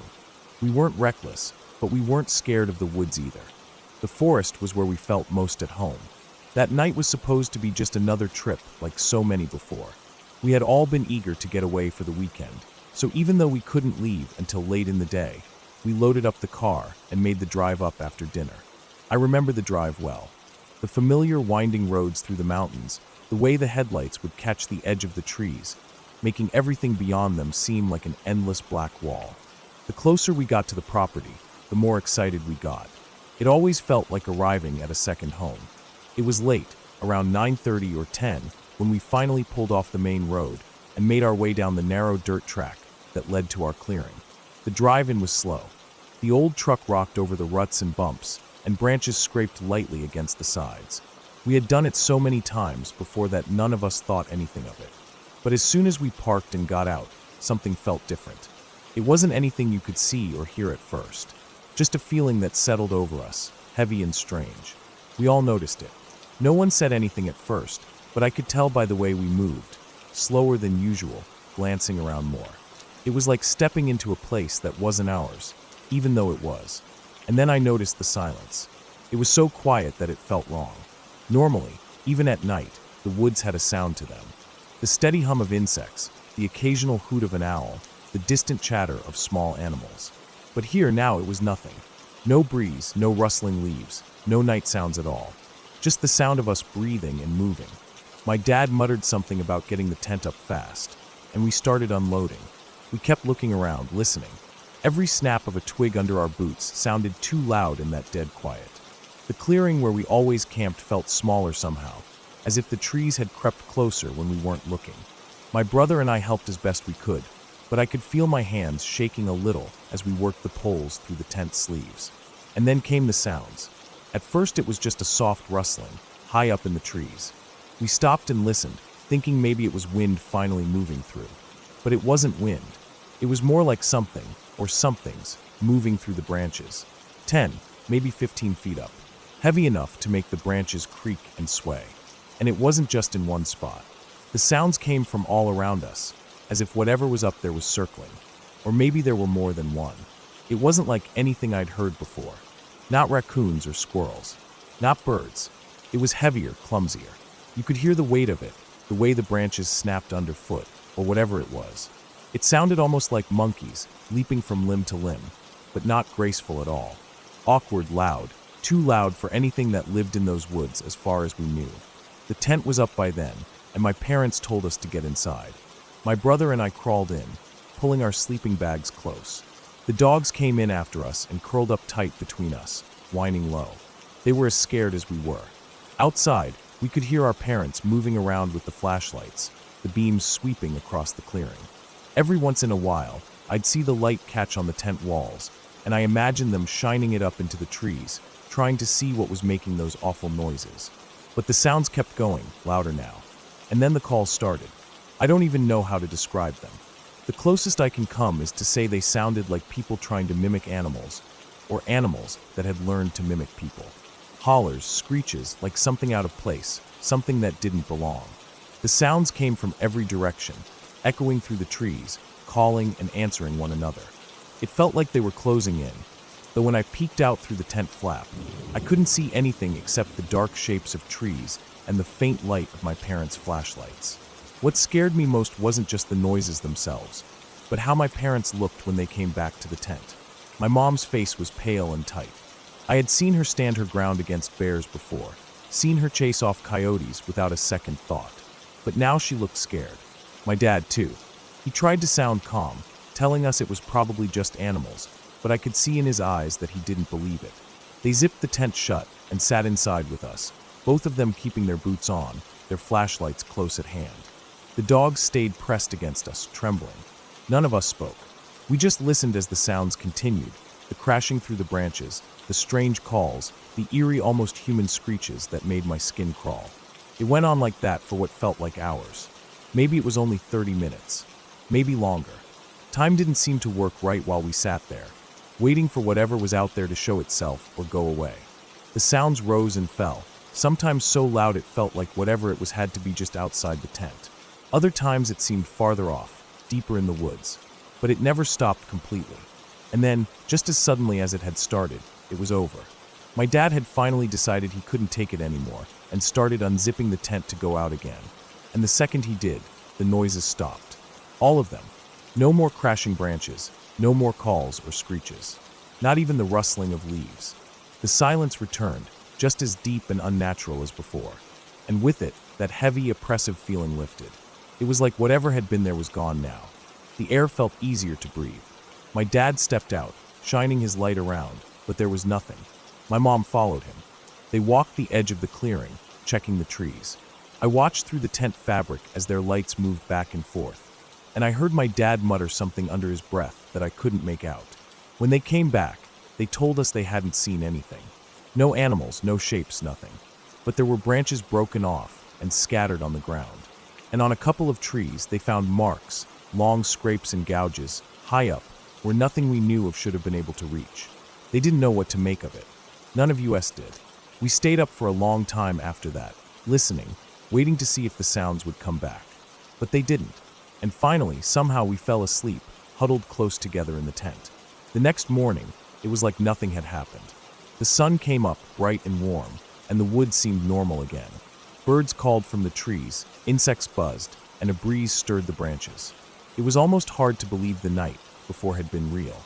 But the broken branches and the marks on the trees were still there. We walked the edge of the clearing, looking for tracks, for any sign of what might have caused it, but we found nothing. Just those strange marks, too high for a bear or any other animal we knew. We packed up not long after. None of us said it out loud, but I think we all felt the same. We didn't want to stay another night. The place didn't feel like ours anymore. Even now, all these years later, we talk about that night sometimes. We've tried to explain it, tried to think of what could have made those sounds, what could have moved through the trees like that, so heavy and clumsy and loud. But we never came up with an answer. My parents had spent their whole lives in those woods, and they had never heard or seen anything like it before or since. And neither have I. What sticks with me most isn't just the sounds or the broken branches or the marks on the trees. It's the feeling we had when we stepped out of the truck that night. That sense of being unwelcome, of stepping into something we weren't meant to be part of. The forest had always felt like home to us. But not that night. That night, it felt like we were strangers in a place that didn't want us there. And we never camped in that clearing again.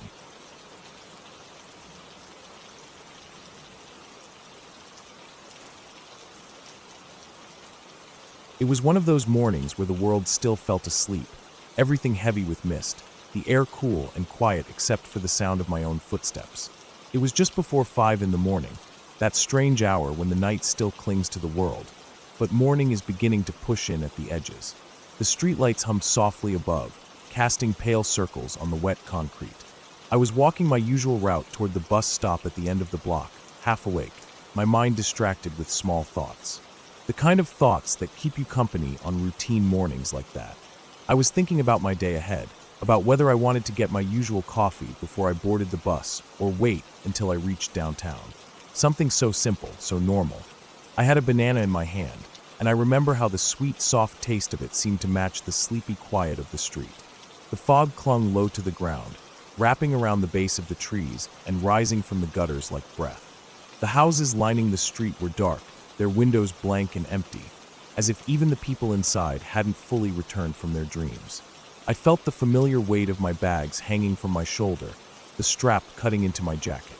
The world felt safe in that sleepy, misty way that it often does at that hour. It felt like I was alone on the planet, just me, my quiet steps, and the distant hiss of a city not quite awake. As I neared the corner where my street met the busier avenue, I was thinking about how cold my hands felt, sticky with the residue of banana, and how I wished I'd worn gloves that morning. The air smelled faintly of damp concrete, and the faint, sharp tang of exhaust from some distant car. I didn't see him at first. Maybe I wasn't looking. Maybe my mind was still too fogged with sleep. Or maybe he was just that well hidden in the dark. It was as I reached the edge of the corner that he stepped out.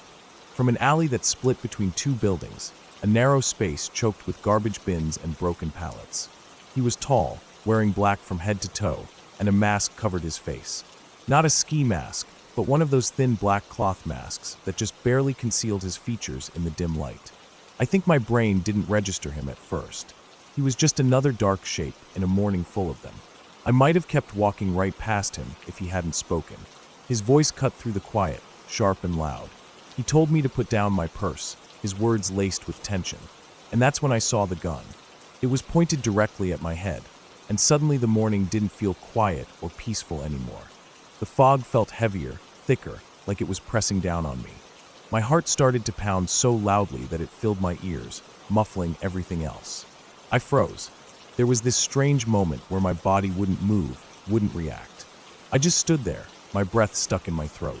I could taste the banana in my mouth, suddenly sickly sweet, and the smell of the damp morning air turned sour. He told me again, harsher this time, to put down my bags. My hands shook as I lowered them to the ground, trying to move slowly, trying to show him I was cooperating. I remember how the strap of my bag snagged on my arm as I slid it off, how clumsy and slow it felt, like my limbs didn't belong to me. My voice came out thin and shaky as I told him I was putting them down. The gun didn't waver. It stayed aimed at my head, close enough that I could see the metal glint dull in the streetlight. My thoughts were racing, every possible terrible outcome flooding through me all at once. I thought of the stories I'd read in the news, of the warnings about assaults in the area, of everything that could go wrong. Then he told me to come closer, to walk toward him, toward the mouth of that dark alley. I could see the trash piled up along the sides, the wet ground, the way the darkness seemed to swallow everything past a few feet. My stomach clenched, a cold knot of fear settling deep inside me. Every instinct I had screamed at me not to go, not to step into that darkness. But the gun stayed pointed at me, and I knew I didn't have a choice. Or at least, I thought I didn't. I tried to buy time, tried to think. I kept talking, my words stumbling over themselves, telling him I was coming, that I was doing what he said. The words felt useless, but they were all I had. The man barked at me to shut up, his voice echoing off the buildings, louder than it should have been in the still morning. He came closer, close enough that I could see the tension in his shoulders, the way his hands clenched the gun. Close enough that I could smell the sharp tang of sweat and something else, maybe alcohol, maybe just fear. When he got on top of me, the weight of him pinning me down, I felt that cold metal press against my temple. The world narrowed to that point of contact, the hard ground beneath me, and the weight of his body pressing the breath out of me. I couldn't think, couldn't move. And then, in the strangest moment, he paused. I saw his eyes above the mask, the way they flicked over me, and something changed. His grip loosened just slightly, and I felt him hesitate. It was as if he realized something in that instant, something about who I was, about what he was doing. He stood up, stepped back, and pointed again toward the alley, his voice tight, telling me to come with him. That was the moment where everything inside me said no.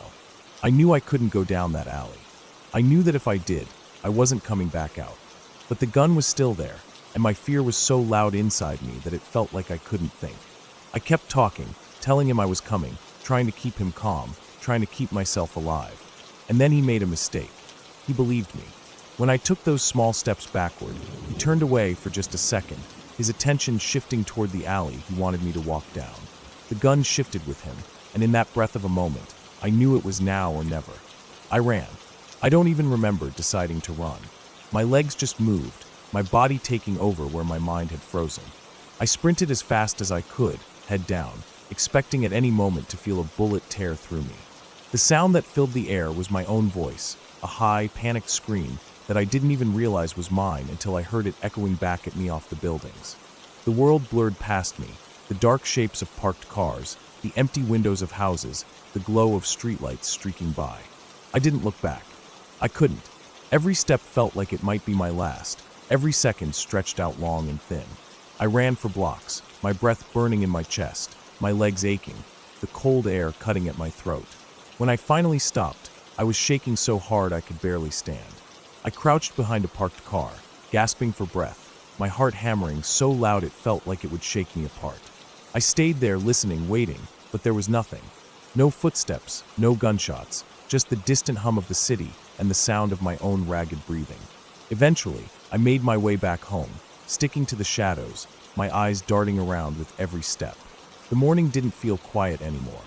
It felt heavy, every corner hiding danger, every shadow too dark. When I reached my building, I hesitated, terrified that he might have followed me, that he might be watching. But there was no one there. Just the empty street, the fog beginning to lift as the sky lightened with the approach of dawn. When I called the police, they came and checked the alley, but he was long gone. They found nothing but my banana peel, brown and limp where I'd dropped it. The scene felt surreal, like it had happened to someone else, like I'd watched it all from far away. But the fear was real. The adrenaline stayed with me for days, a constant hum beneath my skin, leaving me jumpy and on edge. Every time I walked down that street after, I felt that fear rise up again, felt my heart start to race. I kept thinking about what could have happened, about how close I'd come. The what-ifs haunted me more than anything else. But I was lucky. So lucky. I walked away. I got to go home, to lock my door behind me, to be safe. And even now, when I think about that morning, about the mist and the quiet and the sudden violent interruption of it all, I remember the weight of that fear, the sound of my own scream, and the way the world can change in an instant. But I also remember that I ran. I saved myself. And that's what stays with me most of all.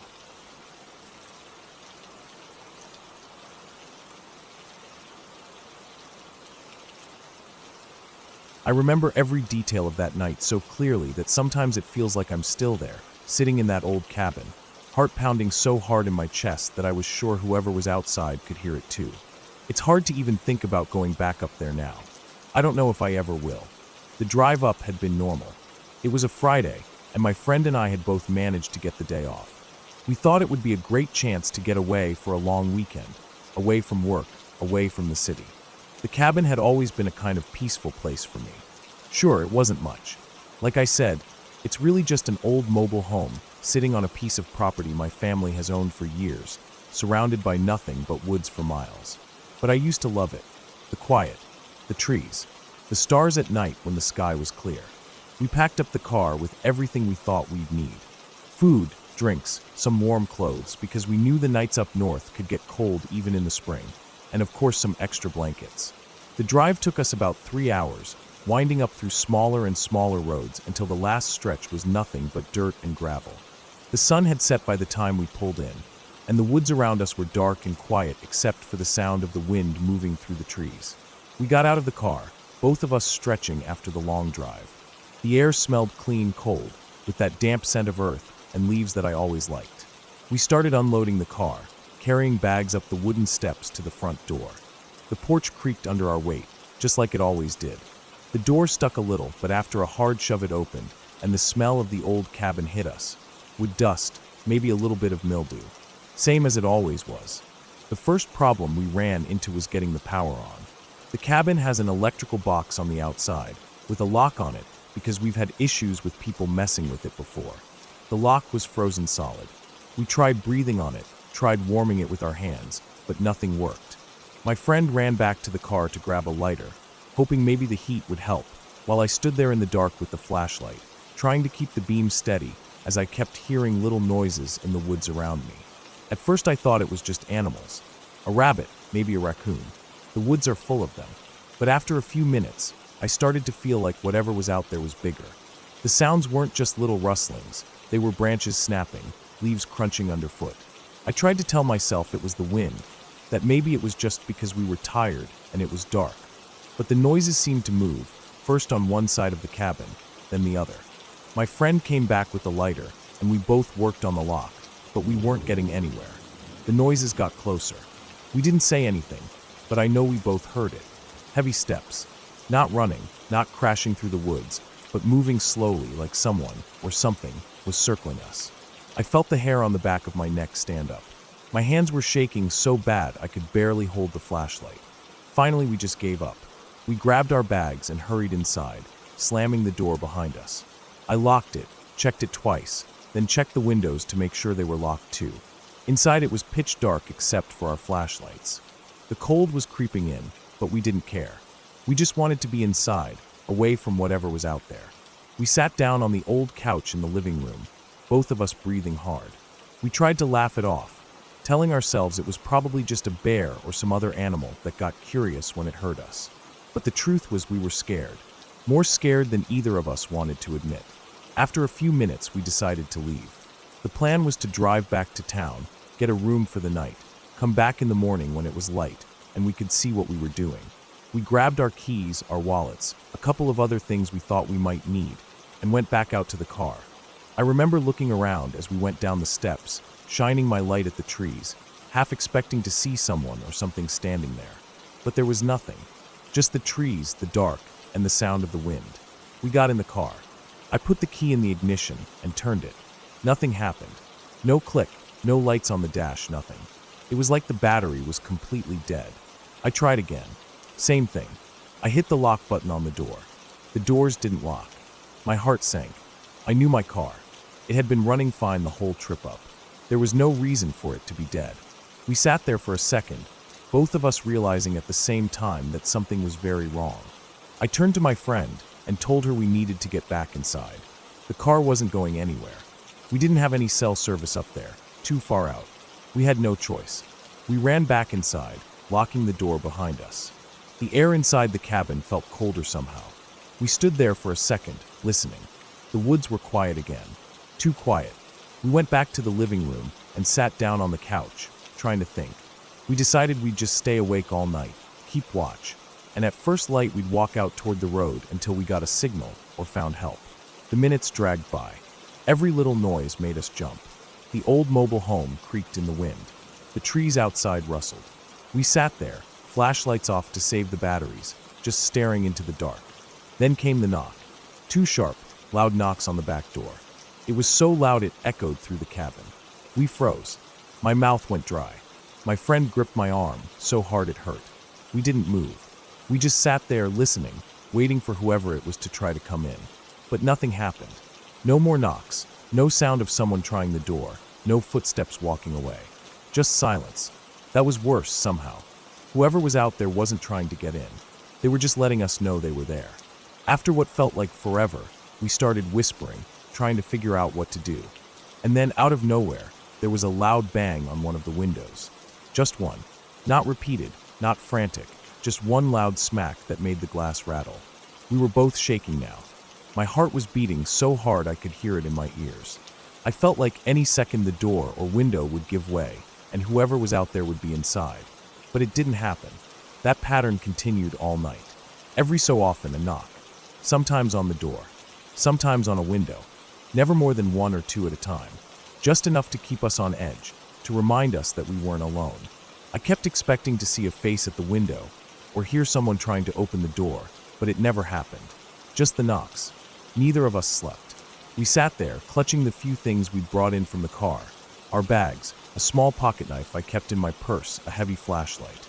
We jumped at every sound, every creak of the old mobile home. We watched the windows, the doors, waiting. Finally, after what felt like an eternity, the sky started to lighten. The woods outside turned from black to gray as dawn approached. We waited until the sun was fully up before we even thought about moving. When we finally felt brave enough, we unlocked the door and stepped outside. The cold morning air hit us, but I didn't care. I just wanted to be out of that cabin. We looked around. There were no footprints in the dirt. No sign that anyone had been there. But we knew what we'd heard. We weren't imagining it. We went over to the car.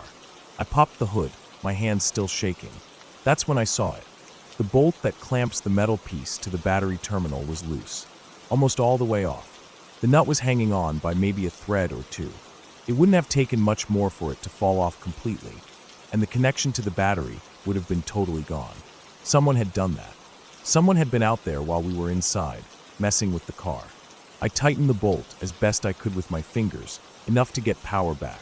When I turned the key, the car started right up. We didn't waste any time. We grabbed our things, threw them in the car, and left. We didn't even look back.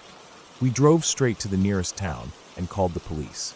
They went out to check the place, but didn't find anything. No sign of forced entry, no footprints, nothing. But I know what happened. Someone was out there that night.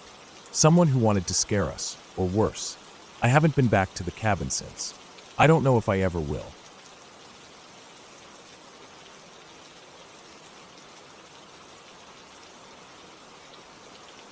We had been teaching in Lesotho for nearly 2 years when we decided to take that camping trip. My husband and I were young, maybe too young to fully understand the risks we were taking. It was during one of the school holidays when we packed up our small car, loaded it with an old canvas tent, a couple of thin sleeping bags, and supplies we thought would be enough for a week. We wanted to explore the parks in Zimbabwe. We had heard stories of the massive stretches of wilderness, the endless grasslands, and the starry nights that felt close enough to touch. It sounded like a dream, an adventure too good to miss. We didn't think much about the dangers. Or maybe we thought we'd be fine, that nothing would happen to us. We had our baby daughter with us, barely a year old, soft and small, wrapped in blankets in the back seat, as we drove through the winding dirt roads that led deeper and deeper into the park. The land out there felt endless. Tall grasses waved in the wind like the ocean. Trees stood far apart, their dark shapes cutting into the bright sky. During the day, we saw animals from afar. Antelope bounding through the grass. Warthogs trotting with their strange tails sticking up. Once, we saw an elephant far off, like a gray mountain moving slow against the horizon. It was beautiful. We felt lucky. We felt free. We set up camp near a small clump of trees. There was no one else around for miles, as far as we could tell. The ground was flat, dry, and covered with the fine dust that rose with every step. We pitched the tent without much trouble. It was small, just big enough for the two of us and the baby. We laid out the sleeping bags, placed the few things we had, water bottles, a small pot for cooking, a battered lantern within reach. We didn't have much. We didn't think we'd need much. That night started like any other. The air cooled fast after the sun dipped below the hills. The heat of the day gave way to the sharp chill of the night. We cooked a small meal over the little gas stove, ate in silence, listening to the sounds of the bush around us. Insects buzzing, a far-off cry of something we couldn't name. The sky darkened and filled with stars. There were so many. It was the kind of night sky you don't forget. Our baby, tired from the long day, fell asleep between us in the tent. We lay there for a while, just listening. The ground was hard beneath us, the canvas walls of the tent flapping gently in the night breeze. At first, I thought I was imagining the sound, a sort of soft cough, like someone clearing their throat. I froze, listening hard. There it was again, then another. Not a person, an animal. My heart began to race. My husband heard it too. I could feel him go still beside me. The sound came again, then another, from a different spot. Then more. It felt like they were circling us. The coughing sound came from every side of the tent, low and strange in the night. Our daughter stirred between us, let out a soft noise. A little gurgle, the kind of happy sound babies make in their sleep. But in that moment it felt like the loudest thing in the world. The coughing grew louder. More of them. We didn't have a gun. We didn't have a knife at hand. We had nothing. Just the thin wall of the tent between us and whatever was out there. My husband whispered something, but I couldn't hear him over the blood pounding in my ears. I was trying to stay calm. I was trying to think. The noises outside moved closer. The coughs mixed with low growls now, snuffling sounds as they came nearer. Our daughter woke up. Maybe she felt our fear. Maybe she heard the sounds herself. She started crying. That small, helpless cry that only made the animals outside more excited. The sounds of their feet in the dirt. The growls growing louder. I could feel them, close enough to touch, though I couldn't see a thing. Something pressed against the side of the tent. I saw the canvas shift inward, just inches from my face. A shape, a snout, the snuffling loud and wet as it breathed in the scent of us. The sound of its claws scrabbling at the ground. It was trying to get under the tent. The thin floor was nothing. It could tear through it if it wanted. Our daughter's cries grew louder, panicked now. The sound drove me to the edge. My heart felt like it would burst out of my chest. I grabbed at the only thing I had, my hands. I balled them into fists. The snout pressed closer. I could see the damp outline of its nose against the canvas. Without thinking, driven by something deeper than fear, I swung my fist with everything I had. The canvas offered no resistance. I felt my fist connect with something solid, something alive. The snout, warm, firm, wet. The animal let out a sound I'll never forget. A scream. Not a growl, not a bark, but a scream. High and sharp and filled with shock. And then silence. For a breath, nothing moved. Then the sounds exploded. The animals outside scattered. I heard their feet pounding the dry ground, running, crashing through the grass, the brush. The coughing stopped. The snuffling stopped. All of it. Gone. Just like that. The night was quiet again except for our baby, still crying, and the sound of my own gasping breath. My husband pulled me close. I held our daughter tight, felt her small body shake with sobs. We lay there, too scared to move, too scared to speak. The stars shone down through the thin canvas. The wind rustled the grass outside, soft again, as if nothing had happened. We stayed like that the rest of the night. Awake, listening. Every sound made us jump. The rustle of grass, the hoot of an owl, the creak of the tent as the wind shifted. But the animals didn't come back. When dawn broke, pale light spreading over the land, we stepped out of the tent, blinking at the brightness. The world looked the same. peaceful, empty, but we saw the tracks. Prints in the dust, circling the tent. Dozens of them. Deep claw marks near where the animal had tried to dig its way in. I knelt there, staring at them, my hand still aching from the punch. I felt sick when I thought about how close we had come. We packed up camp that morning. Quickly. Neither of us said much. We just wanted to get out of there. Back to the road. Back to some place where we weren't alone in the middle of that vast, wild land. We didn't camp again on that trip. We stayed in small towns, in rooms with walls and doors that locked. Even now, all these years later, I can still feel that moment. The weight of that fist. The sound of that scream. The look in my husband's eyes when we realized what had almost happened. People like to talk about adventure, about the thrill of wild places. But there's another side to it. A side where you're not the top of the food chain. A side where the night is filled with things you can't see, and they're stronger and faster and hungrier than you. That was the last time we camped out like that in Africa. We learned something that night. The land is beautiful, but it's not ours. We were guests, and we had overstayed our welcome. I still dream about it sometimes. The sound of the coughing, the feel of that snout through the canvas, but most of all, the quiet after. The way the night swallowed up the danger and left us shaken, but alive. And that's what I remember when I look back. Not the fear, though that was real enough. Not the danger, but the strange, cold luck that let us walk away.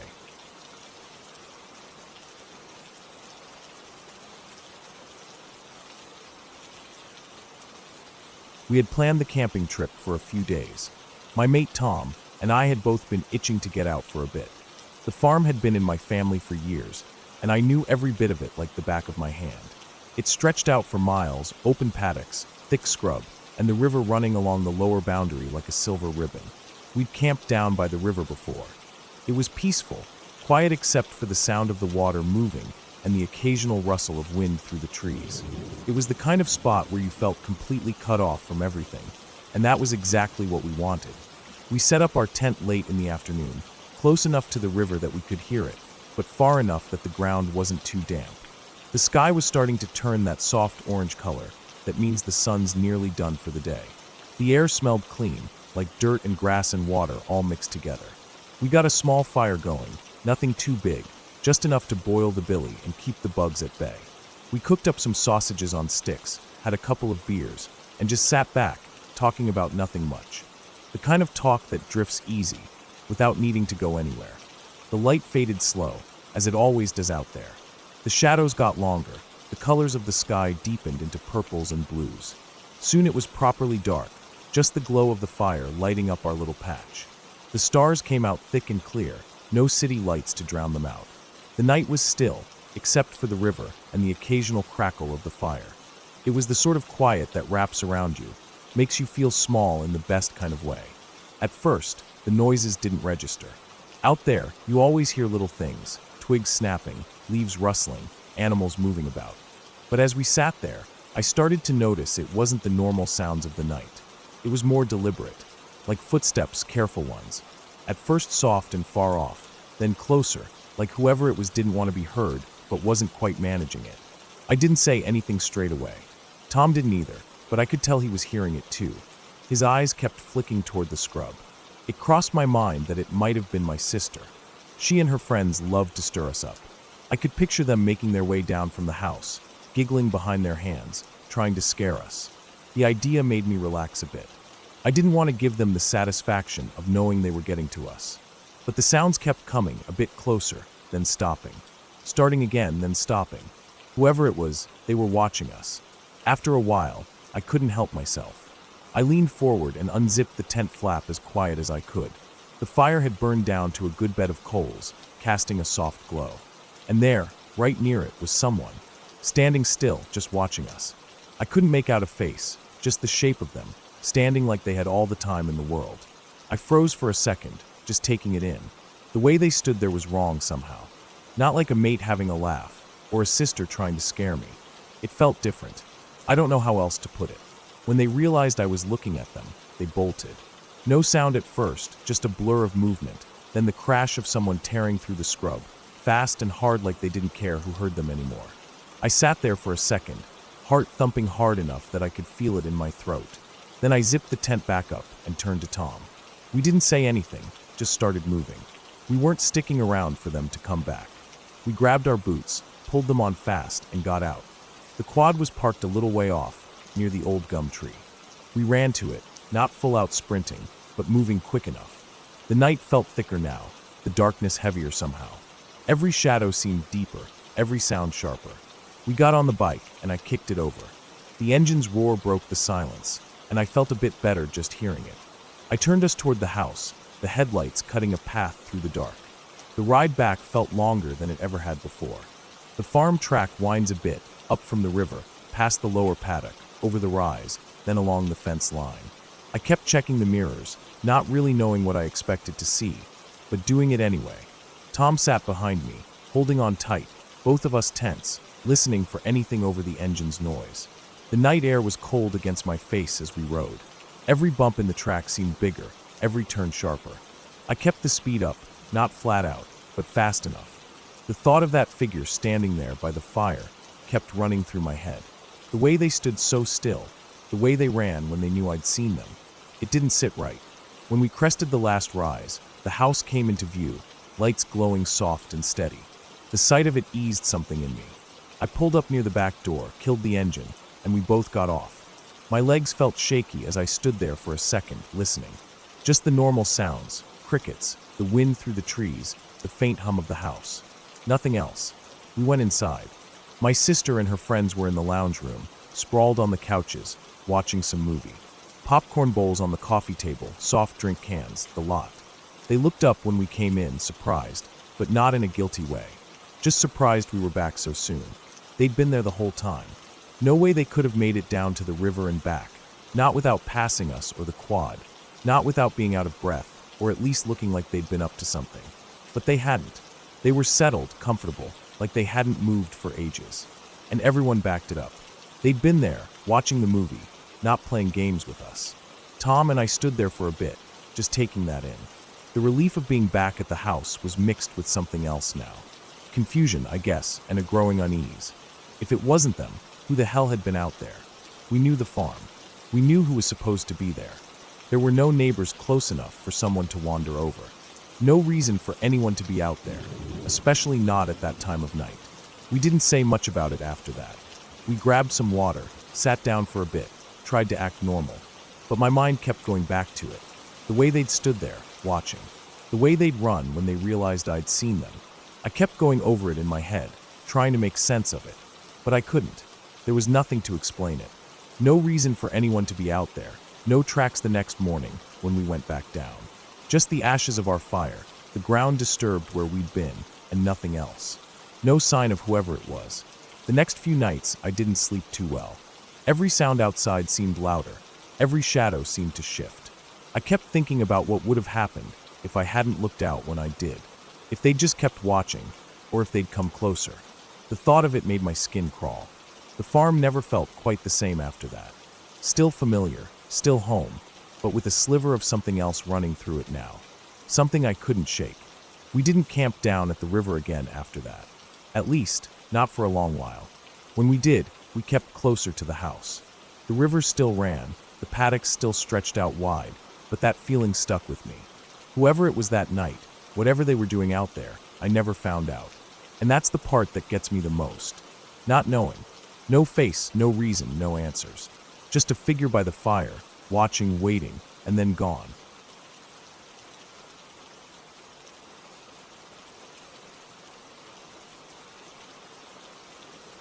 I've always loved being alone in the outdoors. There's something about the quiet, the wind through the trees, the smell of the dirt and pine, that makes me feel like I belong out there. People drain me. I don't hate anyone, I just prefer the company of nature. So over the years, I've gone on countless solo trips, sometimes planned, sometimes just jumping in the car and seeing where the road takes me. I've had my share of animal encounters. A curious black bear sniffing around my tent, a rattlesnake coiled under a rock I was about to sit on, even a moose blocking my path on a trail in Wyoming. But none of those moments stuck with me like what I'm about to tell. Because animals, well, they're animals. But people are unpredictable. And this one time, I was reminded how close I came to real danger. It was the summer of 2005. I was in my late 20s and had a few days off work. No one knew exactly where I was going. I just told a buddy I was headed to western Colorado for a few days of camping and hiking. I had an old Jeep that I kept in good shape, and I loaded it with my gear: tent, sleeping bag, food, water, camp stove, and my .44 Magnum revolver. I always brought that gun, not because I thought I'd need it, but because it gave me a little peace of mind when I was out where there was no one around for miles. I never carried extra ammo. 6 rounds in the cylinder. That was it. Enough for a bear, if it came to that. Maybe not enough, but better than nothing. My plan was simple. I'd drive up into the mountains toward an old ghost town I'd read about. In the late 1800s, it had been a mining town, bustling with workers and families. But by the early 1900s, the ore ran out, and everyone left. Now it was just a name on a map, and a few crumbling cabins. The road to get there was rough, gravel, switchbacks, and steep drop-offs with no guardrails. But I didn't mind. That was part of the fun. The drive up was beautiful. The higher I went, the cooler the air got. The sun was bright, and the sky was a deep, endless blue. I had the windows down and could smell the pine trees and the dry mountain air. But as I climbed higher, I noticed the temperature gauge on the Jeep starting to creep up. At first, I didn't worry. It was a hot day, and the road was steep. But soon, the needle was in the red. I kept going, figuring I was almost there. And sure enough, just as the gauge hit the critical point, I saw the ghost town spread out ahead of me. It wasn't much to look at. A grassy field, the remains of a few cabins, some stone foundations half sunk into the ground, and the broken fences of what must have been a graveyard. The place was quiet. No birds singing, no wind, just that deep, empty stillness you only get at high altitude.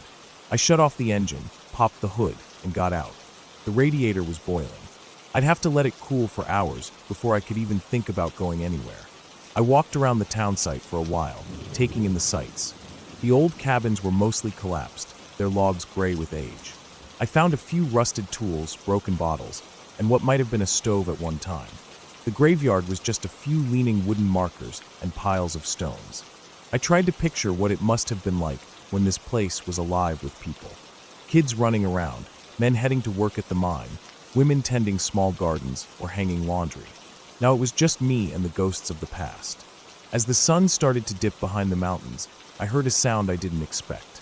A car coming up the road. I stood there, listening as it got closer. That road didn't go anywhere except here. There was no reason for anyone else to be coming up at this hour, unless they were lost or had a reason. Soon, a beat-up white Honda Civic pulled up next to my Jeep. The driver shut it off, and the quiet came rushing back. I started walking toward the car, figuring maybe I could borrow some coolant or tools, or at least find out what this guy was doing up here. The man who got out looked rough. Older than me by maybe 10 years, with a tangled beard, long hair that hadn't seen a comb in a while, tattered jeans, and a dirty flannel shirt. His boots looked like they were on their last legs. He didn't look surprised to see me. He asked if I needed help, and I told him about my overheating problem. He nodded like he understood, then told me his story. He said he used to be a miner in some small operation, probably not legal, and that he'd gotten hurt. No insurance, no money, nowhere to go. So he lived out of his car, moving from place to place, camping in the woods, staying out of sight. He said he knew these mountains well, knew where to find shelter, water, and where not to go. Then he told me about an old cabin at an abandoned mine site about a mile away. Said it was still standing, had a stove, and would be warmer and safer than sleeping in the open. He asked if I wanted to check it out with him. I hesitated. Every instinct told me to stay by my Jeep. But the idea of a cabin, a stove, and maybe some company after all wasn't the worst thing. And he hadn't done anything to make me feel threatened. Not yet anyway. I agreed. I grabbed my pack from the Jeep. Inside was my revolver, loaded as always. I strapped it on my belt. When he saw it, his eyes widened a little. He asked what I planned to do with it. I told him it was for animals. That was the truth. He seemed satisfied with that. We walked around the town site for a while, looking at what was left. I went back to my Jeep a couple of times to grab things I'd forgotten. One of those times I grabbed a 6-pack of beer. And during one of those trips back to the Jeep, I decided to take off the revolver and put it in my pack. I didn't want to seem like I was trying to intimidate him, but deep down, I was uneasy. Something about him didn't sit right. I even wrote down his license plate and a description of him in my notebook, just in case I vanished and someone came looking for me. We hiked to the mine site as the last light faded from the sky. The cabin was, as he said, still standing, though barely. The walls leaned, the roof sagged, but it would do. The mine itself was a dark hole in the ground, surrounded by old machinery and junk. A steel derrick stood over the vertical shaft. He said it was 700 feet deep, that he knew because a horizontal shaft from the mine he'd worked at intersected this one. We climbed up on the derrick and sat on a small platform. I shared my beer with him. We dropped empty bottles into the shaft, listening for them to hit bottom, but they just vanished into the darkness. We rolled some old tires down the tailings pile. It was dumb fun, but it passed the time. Inside the cabin, we cleaned up a spot as best we could. There was trash everywhere, old cans, broken furniture, scraps of cloth. But the cast iron stove was intact. We got a fire going, and it felt good. He offered me some of his food, a tin of fish and crackers. I had my own supplies, but accepted. We didn't talk much. After a while, we set up our beds, me on one side, him on the other. Just before I drifted off, he asked if I'd brought my gun. That made my skin crawl. I told him no. I'd left it in the Jeep when I went back for the beer. That was a lie. It was under my pillow, loaded. I didn't sleep well. Every sound made me jump. The wind through the gaps in the cabin walls, the creak of the stove cooling down, a mouse in the corner. At some point, I woke up. The cabin was black inside, but I could see his shape sitting up in his bed. He wasn't moving, just sitting there. Watching me? I don't know. I lay still, heart pounding, watching him. He didn't move for what felt like forever. Eventually, I must have fallen back asleep. Morning came cold and gray. We were both startled awake by a knocking on the door. We froze, listening. The knock came again, but when we looked out, there was no one there. Turned out to be a bird pecking at the wood, sounding just like knocking. We laughed a little, but it didn't break the tension. We packed up. He asked if I'd help him look for some supplies he'd stashed in the woods. I helped for a while, but my mind was on getting back to the Jeep. Finally, I told him I needed to go. We said our goodbyes. He seemed friendly enough again, but I didn't let my guard down. I hiked back, found the Jeep had cooled down, and started it up. I coasted down that mountain road, heart lighter with every mile I put between me and that place. When I got home that night, I started unpacking. When I got to my revolver, I did what I always do. I opened the cylinder to unload it. It was empty. I stood there, staring at it. I turned it over in my hands, opened and closed the cylinder, trying to make sense of it. I hadn't touched it since I put it under my pillow. I hadn't unloaded it. I hadn't fired it. The shells weren't loose in my pack. I tore through every pocket, every bag. I searched the Jeep from top to bottom. Nothing. No rounds. They were gone. That man had taken my gun, while I slept, inches from my head. He had unloaded it, maybe held it in his hands, maybe pointed it at me. Then he put it back under my pillow without waking me. Why? I'll never know for sure. Maybe he was scared I'd shoot him in his sleep. Maybe he wanted to make sure I couldn't shoot him if he tried something. Maybe he stood there in the dark, wondering if he should end me. Whatever the reason, he held my life in his hands that night, and I didn't even know it. After that trip, I changed the way I did things. I kept my gun hidden, always. I didn't trust so easily. I was more careful about where I camped and who I shared space with. The mountains are beautiful, but they don't care if you live or die. And neither do some of the people you meet out there. Years later, I saw him again. 100 miles away, on a different mountain, a different trail. I was walking, and he was sitting on a rock, looking out over the valley. We recognized each other right away. He nodded. I nodded. We talked for a few minutes, just small talk. He seemed nervous, like he didn't want to get too close. I didn't push it. I wished him well, and went on my way. That was the last